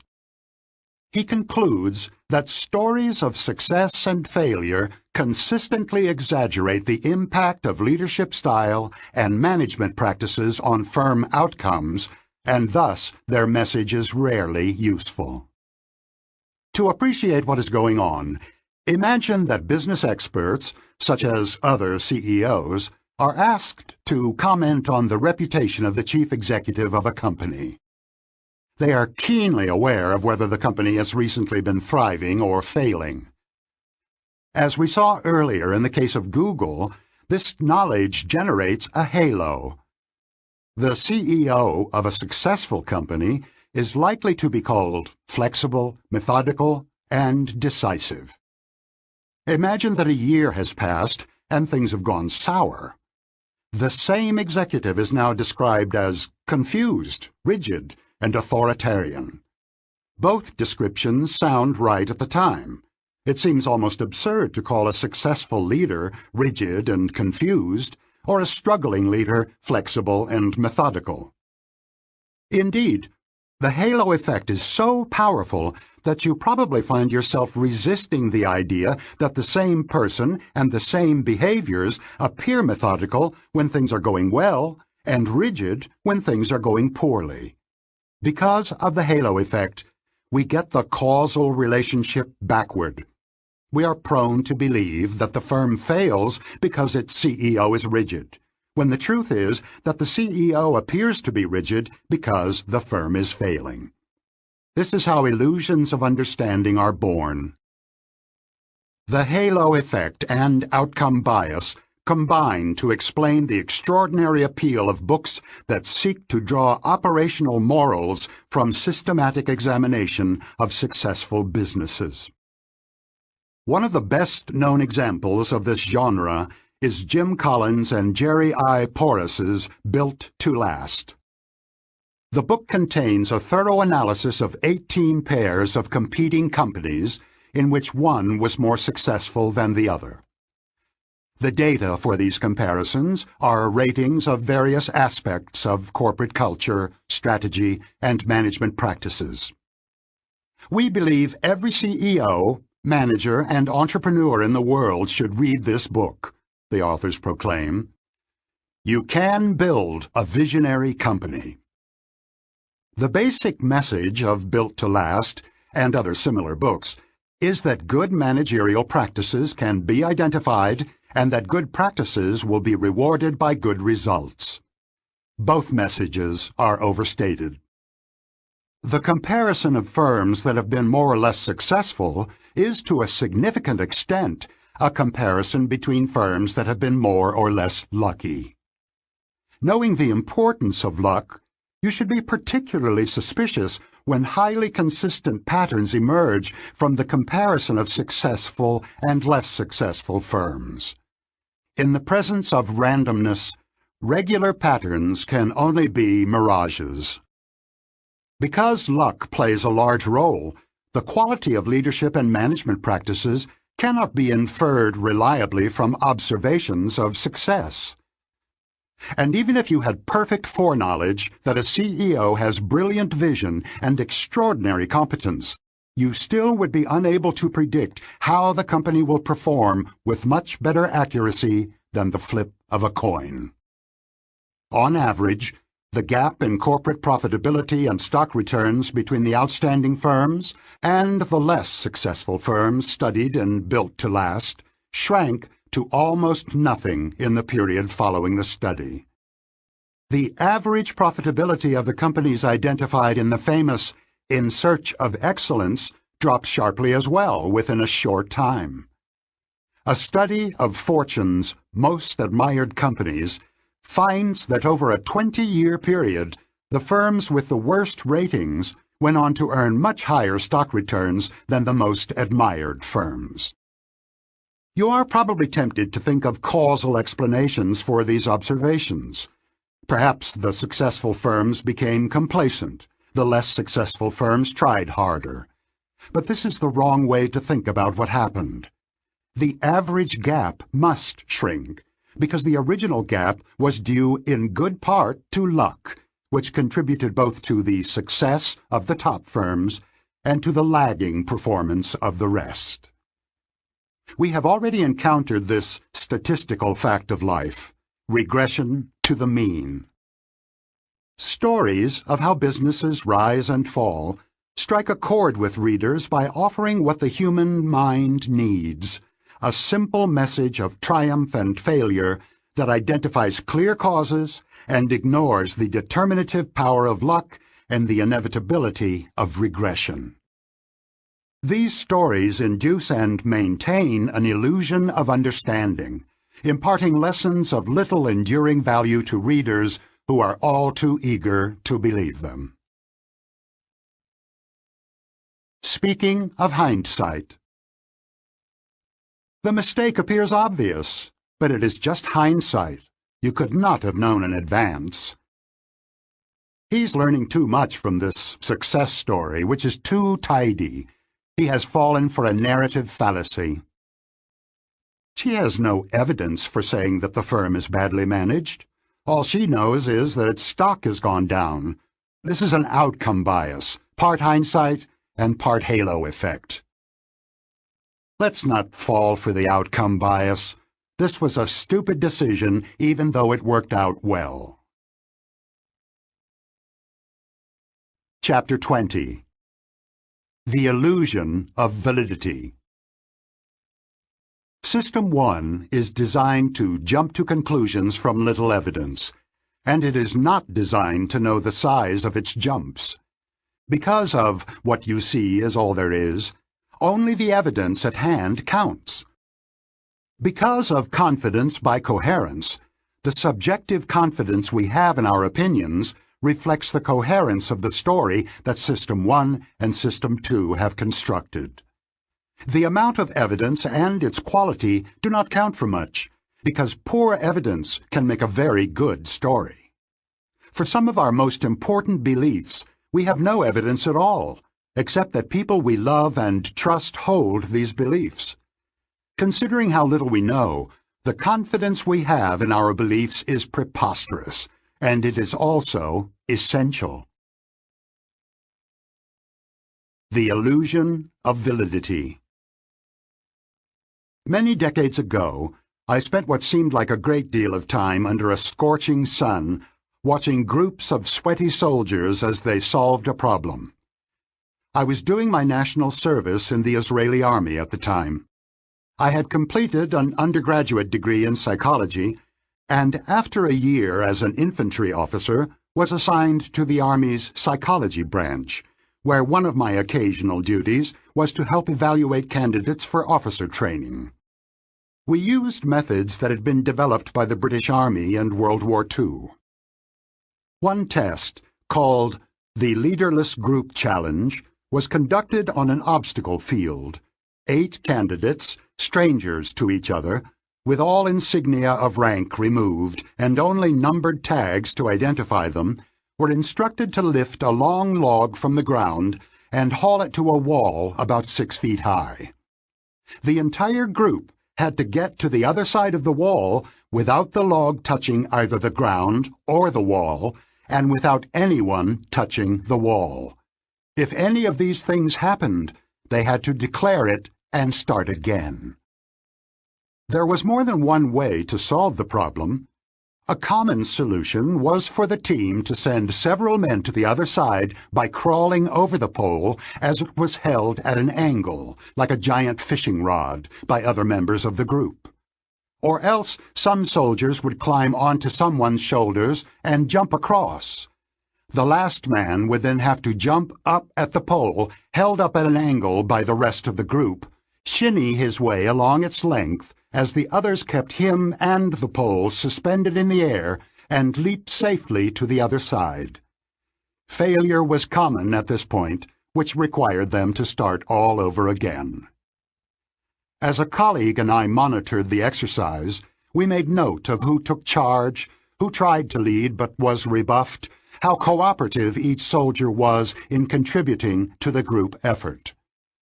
We saw who seemed to be stubborn, submissive, arrogant, patient, hot-tempered, persistent, or a quitter. We sometimes saw competitive spite when someone whose idea had been rejected by the group no longer worked very hard. And we saw reactions to crisis. Who berated a comrade whose mistake had caused the whole group to fail? Who stepped forward to lead when the exhausted team had to start over? Under the stress of the event, we felt, each man's true nature revealed itself.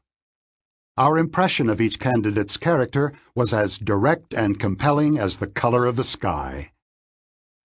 After watching the candidates make several attempts, we had to summarize our impressions of soldiers' leadership abilities and determine with a numerical score who should be eligible for officer training. We spent some time discussing each case and reviewing our impressions. The task was not difficult because we felt we had already seen each soldier's leadership skills. Some of the men had looked like strong leaders. Others had seemed like wimps or arrogant fools. Others mediocre but not hopeless. Quite a few looked so weak that we ruled them out as candidates for officer rank. When our multiple observations of each candidate converged on a coherent story, we were completely confident in our evaluations and felt that what we had seen pointed directly to the future. The soldier who took over when the group was in trouble and led the team over the wall was a leader at that moment. The obvious best guess about how he would do in training or in combat was that he would be as effective then as he had been at the wall. Any other prediction seemed inconsistent with the evidence before our eyes. Because our impressions of how well each soldier had performed were generally coherent and clear, our formal predictions were just as definite. A single score usually came to mind, and we rarely experienced doubts or formed conflicting impressions. We were quite willing to declare, "This one will never make it," "That fellow is mediocre, but he should do okay," or "He will be a star." We felt no need to question our forecasts, moderate them, or equivocate. If challenged, however, we were prepared to admit, "But of course, anything could happen." We were willing to make that admission because, despite our definite impressions about individual candidates, we knew with certainty that our forecasts were largely useless. The evidence that we could not forecast success accurately was overwhelming. Every few months, we had a feedback session in which we learned how the cadets were doing at the officer training school and could compare our assessments against the opinions of commanders who had been monitoring them for some time. The story was always the same. Our ability to predict performance at the school was negligible. Our forecasts were better than blind guesses, but not by much. We were downcast for a while after receiving the discouraging news, but this was the Army. Useful or not, there was a routine to be followed and orders to be obeyed. Another batch of candidates arrived the next day. We took them to the obstacle field, we faced them with a wall, they lifted the log, and within a few minutes we saw their true natures revealed as clearly as before. The dismal truth about the quality of our predictions had no effect whatsoever on how we evaluated candidates, and very little effect on the confidence we felt in our judgments and predictions about individuals. What happened was remarkable. The global evidence of our previous failure should have shaken our confidence in our judgments of the candidates, but it did not. It should also have caused us to moderate our predictions, but it did not. We knew, as a general fact, that our predictions were little better than random guesses, but we continued to feel and act as if each of our specific predictions was valid. I was reminded of the Mueller-Lyer illusion, in which we know the lines are of equal length, yet still see them as being different.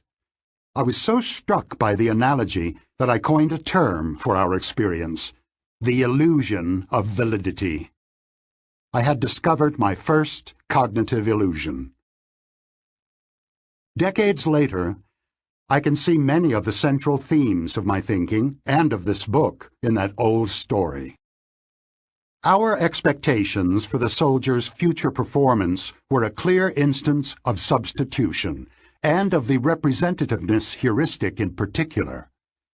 Having observed 1 hour of a soldier's behavior in an artificial situation, we felt we knew how well he would face the challenges of officer training and of leadership in combat. Our predictions were completely non-regressive. We had no reservations about predicting failure or outstanding success from weak evidence. This was a clear instance of what you see is all there is. We had compelling impressions of the behavior we observed, and no good way to represent our ignorance of the factors that would eventually determine how well the candidate would perform as an officer. Looking back, the most striking part of the story is that our knowledge of the general rule that we could not predict had no effect on our confidence in individual cases. I can see now that our reaction was similar to that of Nisbet and Borgida's students when they were told that most people did not help a stranger suffering a seizure. They certainly believed the statistics they were shown, but the base rates did not influence their judgment of whether an individual they saw on the video would or would not help a stranger. Just as Nisbet and Borgida showed, people are often reluctant to infer the particular from the general. Subjective confidence in a judgment is not a reasoned evaluation of the probability that this judgment is correct. Confidence is a feeling, which reflects the coherence of the information and the cognitive ease of processing it. It is wise to take admissions of uncertainty seriously, but declarations of high confidence mainly tell you that an individual has constructed a coherent story in his mind, not necessarily that the story is true. The illusion of stock-picking skill. In 1984, Amos and I and our friend Richard Thaler visited a Wall Street firm.